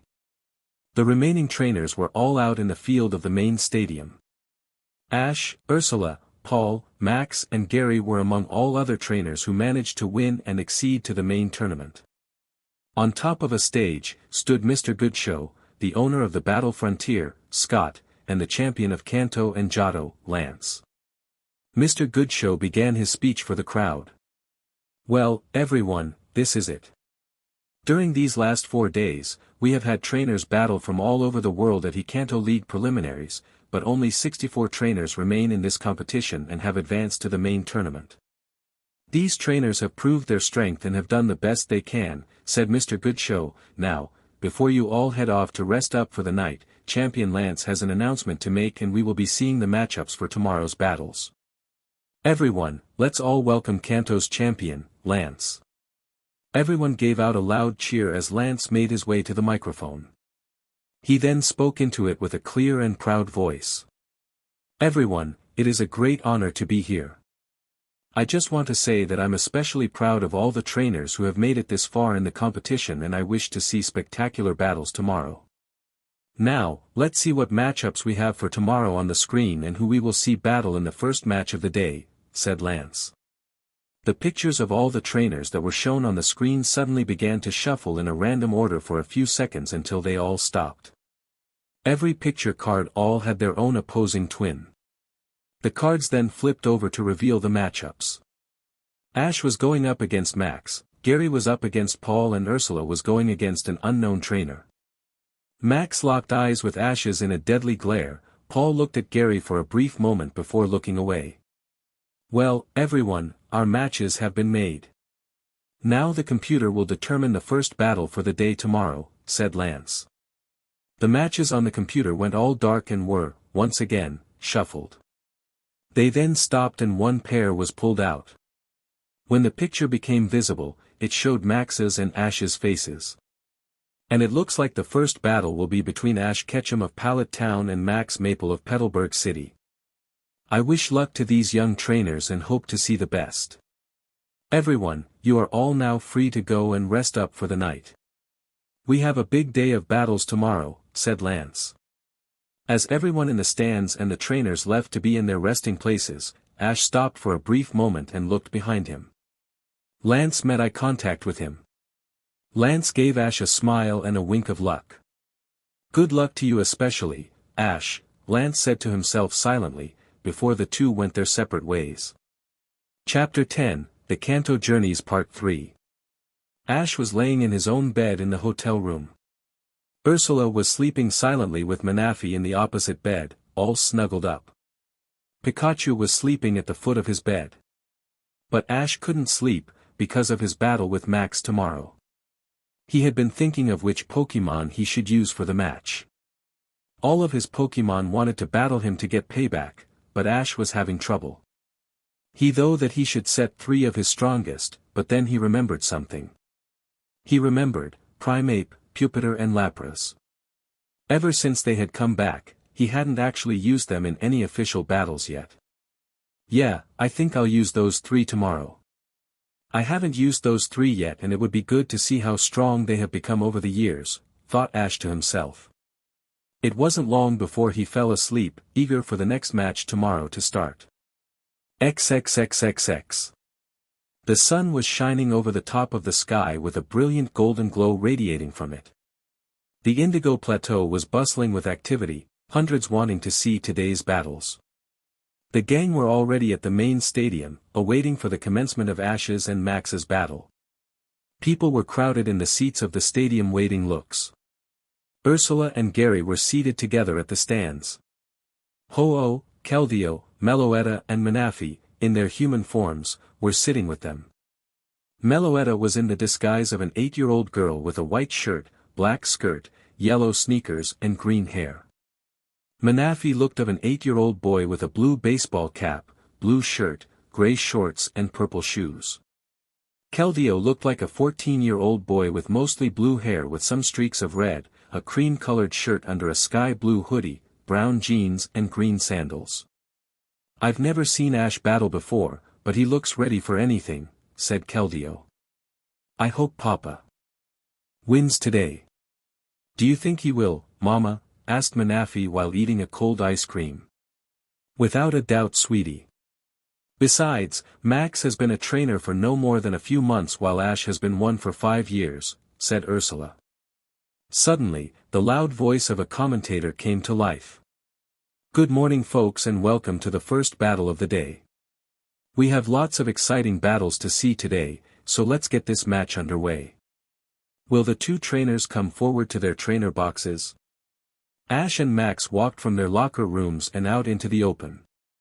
As soon as they stepped into their trainer boxes, Max muttered something to himself and smirked at Ash. The referee began to speak while holding 2 differently colored flags. This match between Ash of Pallet Town and Max of Petalburg City is about to begin. Each trainer can only use 3 Pokémon and substitutions are allowed. The first trainer to defeat their opponent's 3 Pokémon will advance into the next round. Trainers, select your first Pokémon and begin the first battle. Mytiana, I need you, said Max as he threw his first Pokeball and it released the Bite Pokémon. Rarg, barked out Mytiana, waiting for its opponent. Pupitar, I choose you, said Ash as he released his hard shell Pokémon. Pupitar, shouted Pupitar as he looked at his opponent. Mytiana, start off with a Dark Pulse attack, said Max. Mytiana suddenly formed an orb of dark energy in his mouth and a beam shot out straight to its target. Pupitar, defend yourself with Protect and then use a Brick Break, said Ash. A green dome covered Pupitar, shielding him from the attack. When it disappeared, he charged in with glowing head spikes and collided them against Mytiana's head. The impact caused the Pokémon to skid back a few meters, but still standing. Mytiana, go in with a Rock Smash and then give him an Iron Tail, shouted Max angrily. Miguna suddenly charged towards Pupitre with the tail glowing white and collided it against his head. The Pokémon winced in pain, but stood his ground. The dog suddenly charged with a metallic tail. Pupitre, dodge that iron tail and follow it up with iron head, said Ash. Pupitre quickly floated to the left to avoid the attack and then charged up to Mytiana with the top of his head in a metal shine. When they both collided, the blows sent Miguna flying backwards and fell on the ground, out cold. Mytiana is unable to battle. Pupitre wins. Red Trainer, select your next Pokémon, said the referee. Thanks, Mytiana. Return. Breloom, you're up, said Max as he released his mushroom Pokémon. Breloom, said Breloom while wagging its tail. Great job, Pupitre, return. Lapras, I choose you, said Ash as he returned Pupitre to his Pokeball and released Lapras to the field. What? You do realize that Lapras is at a double disadvantage. Do you want to lose, said Max in a mocking voice. Lapras, use Future Sight and then use Ice Beam, said Ash. Lapras' eyes suddenly glowed pink for a moment before they returned to normal and a shot of icy energy flowed out of Lapras' mouth, freezing Breloom's feet. Breloom, use Brick Break on your feet and then charge in with a Giga Impact, said Max. Breloom's claw glowed white as he broke the ice at his feet, setting him free. He then was coated in a purple aura with some white streaks and then charged at Lapras. Lapras, use your own Giga Impact, but use Ice Beam as well on the ground in front of you for you to gain some speed, said Ash. Lapras was coated in the same aura, but she also released another Ice Beam upon the ground, freezing it solid and forming a path of ice. She then began to slide on it, picking up speed as she blasted towards Breloom. When the two Pokémon made contact, an explosion of smoke occurred that covered the entire field, making it impossible for the audience to see the outcome. As the smoke cleared, both Pokémon were still up, panting and looking tired. That's it. Time to finish this. Breloom, use Focus Dash, said Max, but he was soon cut off when a dark pink beam shot from above Breloom, hitting him and making another explosion occur. This time, when it cleared, Breloom was out cold. Breloom is unable to battle. Lapras wins. Red Trainer, send out your final Pokémon, said the referee. What just happened, said Max in confusion. Future Sight happened, replied Ash, making Max growl in anger. XXXXX. Well done, Ash, called Ho-Oh from the stands. Go, Ash, said Manaphy. He said his real name not to attract any attention from anyone if he called him Papa, not to mention that May wasn't too far away. Win this, pal, said Keldeo. XXXXX. Max took a look at his last Pokeball before throwing it. Slacking, win this, said Max as he threw his Pokeball and the gigantic ape Pokemon came out. Keying, yawned Slaking. Primeape, I choose you, shouted Ash as he threw his own Pokemon and came out the pig monkey Pokemon. Primeape Pre-3, screeched out Primeape as he faced his opponent. And for this battle, Max has decided to use his powerful Slaking against Ash P1 champion, Primeape. This is certainly going to be a very tough match, said the commentator. Battle begin, called out the referee. Slaking, start this off with Thunder Punch. Aim for Primeape's face, commandeered Max. Slaking suddenly got off the ground and charged at Primeape with an electrified fist. Primeape, use Rain Dance, said Ash. Primeape's eyes glowed blue for a moment before a large dark cloud floated above them and rain started to pour upon the battlefield, making some mud with the dirt. Slaking accidentally fell backwards on his back from slipping in the mud. The Thunder Punch was also cancelled out. Slacking, quickly get up and use Sunny Day, said Max. Slaking started to form a small glowing orb in his hands. Primeape, quickly use the mud to skid underneath Slaking and then use Dual Chop from behind, said Ash quickly. Primeape began running in the mud before he began to slide on it, giving him passage between Slaking's legs, but because of his lazy and slow nature, Slaking was too slow to stop it. Primeape then jumped up and hit Slaking's back with two fists with purple aura coming off them in an X shape. This caused Slaking some pain but managed to get up. Slaking, use hammer arm, said Max as Slaking lunged for Primeape with a glowing arm. Primeape, throw some mud in his face and then use seismic toss, said Ash. Quickly grabbing some mud off the ground, Primeape threw it in Slaking's face, causing him to miss. Primeape then grabbed his opponent's sides, crouched down and then jumped high into the air. Then he let go of Slaking and hit his head with Mega Kick, which made Slaking unconscious and crash to the ground, out cold. Slaking is unable to battle. Primeape is the winner. This match goes to Ash of Pallet Town and he will be advancing into the next round, said the referee. The crowd cheered in applause for the Pallet Town trainer. Ursula, Manafi, Ho-Oh and Keldeo were all clapping for him and cheering out words of congratulations. Max's supporters and May, however, looked down in disappointment. When the group reunited, they headed for the Pokemon Center to get Ash's Pokemon healed. Papa, that was a great battle. I'm so happy you won, said Manafi as he jumped into Ash's arms. Pika, said Pikachu in agreement. Thanks, guys, said Ash. After arriving to the center and giving Ash's Pokemon to Nurse Joy, the gang decided to have some food since they were hungry. They had a light meal at one of the restaurants while watching the next battle occurring, which was between Paul and a trainer named Sonia. As anyone would ever expect, Paul was dominating the battle and had already knocked out her Golurk with his Weevil and it was now a battle between his Aggron and her Girder. Wow, Paul is really strong. No wonder he's a very powerful trainer, said Ursula. Yeah, I think this battle will only be for a few more minutes before this entire battle is over. No doubt, replied Ash. His words didn't lie. After about 5 minutes, Paul had won the match after he defeated Sonia when his Electivire surprisingly defeated her Swampert. Swampert is unable to battle. Electivire wins. The winner is Paul of Veilstone City and he will be advancing into the next round, said the referee. The gang later left to get the Pokemon that were at the Pokemon Center. But as they entered the doors, they once again crossed paths with Max and May. Both sides gave each other menacing death glares, especially Manafi who looking at May, but May didn't recognize him since he was in a human form. Finally, Max and May left. Strange, I didn't see him use that Ralts that he would have caught by now, thought Ash. Later on that day, Ursula had won her battle as well as Gary had won his battle. The three trainers were advancing into the top 32. XXXXX. The battle between Ursula of Sandgem Town and Gary of Pallet Town is about to begin. Each trainer is allowed to use up to 3 Pokemon and substitutions are allowed.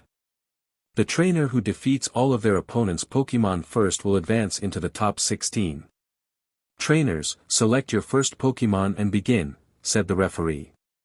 It was day 2 of the main tournament. When the matchups had been announced for the day, Ursula was shocked that she had to battle against Gary.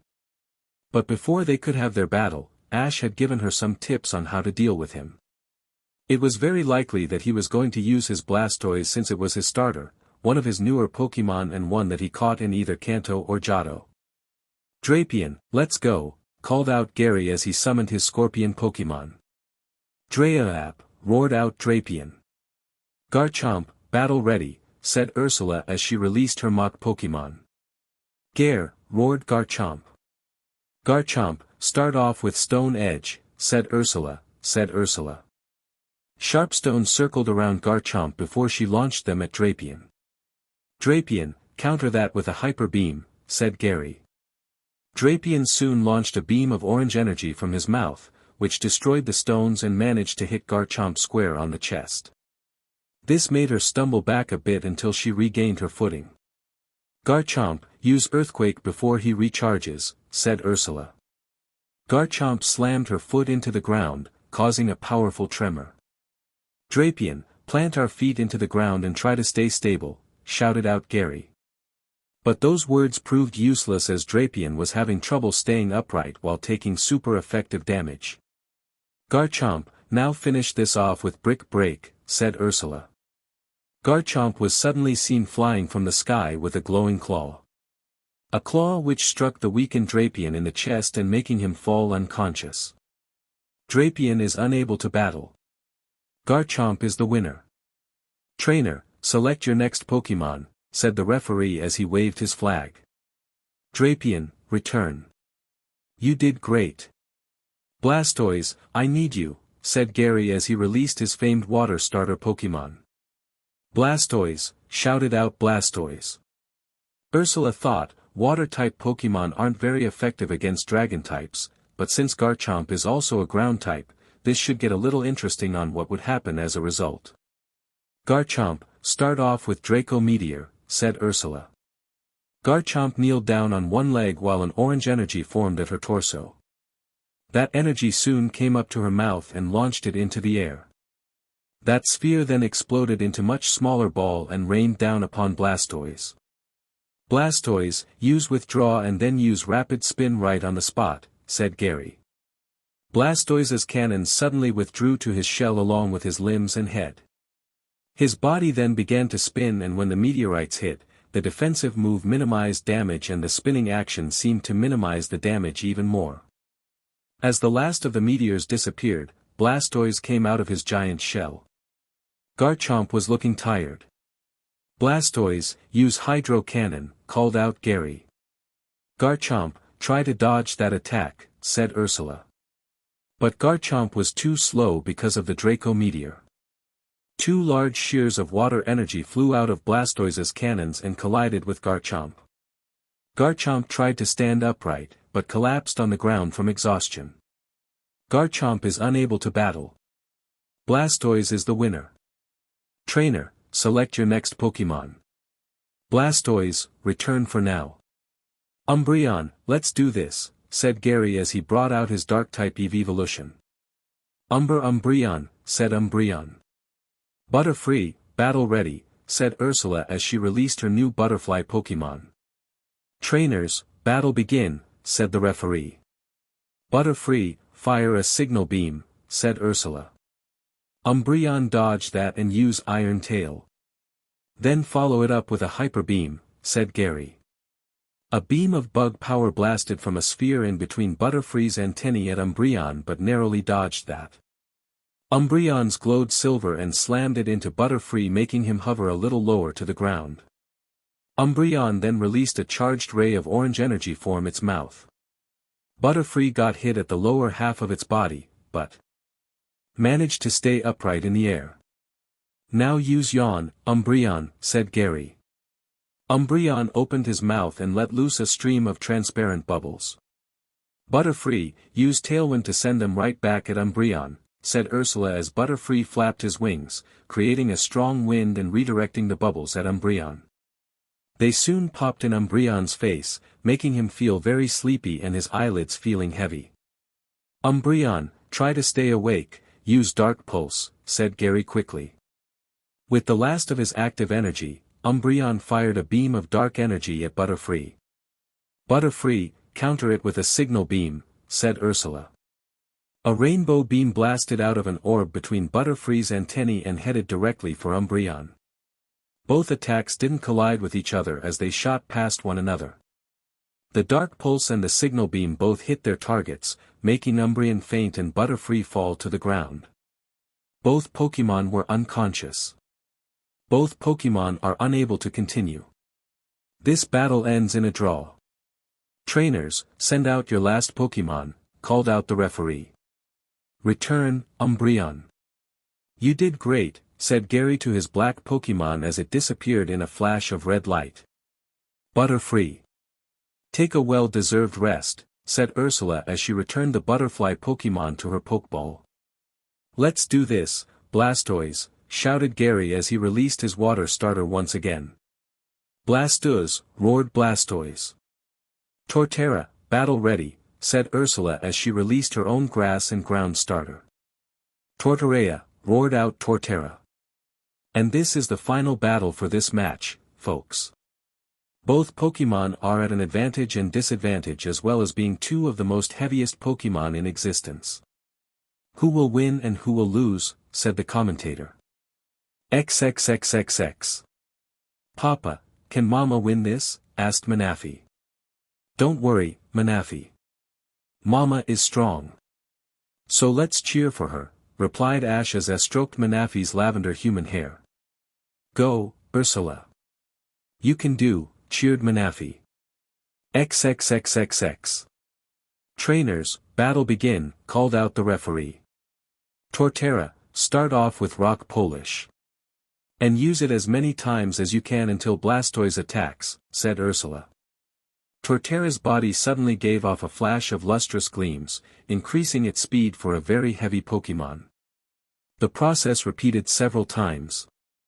Blastoise use Hydro Pump, said Gary. Torterra, dodge that, retorted Ursula. The twin cannons of Blastoise's back took aim at Torterra and blasted parallel torrents of water at Torterra. The attack hit Torterra in the back side, causing him some pain, but it soon went away because of her grass-type powers. Now use Skull Bash, Blastoise, said Gary. Although incredibly slow, Blastoise's cranium glowed white and he began to run as fast as he could at Torterra. Throw him off course with an earthquake, Torterra. And then use Giga Drain, said Ursula. Torterra stomped his feet on the ground, which caused a powerful tremor in the earth. The vibrations caused Blastoise to trip and fall over on his belly. Green energy vines came out off the rocks on Torterra's back and latched onto Blastoise, draining him of his strength while restoring Torterra's health. Blastoise, break free of those binds with rapid spin and then use your best whirlpool, said Gary. Blastoise withdrew into his shell and began to spin counterclockwise, breaking the vines and making them disappear. He then came out of his shell and formed an enormous water whirlpool in his mouth, which he then launched at Torterra. Even though Torterra weighed an incredible weight, the whirlpool was beginning to lift him off the ground. Torterra, use Earthquake once more, said Ursula. Torterra managed to smash his hind leg on the ground, causing a tremor and also opening a crack in the earth. The water got SCKED into the hole, cancelling out the whirlpool. Both Pokémon were looking very tired, but still determined to win. Time to finish this off, thought Gary. Blastoise, attack with Hydro Cannon. Torterra, counter it with Frenzy Plant, said Ursula. Blastoise fired 2 orbs of water energy from his cannons while Torterra unleashed gigantic green vines from the ground with her grass powers. Unfortunately, both attacks missed each other by mere inches from each other as Hydro Cannon flew on either side of the vines while the vines headed straight for Blastoise. At last, the water orb struck Torterra while the plant impacted upon Blastoise. 2 explosions of dusty clouds came upon the 2 Pokémon, making it impossible to see which one is the winner. But as soon as the smoke cleared, both Pokémon were seen still standing and struggling to stay that way. Torterra was about to give away, but Blastoise smirked before his eyes closed and fell on the ground, exhausted. Blastoise is unable to battle. Torterra is the winner and the match goes to Ursula of Sangem Town, said the referee. The crowd clasped and cheered for the girl. Manafi and Ash seemed to beat them all by congratulating her the most. Ursula waved to the crowd and smiled as Torterra came to her side. Blastoise, return. You did an excellent job, so take a nice long rest, old friend, said Gary as he returned his defeated water starter. He then walked over to Ursula. Well done in winning your battle, Ursula. With the battle you gave me, I think you'll be great as a trainer, said Gary. Thanks, Gary, replied Ursula. XXXXX. Well, Gary, I guess this is it.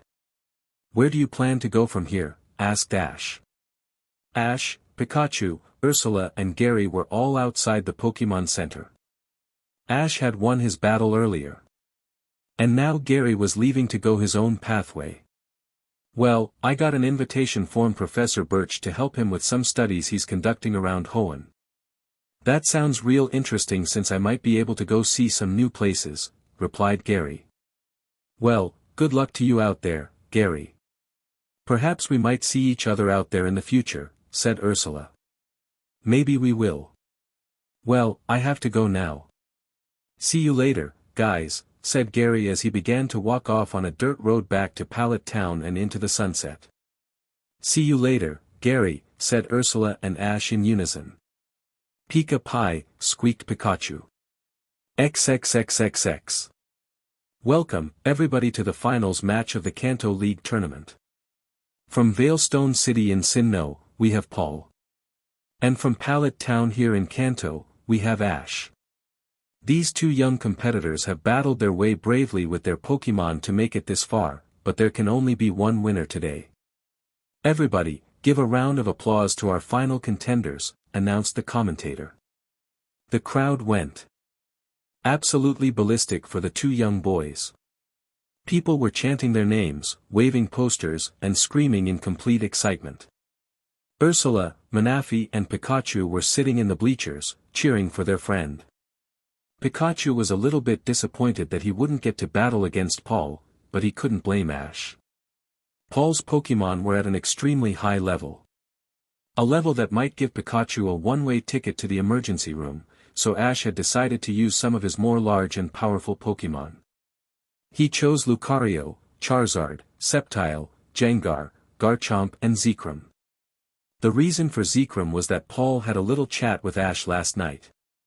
XXXXX flashback start. It was the night before the finals match and Ash, Ursula, Manaphy and Pikachu were in their hotel room, having takeout dinner from a noodle joint when there came a knock on the door. I'll get it, guys, said Ash as he strode towards the door and Manaphy hid behind a bed to avoid being seen. When he opened the door, he was surprised to see the other finalist, Paul. He had his old serious face on him. What brings you here, Paul? Asked Ash. Ash, as you know, tomorrow is the Kanto League finals. Everyone will be wanting to see us battle the best that we can without best Pokémon. I already have my best Pokémon ready for tomorrow, but I want you to do the same thing, explained Paul. Sure thing, replied Ash. No. Not just any of your Pokémon. 6 of your strongest. I want a real challenge from you. Not like back in the Sinnoh League or the other competitors that participated here, reassured Paul. Okay, Paul. I understand. I'll bring some of my best tomorrow. Don't worry about it, said Ash. Good, said Paul as he turned and left for his hotel room. Ash closed the door. XXXXX flashback end. Ever since Ursula's win against Gary and reaching the top 8, Ash and Ursula had been doing some extra practice. Ash had made it to the top 4 that next day when he won his battle and so did Ursula. However, when Ash had defeated his opponent in the semi-finals, Paul faced off against Ursula. As many expected, Paul had won the match, but Ursula managed to take down his Ursaring with Garchomp, which isn't an easy task because Ursaring was indubitably Paul's third strongest. Ursula wasn't that disappointed as she was only going to redo it next time. But now, she was going to cheer for her friend and support him. Manaphy was in his human form and Pikachu was sitting next to him. The Kanto League finals match between Ash of Pallet Town and Paul of Veilstone City ID is about to begin, called out the referee. Each trainer will be able to use 6 Pokémon each and substitutions will be allowed for each trainer. The match will be over when all of either team's Pokémon will be unable to continue. The choice of who goes first will be decided by coin toss. Trainers, decide your coin sides. Heads, said Paul. Tails, said Ash. The referee used his Pokétch for a few moments before calling out. The toss ended in heads, so Paul will be able to call the first Pokémon. Ursaring, stand by for battle, shouted Paul as he called out his hibernator Pokémon. Murahurg, growled Ursaring showing his menacing glare at Ash. Ursaring. The last time I saw him, he used Bulk Up, Focus Blast, Hammer Arm and Slash. Have to be strong against both types of moves. Wait, I got it, thought Ash before calling upon his Pokémon, Gengar, I choose you. The purple shadow Pokémon with the red eyes and wicked grin on his face appeared before everyone. As a practical joke, he pulled down his eyelids and blew a raspberry at Ursaring in laughter. This only irritated Ursaring. And Paul has gone with Ursaring while Ash has gone with Jengar. And because of their typing, both Pokemon are immune to their respective attacks. This should be a really interesting battle, folks, said the commentator. Paul will be allowed the first move, called out the referee. Battle, begin. Ursaring, start off with Metal Claw, said Paul.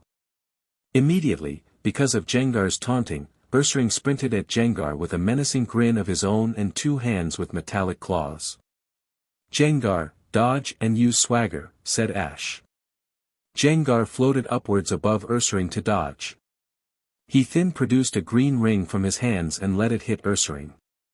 He glowed with a green aura before he started looking around in confusion. Now while he's confused, Jengar, use Focus Blast, said Ash.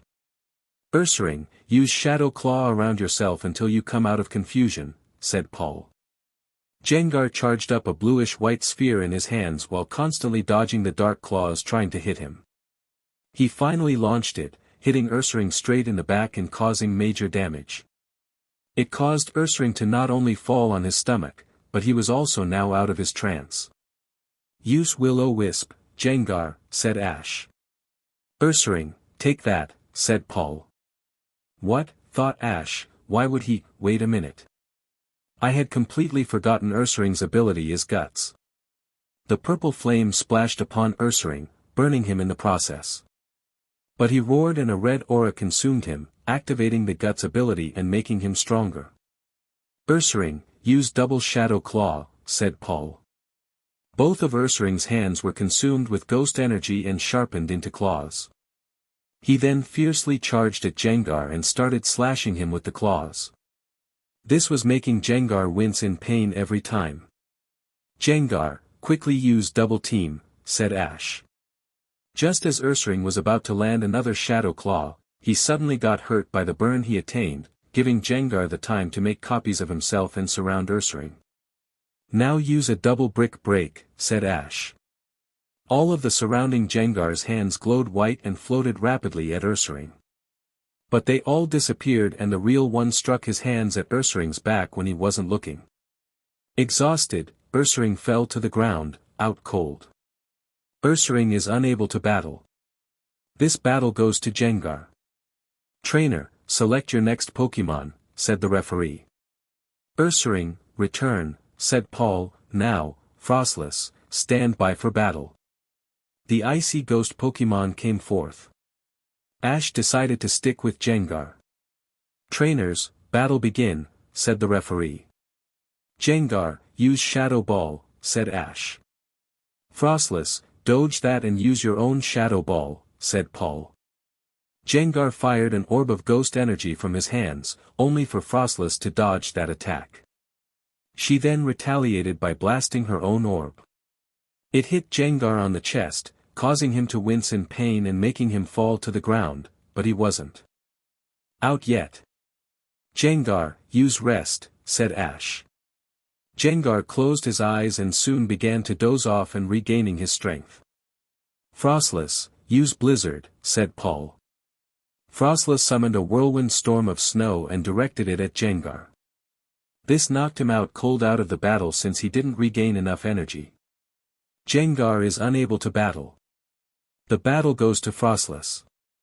Trainer, select your next Pokemon, said the referee. Jengar, return and have a nice long rest, said Ash as he returned Jengar and chose another Pokeball. Charizard, I choose you. The great fiery dragon emerged and took battle stance. Trainers, battle begin, said the referee. Frostless, aim for Charizard's wings and use Ice Beam, said Paul.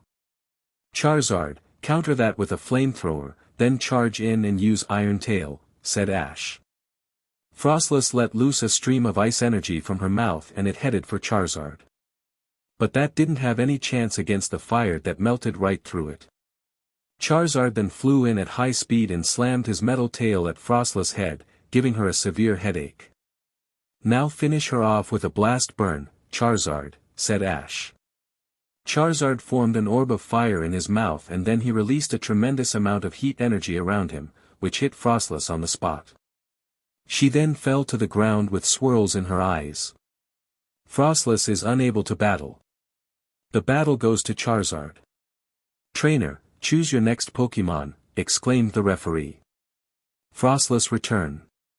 Good job, said Paul as he returned Frostless. Nidoking, stand by for battle. Charizard, return. Sceptile, I choose you, said Ash as he returned his fire lizard and released his grass gecko. Battle begin, announced the referee. Sceptile, head in with a leaf blade infused with agility, said Ash. Nidoking, counter it with sludge wave, said Paul. Sceptile took off at a rapid speed with the leaves on his arms glowing bright green. At the same time, Nidoking fired a wave of purple sludge from his mouth. It hit Sceptile, but the leaf blade also struck Nidoking. Both Pokemon had taken some super effective hits. Sceptile, try to gain some strength back with Giga Drain, said Ash.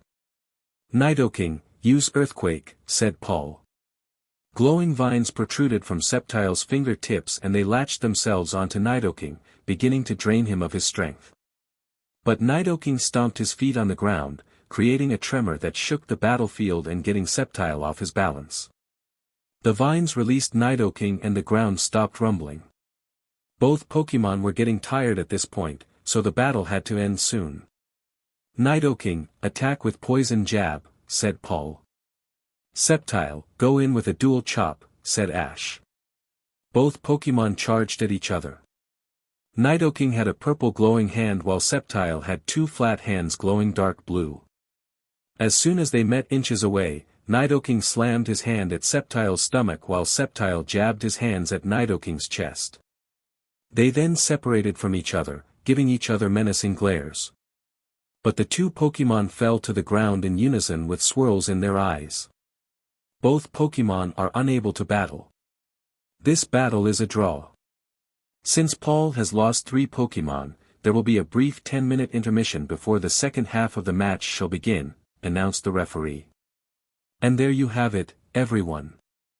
After some stunning battles, Paul is down to 3 Pokemon while Ash still has 4. Don't go away yet as the excitement will continue after this 10-minute break, said the commentator. Ash made his way to his own waiting room. Ursula, Manaphy in his human form and Pikachu were waiting for him there already. Pikachu jumped up on Ash's shoulder. So far, so good, guys, exclaimed Ash. Pika Pika Pikachu, said Pikachu, glad for his trainer. You're doing well, Ash. So just keep it up, said Ursula. Yes, Papa. You can do this, said Manaphy. Thanks for all your support guys, but I still feel a little uneasy. I mean, I've never gotten to the finals of a league before and I'm still shocked that I'm in the finals today, especially against my strongest rival Paul, said Ash as he sat down on a bench.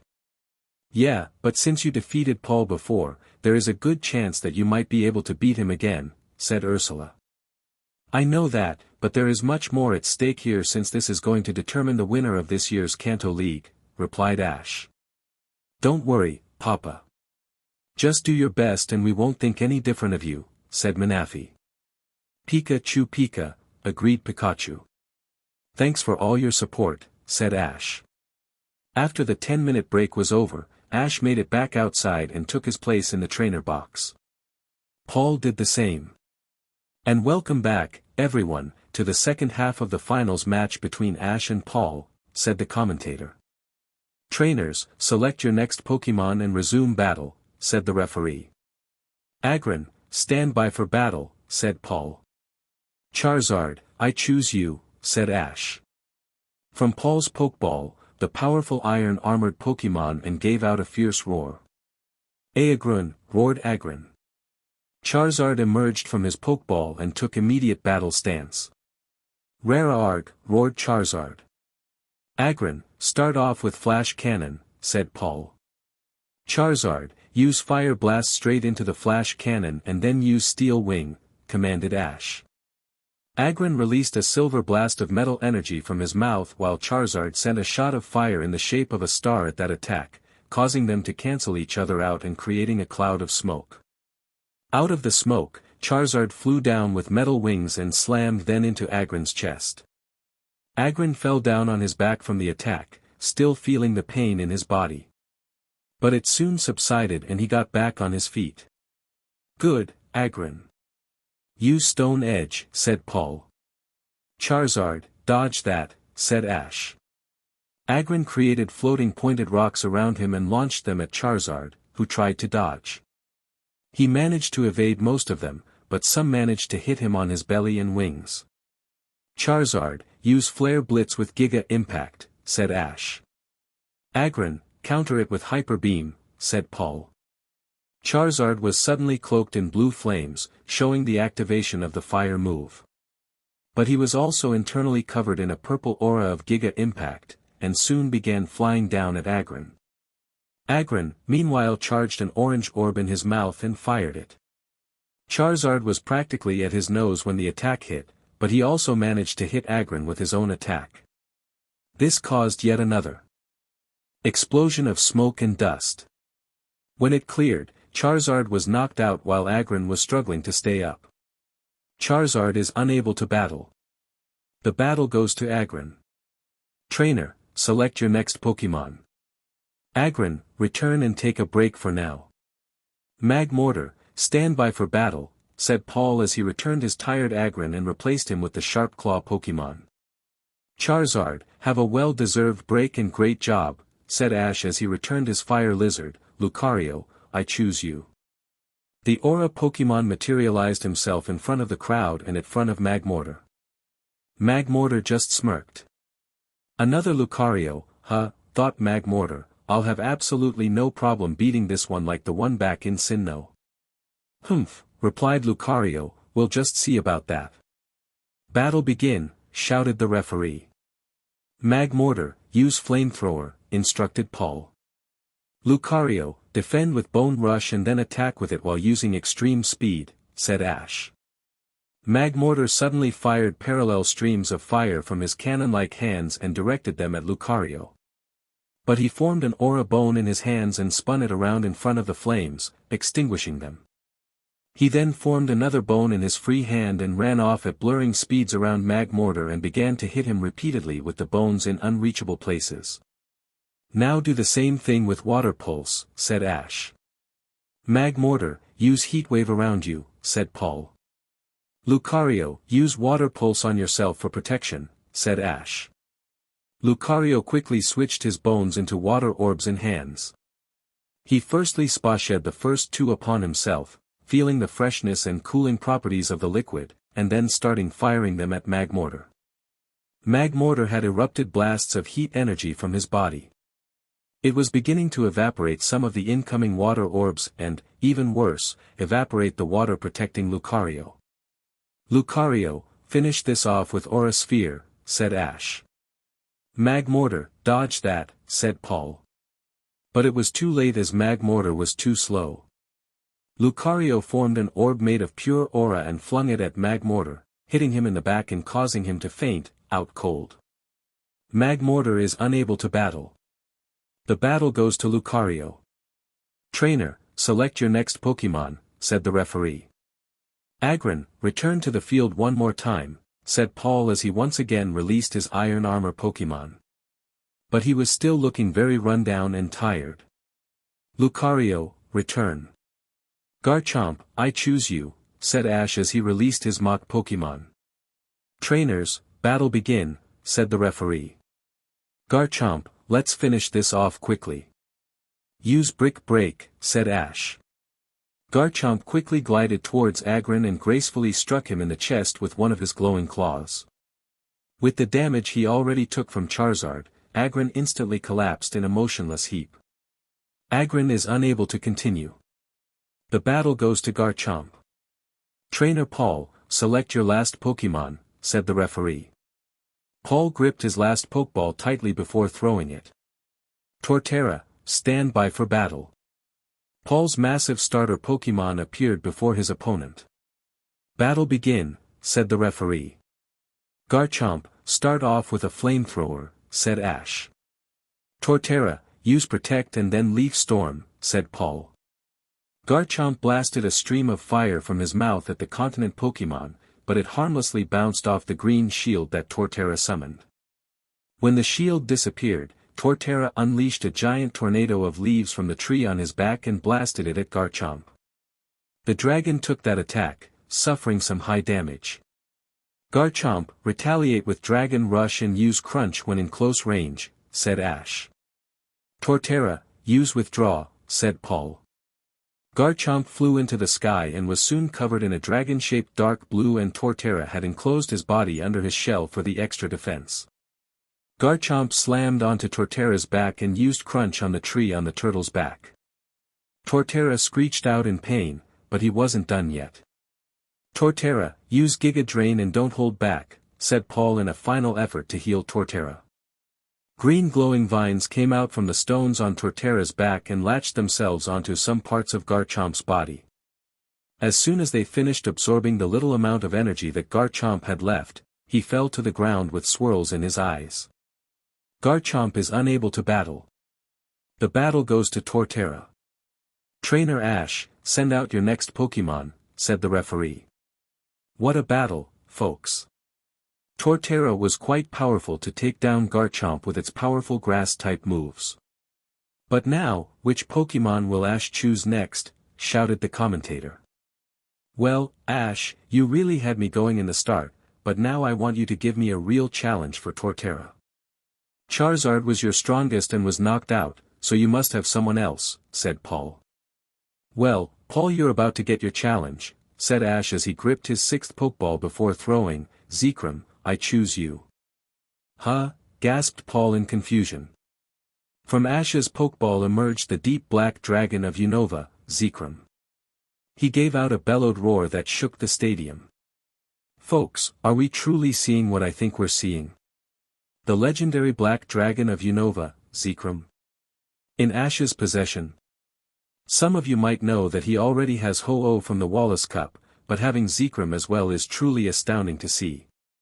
So let's see what power of a battle we'll get from this, shouted the commentator to the crowd. Finally, a real challenge, said Paul to himself. Trainers, battle begin, said the referee. Torterra, start off with Earthquake, said Paul. Zekrom, fly up to dodge, said Ash. Gladly, replied Zekrom as he flew up into the air. He then came flying back down, right above Torterra's back and colliding with it. Taking damage from the super effective flying type move, Torterra was forced to kneel down on one of his knees from the discomfort. Now use Toxic, Zekrom, said Ash. With the claws on his right hand glowing purple, Zekrom quickly scratched Torterra's back. Torterra started to show some signs of purple on his body, the poison taking effect. Torterra, if you can still fight, use Giga Drain to regain some strength, said Paul. Torterra managed to get back on his feet and released the glowing green vines. Zekrom, cut it up using Dragon Claw, said Ash. Zekrom's claws glowed bluish-green and began to slice up the vines until they were no more. Now finish this battle off with lifting Torterra in the air with Psychic and slamming him into the ground, said Ash. Zekrom's eyes glowed a pink color and he used his hands to levitate Torterra into the air a few meters before slamming him on the ground, shell first and causing some dust to rise.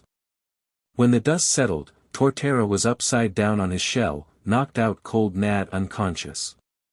Torterra is unable to battle. Zekrom wins, and the winner of this year's Kanto League is Ash of Pallet Town, announced the referee with delight in his voice. And there you have it, people. It was a great battle today between our two fierce finalists, but it looks like after all that, Ash has grasped victory from defeat, even after his win at the Kanto Grand Festival, shouted the commentator. Ladies and gentlemen, let's give a round of loud applause to this year's Kanto League winner, Ash Ketchum. Zekrom, we did it. We won, explained Ash. Indeed we have, Ash, said Zekrom in response, glad for the hero of ideals and his worthy trainer. The crowd burst into claps, shouts and cheers for the Kanto League winner. Manaphy, Pikachu and Ursula were giving quite possibly the loudest cheers for the winner. But Ash, after all that, was still starstruck. He had finally won a league. A real regional Pokemon League. With the Pokemon he put so much effort into training. He was almost speechless. XXXXX. That night, the award ceremony took place at the stadium. All of the participants were at the stadium arena. On the stage stood Scott, Mr. Goodshow, Lance and the Kanto Elite Four that consisted of Bruno, Karen, Will and Lorelei. As always, the participants got a plaque for participating and their valiant efforts in the league. But it was time for the top 3 winners to be presented. Ursula managed to squeeze into 3rd place since she was more competent than the trainer who Ash defeated and ended up in 4th place. "Can the top 3 participants please come up the main stage for their awards?" said Mr. Goodshow. Ash, Paul and Ursula walked together in a small group as they walked up the short steps on the main stage. "Ursula and Paul, you two have gotten very high in your first Kanto League tournament. You two should be proud of yourselves and your Pokemon. So I present you with your trophies of commendation," said Mr. Goodshow as he each handed them a small trophy similar to the Orange League trophy. When it was Ash's turn, he walked up to Mr. Goodshow. "Ash, my boy, congratulations on your first official regional league win.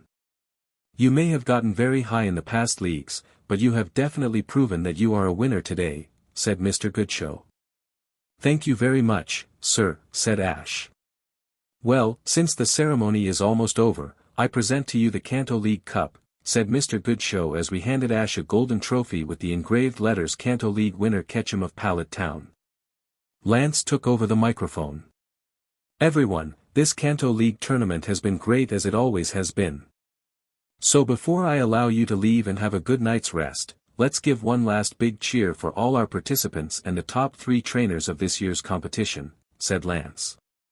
The crowd, for the last time tonight, gave out a grand applause before dying down. "Now that the ceremony is done, I bid you all farewell, and I will see you all at next year's tournament," said Lance. The crowd soon began to empty out the stadium as they left and the participants followed. As Paul and Ursula were leaving and Ash was beginning to follow, he heard his name getting called. "Hey, Ash," asked Scott, "would you mind sticking around a little longer? We want to undergo a few details with you regarding the Elite Four challenge." "Sure, Scott," said Ash. Ash, Scott, Lance, Mr. Goodshow, and the Elite Four made their way out of the stadium and they soon arrived at what seemed to be a conference room in a large building. There were a few sofas, armchairs, tables, portraits on the walls and other fancy accessories. "Ash, allow me to firstly introduce the Elite Four to you," said Lance as he pointed to the first member. She was a woman in her early 20s who had her light blue hair let down. She was light-skinned with light purple eyes. She was wearing a yellow tank top, gray jeans and had an orange coat. "Ash, this is Karen. She is the first member of the Elite Four as well as the youngest. She specializes in Dark-type Pokemon," said Lance. "Hello, it's great to meet you, ma'am," said Ash politely. "Likewise, Ash. Good to meet you too," said Karen. "This is Bruno, the second member." "But I'm sure you two have met each other already," said Lance. "Indeed we have, Lance. Good to see you again, kid," said the muscular man. "Same here," said Ash. "This is Will. He's our psychic-type specialist and the 3rd elite member," said Lance as he showed a man with purple hair and who was wearing a crimson formal masquerade suit. "How's everything, kid?" said Will. "Great, Will," said Ash. "And lastly, we have Lorelei. She's the Ice-type specialist and the 4th member," said Lance. A woman with reddish-purple hair in a ponytail wearing a black skirt with a red shirt and blue coat showed herself. Ash recognized her instantly. "Prima. You're an Elite Four member," exclaimed Ash in confusion. "I am, Ash. I guess I should have told you the last time we met," said Lorelei. "Wait a minute, guys. Where's Bertha?" asked Ash. "Bertha retired from being an Elite Four member and she was replaced with Karen," explained Mr. Goodshow. "Anyways, down to business, Ash. Now that you have won the Kanto League, you have the privilege to challenge the Elite Four. And if you beat them, you have a chance at battling me for my title, explained Lance. You can have as much time as you need to prepare for this challenge. Actually, Lance, I was wondering on something. I was hoping to go to Kalos next to compete in the league there and then all the other ones I hadn't won yet.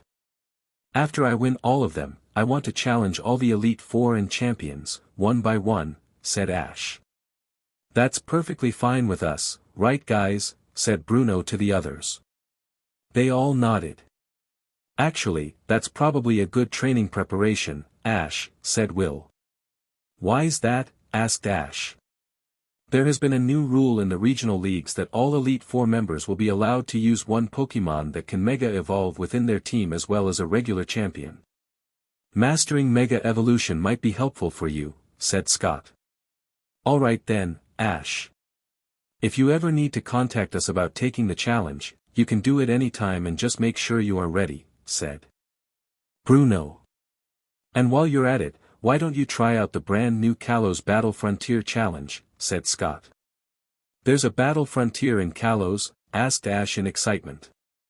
Yep, the only regions that we haven't set up yet is Hoenn and Unova, so Kalos is a great place to start, said Scott. The conversation went on for a little while longer until Ash headed back to the hotel where his Pokemon and Ursula were. XXXXX 3 days later. So, you two, are you ready to go? Asked Delia. Ash, Ursula, Pikachu, Delia and Professor Oak were all at the Vermilion City Airport. There was a plane that came in recently from Hoenn that was bound for Kalos. During the last 3 days, a lot had happened. Ash and Ursula returned to Pallet Town after the league was finished. The entire town was proud for the two and Delia was extremely happy for her son for winning a league. But there was also an unexpected visitor that came to Professor Oak's ranch. A Houndour. It turned out to be the very same Houndour that Ash had helped back in Johto. He had wanted to come with him. So Ash added him to the team. Ursula's parents were also very proud of her. She mailed the trophy back to them in Sangem Town. Ash also decided to do some trading with his Tauros. He asked Professor Oak to put all, except his original and more used Tauros, up for trade throughout every region except Kanto. But now they were at the airport, giving a good send-off to the duo and Pikachu. They were sure to have a good time in Kalos. Well, take care of yourselves and have fun. And send me some new Pokemon whenever you can, said Professor Oak. Honey, be sure to keep Ursula and the Pokemon safe, said Delia. I will, Mom, said Ash. And be sure to change your you-know-whats every day, said Delia. Ash gave a faint blush while Ursula giggled and Pikachu snickered. Well, you better get going, said Professor Oak. Ash, Pikachu and Ursula made their way to the terminal, gave their tickets and waved to Delia and Oak. They waved back. 10 minutes passed and the plane took off for Kalos. Unbeknownst to the trio, a certain Ralts who came from Hoenn was in the luggage section of the plane snuck into Ash's backpack. She originally had another trainer in mind but now, even for Max, the tables have turned. Chapter 11, The Kalos Travels Part 1. Attention, passengers. This is your captain speaking. We have just entered Kalos and we shall be starting the landing procedures at Lumio City International Airport in 15 minutes. Please return to your correct seats, return them to their upright position and fasten your seatbelts. We hope you have enjoyed your flight with Kanto Airways. Enjoy the rest of your flight, announced the captain. Ash, Ursula and Pikachu had just finished eating breakfast during their flight. It was rather boring being on a plane than on a ferry since there was such little room to roam and they had even tighter sleeping space. Well, that's a relief. I really can't wait to get to step foot in Kalos and see what it's like, said Ursula as she switched off the television on the side of her chair. Yeah. Maybe when we arrive, we could go for some real gourmet food rather than plain food, said Ash. Pika Pikachu, squeaked Pikachu in agreement, who was still a little drowsy. The trio looked out the window to catch the view of Kalos. To their amazement, it was a grand and beautiful. Dense green forests spread, humongous mountain ranges stood tall, and blue and clean waters created lakes and rivers. Wow, Kalos looks so great already. I just hope we can get there soon so I can see all the new Pokemon and experience the gyms, said Ash. And let's not forget the Pokemon contests. They should be just as good as everywhere else, said Ursula. XXXXX 20 minutes later. As Ash, Ursula and Pikachu exited their airplane terminal, they looked around them. The airport looked really good and modern with some small shops and seats. First things first, Ash. We have to go to baggage claim to get our bags and Pokemon, said Ursula. Right behind you, Ursula, said Ash. Pika, said Pikachu as he jumped up on Ash's shoulder. They arrived at their respective baggage conveyor belt and began searching among the large suitcases for their bags. They finally found them and grabbed them off the belt. To Ash's surprise, his backpack felt heavier than before he left Kanto. That's weird. Why is my backpack heavier? Asked Ash as he put it on his back. Even weirder, why is it moving? Asked Ursula as she seemed to spot signs of movement from his bag. What? Said Ash. The trio exited the airport and found a metal bench to sit on for a little while. Ash opened the bag, and to everyone's surprise, there was a Ralts looking right back at them with a grin. Hello, said the Ralts. Whoa, are you using telepathy? Asked Ash. I am, Ash. And it's good to see you again. Pikachu and Ursula, too, said Ralts. How do you know who we are? Do you have a trainer or someone to look after you? Asked Ursula. No, Ursula. Ash, do you remember a few years ago when you helped a hurt Ralts in Hoenn with your former friend, Max? Asked Ralts. Yeah, I do. What about the Ralts? Asked Ash. Well, you're looking at her, said Ralts. This really surprised Ash. Wow, it is you, Ralts. But what are you doing here? I thought you were Max's Pokemon by now. Well, I think Max must have forgotten about me for a short time being, but long enough for me to find out what had happened to you. The painful words that those people said about you, replied Ralts. How did you know about that? Asked Ursula. Well, I have psychic and telepathic powers.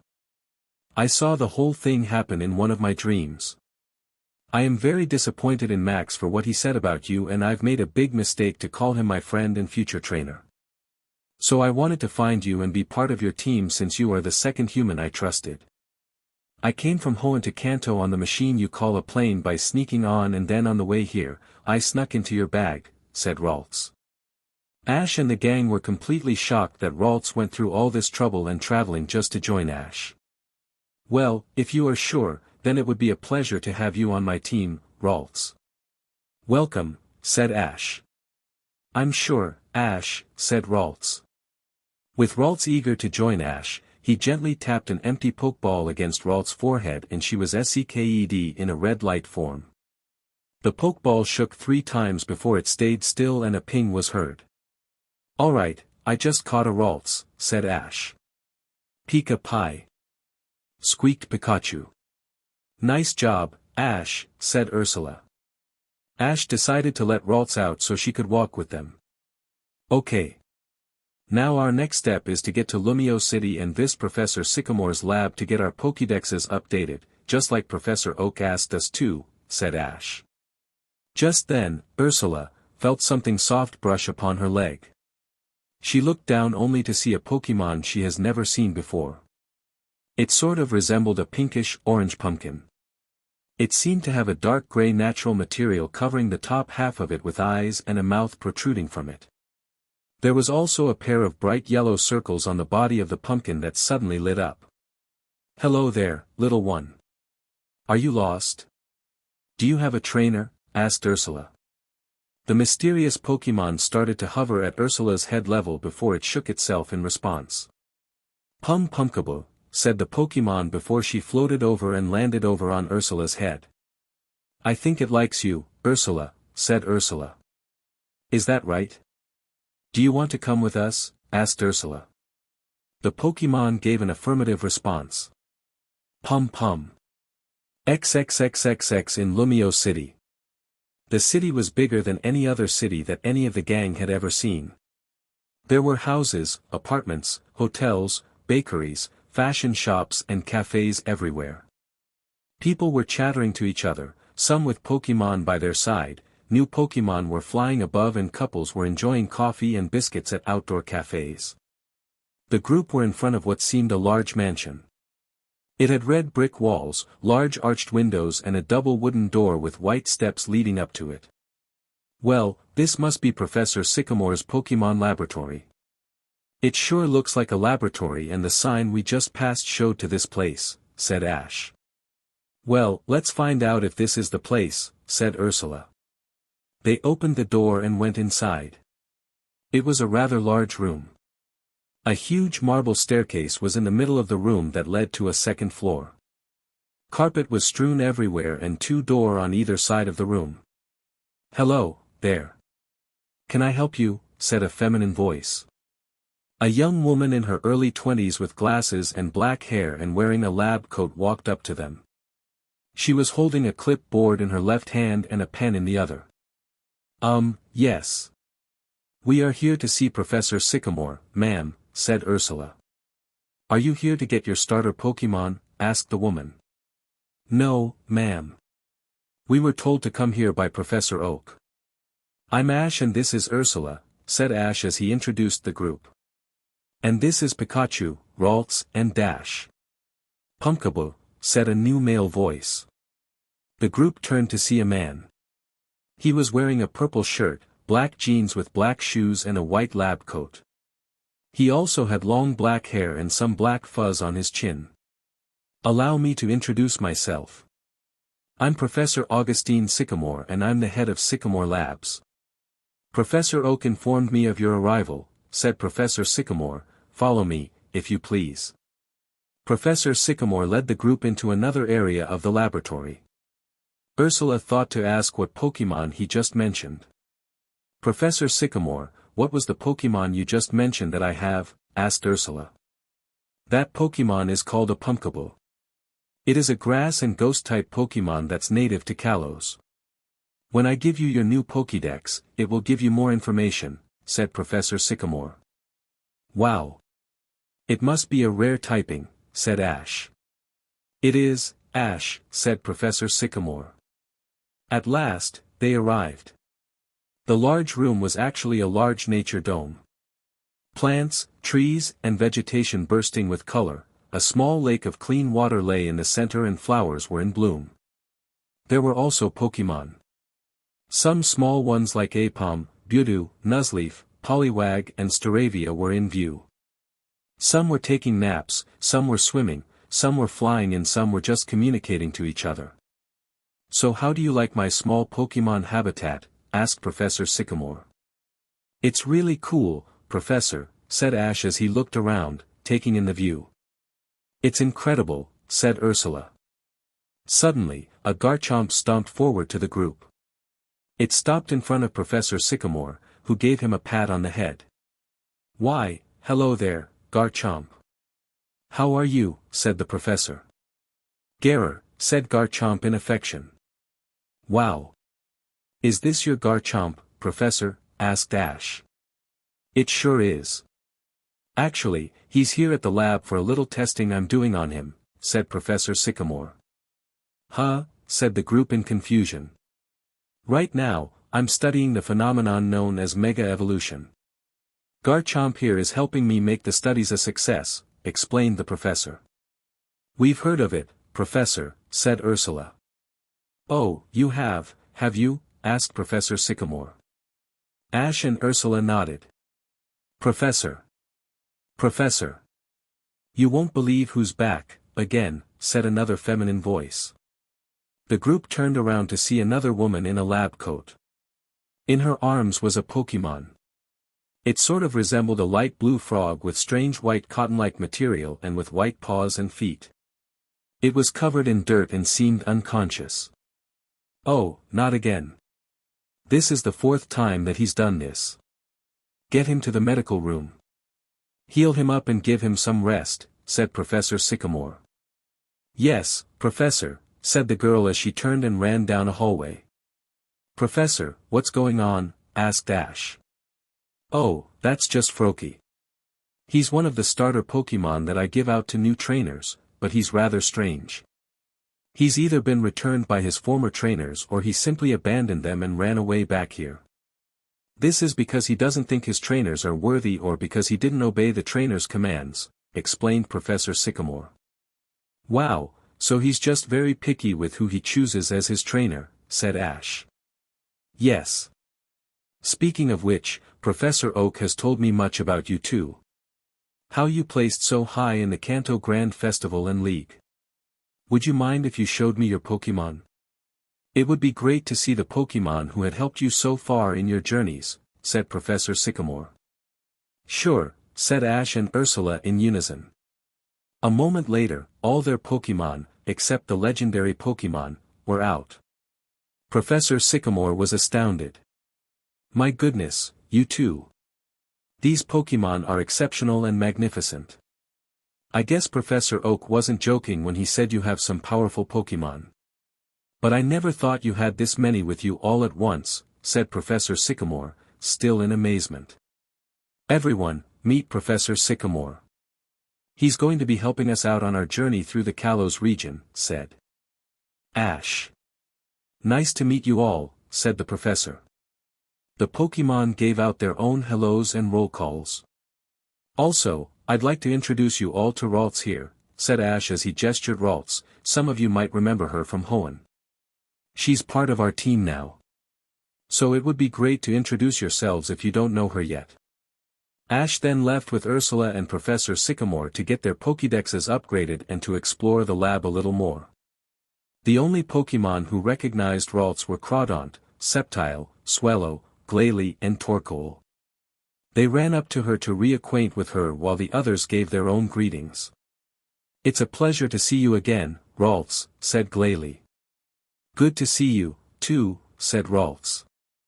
The other Hoenn Pokemon took turns greeting her and the ones who didn't know her yet introduced themselves.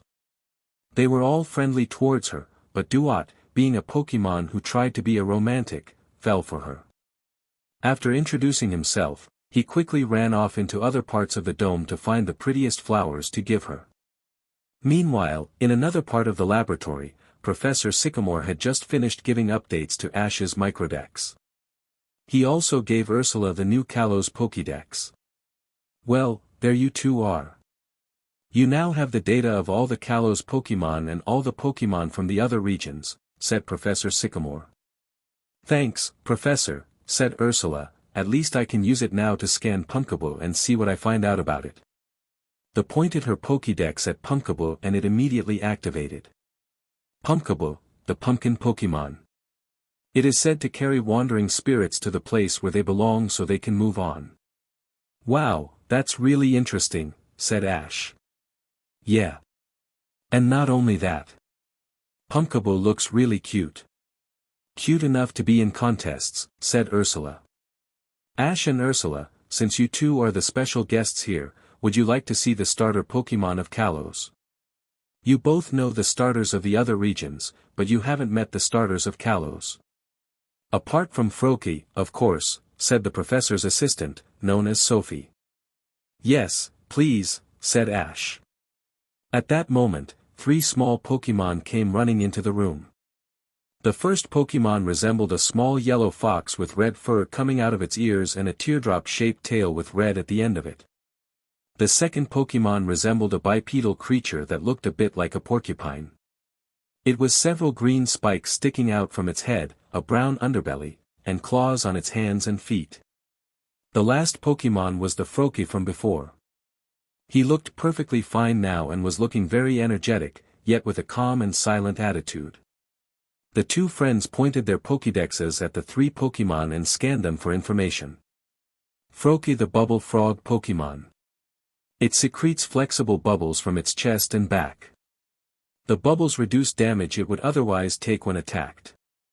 Fennekin, the fox Pokemon. As it walks, it munches on a twig in place of a snack.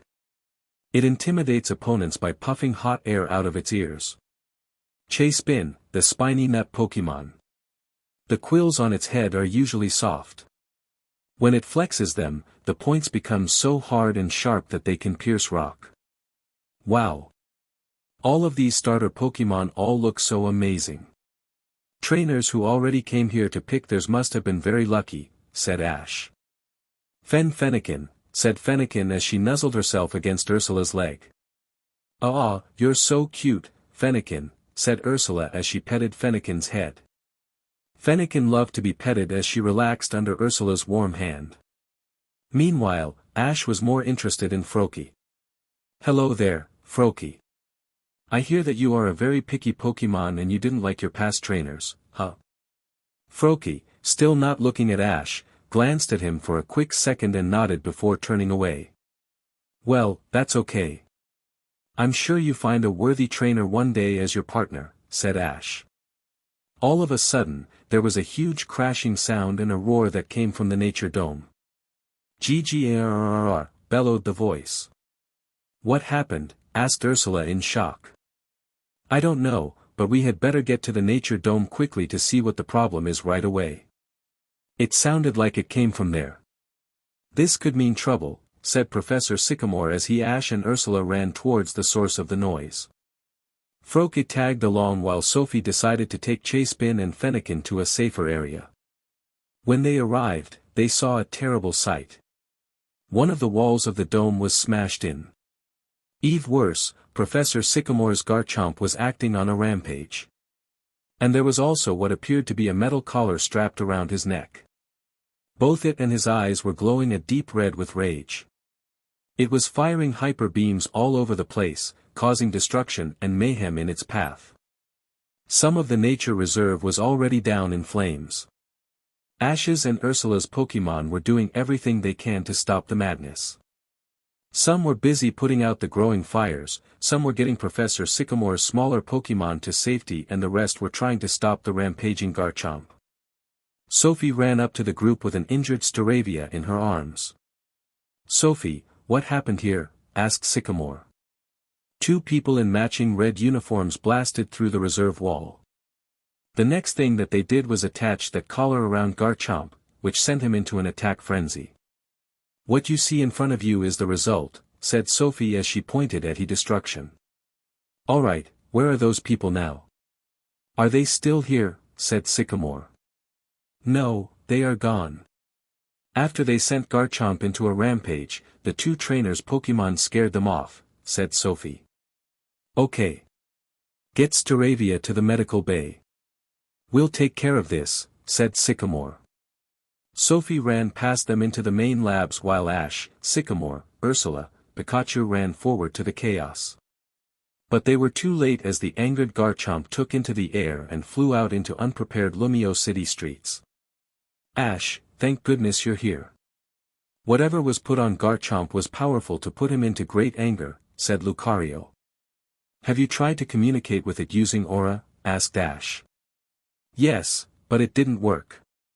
The energy from that device was blocking my aura from communicating with his. The others tried to talk with him, but it was no good as he was in too much pain and confusion, said Lucario. Okay, said Ash. What are we going to do now? Asked Professor Sycamore. Professor, call Officer Jenny and tell her to get everyone in Lumio City to stay away from Garchomp and be at a safe distance. I'm going after him and see if I can help him out in removing that collar, said Ash. What?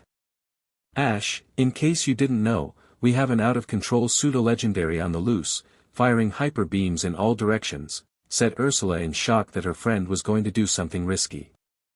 Don't worry, I'll be fine, said Ash before turning to his Pokemon, Charizard, Lucario and Pikachu, come with me. The rest of you, stay here and defend the laboratory in case those people in red uniforms come back. Froakie, shouted a little voice. Froakie was at Ash's feet, trying to say something. Ash, he's saying that he wants to help us out, said Lucario. Ash looked at Froakie for a moment before he decided. Okay then, Froakie. What about me? Asked Ursula. You stay here with the others where it's safe. I don't want you to get into any trouble, said Ash. No. I'm going with you, said Ursula. What? Why? Asked Ash. Because you're my friend and I don't want to see you getting hurt. If you're going to go after him, then you're going to need some help catching him, won't you? Said Ursula. Then she leaned closer and whispered in his ear, besides, I want to get a feel what it's like when you save the day as always. Ash thought for a moment on what she said. It was true, that he needed help, but he didn't want her to get hurt. Still, there was no arguing with her and no changing her mind. Alright, but take Garchomp with you. You'll need speed and help to get this job done, said Ash.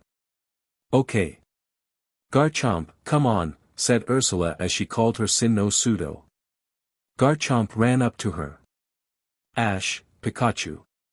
Lucario and Froakie jumped on Charizard's back while Ursula climbed on Garchomp's, then they both took off after Sycamore's rampaging Pokémon. He could only watch in shock and amazement that two kids were going to help him. Wow, those two never cease to amaze me, he said as he went to make the call to Officer Jenny. XXXXX. It didn't take a detective for Ash and Ursula to catch up on Garchomp's trail as they followed him deep into the heart of the city. He had already did some damage by destroying several houses and cars as well as tearing up the ground with his hyper beams. People and their Pokémon were running through the streets, running and panicking as they looked for a safe place to hide. Garchomp was currently flying towards Prism Tower. We have to catch up to that Garchomp before he reaches that tower. Ursula, think you can cut him off, said Ash. No problem, Ash. Garchomp, full speed ahead. Try to outfly him, said Ursula to her dragon type.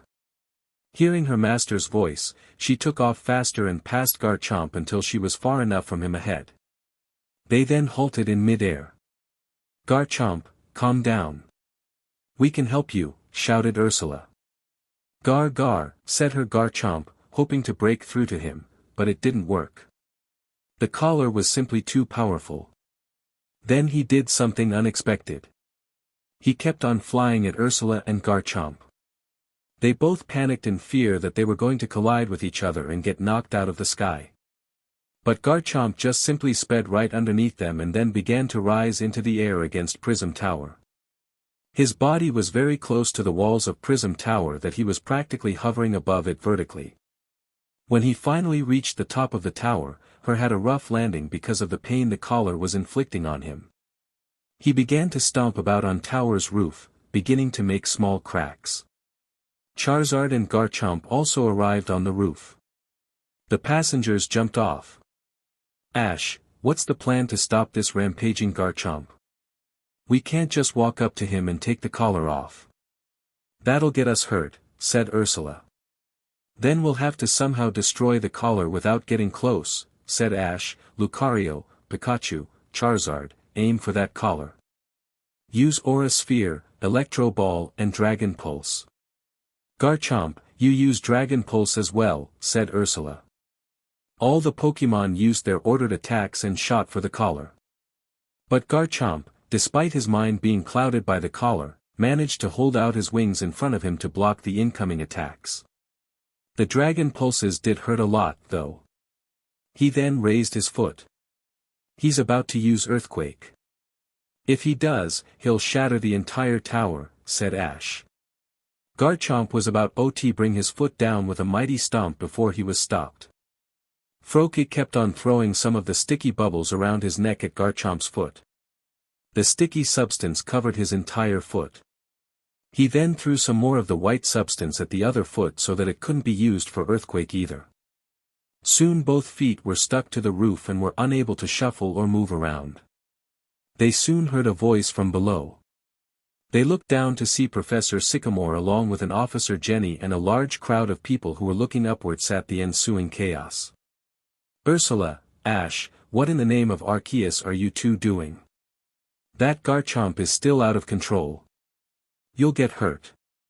Professor, we managed to hold him down. We can get the collar off of him safely, said Ursula. Yeah, he can't use his feet. We just need to get his arms restrained and he'll be immobilized, said Ash. Well, just do it as quickly as possible.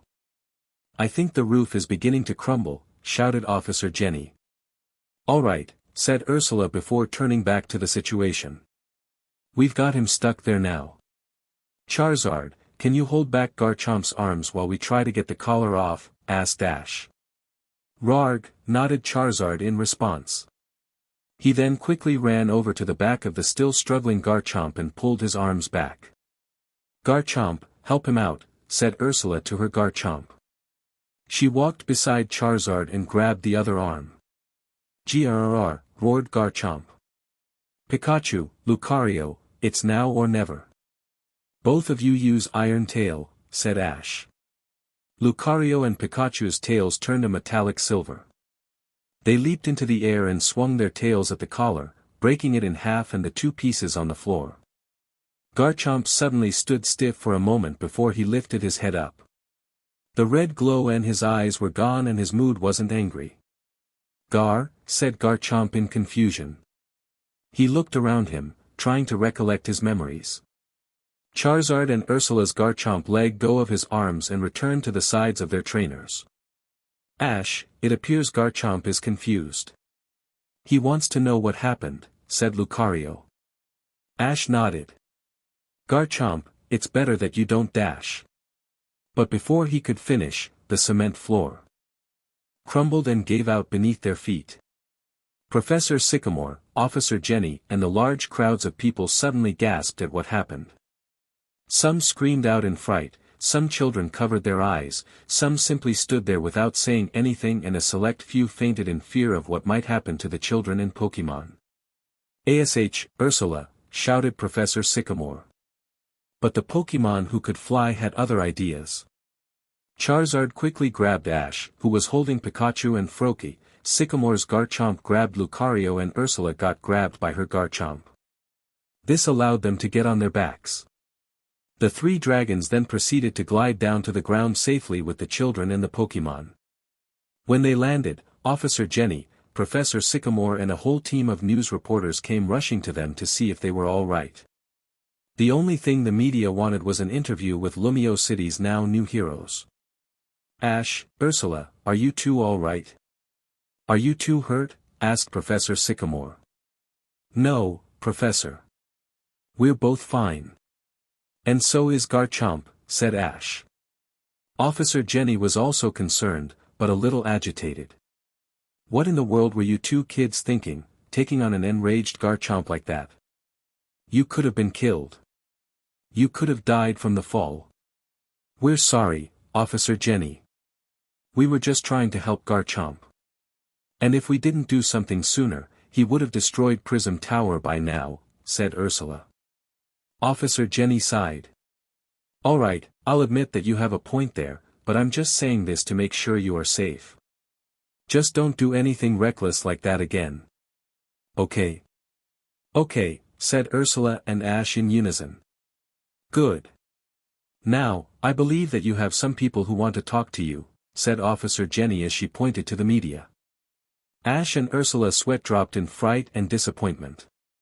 "This is going to be a long night," mumbled Ursula under the camera flashes. "You said it," agreed Ash.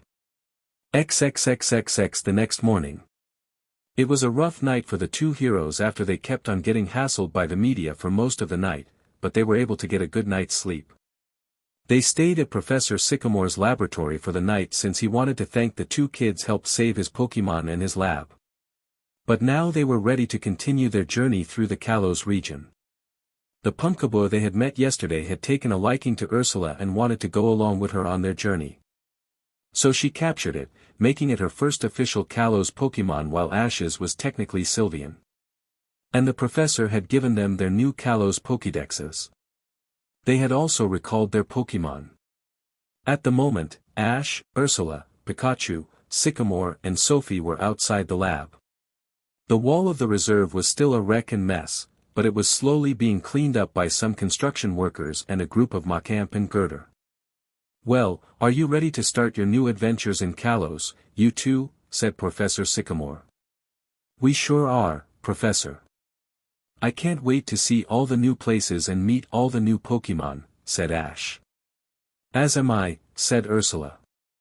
"Oh, before I forget, I have one other surprise for you too," said Sophie as she stepped aside, revealing Fennekin and Froakie. "You see, they would like to join you on your journey. Ash, it looks like Froakie sees you as a worthy trainer. Ursula, Fennekin watched you on the television when you saved Garchomp. She decided to go with you," said Professor Sycamore. Fennekin and Froakie walked up to their trainers with their Pokeballs while holding their Pokeballs.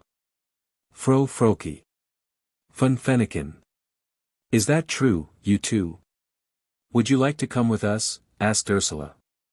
The two Pokemon eagerly nodded, showing that they did want to come.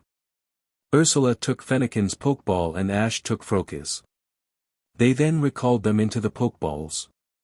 "All right. I just got a Froakie," said Ash. "And Fennekin here is all mine," said Ursula. "Take care and have fun on your journey, kids. I hope to hear from you sometime," said Professor Sycamore as he waved goodbye to the departing trainers. "We will," said Ash and Ursula as they took off, "and thank you." And so, Ash and Ursula have begun their brand new journey in the exciting new Kalos region. New mysteries await, Pokemon to be discovered, places to visit and a whole new adventure to be had. But one question still rung in their heads.